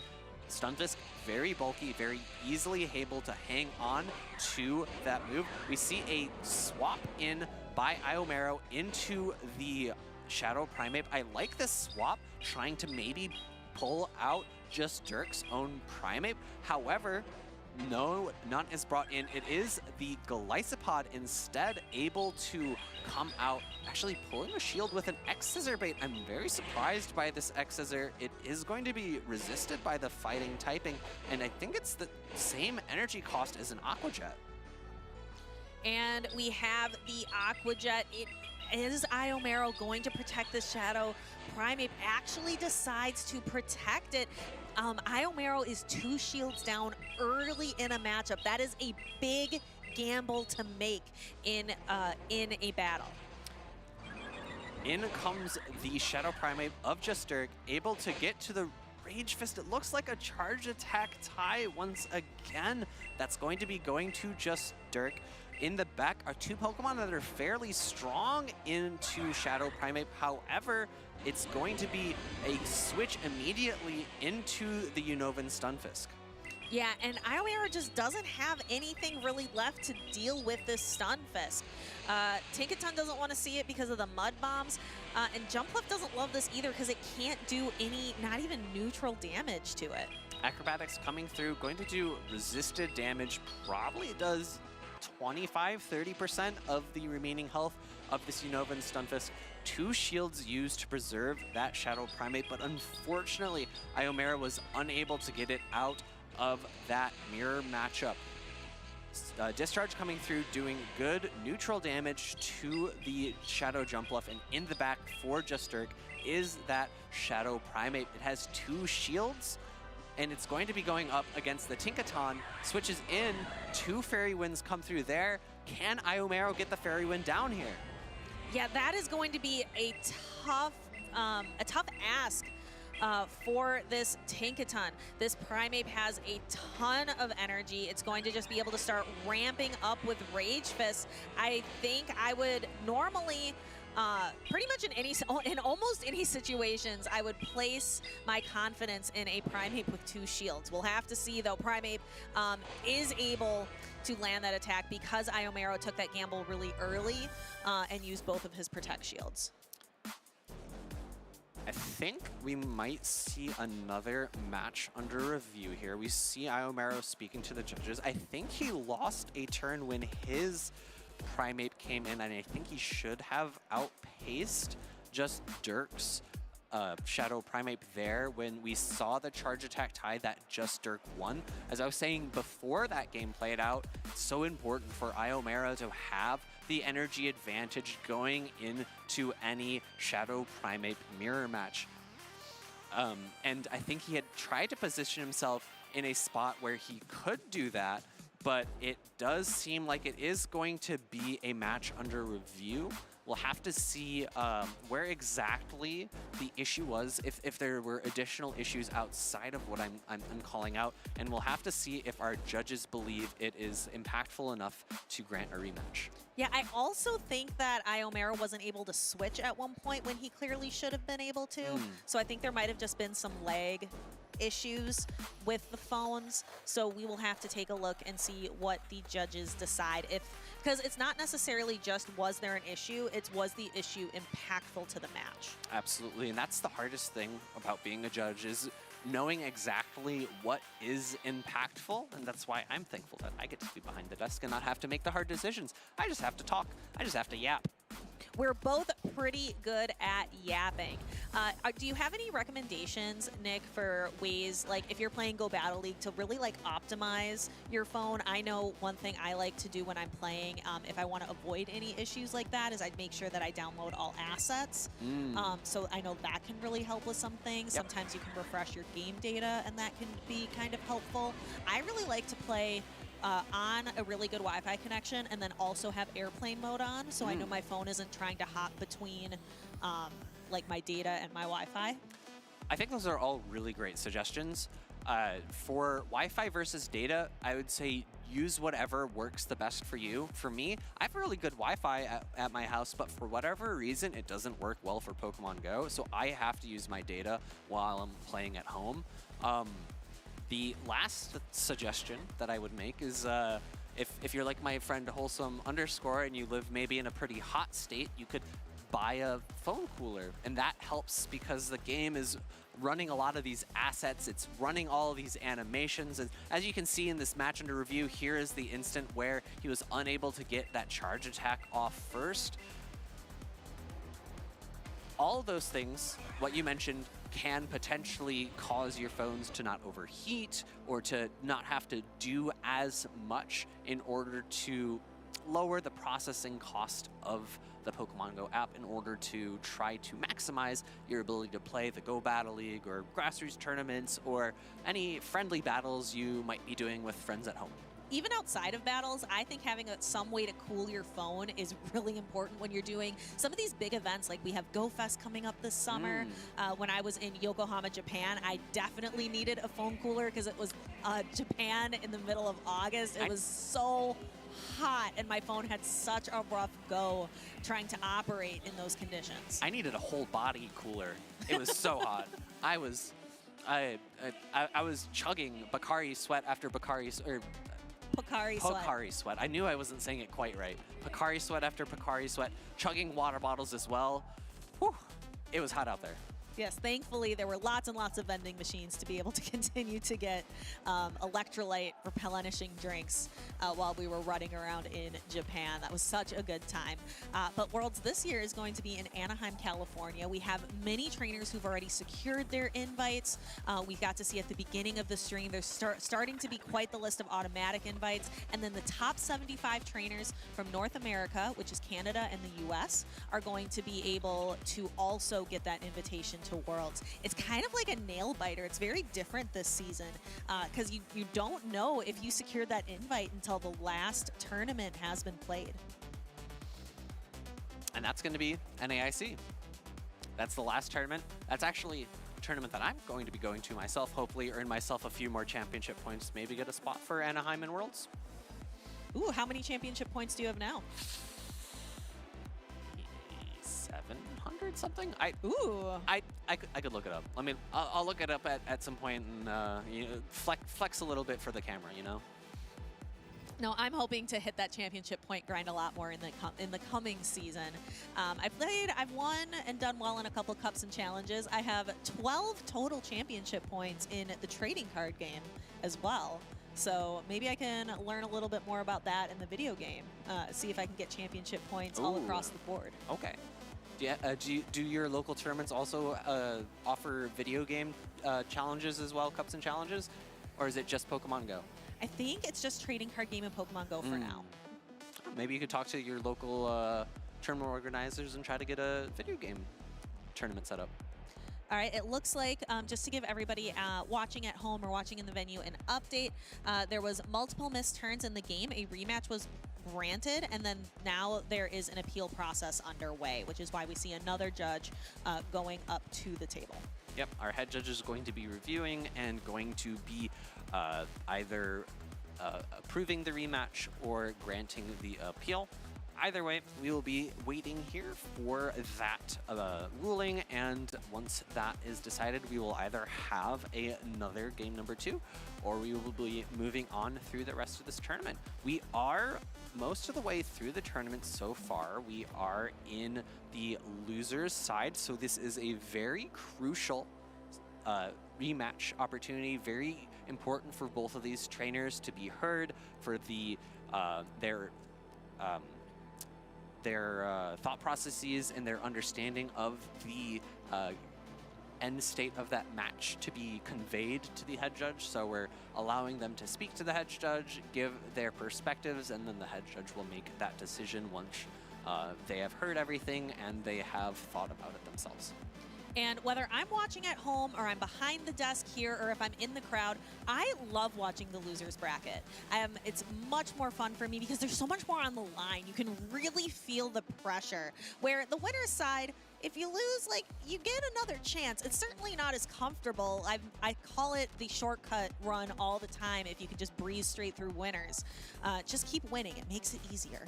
But I think losers is where it's at. And almost every time that we do caster predictions for day 2, I almost always pick a losers bracket run because that to me is the most exciting, rooting for someone on the loser side. Even though if you pick a winner's side, you're more likely to be correct. But I like to put my faith in the loser side bracket runs. Of course. And I will say from personal experience, I very much prefer the winner's side of the bracket.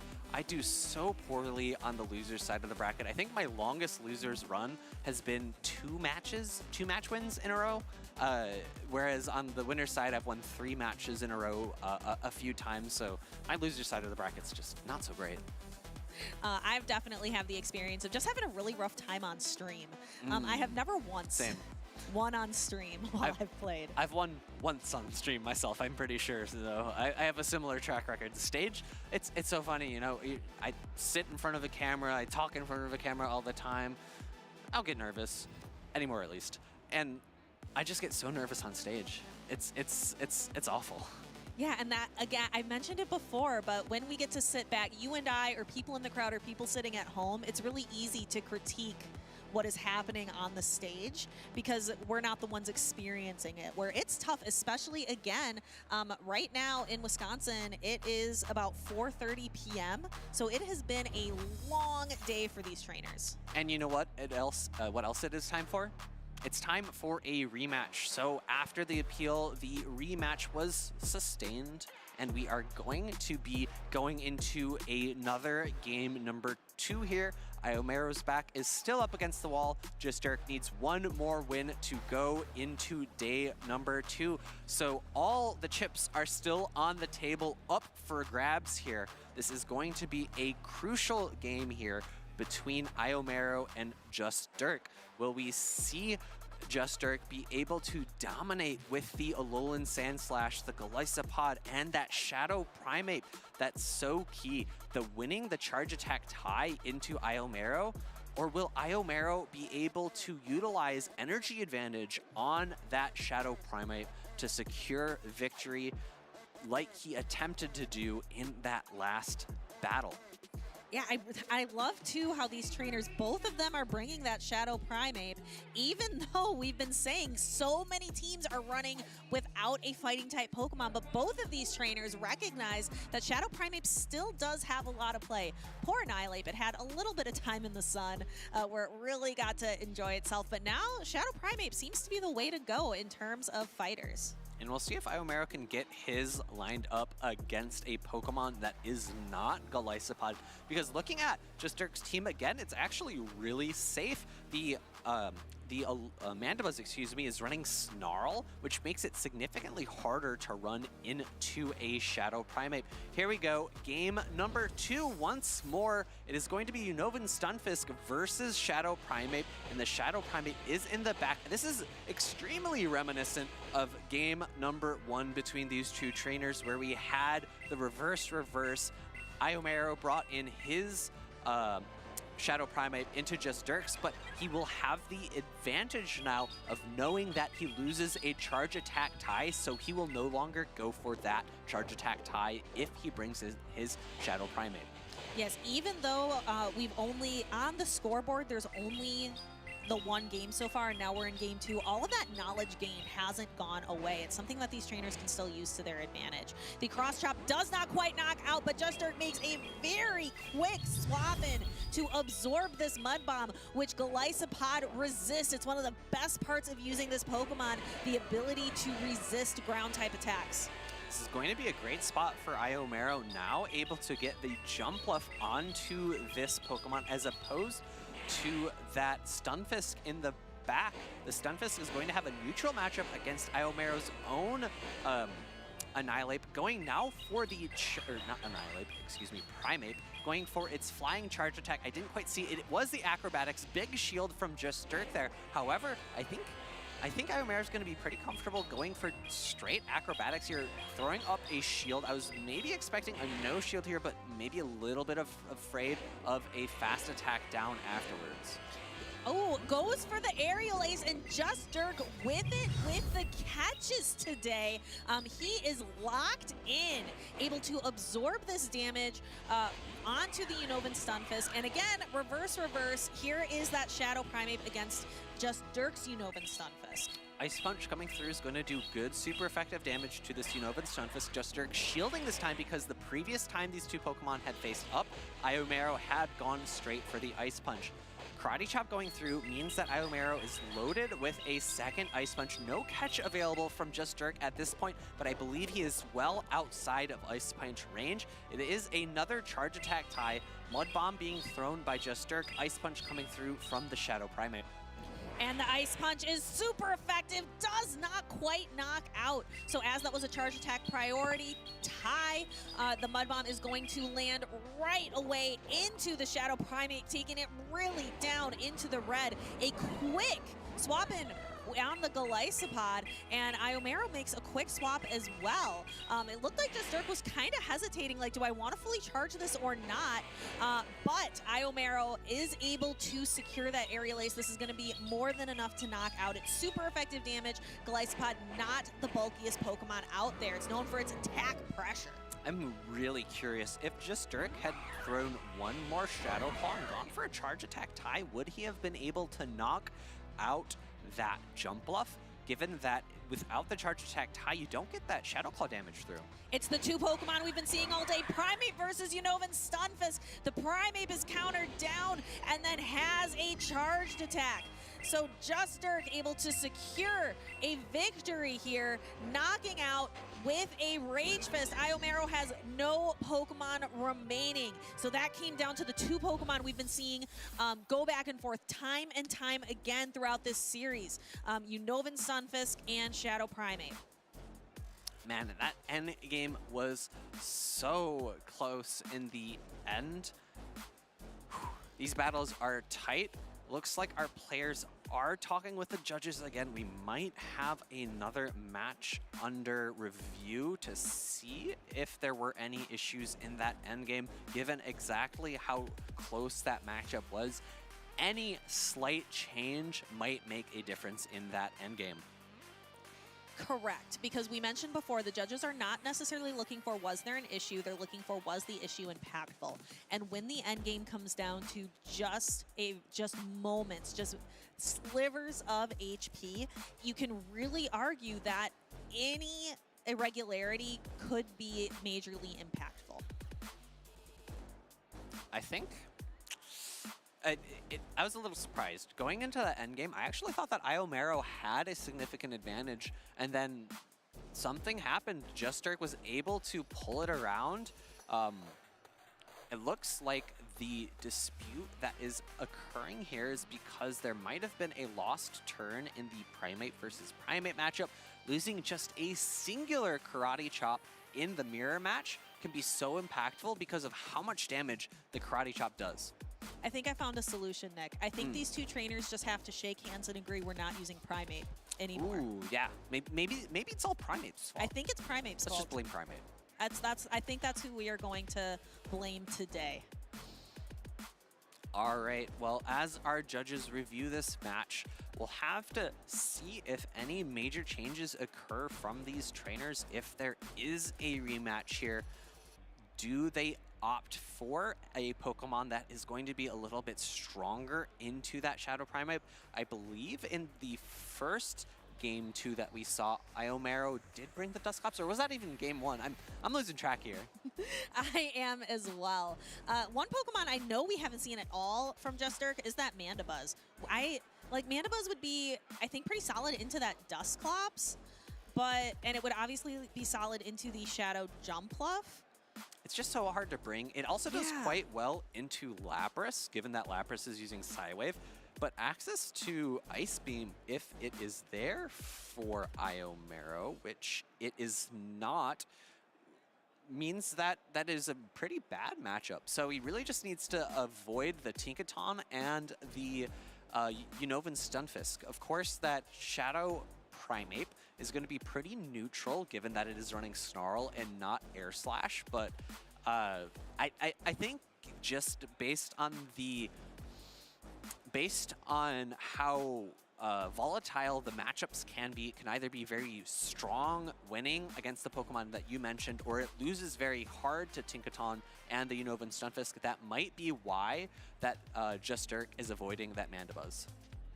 And yeah, I can see the Mandibuzz not really being useful, and I obviously know that the Furret doesn't want to be in this matchup either, because of all the Shadow Primeape action that we've been seeing. So that kind of chases Furret off the bench as well, or Furret onto the bench as well. Because pretty much from Just Dirk, we've been consistently seeing the Golisopod and the Shadow Primeape and the Unovan Stunfisk. Those seem to be staples for Just Dirk. Absolutely, they are so safe in this matchup. And here we go. Here's the moment of contention. It looks like the Primeape for Iomero did get knocked out there. I'm not 100% sure if it was a lost turn or not. I know that things can be a little bit wonky, very professional technical term here, wonky. When you have moves that would simultaneously knock each other out, I'm forgetting though if it's only with 1 turn fast attacks or if it also occurs with 2 turn fast attacks. I know that with 1 turn fast attacks, if you have the same exact mirror Pokemon, same exact stats, it will randomly decide, the game will randomly decide who ends up winning that matchup for, like, say, Dialga Mirror, where they just go for the Dragon Breath down. It's completely random which one wins. Yeah, and so knowing all of that little minutia of the game is so critical. Sometimes on the surface level, people think Pokemon Go PvP isn't all that complicated, but really, when you get down to it, there is a lot that goes into really knowing how to play this game and doing well. Something that'll take you from just doing well in a championship series event versus winning the whole thing. Absolutely. I think I mentioned it before. I'll mention it again. It is so tough to review matches and to ascertain whether or not a moment in time, a half a turn, was impactful on the end game outcome. That's going to be what our players are talking to the judges about now. Of course, if they don't agree, they always have the chance to appeal. So if that does happen, we'll see the head judge can't come back up. But given that headphones are coming off, it does look like there is an agreement here that is going to be a match win for Just Dirk, and it is going to be a 2-0 for him to go into day 2 on the loser side of the bracket. Iomero made a great run, though. Congratulations to him as well for making it this far in the tournament. And congratulations to Just Dirk for securing that day 2 spot. Pepsi looked very excited to get up from the stage. Yeah, and I'll say there wasn't a significant team comp disadvantage for Iomero, but given that his Shadow Primeape was losing that charge attack Atai, I think that meant that he had a team comp disadvantage just because the mirror match was so favored for Just Dirk. So really great play for him to try to combat it, really try to come back from those losing positions where that Shadow Primeape was just going rampant on his team. Yes, and that is what Shadow Primeape does. It runs rampant. And we are going to see, I think we have another couple trainers that we might be seeing come up soon. And I'm curious to see, are we going to see more Shadow Primeape run rampant, or maybe even just a regular Primeape? What do you think the difference is? I think the Shadow Primeape is just significantly better. It threatens so much with its moves. I think the more complex question is, what charge attacks do you want to run? We've seen quite a few. We've seen Ice Punch, we've seen Cross Chop, we've seen Close Combat, we've seen Rage Fist. I think Rage Fist is a staple. You just always run Rage Fist. It's such a good move, it's so powerful, and it helps with making your secondary attack more potent. I'm at a loss for what the best second charge attack is. Ice Punch helps with Jump Bluff. Close Combat can just absolutely nuke things. Cross Chop is very hard hitting once you're boosted with Rage Fist, and it's very cheap. So all of them are really great options, and frankly, it comes down to what you're comfortable with, and as well as what works best for your team. What is going to work really well for me is Pommy Community Day, and that's something I'm looking forward to. I absolutely love Pommy's Shiny. There's a Shiny, a version in the trading card game. There's an artwork that shows Pommy's Shiny, and it is one of my favorite Shinies in the game. Absolutely love it. How do you feel about Brick Break on Palma? I think it'll be a nice addition. Brick Break is a move that provides some debuffs to your opponent. I think it lowers their defense. And with Palmot being a very attack-weighted Pokemon, I believe it gets Wild Charge. That just means that you're gonna... It's the same as if you're giving yourself a boost. And boosted Wild Charge is just so scary. Fighting Electric is also... Excuse me.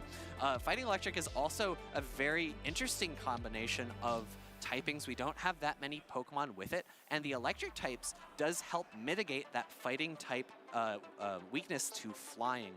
Let's take a look as well as some featured Pokemon that are coming up in the Might and Mastery season. We have Shadow Dialga coming, and good luck everyone at home. When you get that Shadow Dialga, I'll keep my fingers crossed for you that you get that hundo, or maybe you don't want a hundo, maybe you want to use it in Great League.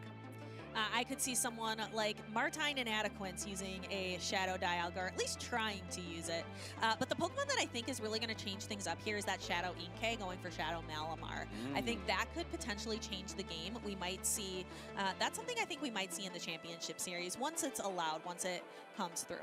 As well as in 3-star raids, that Shadow Lapras returning. So if you've been seeing players use it in the Pokemon Championship Series and you want to use it yourself, make sure you go out and raid for one. Shadow Tyrant making its debut, one of the best attackers for Rock-type damage in raid battles as well.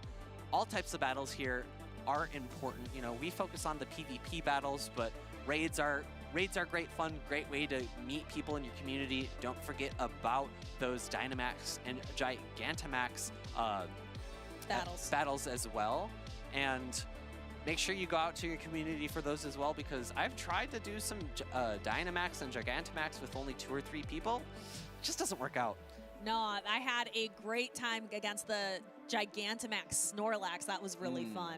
I love all of the Gigantamax forms. I think they're really creative and really fun, and it's great to get those big groups of people together. So really important to go out and make friends in your local community. And you could probably meet some really great people who would want to do those types of battles with you right here at a regional tournament.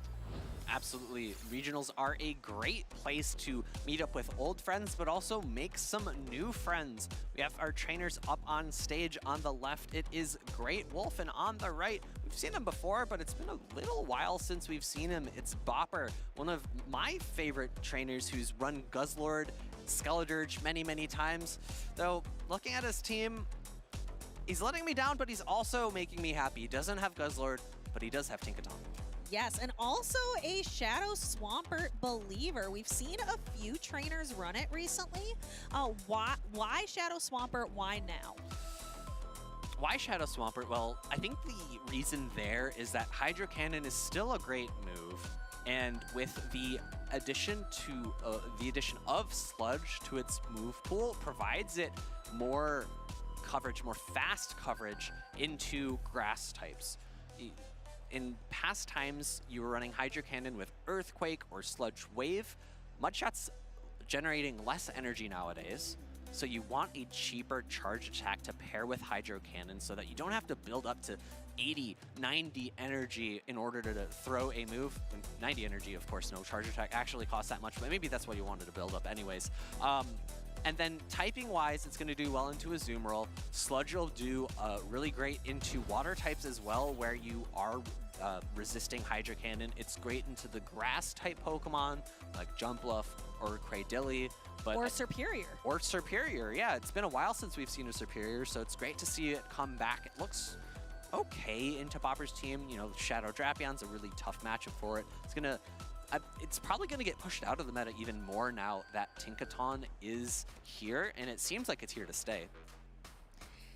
I would certainly agree, but Great Wolf has that Talonflame on the other side of the field, as well as the Shadow Marowak, and Drapion can do pretty well into Tinkaton as well. So very interested to see. Looks like instead of bringing a Tinkaton, Great Wolf made sure to bring lots of things that could potentially counter Tinkaton. Even the Shadow for Alligator, like, because you paste a Hydro Cannon so quickly and it does just such an insane amount of damage, it really looks like Great Wolf decided, if I'm not going to bring a Tinkaton, I'm going to make sure that I'm going to scare away any Tinkaton on the other side of the field. Yeah, it's one of the Pokemon, Shadow for Alligator, where you really, if you're going up against it, you want to resist its charge attacks if at all possible. But Bopper, with that Shadow Swampert, is going to be able to, I believe, win charge attack ties and pace at the same rate as those Hydro Cannons. You know, the Feraligatr fine throwing Hydro Cannons into that Swampert because it is neutral. However, the Swampert does not want to throw Hydro Cannons back into the Feraligatr because it is resisted. It is a pure water type Feraligatr, whereas the Swampert is water and ground. Our trainers are getting locked in and getting ready to get started in this battle. It's been, you mentioned before, it's been a minute since we've seen Bopper on the field of play, and he is a talented trainer, not just in Pokemon Go, but originally from the video game series, and I think it's always phenomenal when a trainer can do so well in multiple different Pokemon games. We recently got the news that Sejun Park is actually going to be the first trainer to compete in to qualify for Worlds in trading card game, video game, and now in Go. Just made that qualification. I thought he had qualified the first year. Maybe I'm incorrect. You might be incorrect. Anyways, let's refocus back in on this. This is the Group F finals, so it is our first winners finals without 2 Tinkaton. So let me down a little bit, Great Wolf. But that is what, is that 11 out of 12? Must be, because this is the only winners finals that I think we've seen that has not had double Tinkaton, and potentially still an option to get 100% day 2 usage. Also, just want to clarify, not just 3. Sejun Park has also qualified for Worlds in Unite as well. I want to be sure I'm giving factual information. Okay. That's so impressive. I must be misremembering. I could have sworn that people were talking about how he had qualified earlier, but I'll believe the man himself when he tweets about it like he did. And moving in, we saw that Shadow Marowak, the Cantonian Marowak, swap immediately out of that Jumpluff matchup. It's not pretty for the Marowak. And then we saw actually we see the Shadow Feraligatr come in. I'm gonna have to say to my friend Martine, it looks like that Shadow Jumpluff did quite well into the Shadow Feraligatr, but it was behind, the Feraligatr was behind on energy. The Hydro Cannon, the move of choice going into a Lapras. However, this is a non-Shadow Lapras, so it can shrug that off. Sparkling Area is resisted by the Shadow Feraligatr. However, the neutral Psy Waves are going to add up if this is no shield and be able to pick a quick knockout after this next Hydro Cannon is thrown, but it's really close. Will Great Wolf be able to get off a third? We are about to find out. This first Hydro Cannon is going to land. How much energy does he have? Just barely not able to secure that next Hydro Cannon, which kind of forces the Kanto Marowak to come back in, but it's not able to Mud Slap down. The Sparkling Aria is going to connect, and boom! Kanto Marowak has to get out of there. Now it's kind of Talonflame versus the world, and Talonflame is not a big fan of the fact that Bopper has 2 Protect Shields remaining. Really impressive timing from Bopper there, throwing at good timing after having swapped a little bit late. A charge attack being thrown by Great Wolf here is going to just be a fly, but 2 shields on Bopper's side, meaning that he's going to likely shield up everything coming his way. 2 more Poison Stings into an Aqua Tail going to come before the next fly. However, I believe this Talonflame should be able to hang on. It is a non-same type attack bonus Aqua Tail. It does not quite pick up the knockout. However, Bopper could either shield and Poison Sting down, or he could no shield and get the Fairy Wind down. I expect to see a no shield. Fairy Wind is going to be more than enough damage to pick up a knockout, and he still has a shield, and it's going to be maybe able to reach and move. No, actually opting for the Aerial Ace first, a little bit safer, given that 1 Rock Slide from the Shadow Kanto Marowak won't knock out, and he still has a shield. So there is that Marowak coming in, again, going for the safer plays, and actually just going right for the Aerial Ace here, recognizing that Bopper's kind of got this in the bag. And this is going to be game number 1, going to Bopper. Jumpluff showing just how great of a Pokemon it is, securing Bopper the victory here. Game number 2, we'll have to see how Great Wolf pivots in order to better handle that Jumpluff. I think he was a little bit soft to it in that first game. Maybe try to bring a Shadow Drapion of his own to answer it, but it's kind of hard to bring the Shadow Drapion when there's Swampert and Tinkaton on the other side of the field of play. Here we have the Feraligatr. That was that moment where Great Wolf just could not quite get to that Hydro Cannon. What is the timing situation with that, where sometimes it feels like, oh, I feel like I just barely had the move and I wasn't able to throw it. So I think in that specific instance, it was 2 Psywaves to knock out, and Great Wolf would have needed to survive actually 3 in order to land that Hydro Cannon, because that Shadow Claw takes 2 turns. Psywave is a 1-turn fast attack. That's 2 Psywaves for the duration of the Shadow Claw, and then it costs 1 more turn to throw the charged attack. So a 3rd Psywave comes through, and the damage of 1-turn fast attacks applies generally before the charge attack can go off. Into game number 2, we're seeing 2 water types here. We'll see just exactly how this match plays out now that Swampert has access to Sludge. Actually, for Alligator winning the charged attack tie here, maybe this is a stat-dependent charge attack tie, and Great Wolf has opted for a very high attack for Alligator. And Swampert going for the Sludge. We're gonna see a shield in return. These 2 Pokemon pacing similarly to their attacks. We're gonna have to see, is there going to be a catch attempt made? And there is. We could see Bopper tapping. When he was tapping for his energy, he was going right by the jump pluff. So then when the time came, he was able to quickly swap into the jump pluff, absorb that damage. But now for Alligator, deciding to kind of stay in, it can comfortably build up. And we see Great Wolf make a catch of his own onto this Talonflame. I'm a little bit surprised that Bopper threw at that timing. The Shadows, I almost said Shadow Swampert, the Shadow for Alligator did not have a Ice Beam loaded. He only had a Hydro Cannon, so Bopper wasn't really threatened to throw at that point in time. Acrobatics coming through, doing a lot of neutral damage to that Talonflame, and now a Shadow Claw down provides Great Wolf with a ton of energy that can go into Bopper's backline. But Bopper brings in the Swampert. It has an attack loaded and ready to go, and it's going to throw actually just the Hydro Cannon. Would be probably enough at this range to knock out. We haven't seen a lot of Swampert versus for Alligator matchups, Nick. And it's an interesting choice from Bopper to throw that. I think the reason he opted for that is because it is a little bit safer into the rest of Great Wolf's team, given that he's probably not expecting the Superior to come out. In comes the Shadow Drapion, unable to get the farm down here, and this Hydro Cannon, Shadow into Shadow, is going to do so much neutral damage here. I'm pretty sure it picks up almost the 1-hit knock. Comes very close. That is certainly some heavy damage. And then we see Great Wolf has a very, very healthy Shadow Drapion that it can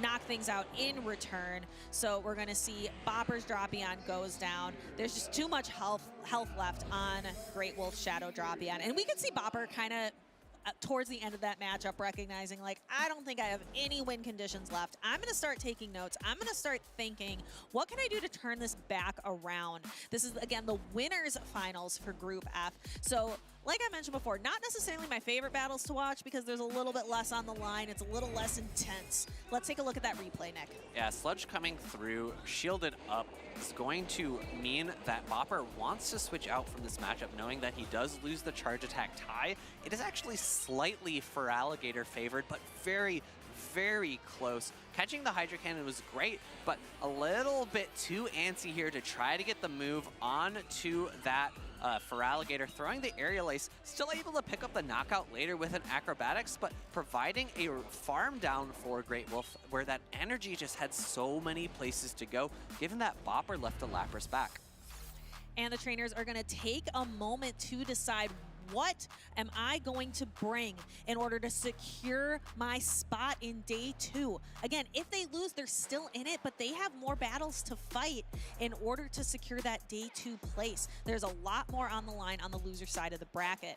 I really like the Talonflame on the side of Great Wolf, but I'm just not able to really get a lot out of it because Great Wolf decided to put the resources into the Shadow for Alligator instead, Yes, but yeah. I do think Talonflame was a really good Yeah, definitely, and it was able to shore up the bad matchups that the Shadow for Alligator had. Here we go into game number 3. This is the key decisive game, and the Primeape is going to win the Charge Attack tie into the Shadow for Alligator, opting for the Rage Fist bait. If this goes unshielded, that's going to be really great for Great Wolf. But with a shield going into the... Oh, excuse me, this isn't a Shadow Primeape, it's a standard Primeape. I just am now noticing that now. I think he could potentially get a farm down afterwards, but no, instead opting to switch into the Shadow Drapion, another Charge Attack tie here. This one might force a shield from Great Wolf. Aqua Tail, I believe, was the move of choice, given that it is going to do neutral damage. I think, yes, Bopper can safely no-shield this. I think he might be needing to switch out, though, because I think he might get Poison Sting down. Yeah, you'll have to talk to Bopper about that comment you made about how Shadow Primeape is strictly better. We'll have to see. Maybe Bopper will win this match and prove you wrong. We have the Shadow Swampert throwing a Hydro Cannon. No shield from Great Wolf. That Drapion is washed off the field of battle. And this allows Serperior to come in, and the Swampert is stuck here. Yeah, a bit interesting from Bopper there. He over-farmed, went for the Charge Attack tie on the Frenzy Plant. I think Great Wolf could have theoretically thrown an Aerial Ace right before to cut off all the energy from Bopper, but instead Great Wolf going for the full farm down there, able to load up nearly 2 Frenzy Plants, and Bopper's gonna be really careful where those Frenzy Plants land. He only has 1 shield remaining. No switch is up there. I think he would have really liked to try to catch this Frenzy Plant onto his Primeape. He waited every single moment of that timer out, but just was not able to secure it. Tries to make a catch here, but does not succeed. I think Great Wolf just very happy to continue using fast attack pressure, knowing that a catch attempt would be his lose condition. Yeah, Frenzy Plant coming in. Another one is loaded. One more Psywave will not be enough to knock out this Serperior, and that is going to be game number 3 going over to Great Wolf, able to secure victory and move on to the winner's side of day 2. I really liked Bopper's pick of the Shadow Swampert. It's just got matched up against the one thing that it doesn't want to see, and that is a Serperior. You could just see how much each and every one of those Vine Whips were doing to that Shadow Swampert. It was truly remarkable. If I could give one piece of advice to Bopper, it would be bring the Tinkaton. Tinkaton would have been really solid into that Serperior. Unfortunately, didn't really get so much play there. And I get it. It's tough to bring into a team that has Talonflame as well as Feraligatr as well as Shadow Kanto Marowak, right? 3 really awful matchups. But it would have been great against the Serperior. You know, as you had said earlier, hindsight really is 20/20. Yeah, and I mentioned before, Great Wolf clearly brought a team that was meant to scare Tinkaton away. Yeah. If you're not bringing a Tinkaton, I think Great Wolf has the right idea. You have to build really strong to it to just try to keep it on the bench. And I did want to give an update. I did check the leaderboards, and I do have the number. I think I have 634 championship points, which I think I'm at like 38 on the leaderboards. So pretty comfortable right now, but would like to get some championship points at NAIC. Awesome. There's lots of different things you can do at NAIC. You can battle it out for those championship points. But another thing you can do is you can make new friends to trade Pokemon with. We are going to show you a clip about the benefits of trading Pokemon with with other trainers. And we are going to go ahead and show you that, but don't go anywhere because we have a lot of battles left to play. We sure do. Avenues to acquire the best Pokemon for PvP, but one stands above the rest to be very effective at increasing your PvP roster: trading. Trading is by far the best game feature to leverage. It allows you to collect Pokemon from events that you might have missed, reroll stats of specific Pokemon, get exclusive attacks that can no longer be obtained outside of Elite TMs, and even get legendary Pokemon into the Great League like Lugia and Tapu Fini. The best times to trade are during events such as Community Day or Raid Hours, as they allow you to easily meet up with other players and can sometimes provide bonuses to the amount of special trades you can do. This is the time to ask around for Pokemon you need on your roster, especially if they are out of season like Trevenant, which only appears during Halloween events. Another great place to trade is at Play Pokemon tournaments. Trainers there are just like you and likely have key Pokemon you've been looking for, or regional Pokemon such as Tropius and Hawlucha. Now, trading is a two-way street, so it's always best practice to keep Community Day Pokemon and special event Pokemon for future trades, as other trainers might need them from you. Here's a list of some of the top Pokemon used in the Great League for play Pokemon tournaments. While this meta is ever evolving, it's important to add these Pokemon to your roster as they are consistently performing at the highest level in both Go Battle League and play Pokemon. The friendship gifting system can also help you lower the costs of trades. For example, someone that you are good friends with will cost you 20,000 Stardust for a new Pokedex entry, while someone you are ultra friends with will only cost 1,600 Stardust. This is fantastic for trainers that can trade with their local community, as you can easily work towards higher friendship levels, while also preparing you for potential costs of trades when you go to special events.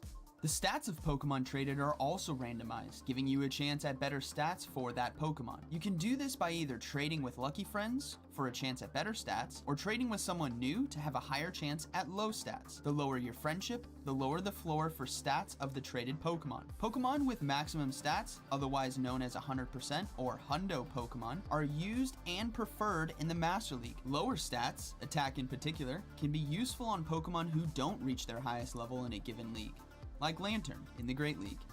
So be sure to always leverage the trading feature in Pokemon Go. It's a great way to meet new friends and build your Pokemon Go PvP roster. See ya!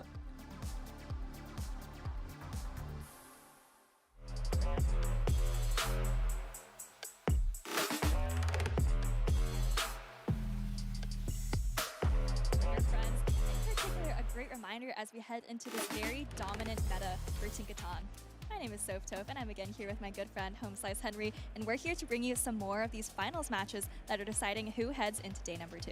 These matches have been incredible so far. There has been devastating catches, incredible games when it seems all is lost and then a battler is able to fight back and emerge victorious. So I can't wait to see what these next battlers have in store for us. I feel like we've seen multiple games where there's actually multiple catches from both trainers in the same game, which has been really, really exciting to see these high-level gameplays. But in the next matchup, I think we also have two really high-level trainers. We've got Jan, who we already saw on the stream, and as a reminder, won the Toronto Regional Championship last season. And then he's actually going up against Snots, who actually I think was top 3 in the last Milwaukee Regional 2 years ago. This should be an incredible matchup. So two trainers who have been here before, they've made day 2 and they've competed at the highest possible level. So I'm incredibly excited to see what these trainers have in store for us today. Exactly, and we're going to get those teams on the screen in just a second, but I mean, we actually have it on the screen, so I guess I can just go through them. Jan, as a reminder, is running Claydol, Drapion, Serperior, Feraligatr, Lapras, and Tinkaton. And Snots has also the Lapras, but Unova, Stunfisk, Tinkaton, Malamar, Furret, and Corviknight. So I know we haven't gotten to look at those really in depth, but just like as an early preview, I think the Corviknight, which we've seen kind of as a flexible player throughout the day, could be key in this matchup against Jan. Corviknight does look very, very strong here. Claydol, it's going to be resisting Mud Slap. We've seen Shadow Drapion, it can do pretty well there. But if we do actually end up seeing a crunch debuff, as we saw in a previous series, then Shadow Drapion can potentially look to get the upper hand. Yeah, it's one of those matchups where so many of Corviknight's matchups are kind of neutral, but not very comfortable, even if the typing actually looks favorable. So even though it has, the super effective sand attack, double resisting poison stings, it's still, like you said, not the most comfortable matchup, and Drapion can actually flip it sometimes. And again, the rise of Unova Stunfisk has been a big storyline here today in Milwaukee. And what do we see on Stats' team? We see another Unova Stunfisk, although it's going to have to be very careful to avoid that Serperior and Claydol, as those would be two devastating matchups. Yeah, Stunfisk really on the rise. It's such a great core breaker for that Tinkaton plus Water Core. And Jan actually has Tinkaton and 2 Waters, as well as the Drapion. So, I was talking at the Corviknight, but I actually wonder if Unova and Stunfisk might be the star of the show here. Looks like one battler has locked in, and we've got a double lock-in here in Milwaukee. So much on the line. This is the Group G Finals, and we have the lead set here. It's going to be Lapras into Serperior for Jan. And a fantastic lead, obviously doing super effective Vine Whips and Frenzy Plants, but Snots with a quick swap into Furret, and Jan doesn't really, actually he doesn't want to go into the Drapion for some reason, so he's just going to stay in here with the Serperior and take a Swift. And Furret being able to outpace is quite nice, as that means Furret is not going to be behind in this matchup, saving the energy on Serperior, and now that Shadow Drapion is going to hit the field. Yeah, you do resist those sucker punches, so this is a pretty nice matchup for Drapion. Crunch coming through. I don't think this is quite enough to take out the Fur, and you might even need to land another charge attack down the line. Oh, but you get the defense fall. Maybe you can poison Sting down. That defense fall there. Looks like the Furret will still be able to hang on, but it will force J-Jan's hand. J-Jan, if he doesn't want to go down a Protect Shield, is going to have to fire off some energy. J-Jan has nice counting there, throws Aqua Tail just on charge attack priority, and now Snots is going to be letting his Furret go down, and he has to decide how he wants to get rid of this Drapion. This could be a little bit uncomfortable. Psywave is going to be single resisted. Sand Attack is super effective, but Sand Attack, even when super effective, not known for the damage. So we will see Lapras hit the field as Lapras can attempt to get a pretty healthy amount of energy. Oh wait, this could be very pivotal. J-Jan comes in trying to snipe the Lapras, but now if you're Snots, you can shield this up and maybe go into Corviknight now, which is a very, very hard answer. Snot's gonna look to overfarm as much as possible here. Gonna go for a Skull Bash. J-Jan, will he decide to shield? He's looking at the team sheet. He's thinking about it. He shields the Superior. And now, does Snots make the read of sending in Corviknight? I think he's probably going to come in. Yeah, right when J-Jan has the energy to throw a charge attack. And now this is very uncomfortable for J-Jan. He did all of this just to save that crunch on the Drapion, but now the energy from Superior, on the other hand, is just going to go nowhere. This Superior, this is its worst matchup. It has no coverage for this situation. The fortunate thing for J-Jan is his switch clock will be up soon, but not soon enough as he decides to let Superior go as Ironhead picks up the knockout. I think Shadow for Alligator might finally hit the field here. The Frenzy Plant actually did chip the Corviknight just a tiny bit, maybe going to put it into Hydro Cannon range, but Snots is actually going to be able to fire off the Sky Attack before J-Jan decides to throw a Hydro Cannon. And Shadow for Alligator really needs to prevent this Sky Attack from landing. That would put it into potential Psywave downrange. Now the Feraligatr gets to overfarm so much energy. Back-to-back Hydro Cannons are reached, and this could be difficult for Snots. And Snots is going to need this Lapras to try and sweep this endgame. So don't forget that J-Jan actually, I believe, banked a crunch on the Drapion. So it's going to be up to J-Jan's Feraligatr to try and get this Lapras into single crunch range. I expect to see Snots letting these Hydro Cannons go because he knows that there's energy on J-Jan's Drapion. And Hydro Cannon, even if you no-shield it, that did not look very resistant to me. That's so much damage. We're going to see the Sparkling Aria come out from the Lapras, and Snots desperately needs this to knock out. Feraligatr hangs on, too bulky. Hydro Cannon is reached, and Snots knows there's just too many charge attacks loaded for J-Jan. The Lapras is getting KO'd. Yeah, that actually ended up really close considering how the game started. Snots actually almost able to claw his way back there. Like you said, we really needed that Sparkling Aria to take out the Feraligatr, and if it did, I think Snots would have had a very good chance there. Unfortunately, Feraligatr just too bulky, which is not something we normally say about a Shadow Feraligatr, but Shadow Feraligatr was able to hang on, withstanding that damage, and with 2 charge attacks loaded and only 1 Protect Shield, it unfortunately was just game over for the Lapras. Yeah, we typically see Shadow Feraligatr eating up both Protect Shields, but in that situation, you know, actually was able to hang on through the resisted Sparkling Aria to be able to take that game for J-Jan. The pivotal moment of this match was J-Jan right here. He decides he's going to bank the energy, switch into the Superior, and that banked crunch is what prevented Snots from shielding in that endgame. But I actually wonder if J-Jan kind of just overcomplicated things there, because if he had just, didn't that crunch end up landing on the Lapras anyways down the line, or it was intended to land on the Lapras, so I feel like he could have just stayed in, maybe just kept switch advantage as he had it, but ended up working out, as you see with the Feraligatr again, surviving with just a sliver of health. Shadow Feraligatr's back. Maybe not as strong as ever, but my goodness, it has been putting on a show here in Milwaukee. And speaking of putting on a show, it looks like we do have a double lock-in here for game number 2. Snots locks in a Malamar lead, and for J-Jan, he's leading the Shadow Feraligatr. J-Jan is 1 game away from making day 2 on the winner's side, and this is an interesting matchup because these Pokemon actually pace to their charge attacks at the exact same time, but it kind of depends on the exact bulk of these Pokemon to see whether they can hang on to the other side's charge attacks. The first foul play comes out from the Malamar, and we will see an immediate Protect Shield from the Shadow Feraligatr. Shadow Feraligatr farming up quite a bit of energy and already at the back-to-back Hydro Cannons. Yeah, Snots does put up a shield, but like you said, back-to-back Hydro Cannon on J-Jan's side. Let's see if he throws it right away. And he doesn't. Actually comes into the Drapion, maybe hoping for a catch, but this is going to allow Snots to farm up a little bit of energy before throwing the Superpower, and then maybe dipping into one of his backline Pokemon. This is very valuable damage. The Superpower does so much damage, and now the Lapras, importantly, finds a target and is not going to get aligned, at least for right now, against that Superior. Crunch coming through. Lots of energy on this Drapion. I think JJen might be able to reach double Crunch before Snots is able to farm all the way down, which could be very nice, but Snots doesn't want that to happen. Gonna throw the Sparkling Aria, and JJen is gonna let the Drapion go. I think JJen is currently really prioritizing that Shadow for Alligator, where Shadow for Alligator, if it has the ability to potentially try and reverse sweep later on, Superior hits the field, and with no Ice Beam available for this Lapras, all Lapras can do is go for a Skull Bash. And JJen, is he counting? Oh, he actually lets Snots reach the Skull Bash and is gonna just let it go here. Maybe gonna farm up a little bit more energy before taking out this Lapras. The problem is that the Superior has a lot of energy, but not really a great destination, as Snots does have the Corviknight. But JJen with a quick swap into Shadow for Alligator, going for a very aggressive Shadow Claw down. Doesn't quite get it. The Lapras barely clinging to health here, as it's going to make it to that Sparkling Aria.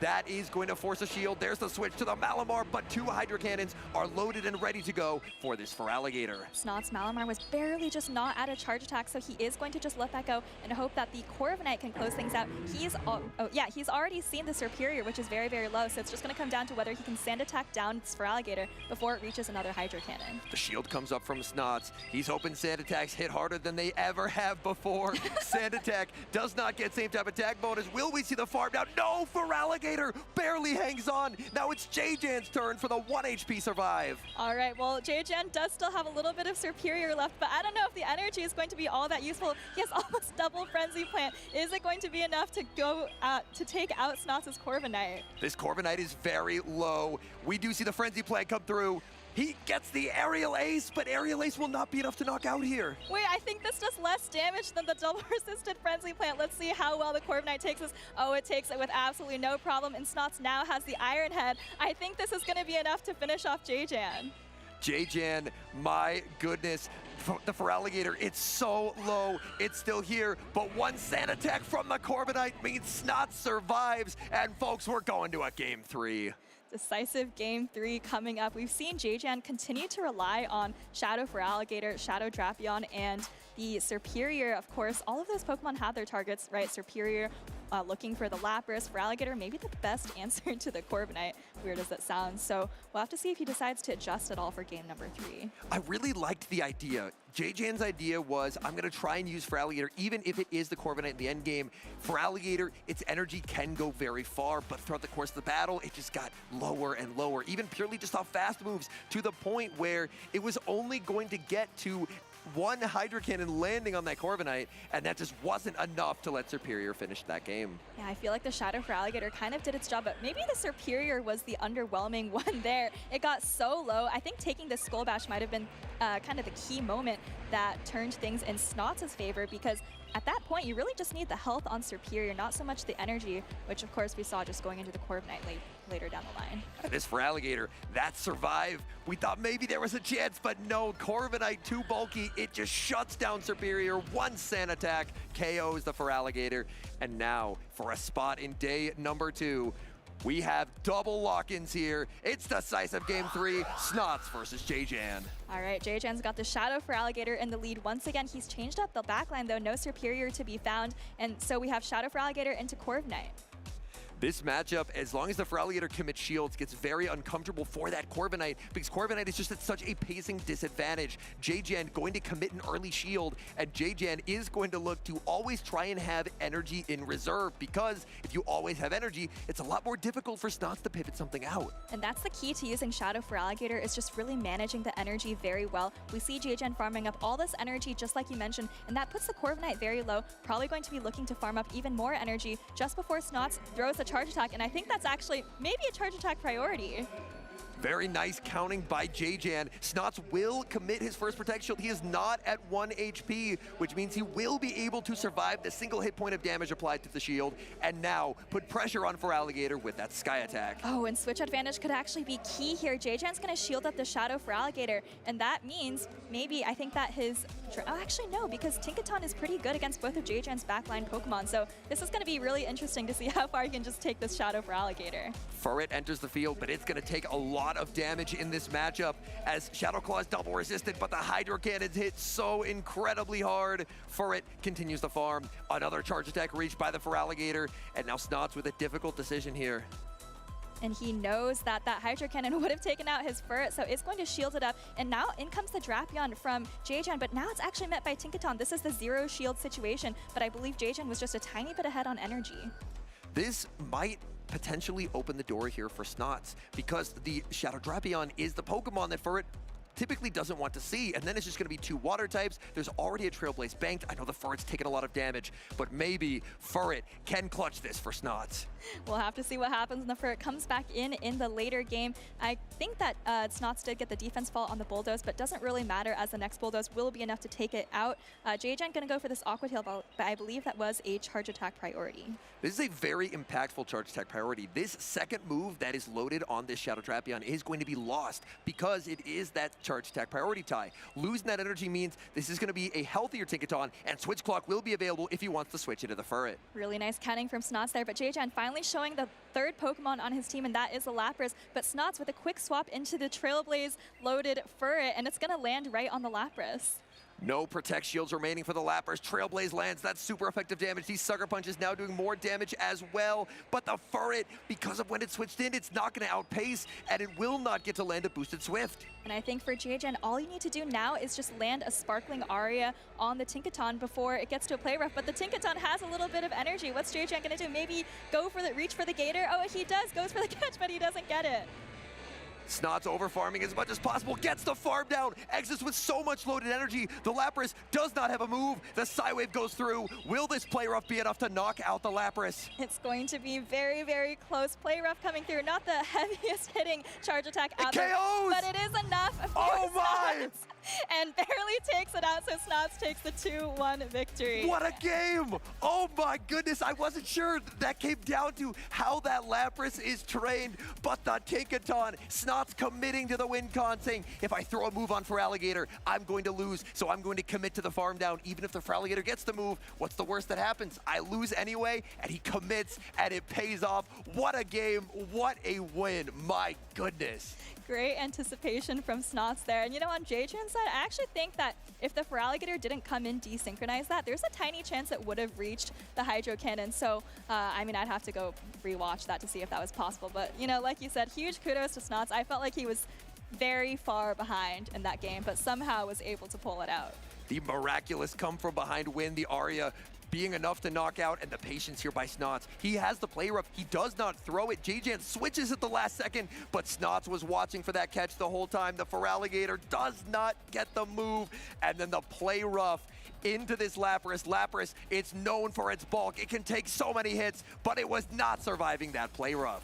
Yeah, like you said, Snots just committing to the win condition. Really impressive. It's really easy to panic when you see your opponent swap into a different Pokemon. You're like, oh my gosh, the Feraligator's coming in. Maybe I have to throw a Bulldoze. But like you said, Snots just very patient, knew it was coming, and knew that the Feraligatr was pretty much dry. And Snots has previously had some really nice performances at Milwaukee Regionals, and it looks like he's going to be a top competitor in day number 2 with wins like that. It looked so dire, but he was able to pull a win con out of a hat. Yeah, it feels like he kind of pulled that out of nowhere, right? But like you said, when we had the Tinkaton locked on the Drapion, it felt like that kind of just opened a tiny door for Snots, and you know, he just went right into that opening and opened it as wide as it would go. And one thing that I do want to take a look at, because we've seen so many great games today, we've seen certain Pokemon rise to the top, is at the start of the segment, I believe we made a couple predictions. So I'm very curious to see what these predictions are looking like. And right off the bat, we have seen, I'm just going to highlight myself here, the Malamar plus Diggersby combination is on 3 of those winners' side teams. It might be the same team 3 times over, but it is represented there 3 different times. Yeah, I'm counting that as one team for you. But I think we all actually did very, very well here, maybe with the exception of the Rayquaza from Alpha Phoebe. I am not sure what he was cooking with that one because I did not even see a single Rayquaza around. Maybe he didn't submit a 4th pick, or maybe he knew a trainer who was thinking of bringing Rayquaza but didn't. He might have to wait for one of those European tournaments. I heard there's a European caster who really likes running some interesting legendary Pokemon. But across the board, I believe you had Shadow Feraligatr as one of your picks, and we've seen Feraligatr time and time again put in incredible work. So overall, I feel like we were pretty spot on with our meta calls here today. Yeah, I was definitely thinking that the Tinkaton Lapras core was going to come into play a lot, and I feel like especially as we've been heading into the later stage of the bracket, I've really been seeing seeing a lot of Tinkaton, of course, and then various waters paired with it, whether that's the Galisapod. Did you pick that one, or did Fee pick that one? I think that was one of our other casters. I don't think that I had Galisapod on there. But one thing that I do kind of want to revisit is the first few matches of the day that we had. We were hyping up Tinkaton, and then we're like, where is it? Well, it has not left our screen in hours, so it's Tinkaton after Tinkaton after Tinkaton. This day 2 usage, Tinkaton's usage has to be astronomical at this point. Well, looking at our next matchup here, we only see one Tinkaton. That's going to be from Uzokwu on the right, facing off against Vergy on the left. Again, this is another winners finals match, so whoever wins this is going to be in a great spot for day number 2. Oh my gosh, my eyes do not deceive me. That's another Lantern. Yeah, actually, I think that Uzokwu and Beach, if I'm not mistaken, are locals, very good friends, playing grassroots tournaments together. So I'm guessing, based on how infrequently we see Lantern, that these two trainers have colluded a little bit. And that's been honestly, a theme that we've seen again and again in Milwaukee is trainers working together, building the community, and theory crafting different teams. They can go to local tournaments, they can test out the team, see how it feels, and we've had a lot of trainers running similar teams that they built with their friends. And so far, it seems like the power of friendship has been a real winner here so far, because we have 3 of the same team at Top Cut, and I believe both Beach and Uzokwu were able to make it into losers finals. Yeah, definitely making very far runs with, the teamwork of their own. And I think this is something that Pokemon GO could really learn from the TCG, because I know in the TCG a lot of players will plan the same deck to run together or something, and they'll figure out all the matchups together. And I feel like for Pokemon GO, that might be an emerging strategy where you talk about teams or cores, or maybe even just single Pokemon that you both feel like are really good to run. Another Pokemon that I'm seeing on Vergy's side that is a little bit of a blast from the past is going to be Dugong. We've seen Lapras all day as the premier ice water type, but in situations where you want consistent ice damage, like against a Shadow Jumpluff, for example, the Dugong is typically going to perform way better. Not only is it able to apply the debuffs, but it has that consistent ice shard damage over time. And the great thing about Dugong is that it actually, I believe, wins the 0 shield situation against Tinkaton. I think 2 drill runs pretty much perfectly knock it out, so that could be another reason to bring this, kind of rarer ice type back into the meta. And with this Lantern also being on Water Gun, I mean, Dugong is going to have a bit of a pacing advantage there as well, so it honestly seems like there are 2 Pokemon it obviously really does not want to see, the Shadow Primeape and the Galisapod, although even if you give Dugong a little bit of an energy head start, it can make things really uncomfortable for the Galisapod.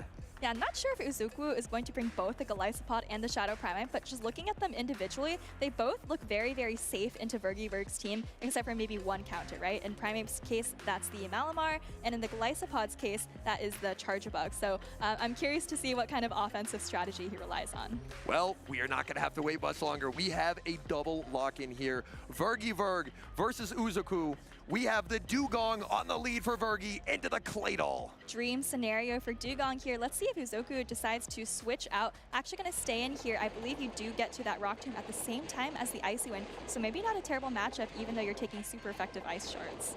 Dugong intentionally not playing 2 charge type priority, instead looking to overfarm and no shielding a Rock Tomb. This is super effective damage, but it's a Dugong. It's going to be able to withstand that no problem. We typically see Dugongs reaching for the shield as soon as possible in these matchups, knowing that they're going to be dropping the attack of their opponents. Uzokwu is actually going to let this first Icy Wind go.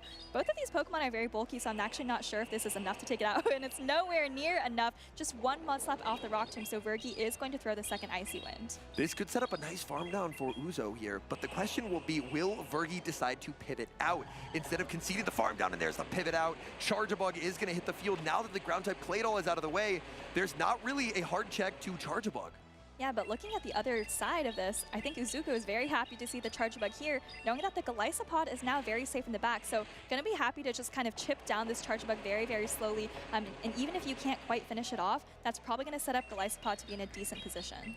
Galisapod would love if both Protect Shields were remaining. In that 2 Protect Shield scenario against the Azumarill, Galisapod, it's fully walled, but it can actually emerge victorious there. So this is a decision point in the match, and we will actually see a no shield. Uzo hoping for an ability to preserve those 2 Protect Shields for the Galisapod, and the serve is going to be reached.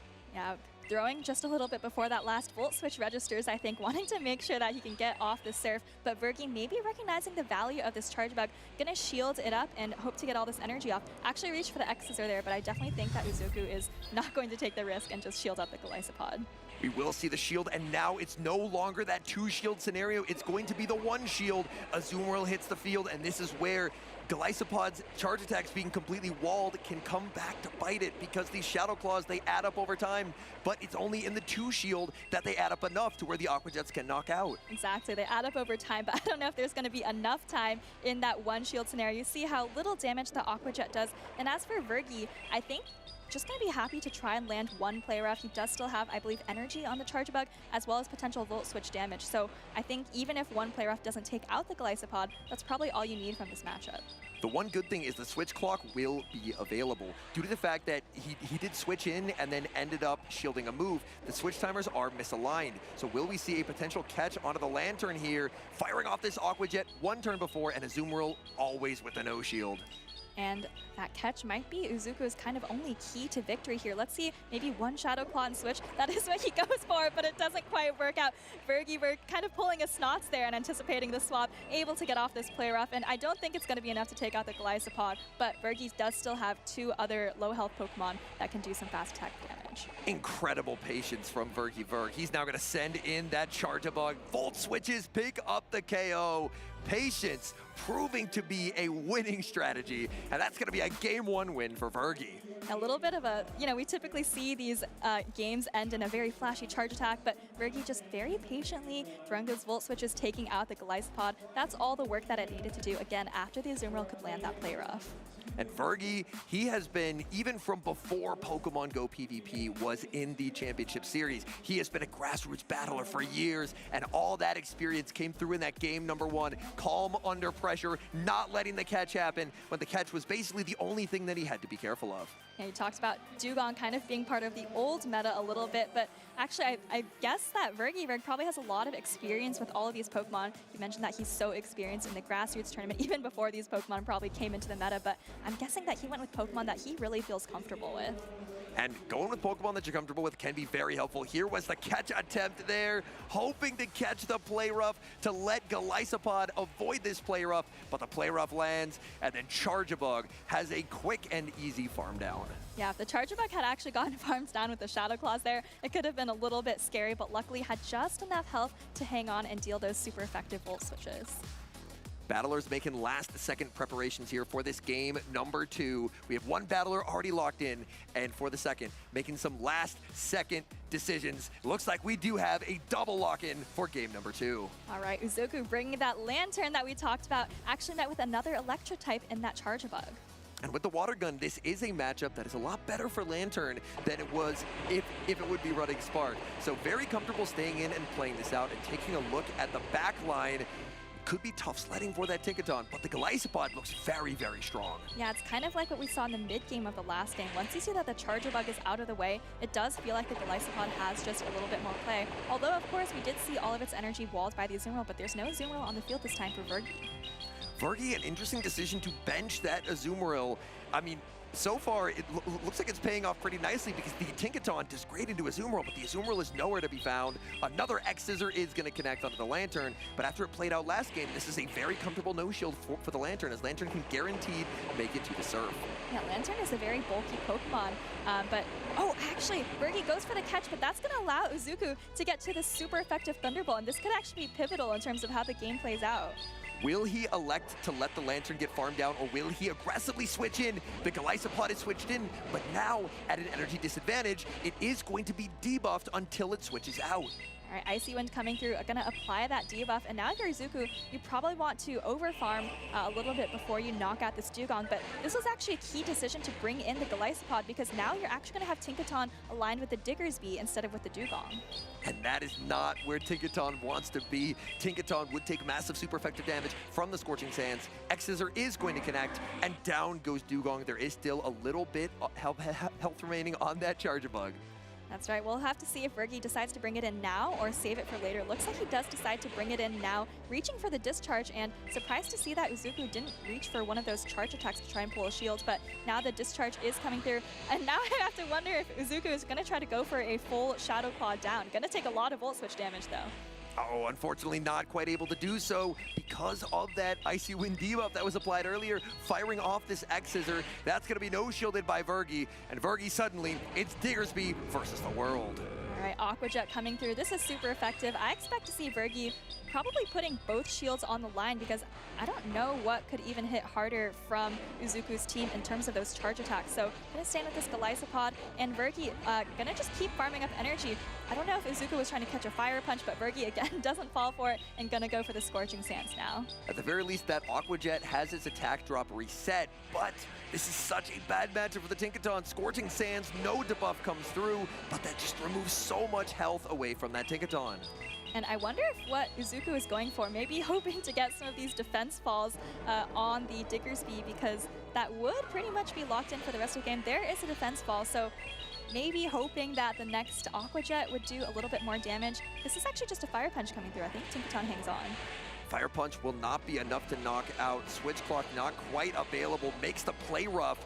But play rough still should do less than an Aqua Jet, so Vergi making the right call. He's going to be no-shielding. Love that recognition that there's still that Golisopod hanging out in the back. Uzuku's actually going to just let himself get farmed down, which probably means he's gearing up to save that switch timer for a potential catch. He does already have one Aqua Jet banked, so needs to make it to one more.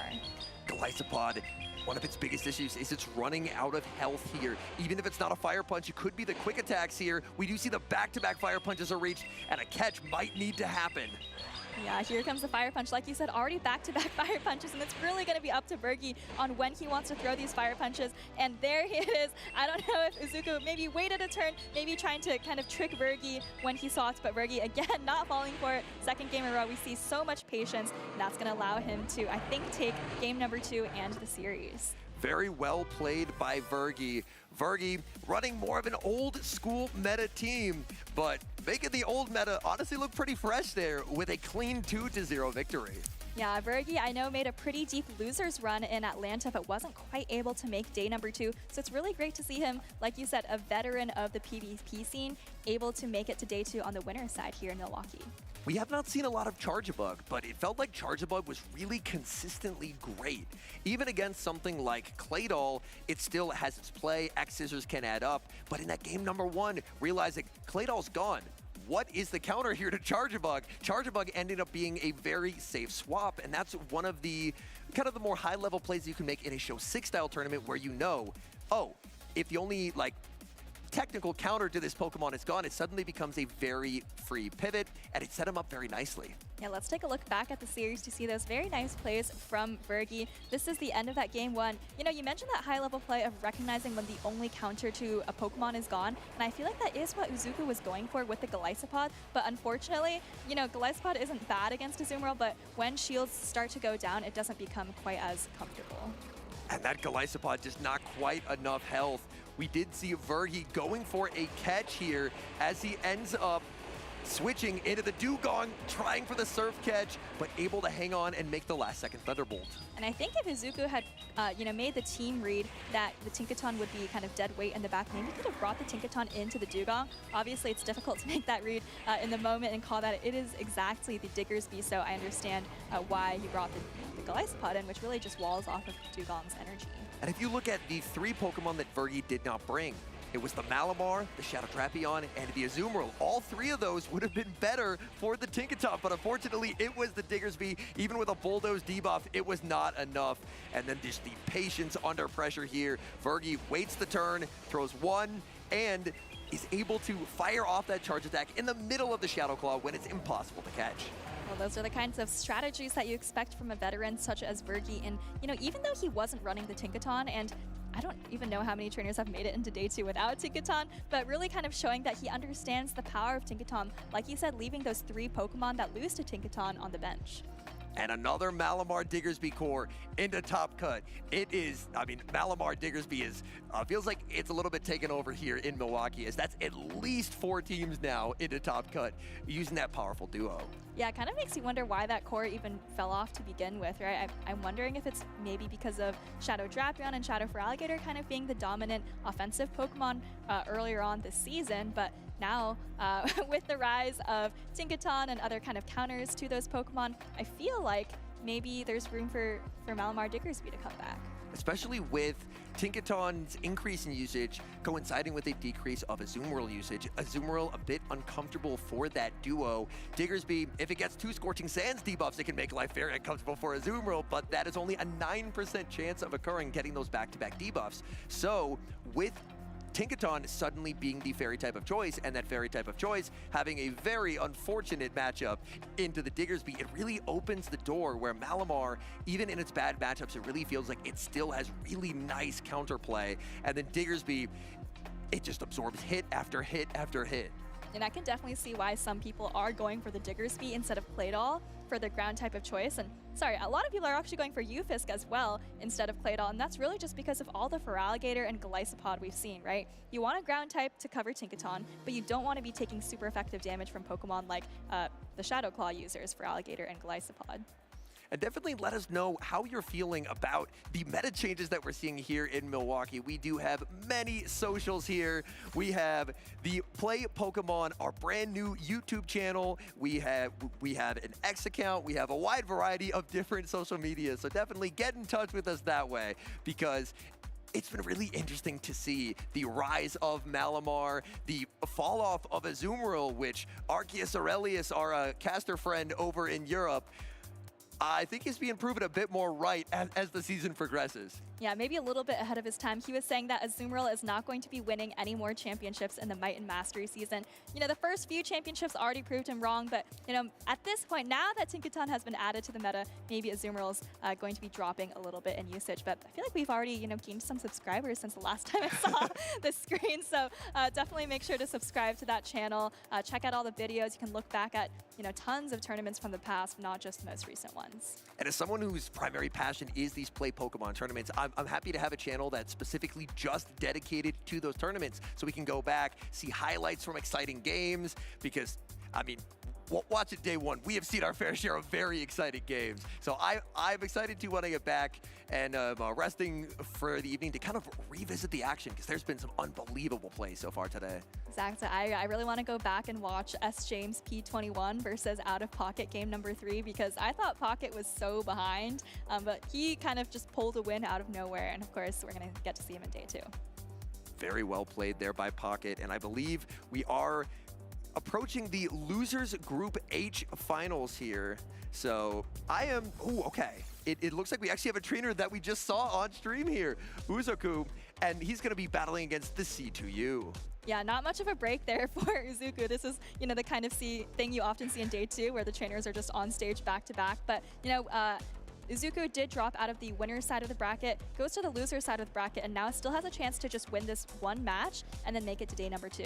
C2U, I don't think we've seen on stream quite yet in Milwaukee, but he is known for making some very monster losers runs, including at the World Championships, where I think he won like 14 games straight or something crazy. Yeah, it was definitely like 14 or 16 or something like that. It was an incredible run, and World Championships, obviously going up against the best of the best. So this is familiar territory for him. And he is running a team with Shadow Jumpluff, Furret, the Shadow Lapras, Tinkaton, the Unova Stunfisk, and Claydol.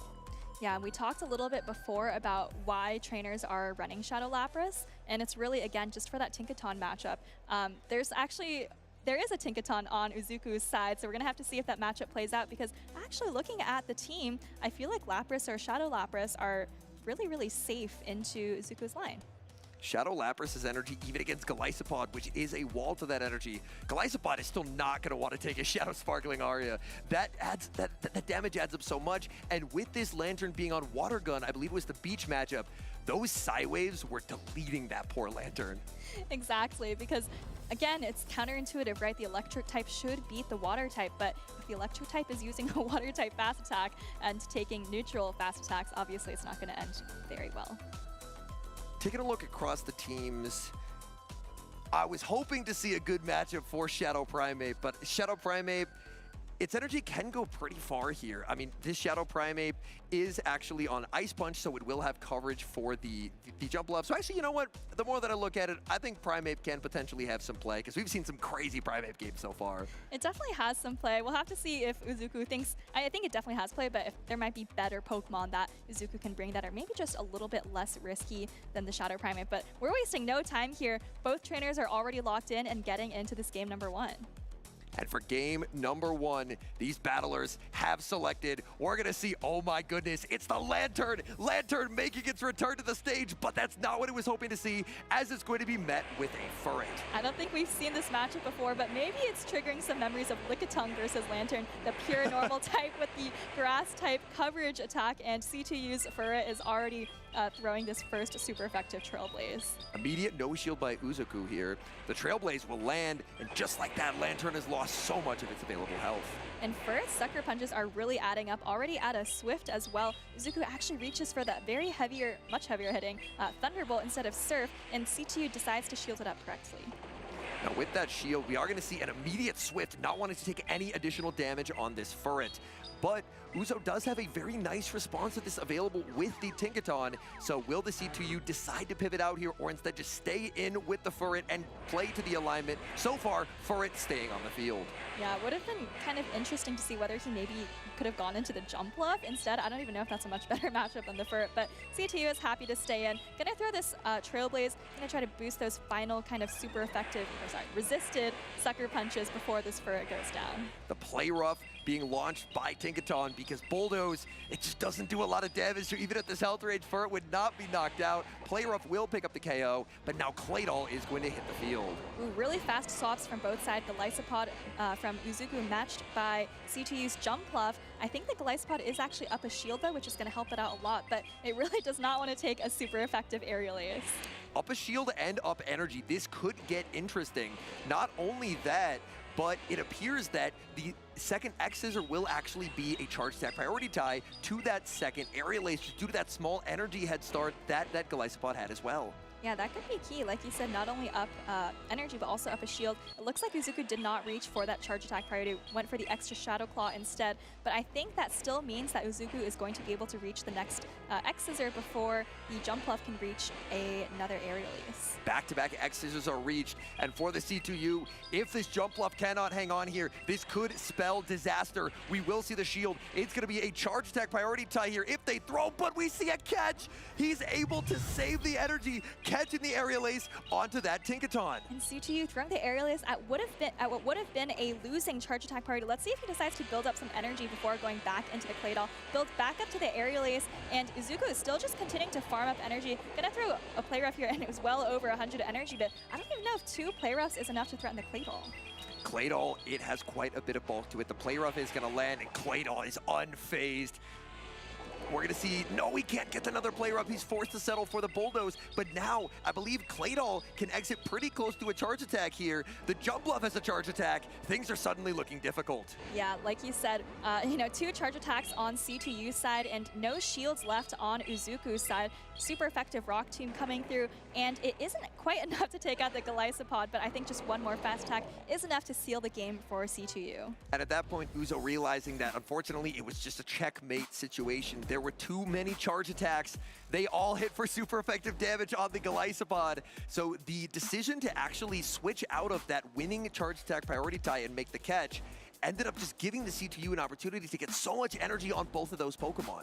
Exactly. I mean, maybe Uzuku could have thrown some energy at the Jump Bluff before it swapped out, because it ended up being the case that all of that energy on his Tinkaton kind of just went into the Claydol, but that wasn't really meaningful damage. Yeah, Claydol, 2 Play Roughs, it is unworried. It is very okay in that matchup, and just being able to get that full farm down where from a matchup where its charge attacks do not do much to a matchup where its charge attacks are extremely threatening onto the Glassy Galisopod. All right, Henry, I know you like your Furret, and we did see C2U use it pretty well in the lead there, but it also is a little bit risky, right? gets pretty much, I don't know about walls if is the right word, but it has very bad matchups against the Primeape and the Tinkaton. So I'm curious to see if CTU continues to bring that or maybe drops it in favor of some of these more neutral Pokemon. I wouldn't mind dropping it for the game number 2. It did very, very well, but it is a bit of a risk. So I wouldn't mind dropping it, and the one Pokemon I think I would keep would be that Shadow Jumpluff. That Shadow Jumpluff is so strong into this team. We've got the lead set, and there it is. Shadow Jumpluff staring down Golisopod for the second game in a row. Flashbacks to game number 1, and Izuku with a quick swap into the Water Gun Lantern. And I don't know if CTU knows these matchups. He does have 2 ground types in the back, but he seems a little bit reluctant to swap them in when they're taking super effective water guns. This is a very interesting spot to be in as C2U. You know, Water Gun's not going to do a whole lot, but your charge attacks are walled here. Lantern just going to farm up so much energy, going for a Surf bait here onto the Jumpluff, and it's no-shielded. What a call by C2U. This is going to be very resisted damage, and now he's going to be able to swap out with a ton of energy. I believe banked a full acrobatics, and now is happy to come into his Unova Stunfisk. Unova Stunfisk, very, very bulky. Will be able to withstand the super effective Surf, look to overfarm, and then not only try and pick up the knockout onto the Lantern, but have residual energy for these other Pokemon of Uzo. Yeah, and looking at the other Pokemon, Unova Stunfisk can actually hit both of them for super effective damage. So once it's able to Thundershock down the Lantern there, it's going to be able to throw either Mud Bombs into Tinkaton or discharges into Golisopod. And this health range on a Pokemon as bulky as Unova Stunfisk is going to be very difficult to remove from the field of play, as you're going to just take so much damage here. Oh, I don't even think the farm down is possible before a second discharge. Yeah, I'm looking at the slivers of health from the Shadow Claw damage, and I think you're exactly right. CTU is going to be able to reach another discharge if Izuku decides to go for the farm down. There's a discharge, and Izuku continues to tap, but at this point, I think you just have to commit your shields and save this energy. Oh, that is so unfortunate. And we could see a switch out here, and we do, but a great prediction there. The C2U trying to immediately put more pressure on the Golisopod, but Uzo says no. A nice catch of the Aerial Ace onto Tinkaton, and Tinkaton somehow finds a matchup that honestly looks pretty okay for it. Yeah, somehow was able to dodge both ground types and able to lock onto the flying type here, but I think we've seen this a couple times where the acrobatics from Shadow Jumpluff actually did quite a bit of damage to the Tinkaton, so not the worst matchup in the world. We're going to see an overfarm here. Another acrobatics is reached. We're going to see another no shield. I mean, this will not knock out, but this poor Tinkaton, it's going to be so low, barely hanging on, as it will now finally click play rough. But if you're CTU, how do you get rid of this Golisopod? I mean, I think CTU is realizing that his Claydol isn't going to be of much help to him in this situation, so going to be preserving this Jumpluff, which is already at very, very low health, brings in the Claydol, maybe hoping for a catch, but Izuku, too patient, brings in the Golisopod. Great reaction time, not letting the Mud Slap land. We are now going to see back-to-back Aqua Jets loaded. This is super effective damage. Claydol can survive, but it's going to leave a serious mark. And we do see the C2U going for the free Mud Slap there, anticipating that Uzo would try and see a B-tie. Yeah, that's actually going to be maybe a critical amount of damage from that resisted Mud Slap. You see how low the Golisopod is getting, and C2U actually able to deal a lot of damage with these resisted fast attacks. Very nice prediction there by the C2U, as that Mud Slap that snuck through was the difference between Golisopod making a last-second charge attack and getting farmed down. In comes Jumpluff. Jumpluff farms down, and that's going to be day 2 for the C2U. Now, it came down to fast attacks there, maybe realizing that the charge attacks maybe weren't going to come as they needed to, but CTU, like you said, 2 wins into day number 2 as he flashes that Azumarill from the World Championships. And another incredible losers run. He's really making a name for himself once he gets in the losers bracket. If you see him as your next opponent, you clearly have a lot to be worried about, because he's consistently put together these incredible losers bracket runs. Yeah, I'd have to look at the bracket to see just how deep this losers run is, but I wouldn't be at all surprised if it spanned multiple matches like it has in previous tournaments. I believe that was actually the World Championships in LEIC where he was able to pull those off. And Izuku, you know, have to give a lot of credit. He was able to anticipate a lot of CTU's switches and charge attacks, but still kind of wasn't enough to close things out. And here the attempted snipe with the Claydol, but no, able to save it. But the Golisopod Mud Slap, and this was a pivotal moment right here. The free mud slap that went through, the shake of the head there, and that was the difference between another Aqua Jet being reached and Golisopod falling oh so short. That's exactly right. And in those situations, it's kind of difficult to tell, is your opponent going to go for the charge attack or not? Because if they do, you do want to throw right away like Uzuku did. But if you're C2U and maybe anticipating that a little bit, he actually just took the free mud slap like you said, which ended up being a big difference maker. That's been a common theme so far today. A lot of trainers making these aggressive predictions, and when they pay off, it can completely flip games. That Golisopod's remaining health was going to be very difficult to deal with, but sneaking through that mud slap, it made the difference. Claydol was able to farm down, and there just wasn't really a path forward from there. Yeah, I think when C2U kind of failed that mud slap snipe, I was like, oh my goodness, how is he going to get rid of this Golisopod? But like you said, kind of just found a way somehow with those resisted mud slaps, kind of piecing a bunch of damage together, and it was enough in the end. And if watching the battles here today has kind of ignited a fire in you, you say, I want to battle. Well, we have the segment for you coming up here. We're going to have a segment talking about how Pokemon typing and different weaknesses and resistances work in Pokemon Go. All right, trainers, get ready to take some notes. It's time to study Pokemon types. In Pokemon Go, there are 18 total types. Some Pokemon have a single type, while others are dual type. You can identify a Pokemon's type in the inventory menu or on the top right of the battle screen, similar to the Pokemon TCG. Every attack in Pokemon Go has one type property. Similar to VGC, the type property of a Pokemon's charge attacks are displayed on screen during battle. We can use this scale to see how damage applies in Pokemon Go PvP. Neutral, resisted and super effective, double resisted and double super effective, and triple resisted. In VGC, flying type Pokemon are immune to ground type attacks. However, in Pokemon Go, no types are immune to other types. The closest comparison to immunity in Pokemon Go is triple resistance. More on that later. Unlike TCG, no Pokemon in Pokemon Go can use a special ability to remove their type's weaknesses. Therefore, every fast and charge attack will deal at least a tiny bit of damage, leading to improbable, unexpected, and exciting win conditions. Let's begin with the interactions between fire, grass, and water. Fire is super effective to grass, grass is super effective to water, and water is super effective to fire. When two single-type Pokemon battle, their attacks are usually neutral, resisted, or super effective. However, dual-type Pokemon are much more complex. To determine effectiveness for dual-type Pokemon, consider each type individually. For example, a Psychic-type Confusion from Bronzong will deal super effective damage to Poison and Fighting-type opponents. When Bronzong battles Toxicroak, that damage becomes double super effective, because Toxicroak is both a Fighting and Poison type. Some Pokemon single resist, double resist, or even triple resist attacks from other types. For example, Steel-type Pokemon single resist Dragon-type attacks, while Fairy-type Pokemon double resist Dragon. A Fairy and Steel-type Pokemon like Mawile will actually triple resist Dragon-type attacks. These are all of the double resistances in Pokemon Go. If you combine one of these double resistance interactions with another single resistance, you get triple resistance. Let's deep dive into a complex dual-type matchup, Beedrill versus Skeledirge.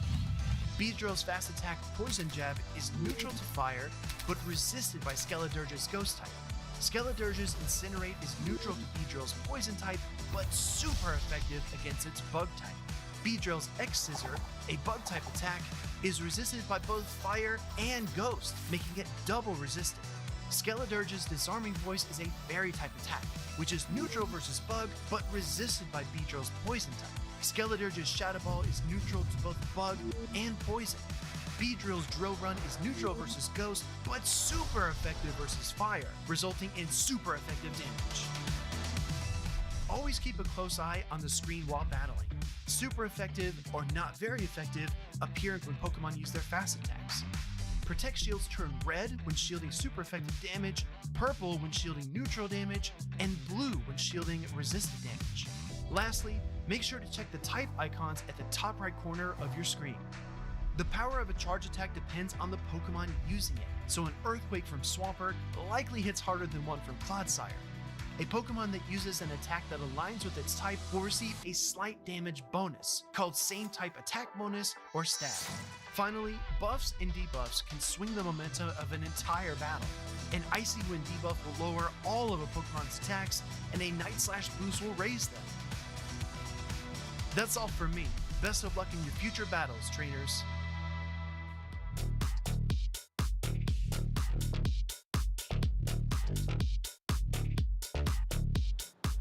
And we are here to wrap up Milwaukee, day one of the Milwaukee Regional Championships.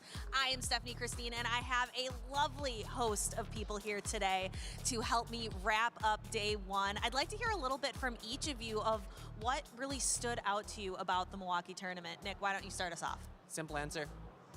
Tinkaton! Malamar for me. Malamar, it almost felt a little bit like Vigoroth did in the Annihilate meta, where it has one matchup, the Tinkaton that Phoebe mentioned, that it really doesn't want to see, but everything else, everywhere else, its energy is always useful. And we saw it time and time again. Malamar just proving to be an incredible nuisance for most any opponent that it ran into. Yeah, for me, I think just looking ahead a little bit to how trainers are reacting to the Tinkaton that Nick mentioned, right? We've seen some trainers reaching for Pokemon like Unova Stunfisk or Diggersby that we haven't really seen much, or even the Shadow for Alligator, but I think kind of anticipating where those trends go is kind of what we can expect to see not only in day number 2, but also going down the line to Portland. Well, speaking of day number 2, let's take a look at our winner's side of the bracket for some matchups we can be looking forward to. Soph, what do you see here? I see a lot of no names. I see Rise to Occasion and Nighttime Clasher, but also some names that we either haven't seen in a while or are maybe making their first appearance in day number 2. So for example, Snots, we haven't seen him really in day 2 since Milwaukee in 2023. Also Sustenance Eater, I think this might be his first day 2 appearance as well. So gonna be really exciting to see some of these teams and matchups tomorrow. Especially, it's really cool to see Sustenance Eater and Nighttime Clasher both on the winner's side of the bracket. That was such a fun interview that you got to do, Henry. I had a lot of fun with that interview there. And looking at the bracket, it looks like we could potentially have a brother versus brother winners finals, potentially, if they're both able to win out. And that's something I would honestly love to see, because that would be absolute peak content. And what time should people tune into the stream, Nick, if they want to see some of this peak content for Milwaukee Day 2? 6 a.m. No, I'm just kidding. It's not quite that early for you. It is 9:45 a.m. start for Central Time. So if you're East Coast, you get to sleep in a little bit longer. If you're West Coast, then you have to wake up a little bit earlier. And be sure that you are going to Pokemon.com/broadcast to get all of the action. I absolutely love this website because you can check out Pokemon GO, the Pokemon video game, as well as the trading card game, all in one super convenient spot. Where else can people go to follow the action, Henry? Well, they can check out the brand new Play Pokemon YouTube channel that we have been hyping up all day, which is a one-stop shop for everything Play Pokemon, highlights, everything you could want, it's there.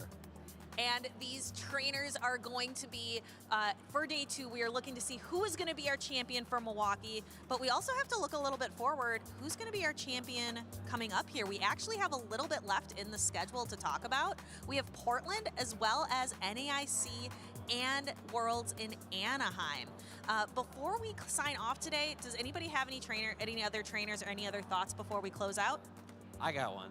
So kind of bouncing back off Soph, she was talking about reactions to Tinkaton. I think another interesting thing is Tinkaton coming into the meta has really pushed a lot of the grass types out, and seeing how trainers have reacted to the lack of Cradily, the lack of Superior that have been both really quite dominant in earlier metas this year and last year as well. So we're going to have to see, are we going to see some different grass types in day 2? Are we going to see just Tinkaton everywhere, 100% usage? You will have to tune in tomorrow to find out. Be sure to catch all of the action. We will see you tomorrow.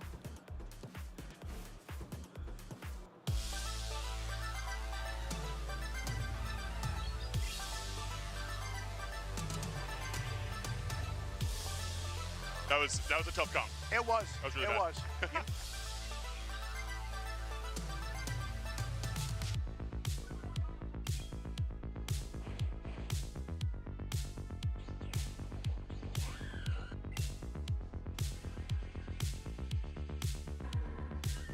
I just wanted to bring Patchy, but against your team, it was... Yeah.